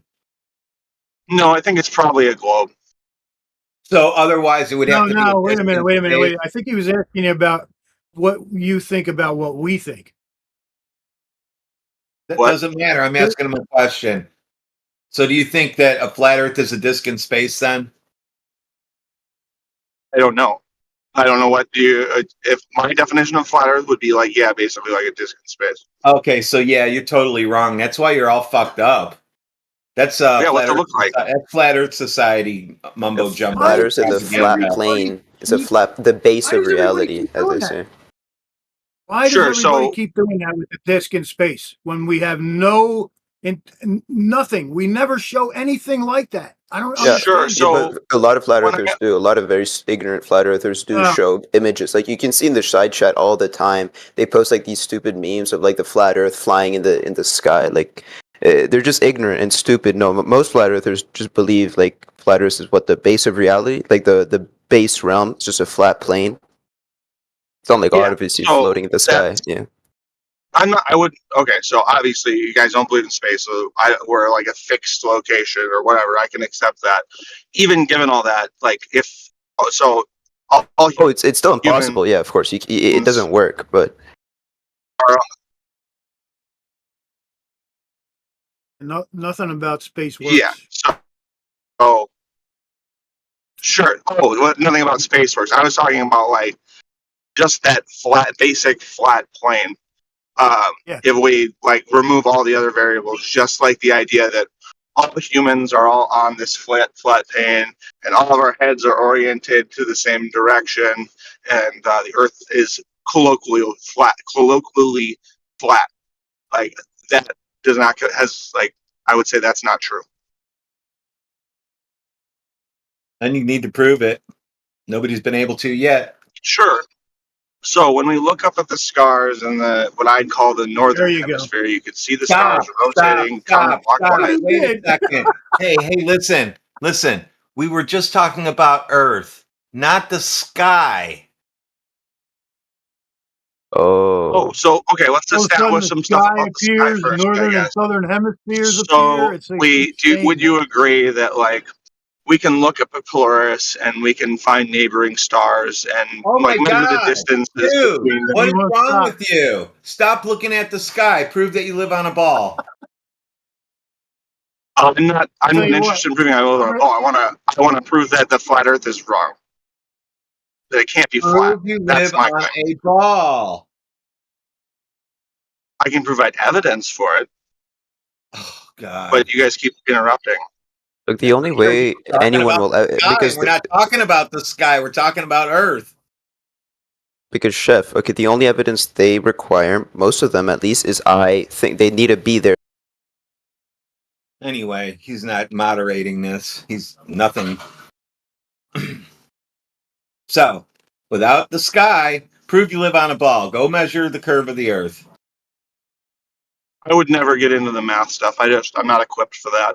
I'm not very good at math. I said It's measuring. a measurement, bro. How the fuck? What about you want me to get me a long tape measure or something? Oh, look, you know the maps, right? They show where oil rigs are out, how far they are. They have to know. I mean, if you guys don't want to hear, what I have to say, you can just say that. Like you don't want to hear why I think the Earth is not flat. That's cool. That's fine. You don't want to hear it. It's cool. To the stars. Yeah, we don't want to hear the stars. So. Okay, sounds good. Everybody sees stars, so that's the end of that. All right. In order to measure things, we see different stars, and we see them going different directions. So. No, they don't. Oh boy. No. East to west, brother. Okay. Does anyone want to co-sign this guy? Jesus Christ. This has got to be the biggest troll you guys have ever had in here. What? Yes. Oh my God. Are you fucking serious right now? I can't believe I still don't know if you're genuine. I'm so fucking confused. You should be confused. Wow. You think you live on a ball that's spinning inside a vacuum chamber. Hold on. Do you co-sign his water isn't fucking real shit? I didn't say water isn't real, you fucking idiot. Excuse me, H2O. Oh, H2O isn't real. Do you co-sign any of that crazy shit? H2O isn't real either. I said, excuse me. Water isn't H2O. That's what I said. Does anyone here want to co-sign that? Who gives a fuck what anybody else thinks? We're talking about the Earth. I'm saying you have got to be one of the biggest trolls. Stop trying to get out of it by focusing on something else. Prove that you live on a ball, a spinning ball in a vacuum. I'm pretty sure I already told you I can't. My claim was that the planet Earth isn't flat. It's just your imagination that makes you think that. That's all.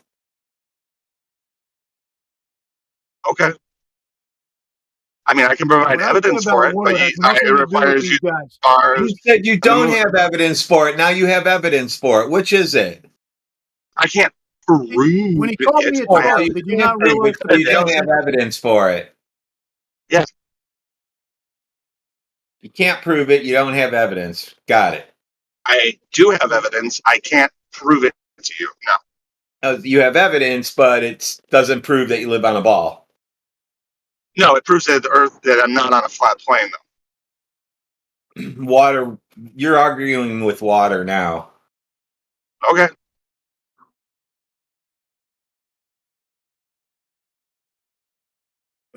I'm talking about anything else other than Earth, or I'm speculating in any kind of way, which H2O, not water, not speculation, because I haven't seen anybody taking H2O or water or hydrogen or oxygen out of water. Can't do it.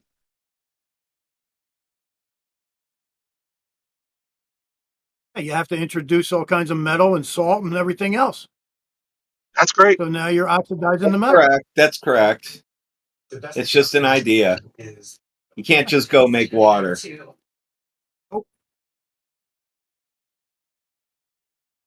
You can't just extract hydrogen and oxygen out of water without using metals and salt. Some other kind of So not water then. Not water is what you're saying, because once you add salt to it, it's not actually H2O then. Exactly, and that's how they try to prove H2O. You have to use metals and salt or some When other you kind add of salt to water, you're just adding salt to water. You're not like making a new chemical compound, right? Oh yeah, hell you ain't. Salt. It's That's dissolved saline. salt suspended in H2O. Saline. Isn't that saline? Wow. Saline's Yeah, not same- like yeah, same thing, it's not right? like. Can you find saline on the element table for me? Okay, so when you introduce It's just water salt with to salt water, suspended in it. when Like you could do the same thing with introduce sugar. salt- Like you could suspend water and sugar, like they just dissolve into it. You know, it's not so it's becoming a part of its chemical it makeup. creates a new bonding thing that you're now getting a different flavor from. Like if you use salt, you're going to get salty taste because it melts into the water and causes a new thing. Also causes Yeah, you the taste the water salt.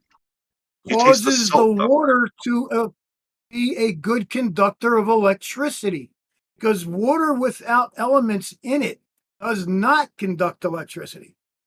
Correct. Right. So you have to introduce these things to cause the electricity to happen. You're changing the water. You have to do these things to allow the electricity to flow through the water. Yes, for the current to flow through it. Yeah. So since water won't do that, you got to change the water in order to do that. So you're not getting. He's exactly right, dude. Okay, if you guys think that. It's not what we think. Those are just facts. God, what is wrong with you people coming in and saying, "Oh, that's your opinion"? You assert You that hard think enough. that. Okay. That's your opinion. La-di-da-di. That's you think that. These are just facts. It's not an opinion that you have to put salt or some type of saline into water to make it conduct electricity. That's a fact. I agree.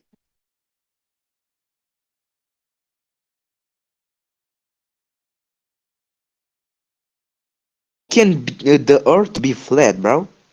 How? Huh? Why is everybody on mute, bro? What's happening? Because if everybody was talking at the same time, you wouldn't be able to understand anybody. Maybe you don't understand that.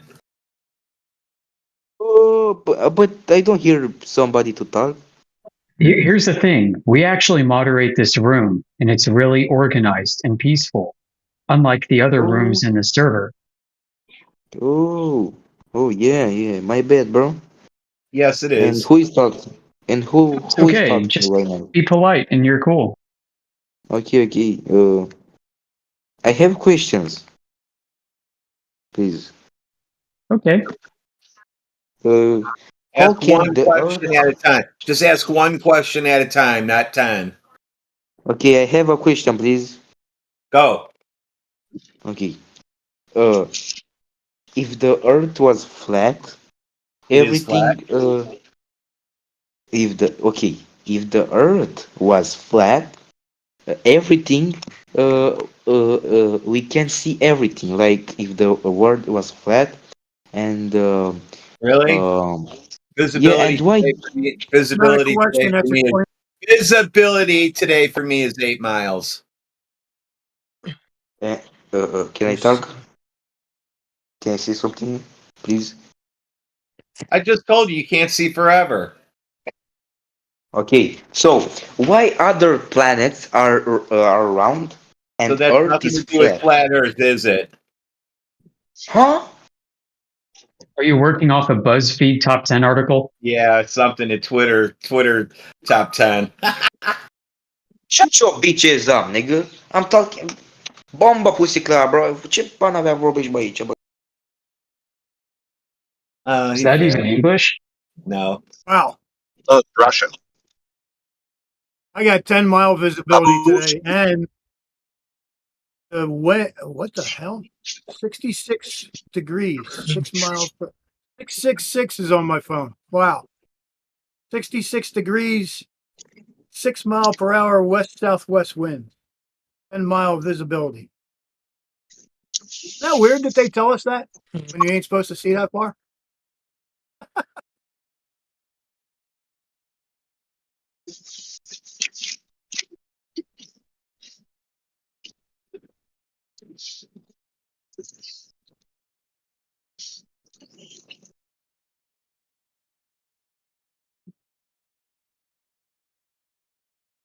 Were you gearing up to say something intelligent or what? Sorry, what? I left. You guys want to talk about the stars in the sky yet? What's okay? I go outside, I look, and I see the stars. Now that means the Earth is a ball. Sure. So when you go out and look at the stars in the sky in the northern hemisphere, you see the stars rotating counterclockwise. You don't do any of when this you go stuff. to. I live in Minnesota. I've seen this with my very eyes. When do you travel to Australia? Oh, and I was in high school for orchestra. We went and watched. And you sat outside and did time lapses with orchestra? Are you fucking high? Do you not think orchestra kids are probably the biggest fucking nerds in existence? Dude. That's funny. Your I think story, that's largely isn't them flying in here. Your story doesn't Okay, hold fly on. in here. Are you Literally, I'm this, sorry. this Okay, one hold on. time in All right. band camp, So this one time in let's band discount camp, you the saw fact. stars in the We can sky. totally throw out my personal experience. I've never been to Australia. Okay, let's just assume that. Okay.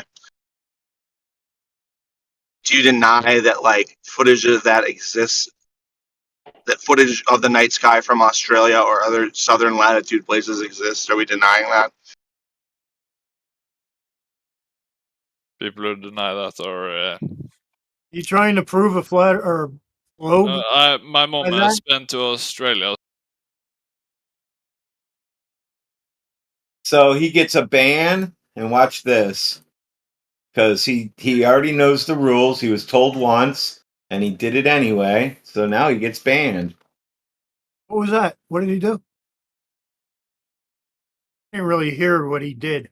Doesn't matter. Live streaming his camera in here. We don't care. Oh, okay. I got you. So he was I don't- taking out the. I don't care if he was- yeah, I understand. I don't care if he was your President Biden. He still gets banned. Not yours. The other guys. Yeah. The globe earthers. I don't argue over politics. It's all bullshit. They're all meat puppets. They're all idiots. They're puppeticians. Do what they're told. Period. That's it. Anybody believes that some guy with orange hair is a rebel who was given everything all his entire life, went bankrupt, got bailed out, went bankrupt, got bailed out, totally into the system. By the way, he's the guy on March 13th, which was a Friday. I'll never forget. 2020 declared a national emergency and shut everything down. That was your guy. Anybody who wants to, defend Trump as some kind of rebel. He also puts the jab. He promoted the jab as well. Yeah, he promoted the whole damn thing. And you know what's even funnier? Not really funnier, but in 2013, on March 13th, 13 days after Benedict resigned, first Jesuit Pope was enrolled and inaugurated. And then said day after that, Trump declared national emergency on the world, the entire world. Just a little coincidence. Besides 313, in the first so-called guesses at the distance of the sun, very weird shit going on, guys. Very weird. Elon Musk, come on, he's the next rebel. Are him and Trump gonna team up and become like some kind of superheroes? Get the fuck out of here. They're both puppets. Both been given everything. Never worked a day in their fucking life for anything. All they did is lie. That's all they do.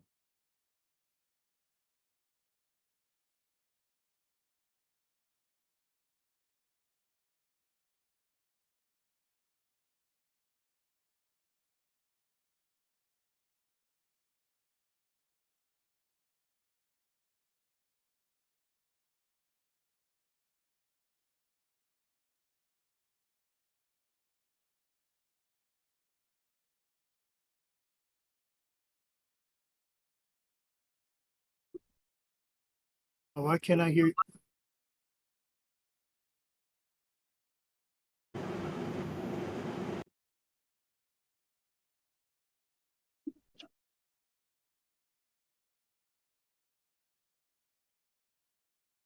Bradwin, are you talking? How come I can't hear nothing? I'm not saying anything. Oh, you're not. Your lights were blinking. I thought I was. That's cool.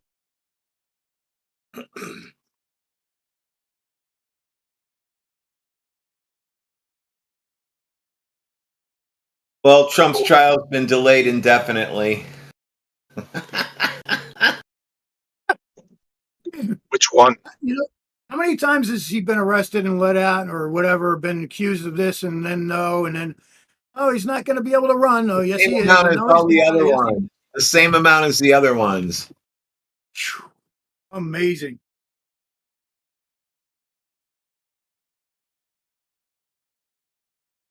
Yeah, you got your heroes out here. People are buying into. Even people that really don't, I don't know, that I didn't think were into politics or believe in any of it, were saying to me a little while ago about Trump's better than Biden. I'm like, how do you say that?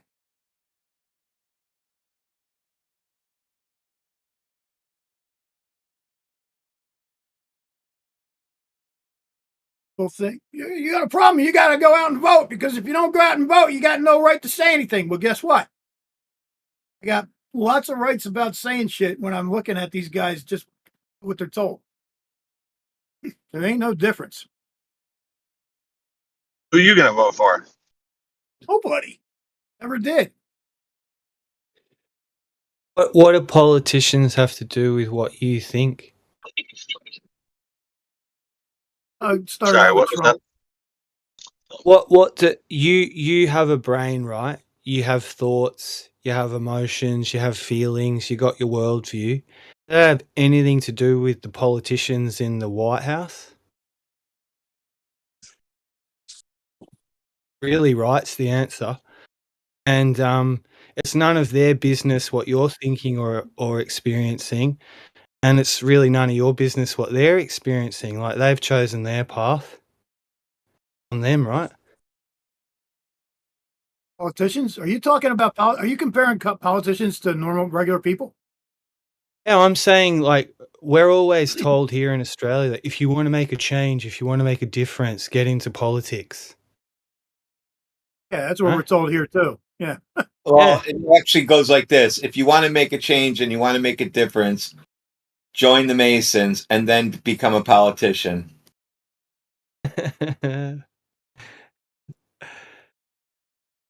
You might. You got to know the right people though, because I know a lot of Masons and they don't know shit.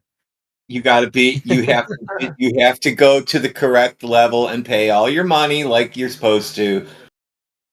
Yeah, I know a guy that is 4 times over 32nd degree. So that doesn't mean he's allowed in the club. Yeah, does he get VIP at the basketball or something? Oh, I don't know. I just know that we were talking about it, and he said, "Yeah, it's just a book you read, and it's a test you take, and that's it." No, he lied to you. Yeah, he sounds like it. He lied to you, and Really? that's their job. I have the books. And it's not just a book you read. What is it? Ritual after ritual after ritual. A lot of death, right? A lot of it's about death. He didn't tell me what Facing your death. involved. He didn't tell me what was in the book. He Weren't just any of said, you guys like in a fraternity in college or anything? Well, one of their rituals apparently you get in a coffin. You got to spend the night in the coffin, or a while in the coffin. Weird, right? Yeah, That's weird. You have to tell your truth. I think that's Skull and Bones. I We don't have know. Do they all do it? it's all the same group. Anyway, we have a Freemason in here anyway, X, so he already knows all the shit, that ins and outs. Yeah.